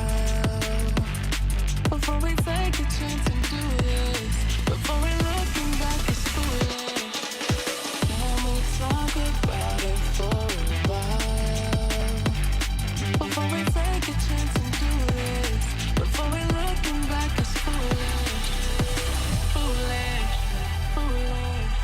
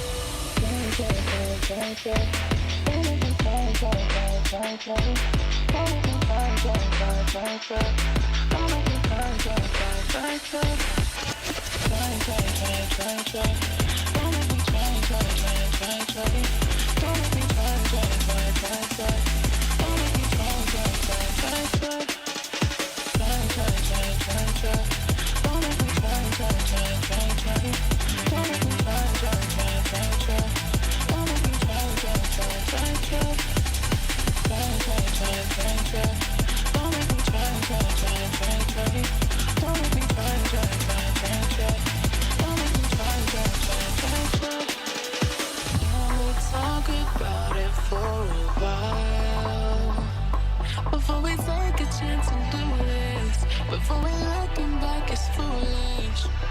Can we talk about it for a while? Before we take a chance and do this, before we looking back is foolish.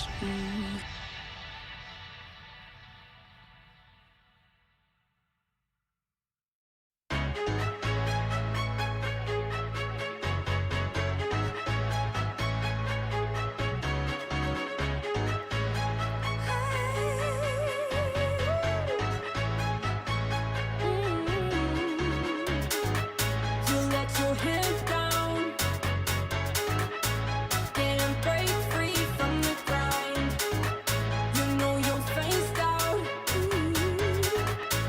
running circles in your mind. You're working overtime. Feels like nothing's gonna pick you up. Running overdrive. Keep searching for a second shot. When you dance, you can multiply. You're getting close to the finish line. When you move, you will energize. And keep running to the other side.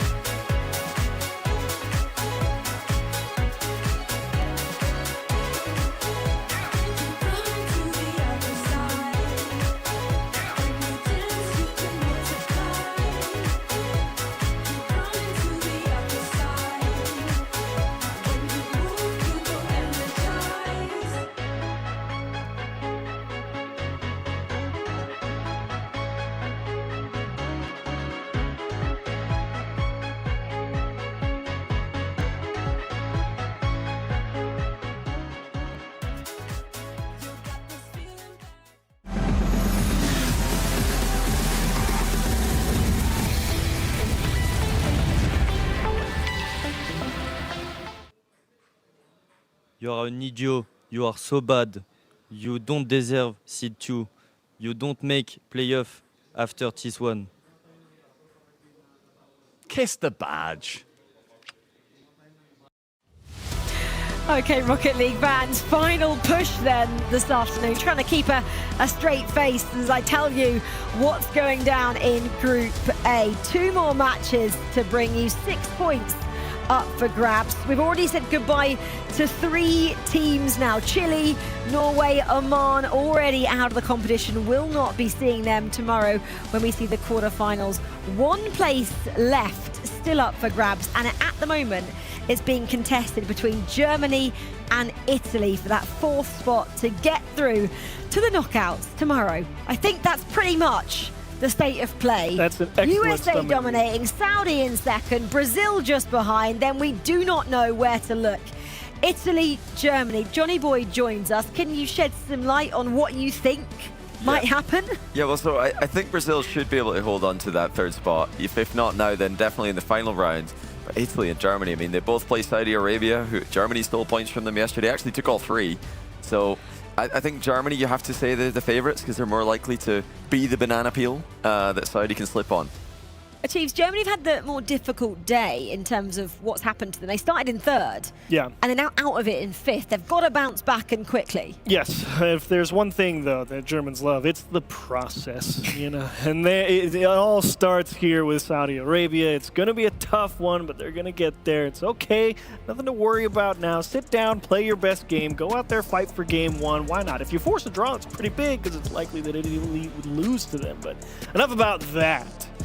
It's all about Brazil-USA. Exactly. This is the matchup that we're focusing on. Brazil-USA. In terms of who goes through, we're pretty sure both teams are going through. USA, 100% guaranteed, top of the table, 31 points so far. Brazil, we think as well, because they've got 3 points in hand of the other 2 teams that are still fighting it out. And Johnny Boy, I said, oh, this doesn't mean as much. You said, yeah, but it does for the fans. It does. You know, for the South American fans especially, South America didn't have the best day 1. So this would be a good finish to the day if Brazil can take a game or maybe even the series off of the USA and then finish strong against Norway, give South America hope going into the playoffs. But for USA, they need to just keep on winning by 1 goal because Saudi Arabia's got the goal difference advantage, but they keep dropping games to teams that USA beat, and they need to beat Brazil to continue with that pattern. I feel the USA today are kind of going slightly under the radar. They're just getting the victories achieved. It's the classic. Is it? Yeah, absolutely. They love their 1-goal games, their tight affairs, and they've got a lot of practice at it, which might explain why beast mode always hovers around 60, 70 heart rate. He's just used to playing all these 1-goal games. Atomic loves the pressure, though. He always hovers around like 120, 130, so always amped up, but I would not be surprised to see another, 2-1, 3-2 type deal here. It's just the way that the USA games go. Coming into the tournament, you would think Brazil have got a better chance of upsetting USA than either Italy or Germany do of upsetting Saudi Arabia. Now that we've seen all the games we've seen, though, it's the other way around. I think USA looks super consistent against the rest of the field. They've, lost out on the head-to-head with Saudi Arabia, but everybody else they've just beaten consistently. Not many blowouts, but they've consistently won games, and that's all that matters. Yeah, because you always find, don't you, kind of the underdog teams, they play their best when they need to up against a team like the USA. And we've seen that quite a few times across the tournament so far, especially like Germany when they're up against Saudi Arabia. Are we going to see a best possible Brazil? Because from what we've seen so far today, they've had a couple of question marks, had a couple of draws, haven't they, where they should have got victories. Can they turn that into a better performance against the USA? So there's one great benefit and one great downside to being world champions if you're Team USA. Obviously you're world champions, great benefit. Great downside, everybody wants to beat you. Doesn't matter what it is. I feel like if you're the best team and the team to beat in the world, everybody gives you their best game, no matter what the situation is. So I always give Brazil a shot. It sounds good, doesn't it? Like, let's say USA go on to win the whole thing and you've taken a point off them somewhere. You're like, they won, but look, we got close because we got a point or we got a victory. Like, it sounds good for the team. Yeah, and for Brazil, they would like to cement it here, just be clear of the battle for 3rd, 4th. And, like I've been saying all day, secure that quarterfinal match against England. That's the match that they want. They don't want France, they want England. No, I don't know if we do want England. Do we want England? Do we want Brazil? Jeez, come on. Brazil wants England. I can't trust Johnny Boy here. So I'm saying we don't. Okay, come on Germany, come on Italy. No, in all seriousness, this is the featured matchup. It's Brazil taking on USA. It's a big one. It's a fierce rivalry between these 2 teams. And you can enjoy this in the company of Herc and Cole. Welcome back, USA, to FIFAe it is time to see if the upgrade keeps them going further and further this weekend. Brazil, they've had an pretty insane weekend, Cole. I'm just here to see if they can take down the giants that are Team USA. Yeah, I mean, Team Brazil currently 3 points ahead of Italy and Germany. So if they can get at least one here, they would guarantee they make it. Not quite done so yet, so see if they can get over the line against Team USA. Last time these two played, of course, Team USA, they've not been smashing teams, they've not been finding it easy themselves. But it was a 2-0 and it was 4-2 and 2-1. So USA having some form up against Brazil. Yep, USA has been fairly clean. I believe they've only dropped one series or drawn or something like that. 1 draw, 1 loss. Thank you. Hey, see, on the right line with that one there. But Brazil on the other end of things, couple of draws here and there, a loss, but they've won in the ones that have mattered. They've upset the really, really important ones. Unfortunately for Brazil, this is one of the most tough matches you can go against outside KSA, and USA is going to show you exactly why. Yeah, this is what USA have been doing this entire time, waiting for that moment. I don't like that from Brazil, though. Whoa! Hargle's up 3 fingers, because I counted the same. That is 3 Brazilians right there. That's not right. That was the auto hold-up from me. All 3 members throw themselves out into the corner there, and the US takes complete advantage. Dale's going to go for it again off the kickoff here. Big flip and to their net. Yeah, Brazil, another sad fist bump. 2-0 down. They've absolutely chucked away a couple of goals against USA. Not a team that you want to be chasing goals against, we know, from our world champions, so they can punish you if you rush. And I mean, Brazil are giving the goals away. Yeah, you definitely are giving them away because the US, in more notably NRG, is a very low-scoring squad. So to have them up 2-0 with just over a minute in is very dangerous territory. They tend to hold on in a very low-scoring game. That's more the MO for this squad. So Brazil, you got a tough challenge ahead of you. We're going to see if they can regain possession of this ball. It's a little challenge in the midfield there, no bump. But all of Brazil a little disconnected here, not as cohesive as we saw in the beginning stages of today. Yeah, another double commit there from Brazil at the center of the pitch. They get away with it and actually get a little bit of pressure from it, but it is not clean Rocket League. And if not clean against USA, they're going to punish you. It might be a third. It is. It all started from that double commit. I'm getting a bit annoyed here, Hug, watching them. You're annoyed? If you were a USA fan, this is what you've been waiting for from this team for so long. Nice little pass down and in. All very expected. They're not even playing insane Rocket League right now. It's just very clean and standard. They're letting Brazil kind of fumble around themselves. So off the kickoff, Swift. Slightly awkward, but very powerful touch out into the corner to Lost. A little wide, but that follow comes through. I love the commit from Swift. This is the Brazil that I was expecting to see earlier on. Yeah, me too. I mean, lovely. Oh, look at that. So much maneuverability there from Lost towards Swift. Yeah, there was a little bait and switch, you could call it. 3-1. I mean, I'm still not too impressed with what I'm seeing from Brazil, and I'm a little bit disappointed, to be honest, so far this game, but maybe that goal just gets them going. They come into this one off the back of a commanding victory over Arman, 2-0. It was 6-3, 9-1, so maybe they've forgotten there are levels to this game, and you can't play against USA the same way you come up against poor old Omar. Big shot there. Atomic wanted to get the bump to just allow Daniel's shot on in. Instead, Brazil does manage to hold on. Beast Mode up next on the challenge here. Brazil does recognize they got to play a quicker rotation on the defense. USA is pretty quick to follow each other up, although they do still lead by 2. Speaking of 2, Italy up 2-0 on Norway. Big result there for Italy against Norway. They have to make sure they don't throw because they are currently equal on points with Germany. So he's just hoping the others are losing, and they'll be praying that Germany can't beat Saudi Arabia again. Saudi Arabia's only loss, if I'm not mistaken, was against Germany, but I was looking down. What did I miss? You missed a lot. This is a very Brazil play. You could tell there was frustration involved. Lost had all the time, and Yan said, don't even think about it, Atomic. You get out of that net right now. And that's exactly what he did. Brazil definitely giving themselves a fighting chance here. 2:15 to go off the kickoff. A little fake there. Puts USA in that blue half. We're going to see where this challenge comes from Daniel. Does manage to sneak around 1, but not 2. Nice challenge from Lost as well. So Brazil looking more like themselves. Maybe they needed that telling off.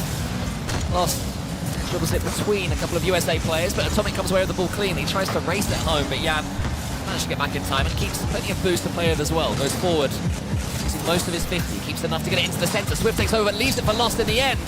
Love the fake. I like the idea. USA didn't fall for it this time. No, they and also are playing a little bit more of a patient game there. Brazil's done a couple quick cuts to try and force on back. USA just throwing hands up, taking a shot. This one off the back of one car. In that corner there, kind of where the ball keeps setting up a lot there in this game number one. Easy to lose control a little bit. Still, Brazil very rarely have the opportunity to shoot in this game against the US. I mean, let's talk as well about the fact that USA haven't quite won this group. 2 points up against Saudi Arabia in game round 9, but if they do drop a game to Brazil, that will hurt, and it's looking like it could happen here. Brazil have made an almighty turnaround, almost getting their third. USA, a team you'd think are able to keep a 1-goal lead, let alone a 3-goal lead. They'll be pretty dangerously right now. If I'm honest, that 1-goal lead is going to be a lot more difficult than trying to catch up on the other two, especially with less than a minute to go. This is where they thrive. Atomic nosediving this one down, almost had it in, just a bit wide, and the ping of dreams going wayside. Rings of the ears of the US. We were chatting with Fairy Pete just before we started casting, and USA are going to have to be careful themselves because Brazil have complete momentum. Lost going in front of the ball, there's the shot! And Brazil have made it back, it's Jan! You cannot count this team out. They are the ones to upset all the greats. A very powerful demo to slot on in. It's even playing ground to the rest of regulation. Brazil trying to lock themselves in to surviving Group A. Not quite done so yet. Couple of game rounds left. Jan, he goes up against Beast Mode. Jan onto the backboard. Brazil have complete momentum now. Atomic, no boost, can't do anything with this. Can only get a prod towards Beast Mode. Swift read it. USA desperate to get involved again. They won't believe what they've thrown away.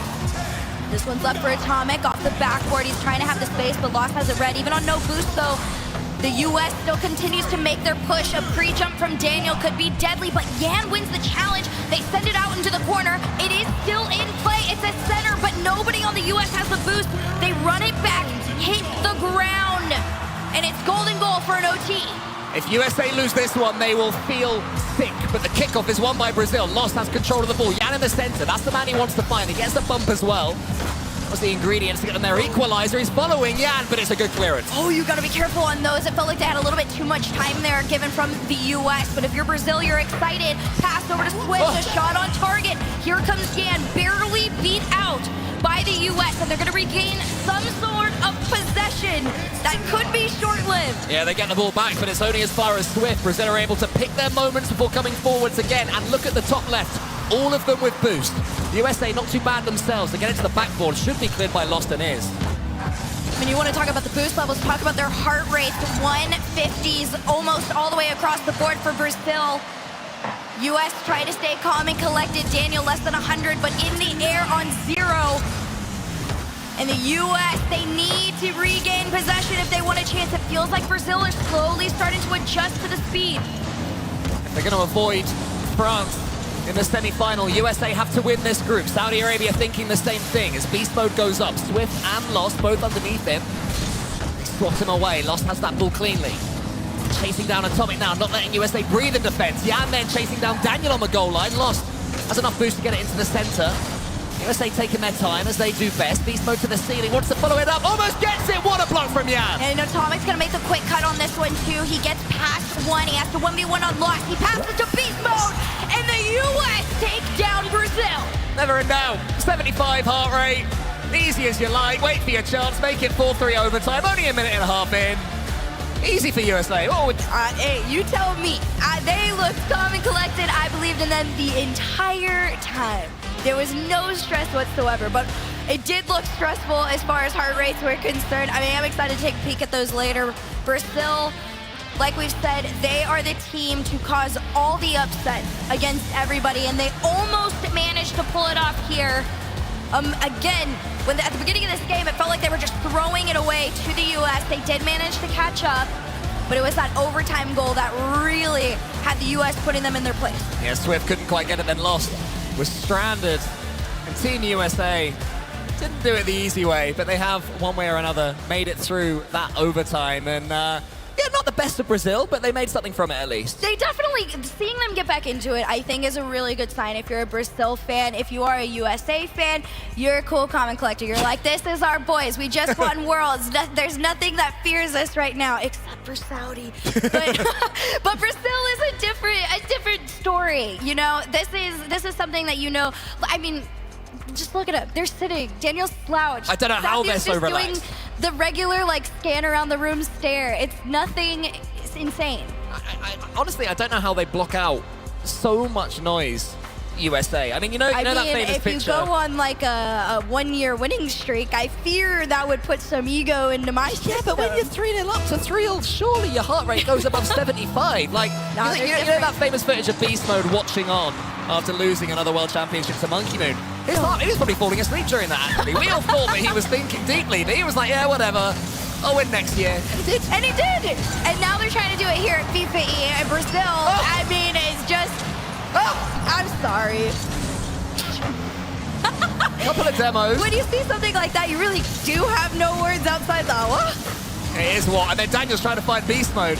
I mean, when USA played Saudi Arabia, it was Daniel's fakes that were really breaking through Saudi Arabia. They lost that game in the end, but I don't know. It's tough. Swift gets it onto the side. Daniel is there. He does connect with this one. Atomic wheels around, goes to the early shot. Yam was waiting for it. He's going to be able to find Lost. Let's see if Brazil can start a little bit better than they started the last game. It's been pretty interesting. I've been watching the wide cam here for this particular game, and there's a few moments where Brazil has opted to not go for the demo on the rotation back out. They let the US play in their field a little bit more, and it could be dangerous. There's the clear that they've been waiting for, but it happens on low boost. It's an awkward follow-up touch, and here comes Daniel to send it straight back to their side. Yeah, Brazil connecting with the ball well at the moment, and they have achieved the first task, which is don't give away 2 silly goals, I'll say it, in the opening minute or so. So that one goes over the top of Swift. Yeah, clean hits from end to end at the moment. Lost just prods it forwards towards Daniel. Brazil not looking particularly incisive. I do worry for them they're going a little bit too defensive after the throwaway in game 1. I agree. I think there's a fine line between playing it safe and scared. And right now, Brazil is definitely crossing back and forth between the two right now. A couple of updates for you guys, though, on the other end of things. Saudi Arabia up 2-0 on Germany. They did take game number 1. Chile up 1-0 over Oman. But the one that's exciting is Norway and Italy are still scoreless across the board. Italy took game 1 in that one, though, so Italy have guaranteed at least 1 point. So that means they will catch up to Brazil if Brazil can't take this second game. It might be even worse if Italy do, as expected, and take the second. Nice effort there from Lost. Swift, the ball nearly goes over the top of it. This is where Brazil need to not overcommit now they've got themselves into this game. They've slowly worked themselves into game 2. I don't hate it, as long as they remove the fear we talked about earlier. Here comes Atomic, though, over the top. Jan has to get something and does it. It's the crossbar. Lost has boost to clear it away. That's the low boost, so Daniel managed to take it back. He wasn't close enough to be able to use that flip. The U.S. still hold that midline, although they do get pushed back a little bit here. Lost 2 resets forward. Brazil, even when they get touches on these balls, there's not actually being of use. Instead, they lose possession again. This one to the backboard. I will commend Brazil, though. They do recognize that the U.S. love to go to that backboard first, and they're cutting off about 50% of the plays that they're chunking at their net right now. Yeah, that could be where the midfield pressure is going, covering that backboard at all costs. Daniel takes a touch in the air. Beast Mode underneath him has 100 as well. Daniel takes it all the way across the field. Swift gets the last second save on that one. Jan can finish the job, but just a reminder that USA don't need too much territory to cause a goal. Daniel over to Beast Mode here. Beast Mode over Swift. You can see all of Brazil trying to get together, but it was almost not enough in that moment there. Atomic tried to make the cheat up on it, and that's what the U.S. is going to do. You're getting closer to that last 90 seconds, and this is the longest the U.S. has gone scoreless throughout this particular series. Catch over from Beast Mode, down over to Atomic. A little late, he calls himself off on it, and they play the safer route. Yeah, well, assume that Jan missed that one on purpose because he knew it was bouncing safely into the corner. So again, much better composure from Brazil, but that big clear from Daniel is going to send them right back. USA edging forwards the whole time. That bump opens it up defensively for Brazil. So it takes a clean touch, and the boost does spawn under him. Big boost for him. U.S. want those 3 extra points to really assert some dominance headed into the rest of the playoffs. We're going to see if they can grab onto that. Otherwise, Brazil is doing exactly what everybody hoped they would, causing a little bit of an upset and some panic headed into tomorrow. They've got nothing left to lose at this point. Atomic, nosedive down, cut off at the shot. Oh! Risky there from Beast Mode. Daniel was behind him. It's safer than it looks for a second, but Beast Mode burnt a lot of boost. So if that was a fake, it wasn't the best one in my opinion. He's still got nothing. All he can do is get the block in the corner. Then he goes for a couple of bumps. Good play in the end from Beast Mode with nothing in the tank. So he tries to turn the ball to him. 20 seconds left, Herc. It's been a tense game too. It really, really has 5 shots alone from Beast Mode. All of NRG. Well, not NRG, the US. I'm too used to them. All of the US has worked together collectively to throw some shots, but it just takes one clean one from Brazil to end things. They got a little close here. 5 on the clock. Lost. Awkward gets it taken away by Daniel. And they could throw themselves into another overtime if this hits the ground, and it will. Interesting. Complete turnaround from game 1. That was 3-all, explosions, demos, goals happening everywhere. This one, a tight affair, a closer affair. Beast Mode gets it as far as Lost. Daniel's already up in the air. The ball is slightly loose from him, though, and a demo comes in on Beast Mode. Lost tries to get another one. It's Atomic. He bundles through to Yan, but he's not quite able to get the finishing touch. No, even on no boost, you got to be a little quicker than that to get past the US. Flips around the corner, past Daniel. Beast Mode on his lonesome. He's going to have to do the 1v1. They go for the demo. And Yan is in. It's a draw between the US and Brazil. Well done, Brazil. They set their game up in overtime. They've made the quarterfinal, and we are heading to an overtime between Norway and Italy, which has huge implications for Italy and Germany, who can only watch on. Only one way to see if they can come out of this successfully. DeVoof and Hyder working together to get past the midline. They do. It's a big clear. He's going to follow it up on his own. Can he do the center? He does! Oh! Arju did not, but DeVoof is not in! Oh, Italy! Did you not score there? It was a great save. There was luck involved, but even so, Italy had to do that. They are 1 goal away from qualification, and they were so close there. We got to see if they can try it again here. Norway is definitely going to be shaking in their boots on this one. 153 on the heart rate monitor, but even higher for Italy, knowing what is at stake. Arju 50 on 1. He's got to go against jump. He got the bump. He's got the angle. He's got to make a quick cut here, but they don't. Instead, it is a huge clear for Norway. Italy living with terror right now. They cannot overcommit. If they throw this, they will never forgive themselves. The chance for the top 8. 1 goal away. Right now, Italy's getting really scary. They're trying to be cheeky with a couple of these plays and sending somebody upfield, and it could be costly. Wozen out into the corner. They push up towards Orange. He tries to send it back on a clear, but Italy has the pre-jump. It's down to Arju. It's a shot on net. Arju, who's been in the scene since, I think it was season 8, he burst onto it with Mouse. Here he is now. This would be a new record for him, but it's stuck in by Jump. Heartbreak for the Italians. We're right now looking at Germany celebrating. Italy let their chance go.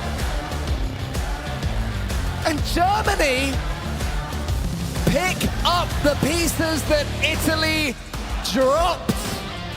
So good of a win. That win was so good that Saudi ran over and high-fived with smiles. Whoa. Huge swings at the end here in Group A. After yesterday, it seemed like all the drama would be in B. But that's not how it's happening. Everybody, you can feel the emotion in the room. I wish you could see it from like a wide cam. Everybody running around, smiles and frustration. But for Norway, you still are very, very, very proud of yourselves. It was a crazy fight to the end.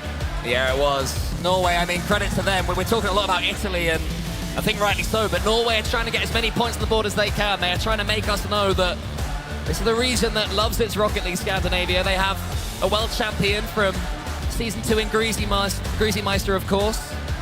So lots of history for Norwegian Rocket League. I feel like my heart was racing. I should have put my heart rate monitor Honestly, that is crazy. This format, we've talked about it so much, Herc, but it just keeps giving us beauty. So much fun, and it's a little stressful sometimes because you start getting caught up in one game and you're talking about another one, and it's all over the place, but it's so beautifully chaotic. I believe that means we are going to have 3 teams that can still make it. Brazil are safe, but it's between Germany and Italy. I'm madly hitting refresh on various things. I think production are too. We're all in here trying to figure out what all that means. Lucas, I need you to get in on this. Shout out the king of Liquipedia still. Wow. Germany, I mean, they've been given a second chance. They have to take it. Their next match from Germany. Do you know what? I'm not going to spoil it. Let's go to the desk. They can talk you all through, because I'll say something wrong and stupid. I loved your words there, Herc. Beautifully chaotic. That's exactly what we like to see here. Wow, I don't even know how to dissect what that meant and what didn't get taken in terms of chances there. As we see Oman and Chile. There's some highlights. I want to get to the big one in a minute. We can just rattle through these ones. Just having a good time with it out there, Chile and Oman. I mean, this game didn't have implications, and you know, both teams are just trying to play for their, you know, individual standings, for pride. But yeah, Germany's loss to Saudi Arabia in crushing fashion meant that they thought, oh no, we're out, because Italy are going to beat Norway, and that's the end of it. They're just eliminated. So we saw them. They're all watching the big screen, and then Norway score, and Germany are back in it. They've got a chance. Popped off, hugged each other all over, and here you're going to see some of that Italy-Norway. Italy coming up big in the first game, came up with a good win, put themselves in a great position, but Norway, few things more motivating than a bit of pride. Fight all the way back in game 2 and ended up winning in overtime. Great fashion there as you just squeeze in inside the post. Crazy. Can we call Norway party poopers now? Okay, as we go to USA, Brazil as well. And a tie in this one. Yeah, relevant as well for Saudi Arabia. Saudi Arabia is back on top of the groups, and now Italy, who played Saudi Arabia in the last round, they need to beat Saudi Arabia if they want to guarantee fourth place. Yeah. Anything less than that will not have it under their own control. Saudi Arabia need to obviously win to stay ahead of USA, who are right there with them in points total. But the real story is Oman, who are literally, they're pointless in the group standings. If they take a game off Germany, then Italy qualify. Just one game. So Oman have come all this way just to ruin Germans' dreams in the final round. That would also be Oman's first point. If they were to get it, I mean, you know, we're really kind of preempting this happening. Oman, can you hear us? Yes, you can. I know you can. It just would be fun, wouldn't it? Not for Germany, but there we go. Chile, Oman there. Wow, Chile 8-3, 4-0. Germany, Saudi. Germany couldn't quite do what they did yesterday, get the win over Saudi. Saudi knew how to counter them on that one. And then Italy, Norway. That was the spoiler, wasn't it? Italy pretty dominant in the second one. Overtime in the second ones, should I say, and then it looks like this. Wow. Now, Italy are still holding on 19 points, and if you're joining, you go, oh, okay, they've got a point over Germany. Doesn't quite work like that because of who they play next. Italy take on Saudi, who are sitting right at the top. Germany then take Oman, who sit right at the bottom. Yeah. It couldn't be more polarizing. A draw so for polarizing, Italy. so stark in contrast. A draw for Italy is not enough. Even beating Saudi Arabia in one game would only put them on 20 points. If Germany beat Oman, they go to 21. So Italy need to win both games, and if they fail to do that, if they lose either game to Saudi Arabia, they need Oman to beat Germany in at least one game, which is the most ridiculous story. If Oman could pull this off, there's going to be a party in Italy. All you can say, Oman, you don't want to be the only team here with 0 points. That's all you can say. Germany, though, they will be nervous for this one. They've just sat there thinking Italy were going to take it. They're now going to go up against a team that, on paper, they should be. Everyone else is beaten. They can't be complacent with that. Yeah, well, this happened last time as well. You know, we had England losing to South Africa, and at the moment that happened, we thought that meant that, you know, they were eliminated because of that result. It was only afterwards we realized they were already eliminated on a tiebreaker. But in the moment, we thought, oh my goodness, England have just lost the last game of the group to South Africa, and it's eliminated them. So Oman, who have had good games, they're last place in the group. They have no points, but they've taken USA to overtime. They've played some entertaining Rocket League against lots of the teams present.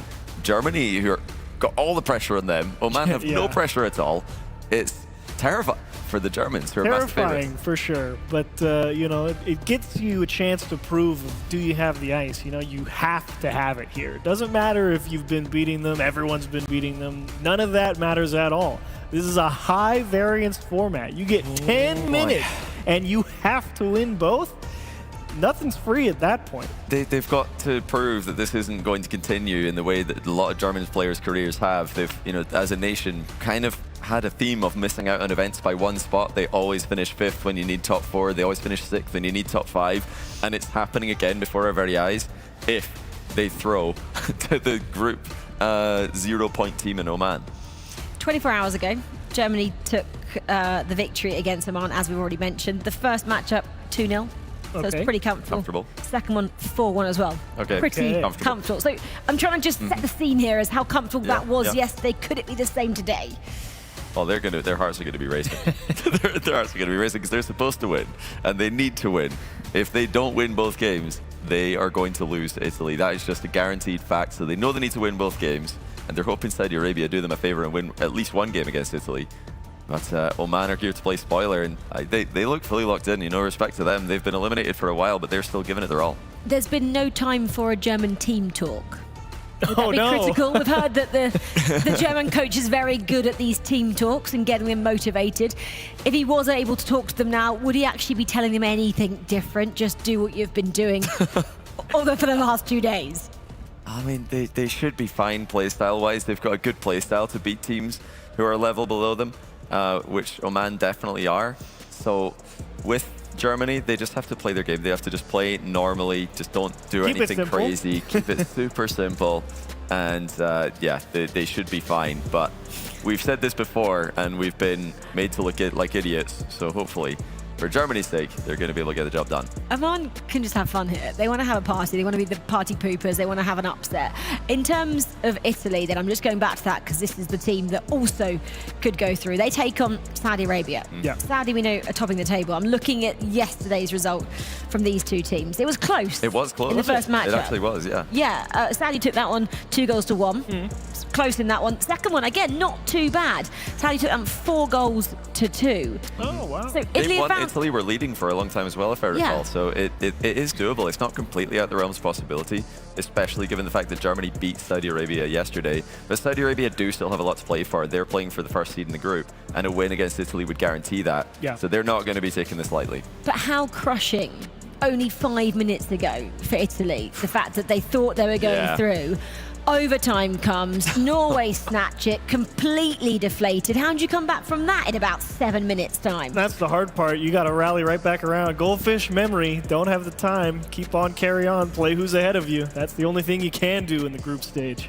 We obviously talk about Italy coming here, debut in this event, but super experienced squad. Regionally, they're always making RLCS main events, and they're always, you know, competitive in the early stages, but they've yet to have a full Italian team make a deep run. There's been individuals, Italians making deep runs, playing with other nations' players, but for a full Italian team to make a top four, make playoffs, would be the greatest result that a full Italian team has ever had by a country mile.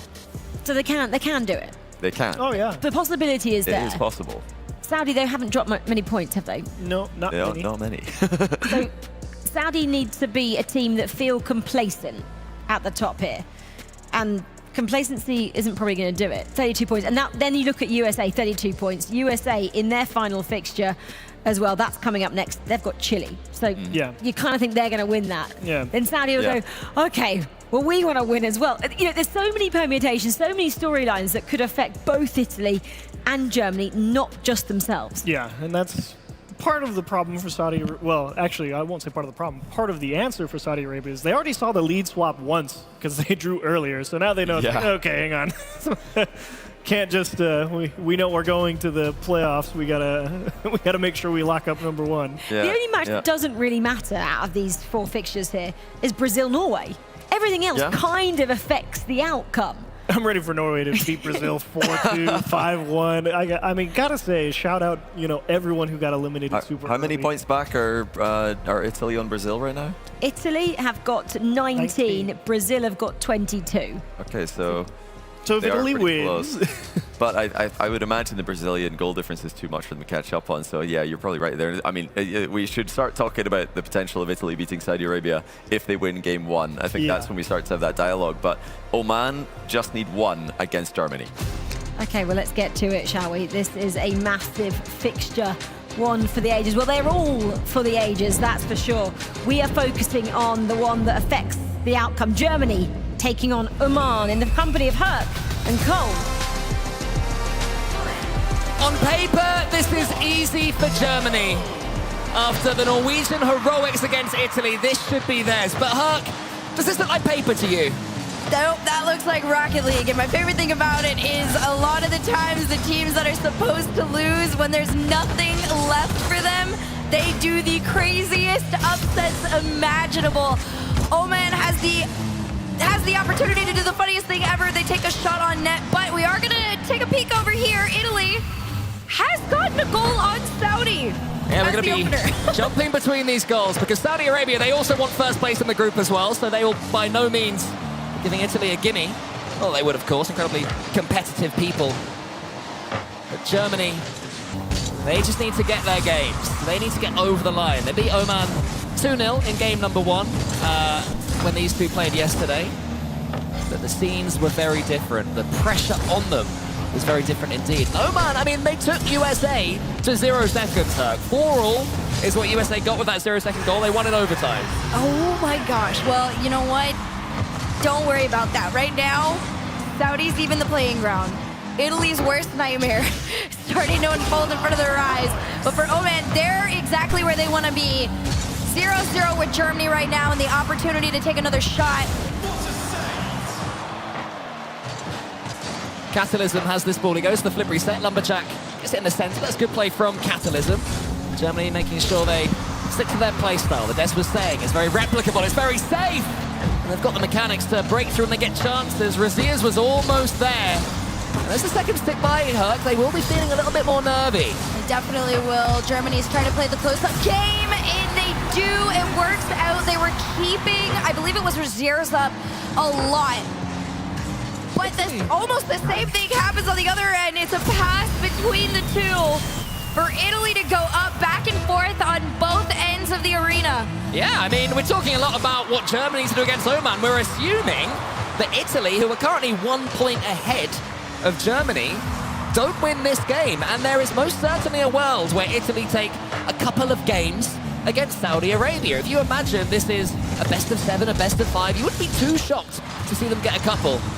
As they're building it all up, Saudi Arabia equalised straight away. So Italy have to deal with these Saudi kickoffs. Yeah, right now, on top of the kickoffs, they had to deal with the double demo there, but Germany got to avoid that all the way together. Raziers off the sidewall to Catalysm, just perfect placement around the last. You can see the excitement for this team right now. Up 2-0 is exactly where you want to be and building on it. Because remember, everything at this point has gotten way too close for comfort for this Group A. Yeah, Germany holding their nerves so far. Lumberjack gets over the top. Catalysm was safely in goal. That's what Germany need. Man planted in the defence at all times to make sure they don't throw anything away. Raziers gets a lovely couple of touches, takes Lumberjack completely out the game. Raziers round the corner again. Abdullah, the clearance. So our man showing a few forays forward, and Saudi have scored again now. Yeah, it was another really good pass between TRK and Ruas. Just from the infield, very standard for this squad to put themselves back up in the lead here. For Germany, still holding on to that 2-0 lead. Razier's going to float this one down. Low boost for Oman. All the way across the board for the most part, excuse me, but heart rate still remain high. You can tell the nerves on all ends of the field. Germany starting to group up a little bit too close together. Got to play this one a little bit careful, a little bit more methodical. Oman could get the best of you. Unlucky Oman. Oman, the top 32 MENA team, so no slouches. Used to playing teams of the caliber of Germany in qualifiers. Here comes Catalysm, could make it through. He could secure game 1 and does. So far so good for Germany. So many goals coming out here, by the way. Another clean pass for Saudi Arabia over Italy. All the way across the board, though, tight game between Brazil and Norway. USA versus Chile. Some more flashbacks are coming into play, by the way. Chile is up by 1.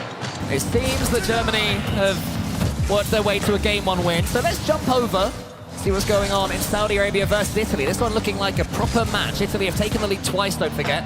Saudi Arabia have come back and seem to be running away with it themselves. And I want to keep an eye on Italian body language. They can't afford to slouch too much. They have to keep pushing. Yeah, right now, Saudi, at least body language on the field is very spaced out, disconnected. They continue to leave that third man a little awkward there on the back end. So Saudi's been taking advantage by throwing themselves on that sidewall and working together. And as that pause comes in, another quick update. The final minute between USA versus Chile is going on. Chile still holding on to that 1-goal lead, but Germany holding on up to 3. Let's see. Can Oman get back into this one? You see Lumberjack in net waiting to make the save. Gets bailed out by that backboard. We're gonna see, I think there might be a little update here between the US and Chile. We're going to take a look at USA and Chile because Chile are very close to guaranteeing at least a point. Remember, this was the closing game of last year's FIFAe against a very different USA roster.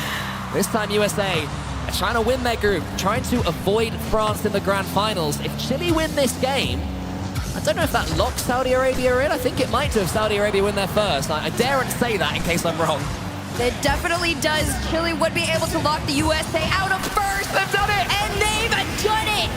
Not once, but twice. 2 years in a row, Chile frustrates the likes of Team USA. Although this year, a little bit different for the US. They will be moving on to the playoffs. But a potential draw at hand, unless Chile do the crazy of a proper win here. Yeah, that's true. Well, Brazil versus Norway is currently in overtime. Let's complete the set. A little eye on those guys as well. This is the most we've jumped around, and I think it's the most fun time to jump around as well. I'm having a great time. This feels like a little bit of a marathon. It's a challenge going everywhere around, but it is so much fun. Brazil all the way around the field right now. Nobody's going to make the attempt on this one. Jump versus Yan. Lost is the one that makes the challenge. He goes for the bump. No connect, so Wozen gets that big on clear. And over to Lost. They're going to take the bang! Brazil get their game 1 win at a set. Saudi Arabia, Italy, 5-2 currently to Saudi Arabia against the Italians. Italy staring down the barrel of heartbreak. They need to get out of their heads what happened at the end of that match against Norway. They could have cemented qualification there and then. It didn't happen. And now they have to get 3 goals in a minute and a half against Saudi Arabia. This might be one here, but Ruas doesn't even jump. He doesn't blink, Herc. No, not at all. At the end of the day, these are 3 of the best players in the world, just reuniting almost for fun in a way, trying to reclaim their title here at FIFAe, former champions, Saudi Arabia. A little bit of frustration in the corner there, but Saudi does manage to get out. It's big clear hider back on his lonesome. Italy have just over a minute to try and catch up. Now, I could be proven wrong, but I believe Saudi Arabia are 60 seconds away from locking in first for their group because they and Team USA, they're on 32 points coming into this one. USA can only get 1 point now from their match against Chile.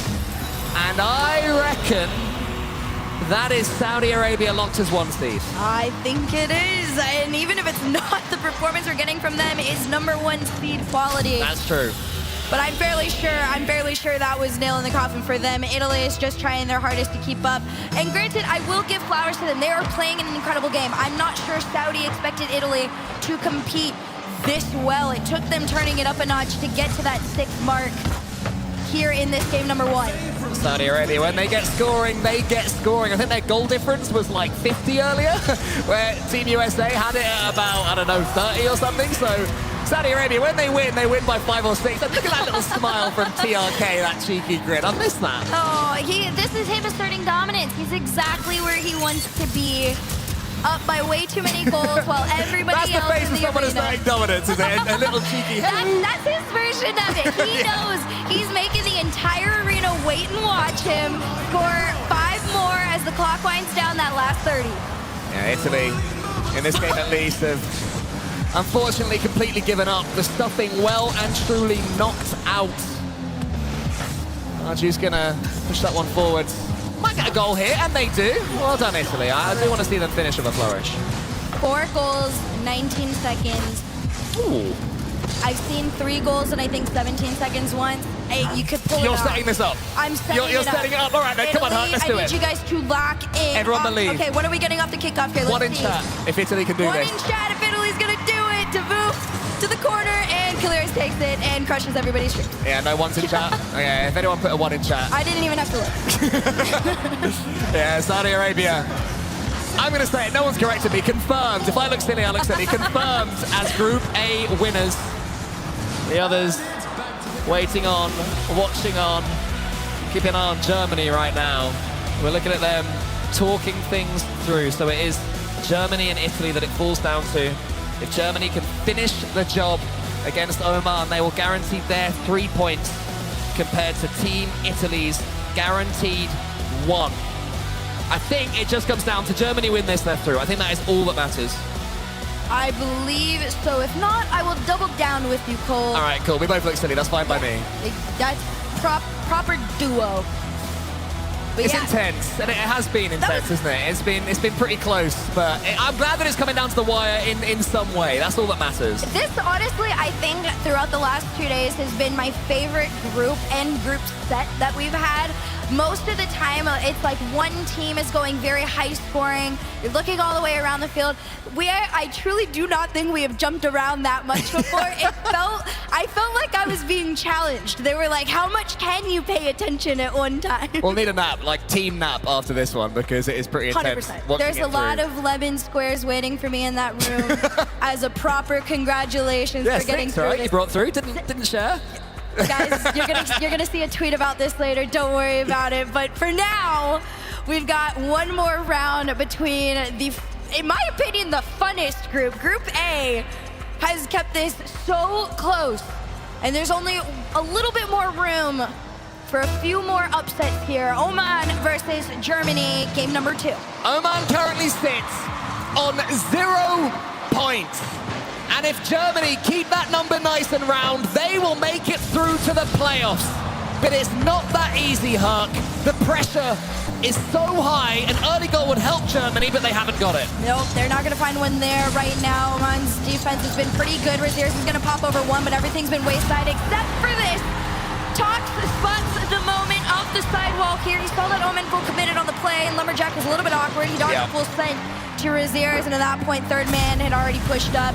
And it's a free shot for Germany. That's exactly what Germany needed as well. It's professional so far, turning to each other. Not come the fist bumps. No swinging their shirts around their heads just yet. Maybe we'll get to that one later because there's some defending to do first. Abdullah breaks it through. Oh, so close. A teammate, it was Lumberjack was coming in. But this time he was felled himself. Oh my goodness, whenever stuff like that happens too, I do a quick peep over the heart rate monitors. It's crazy to watch it spike up like a proper 20 or 30 in the moment. I'm curious if it's like something you actually feel or they're just stoic. But either way, they are still sort of holding their own on Germany, although Catalysm from the ceiling and down manages to get kept out. Germany turning the heat up against Oman. Oh! Hello, Tox! That's how you break through a summer defense! Look at this! He takes the boost from the corner. Catalysm, he was like, I'll buck one on the way out. Doesn't even actually touch anyone. He just scared them enough to go for the squishy save, and he goes, that bottom net, all mine. Nothing won yet, though. Oman showed earlier they can break through the German defenses almost themselves on the score sheet, and they have been scoring goals in this tournament. By no means are they a team that are walking away with clean sheets against them. As Sultan goes up against Tox. Lumberjack's chasing it down. One goal could really spook Germany here. Oman got the ability to get it. Abdullah, though, is underneath this one. He misses it. Sultan left all alone. Let's go take it short for himself. We've got a rule 2 there in the goal line. Sultan tries to bundle his way through. Yeah, I said rule 2 at me. Abdullah can't do anything there. Needs the 100. Oman, another half chance, goes begging. Team USA continuing to throw 0-1 against Chile. There's something about that last round for the US against Chile that just does everyone in. We'll take a peep over at that one later probably, but for now, all eyes locked on Germany. They need this win to be able to qualify, otherwise Italy could be the one headed forward. Brazil up 2-1 against Norway, although scores have been settled over there for now.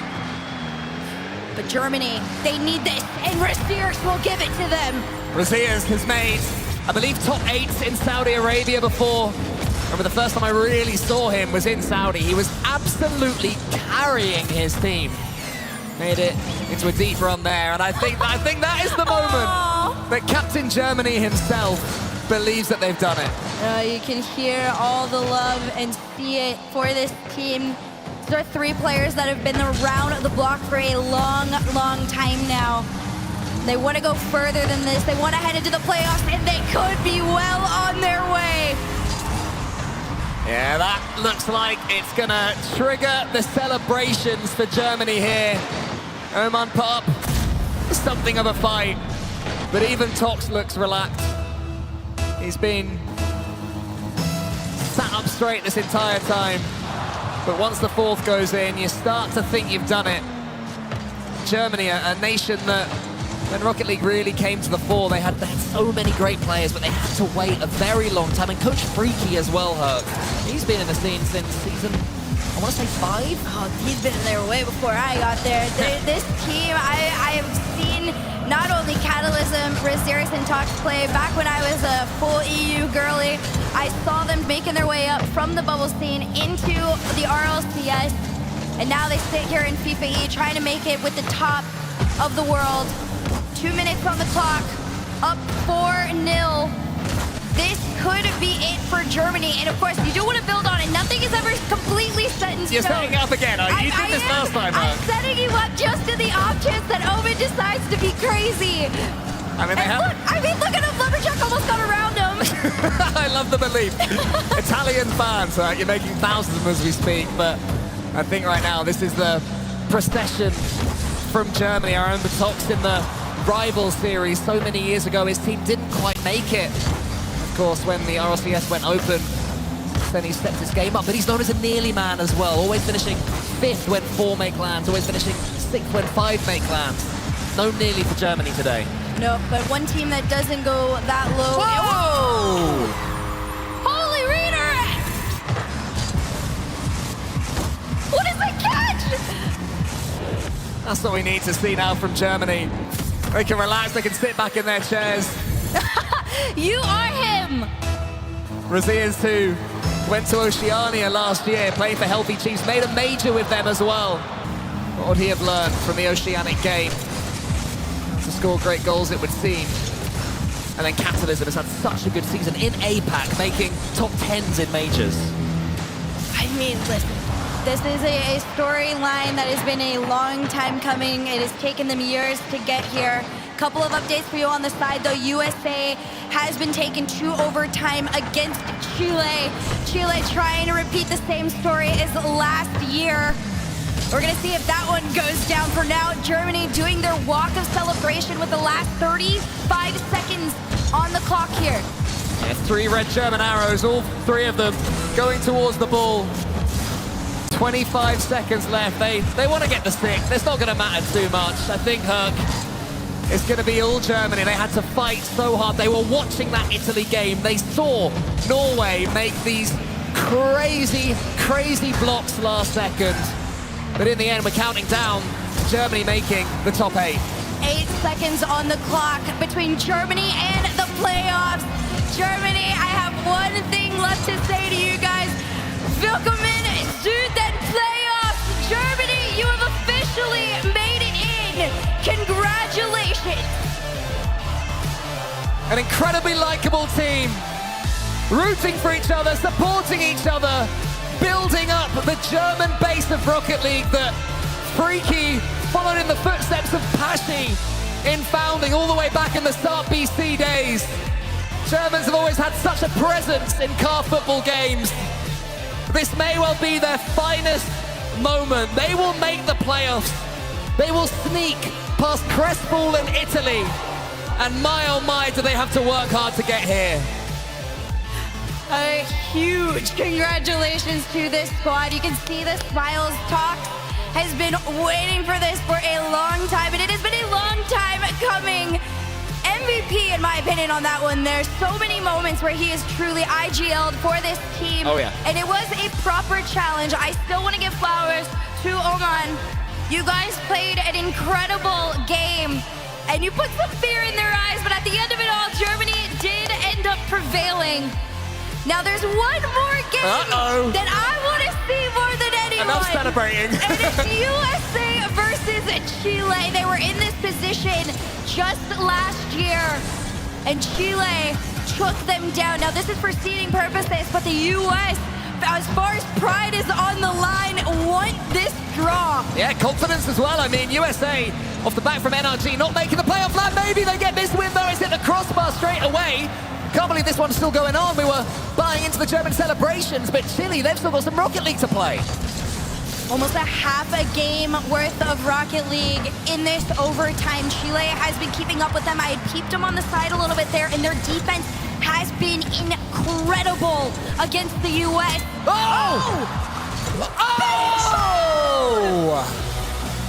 From Team USA to Team USA, the US is back on top. Back on top of a draw against Philly.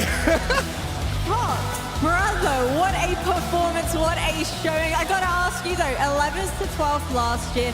This time around though, you make it through the playoffs. Talk me through that whole experience. Well, obviously last year we had a pretty disappointing performance. I think in general we didn't have too many expectations going into it last year, since we were on paper not as good as this year in my opinion. So even though we had low expectations, we at least thought we could maybe make a top 8, so we were very sad and disappointed. We ended up making a roster change. Very happy with the regionals, obviously. We played the regional qualifier, almost won the whole thing, lost to France in the finals. So now we just came in with a new mental, just to think that we're a good team, and as long as we perform, we'll make it. Well, in comparison to last year, you made a roster change, as you mentioned. You got Catalysm on board now. Talk me through what he contributes and brings to the team. Well, I think Catalysm in general, he's just a very experienced player. I think especially on LAN, he elevates his game. I think in general, we just have a better team chemistry with Catalysm, so we're just extremely happy to have him as a part of our team. Well, you're going to be facing off against France in playoffs. That's a painful look, bro. Talk me through it. How are you feeling about that matchup? Well, to be honest, we had a two-way kind of thought process going into the tournament. We kind of thought we obviously want a guaranteed top 4 no matter what, just to make the playoffs. But obviously we ideally don't want to end 4th to play France, because it's going to be scary against them. They're the best team here in my opinion. But obviously we're still super happy to make it into the quarterfinals, so now we're just going to take a break for the rest of the day, get some tea, and just grind for tomorrow. What is the game plan? Just go back to the hotel, go grab some food, or is it back to scrimming against other teams? Oh no, we're going to stuff our bellies right now. We're going to stuff ourselves with food, celebrate a bit, have some fun with the Federation, with the boys, then probably take a day off until tomorrow, and then tomorrow we're going to start grinding. Well, you know what? Rest up, bro. Congrats again. Making it through to the playoffs. What an experience it's been. Well, on the other side, I'm here with Roas, joining us from the Saudi national team. A huge victory. You guarantee first place. It was a close fight versus the US. Overall, how do you feel this group stage has gone compared to last year even? أكيد طلعتوا أنتوا بالصدارة بالجروب اللي فيه، كنتوا عم تلعبوا بالآخر كرمال تشوف يا أنتوا يا الفريق الوطني الأمريكي، كنتوا حتطلعوا بالدور الأول.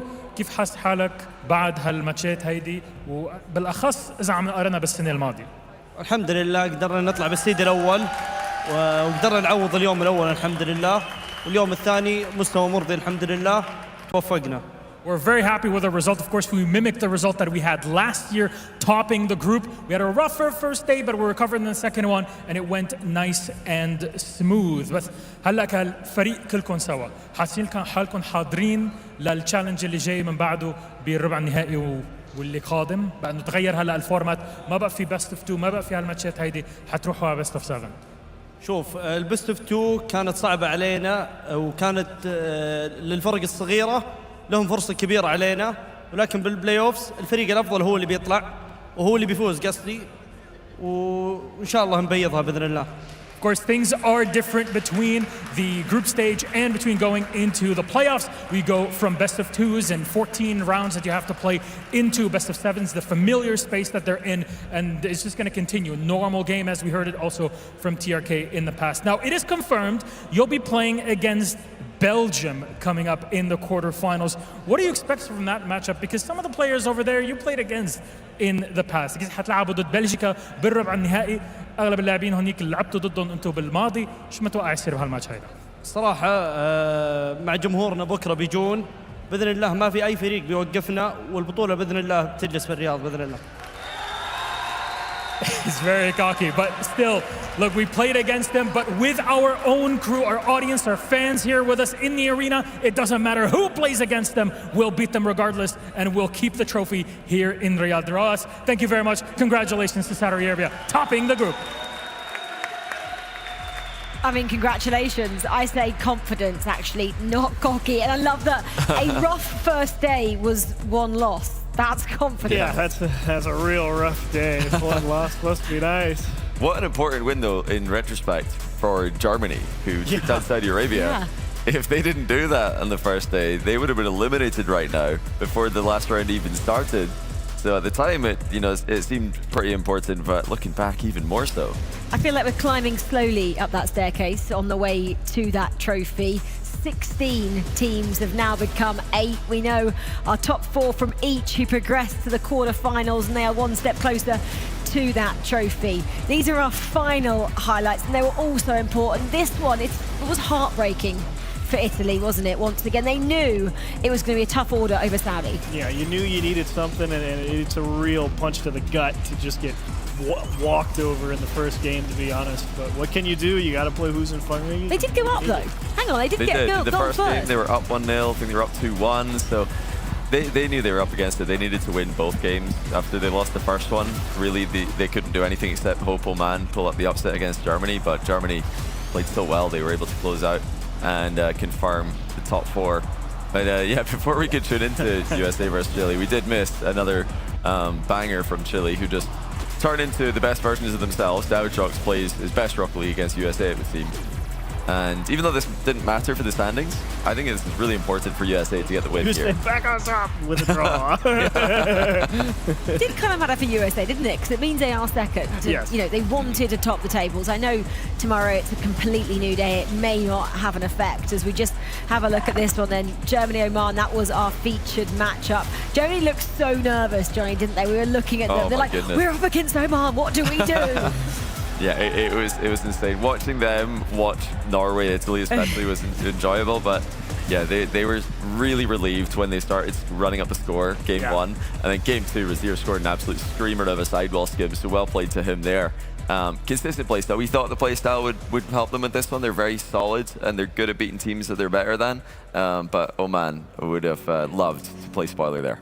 I mean, the spoiler was Norway, really. They were the people that upset the party this time out. Yeah, and credit to them, because it's a team that we don't really see hardly anywhere. And Norway coming out here on a big international stage, playing a big part in how things played out, and they looked good doing it. Well done.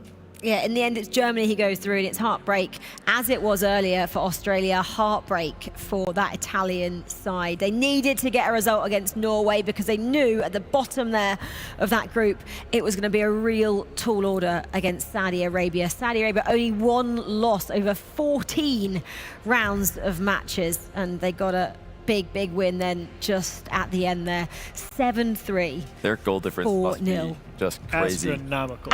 Goals for 102. Oh my days. They're probably the only team with because 100. USA have got a very impressive goal difference there, and Saudi Arabia have just like doubled it, I guess. It's just crazy. They run up the score better than any other team in the world. They always have, and it's so entertaining to watch. Top 4 then, let's just have confirmation of that. Saudi, USA, Brazil, Germany, Italy, agonisingly close. Chile, again, coming back there with a strong performance. And Norway being the spoilers, eliminated. There you have it, Oman, Norway, Chile and Italy. We say goodbye to them here on day 2 of the groups, eliminated from Group A. Have we caught our breath, guys? I think so. Heartbreak for Just in Italy time. going out.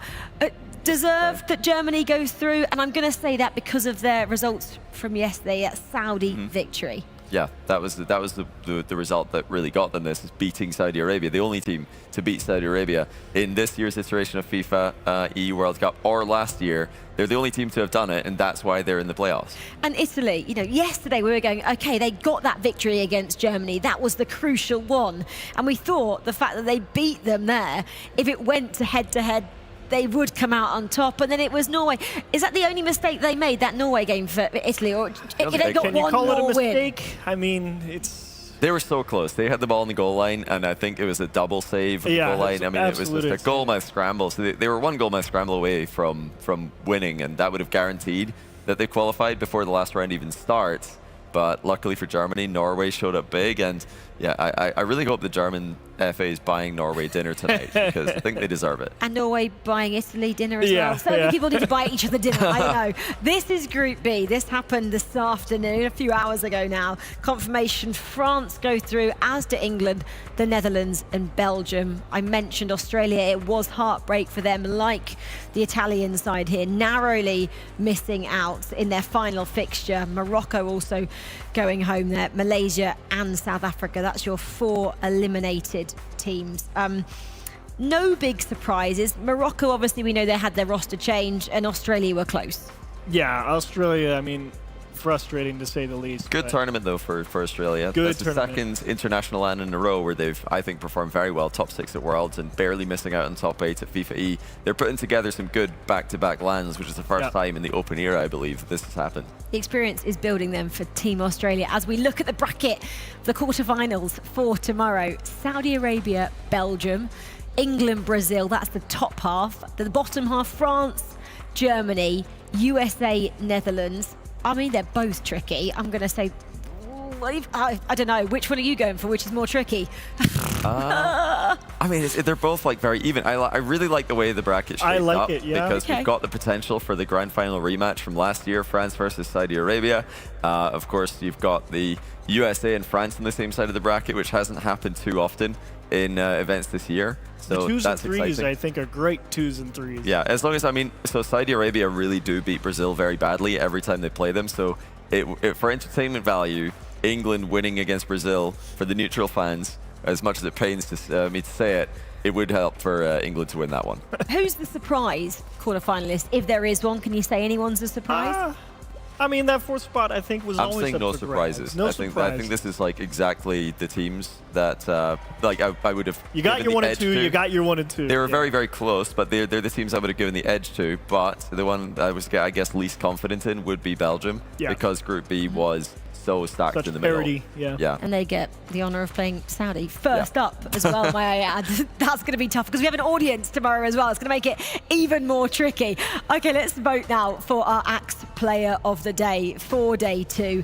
Nominees, Achieves. Yes, we had our 1s and 2s yesterday. Congratulations, you earned your flowers for basically locking it up and just had to go out and have a good day 2. Day 2 is all about the people who need to execute to make sure they make the playoffs. That's why we got all the 3s and 4s here. Oli, Atal, Lost, and Tox, y'all did your part. Well done. You needed it and you executed. Guys at home, vote then for your Axe Player of the Day over on FIFA.gg. Tomorrow, it gets even more intense, doesn't it? We go to knockouts, we go to quarterfinals, we go from best of 2 to best of 7. How tricky is that as well? Or are the players relishing this? Back to normality, guys. Yeah, back to normality. It will favor, the teams that have a little bit more experience and time, and the best of 7. If you're the underdog, you got a long day. That's all you could say, I think.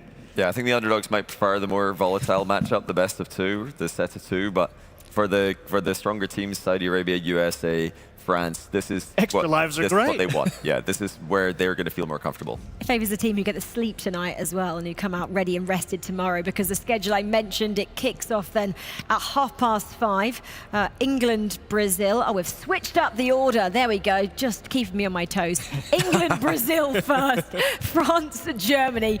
Saudi Arabia, Belgium, and then the USA taking on the Netherlands. They are going to be massive. I mentioned there's a crowd.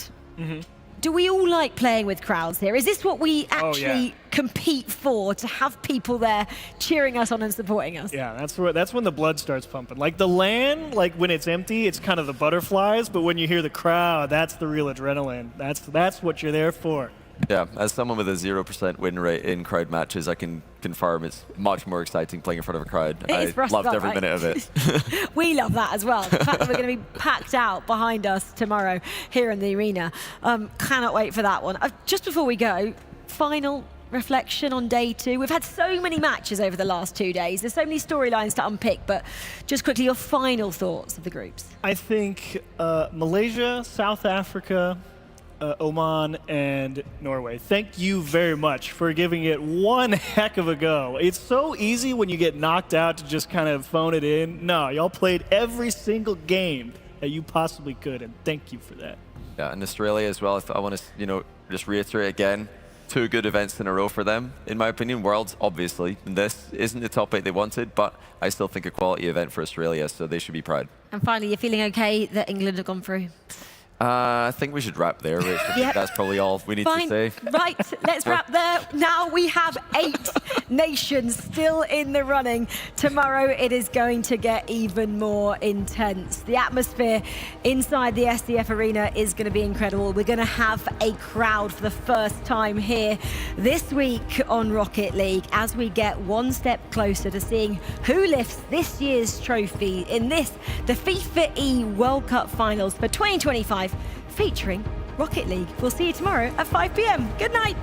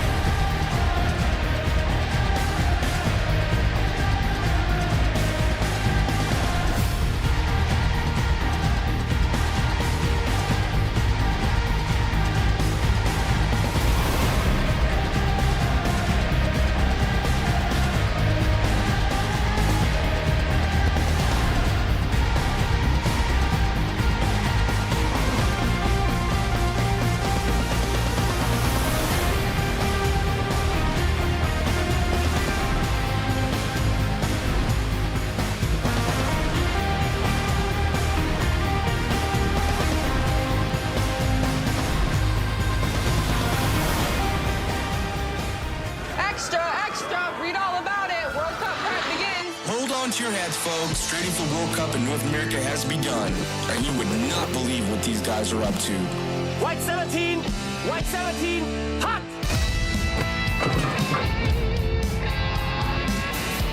Preparations spiral out of control across the globe as the hunt for World Cup glory intensifies. Buckle up, folks. We're just getting started.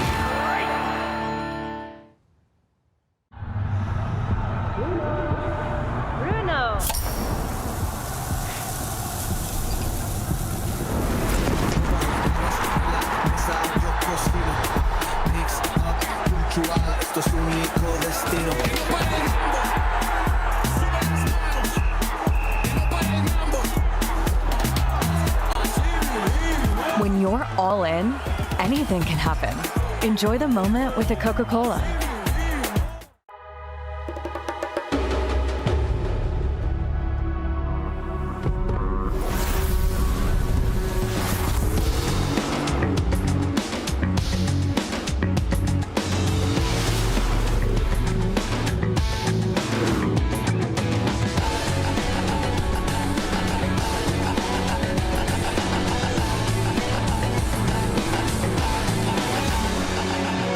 Kia, movement that inspires.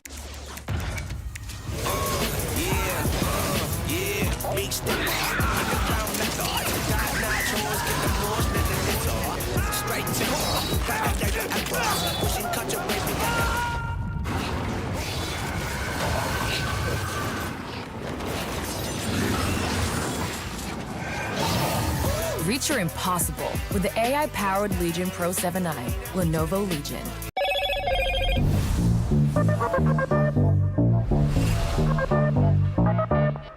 Slim like a whisper, sharp in the hand, never unplanned.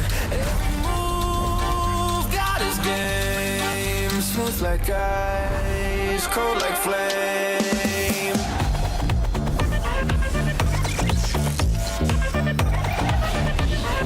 What's your edge? Hello, Moto. Welcome to the world's best airline, where the journey begins before you fly, where lounges are a destination in themselves, and your world is always within reach. A place where you're looked after, and the smallest details bring the biggest smiles. This is Qatar Airways, the world's best for a record 9th time. في السفر حتلاقي مفاجآت جديدة عليك، وهذا يمكن يخليك تتردد شوي. مع فيزا كل شيء مقبول، حتى ما يعض، صح؟ مقبولة عندنا، لأنها الخطوة اللي تسبق إنك تسوي شيء كنت دائما تشوفه مستحيل، وهذا اللي يميزك.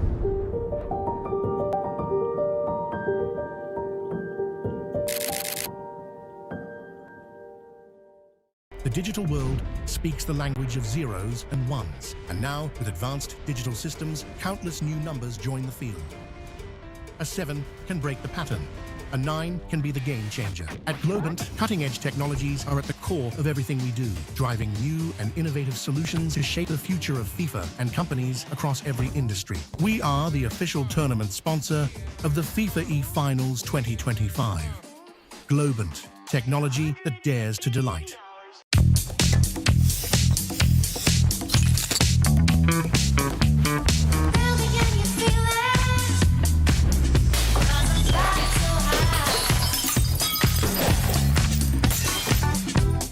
What was that? Smells finer than the finest perfumes. New Axe Fine Fragrance.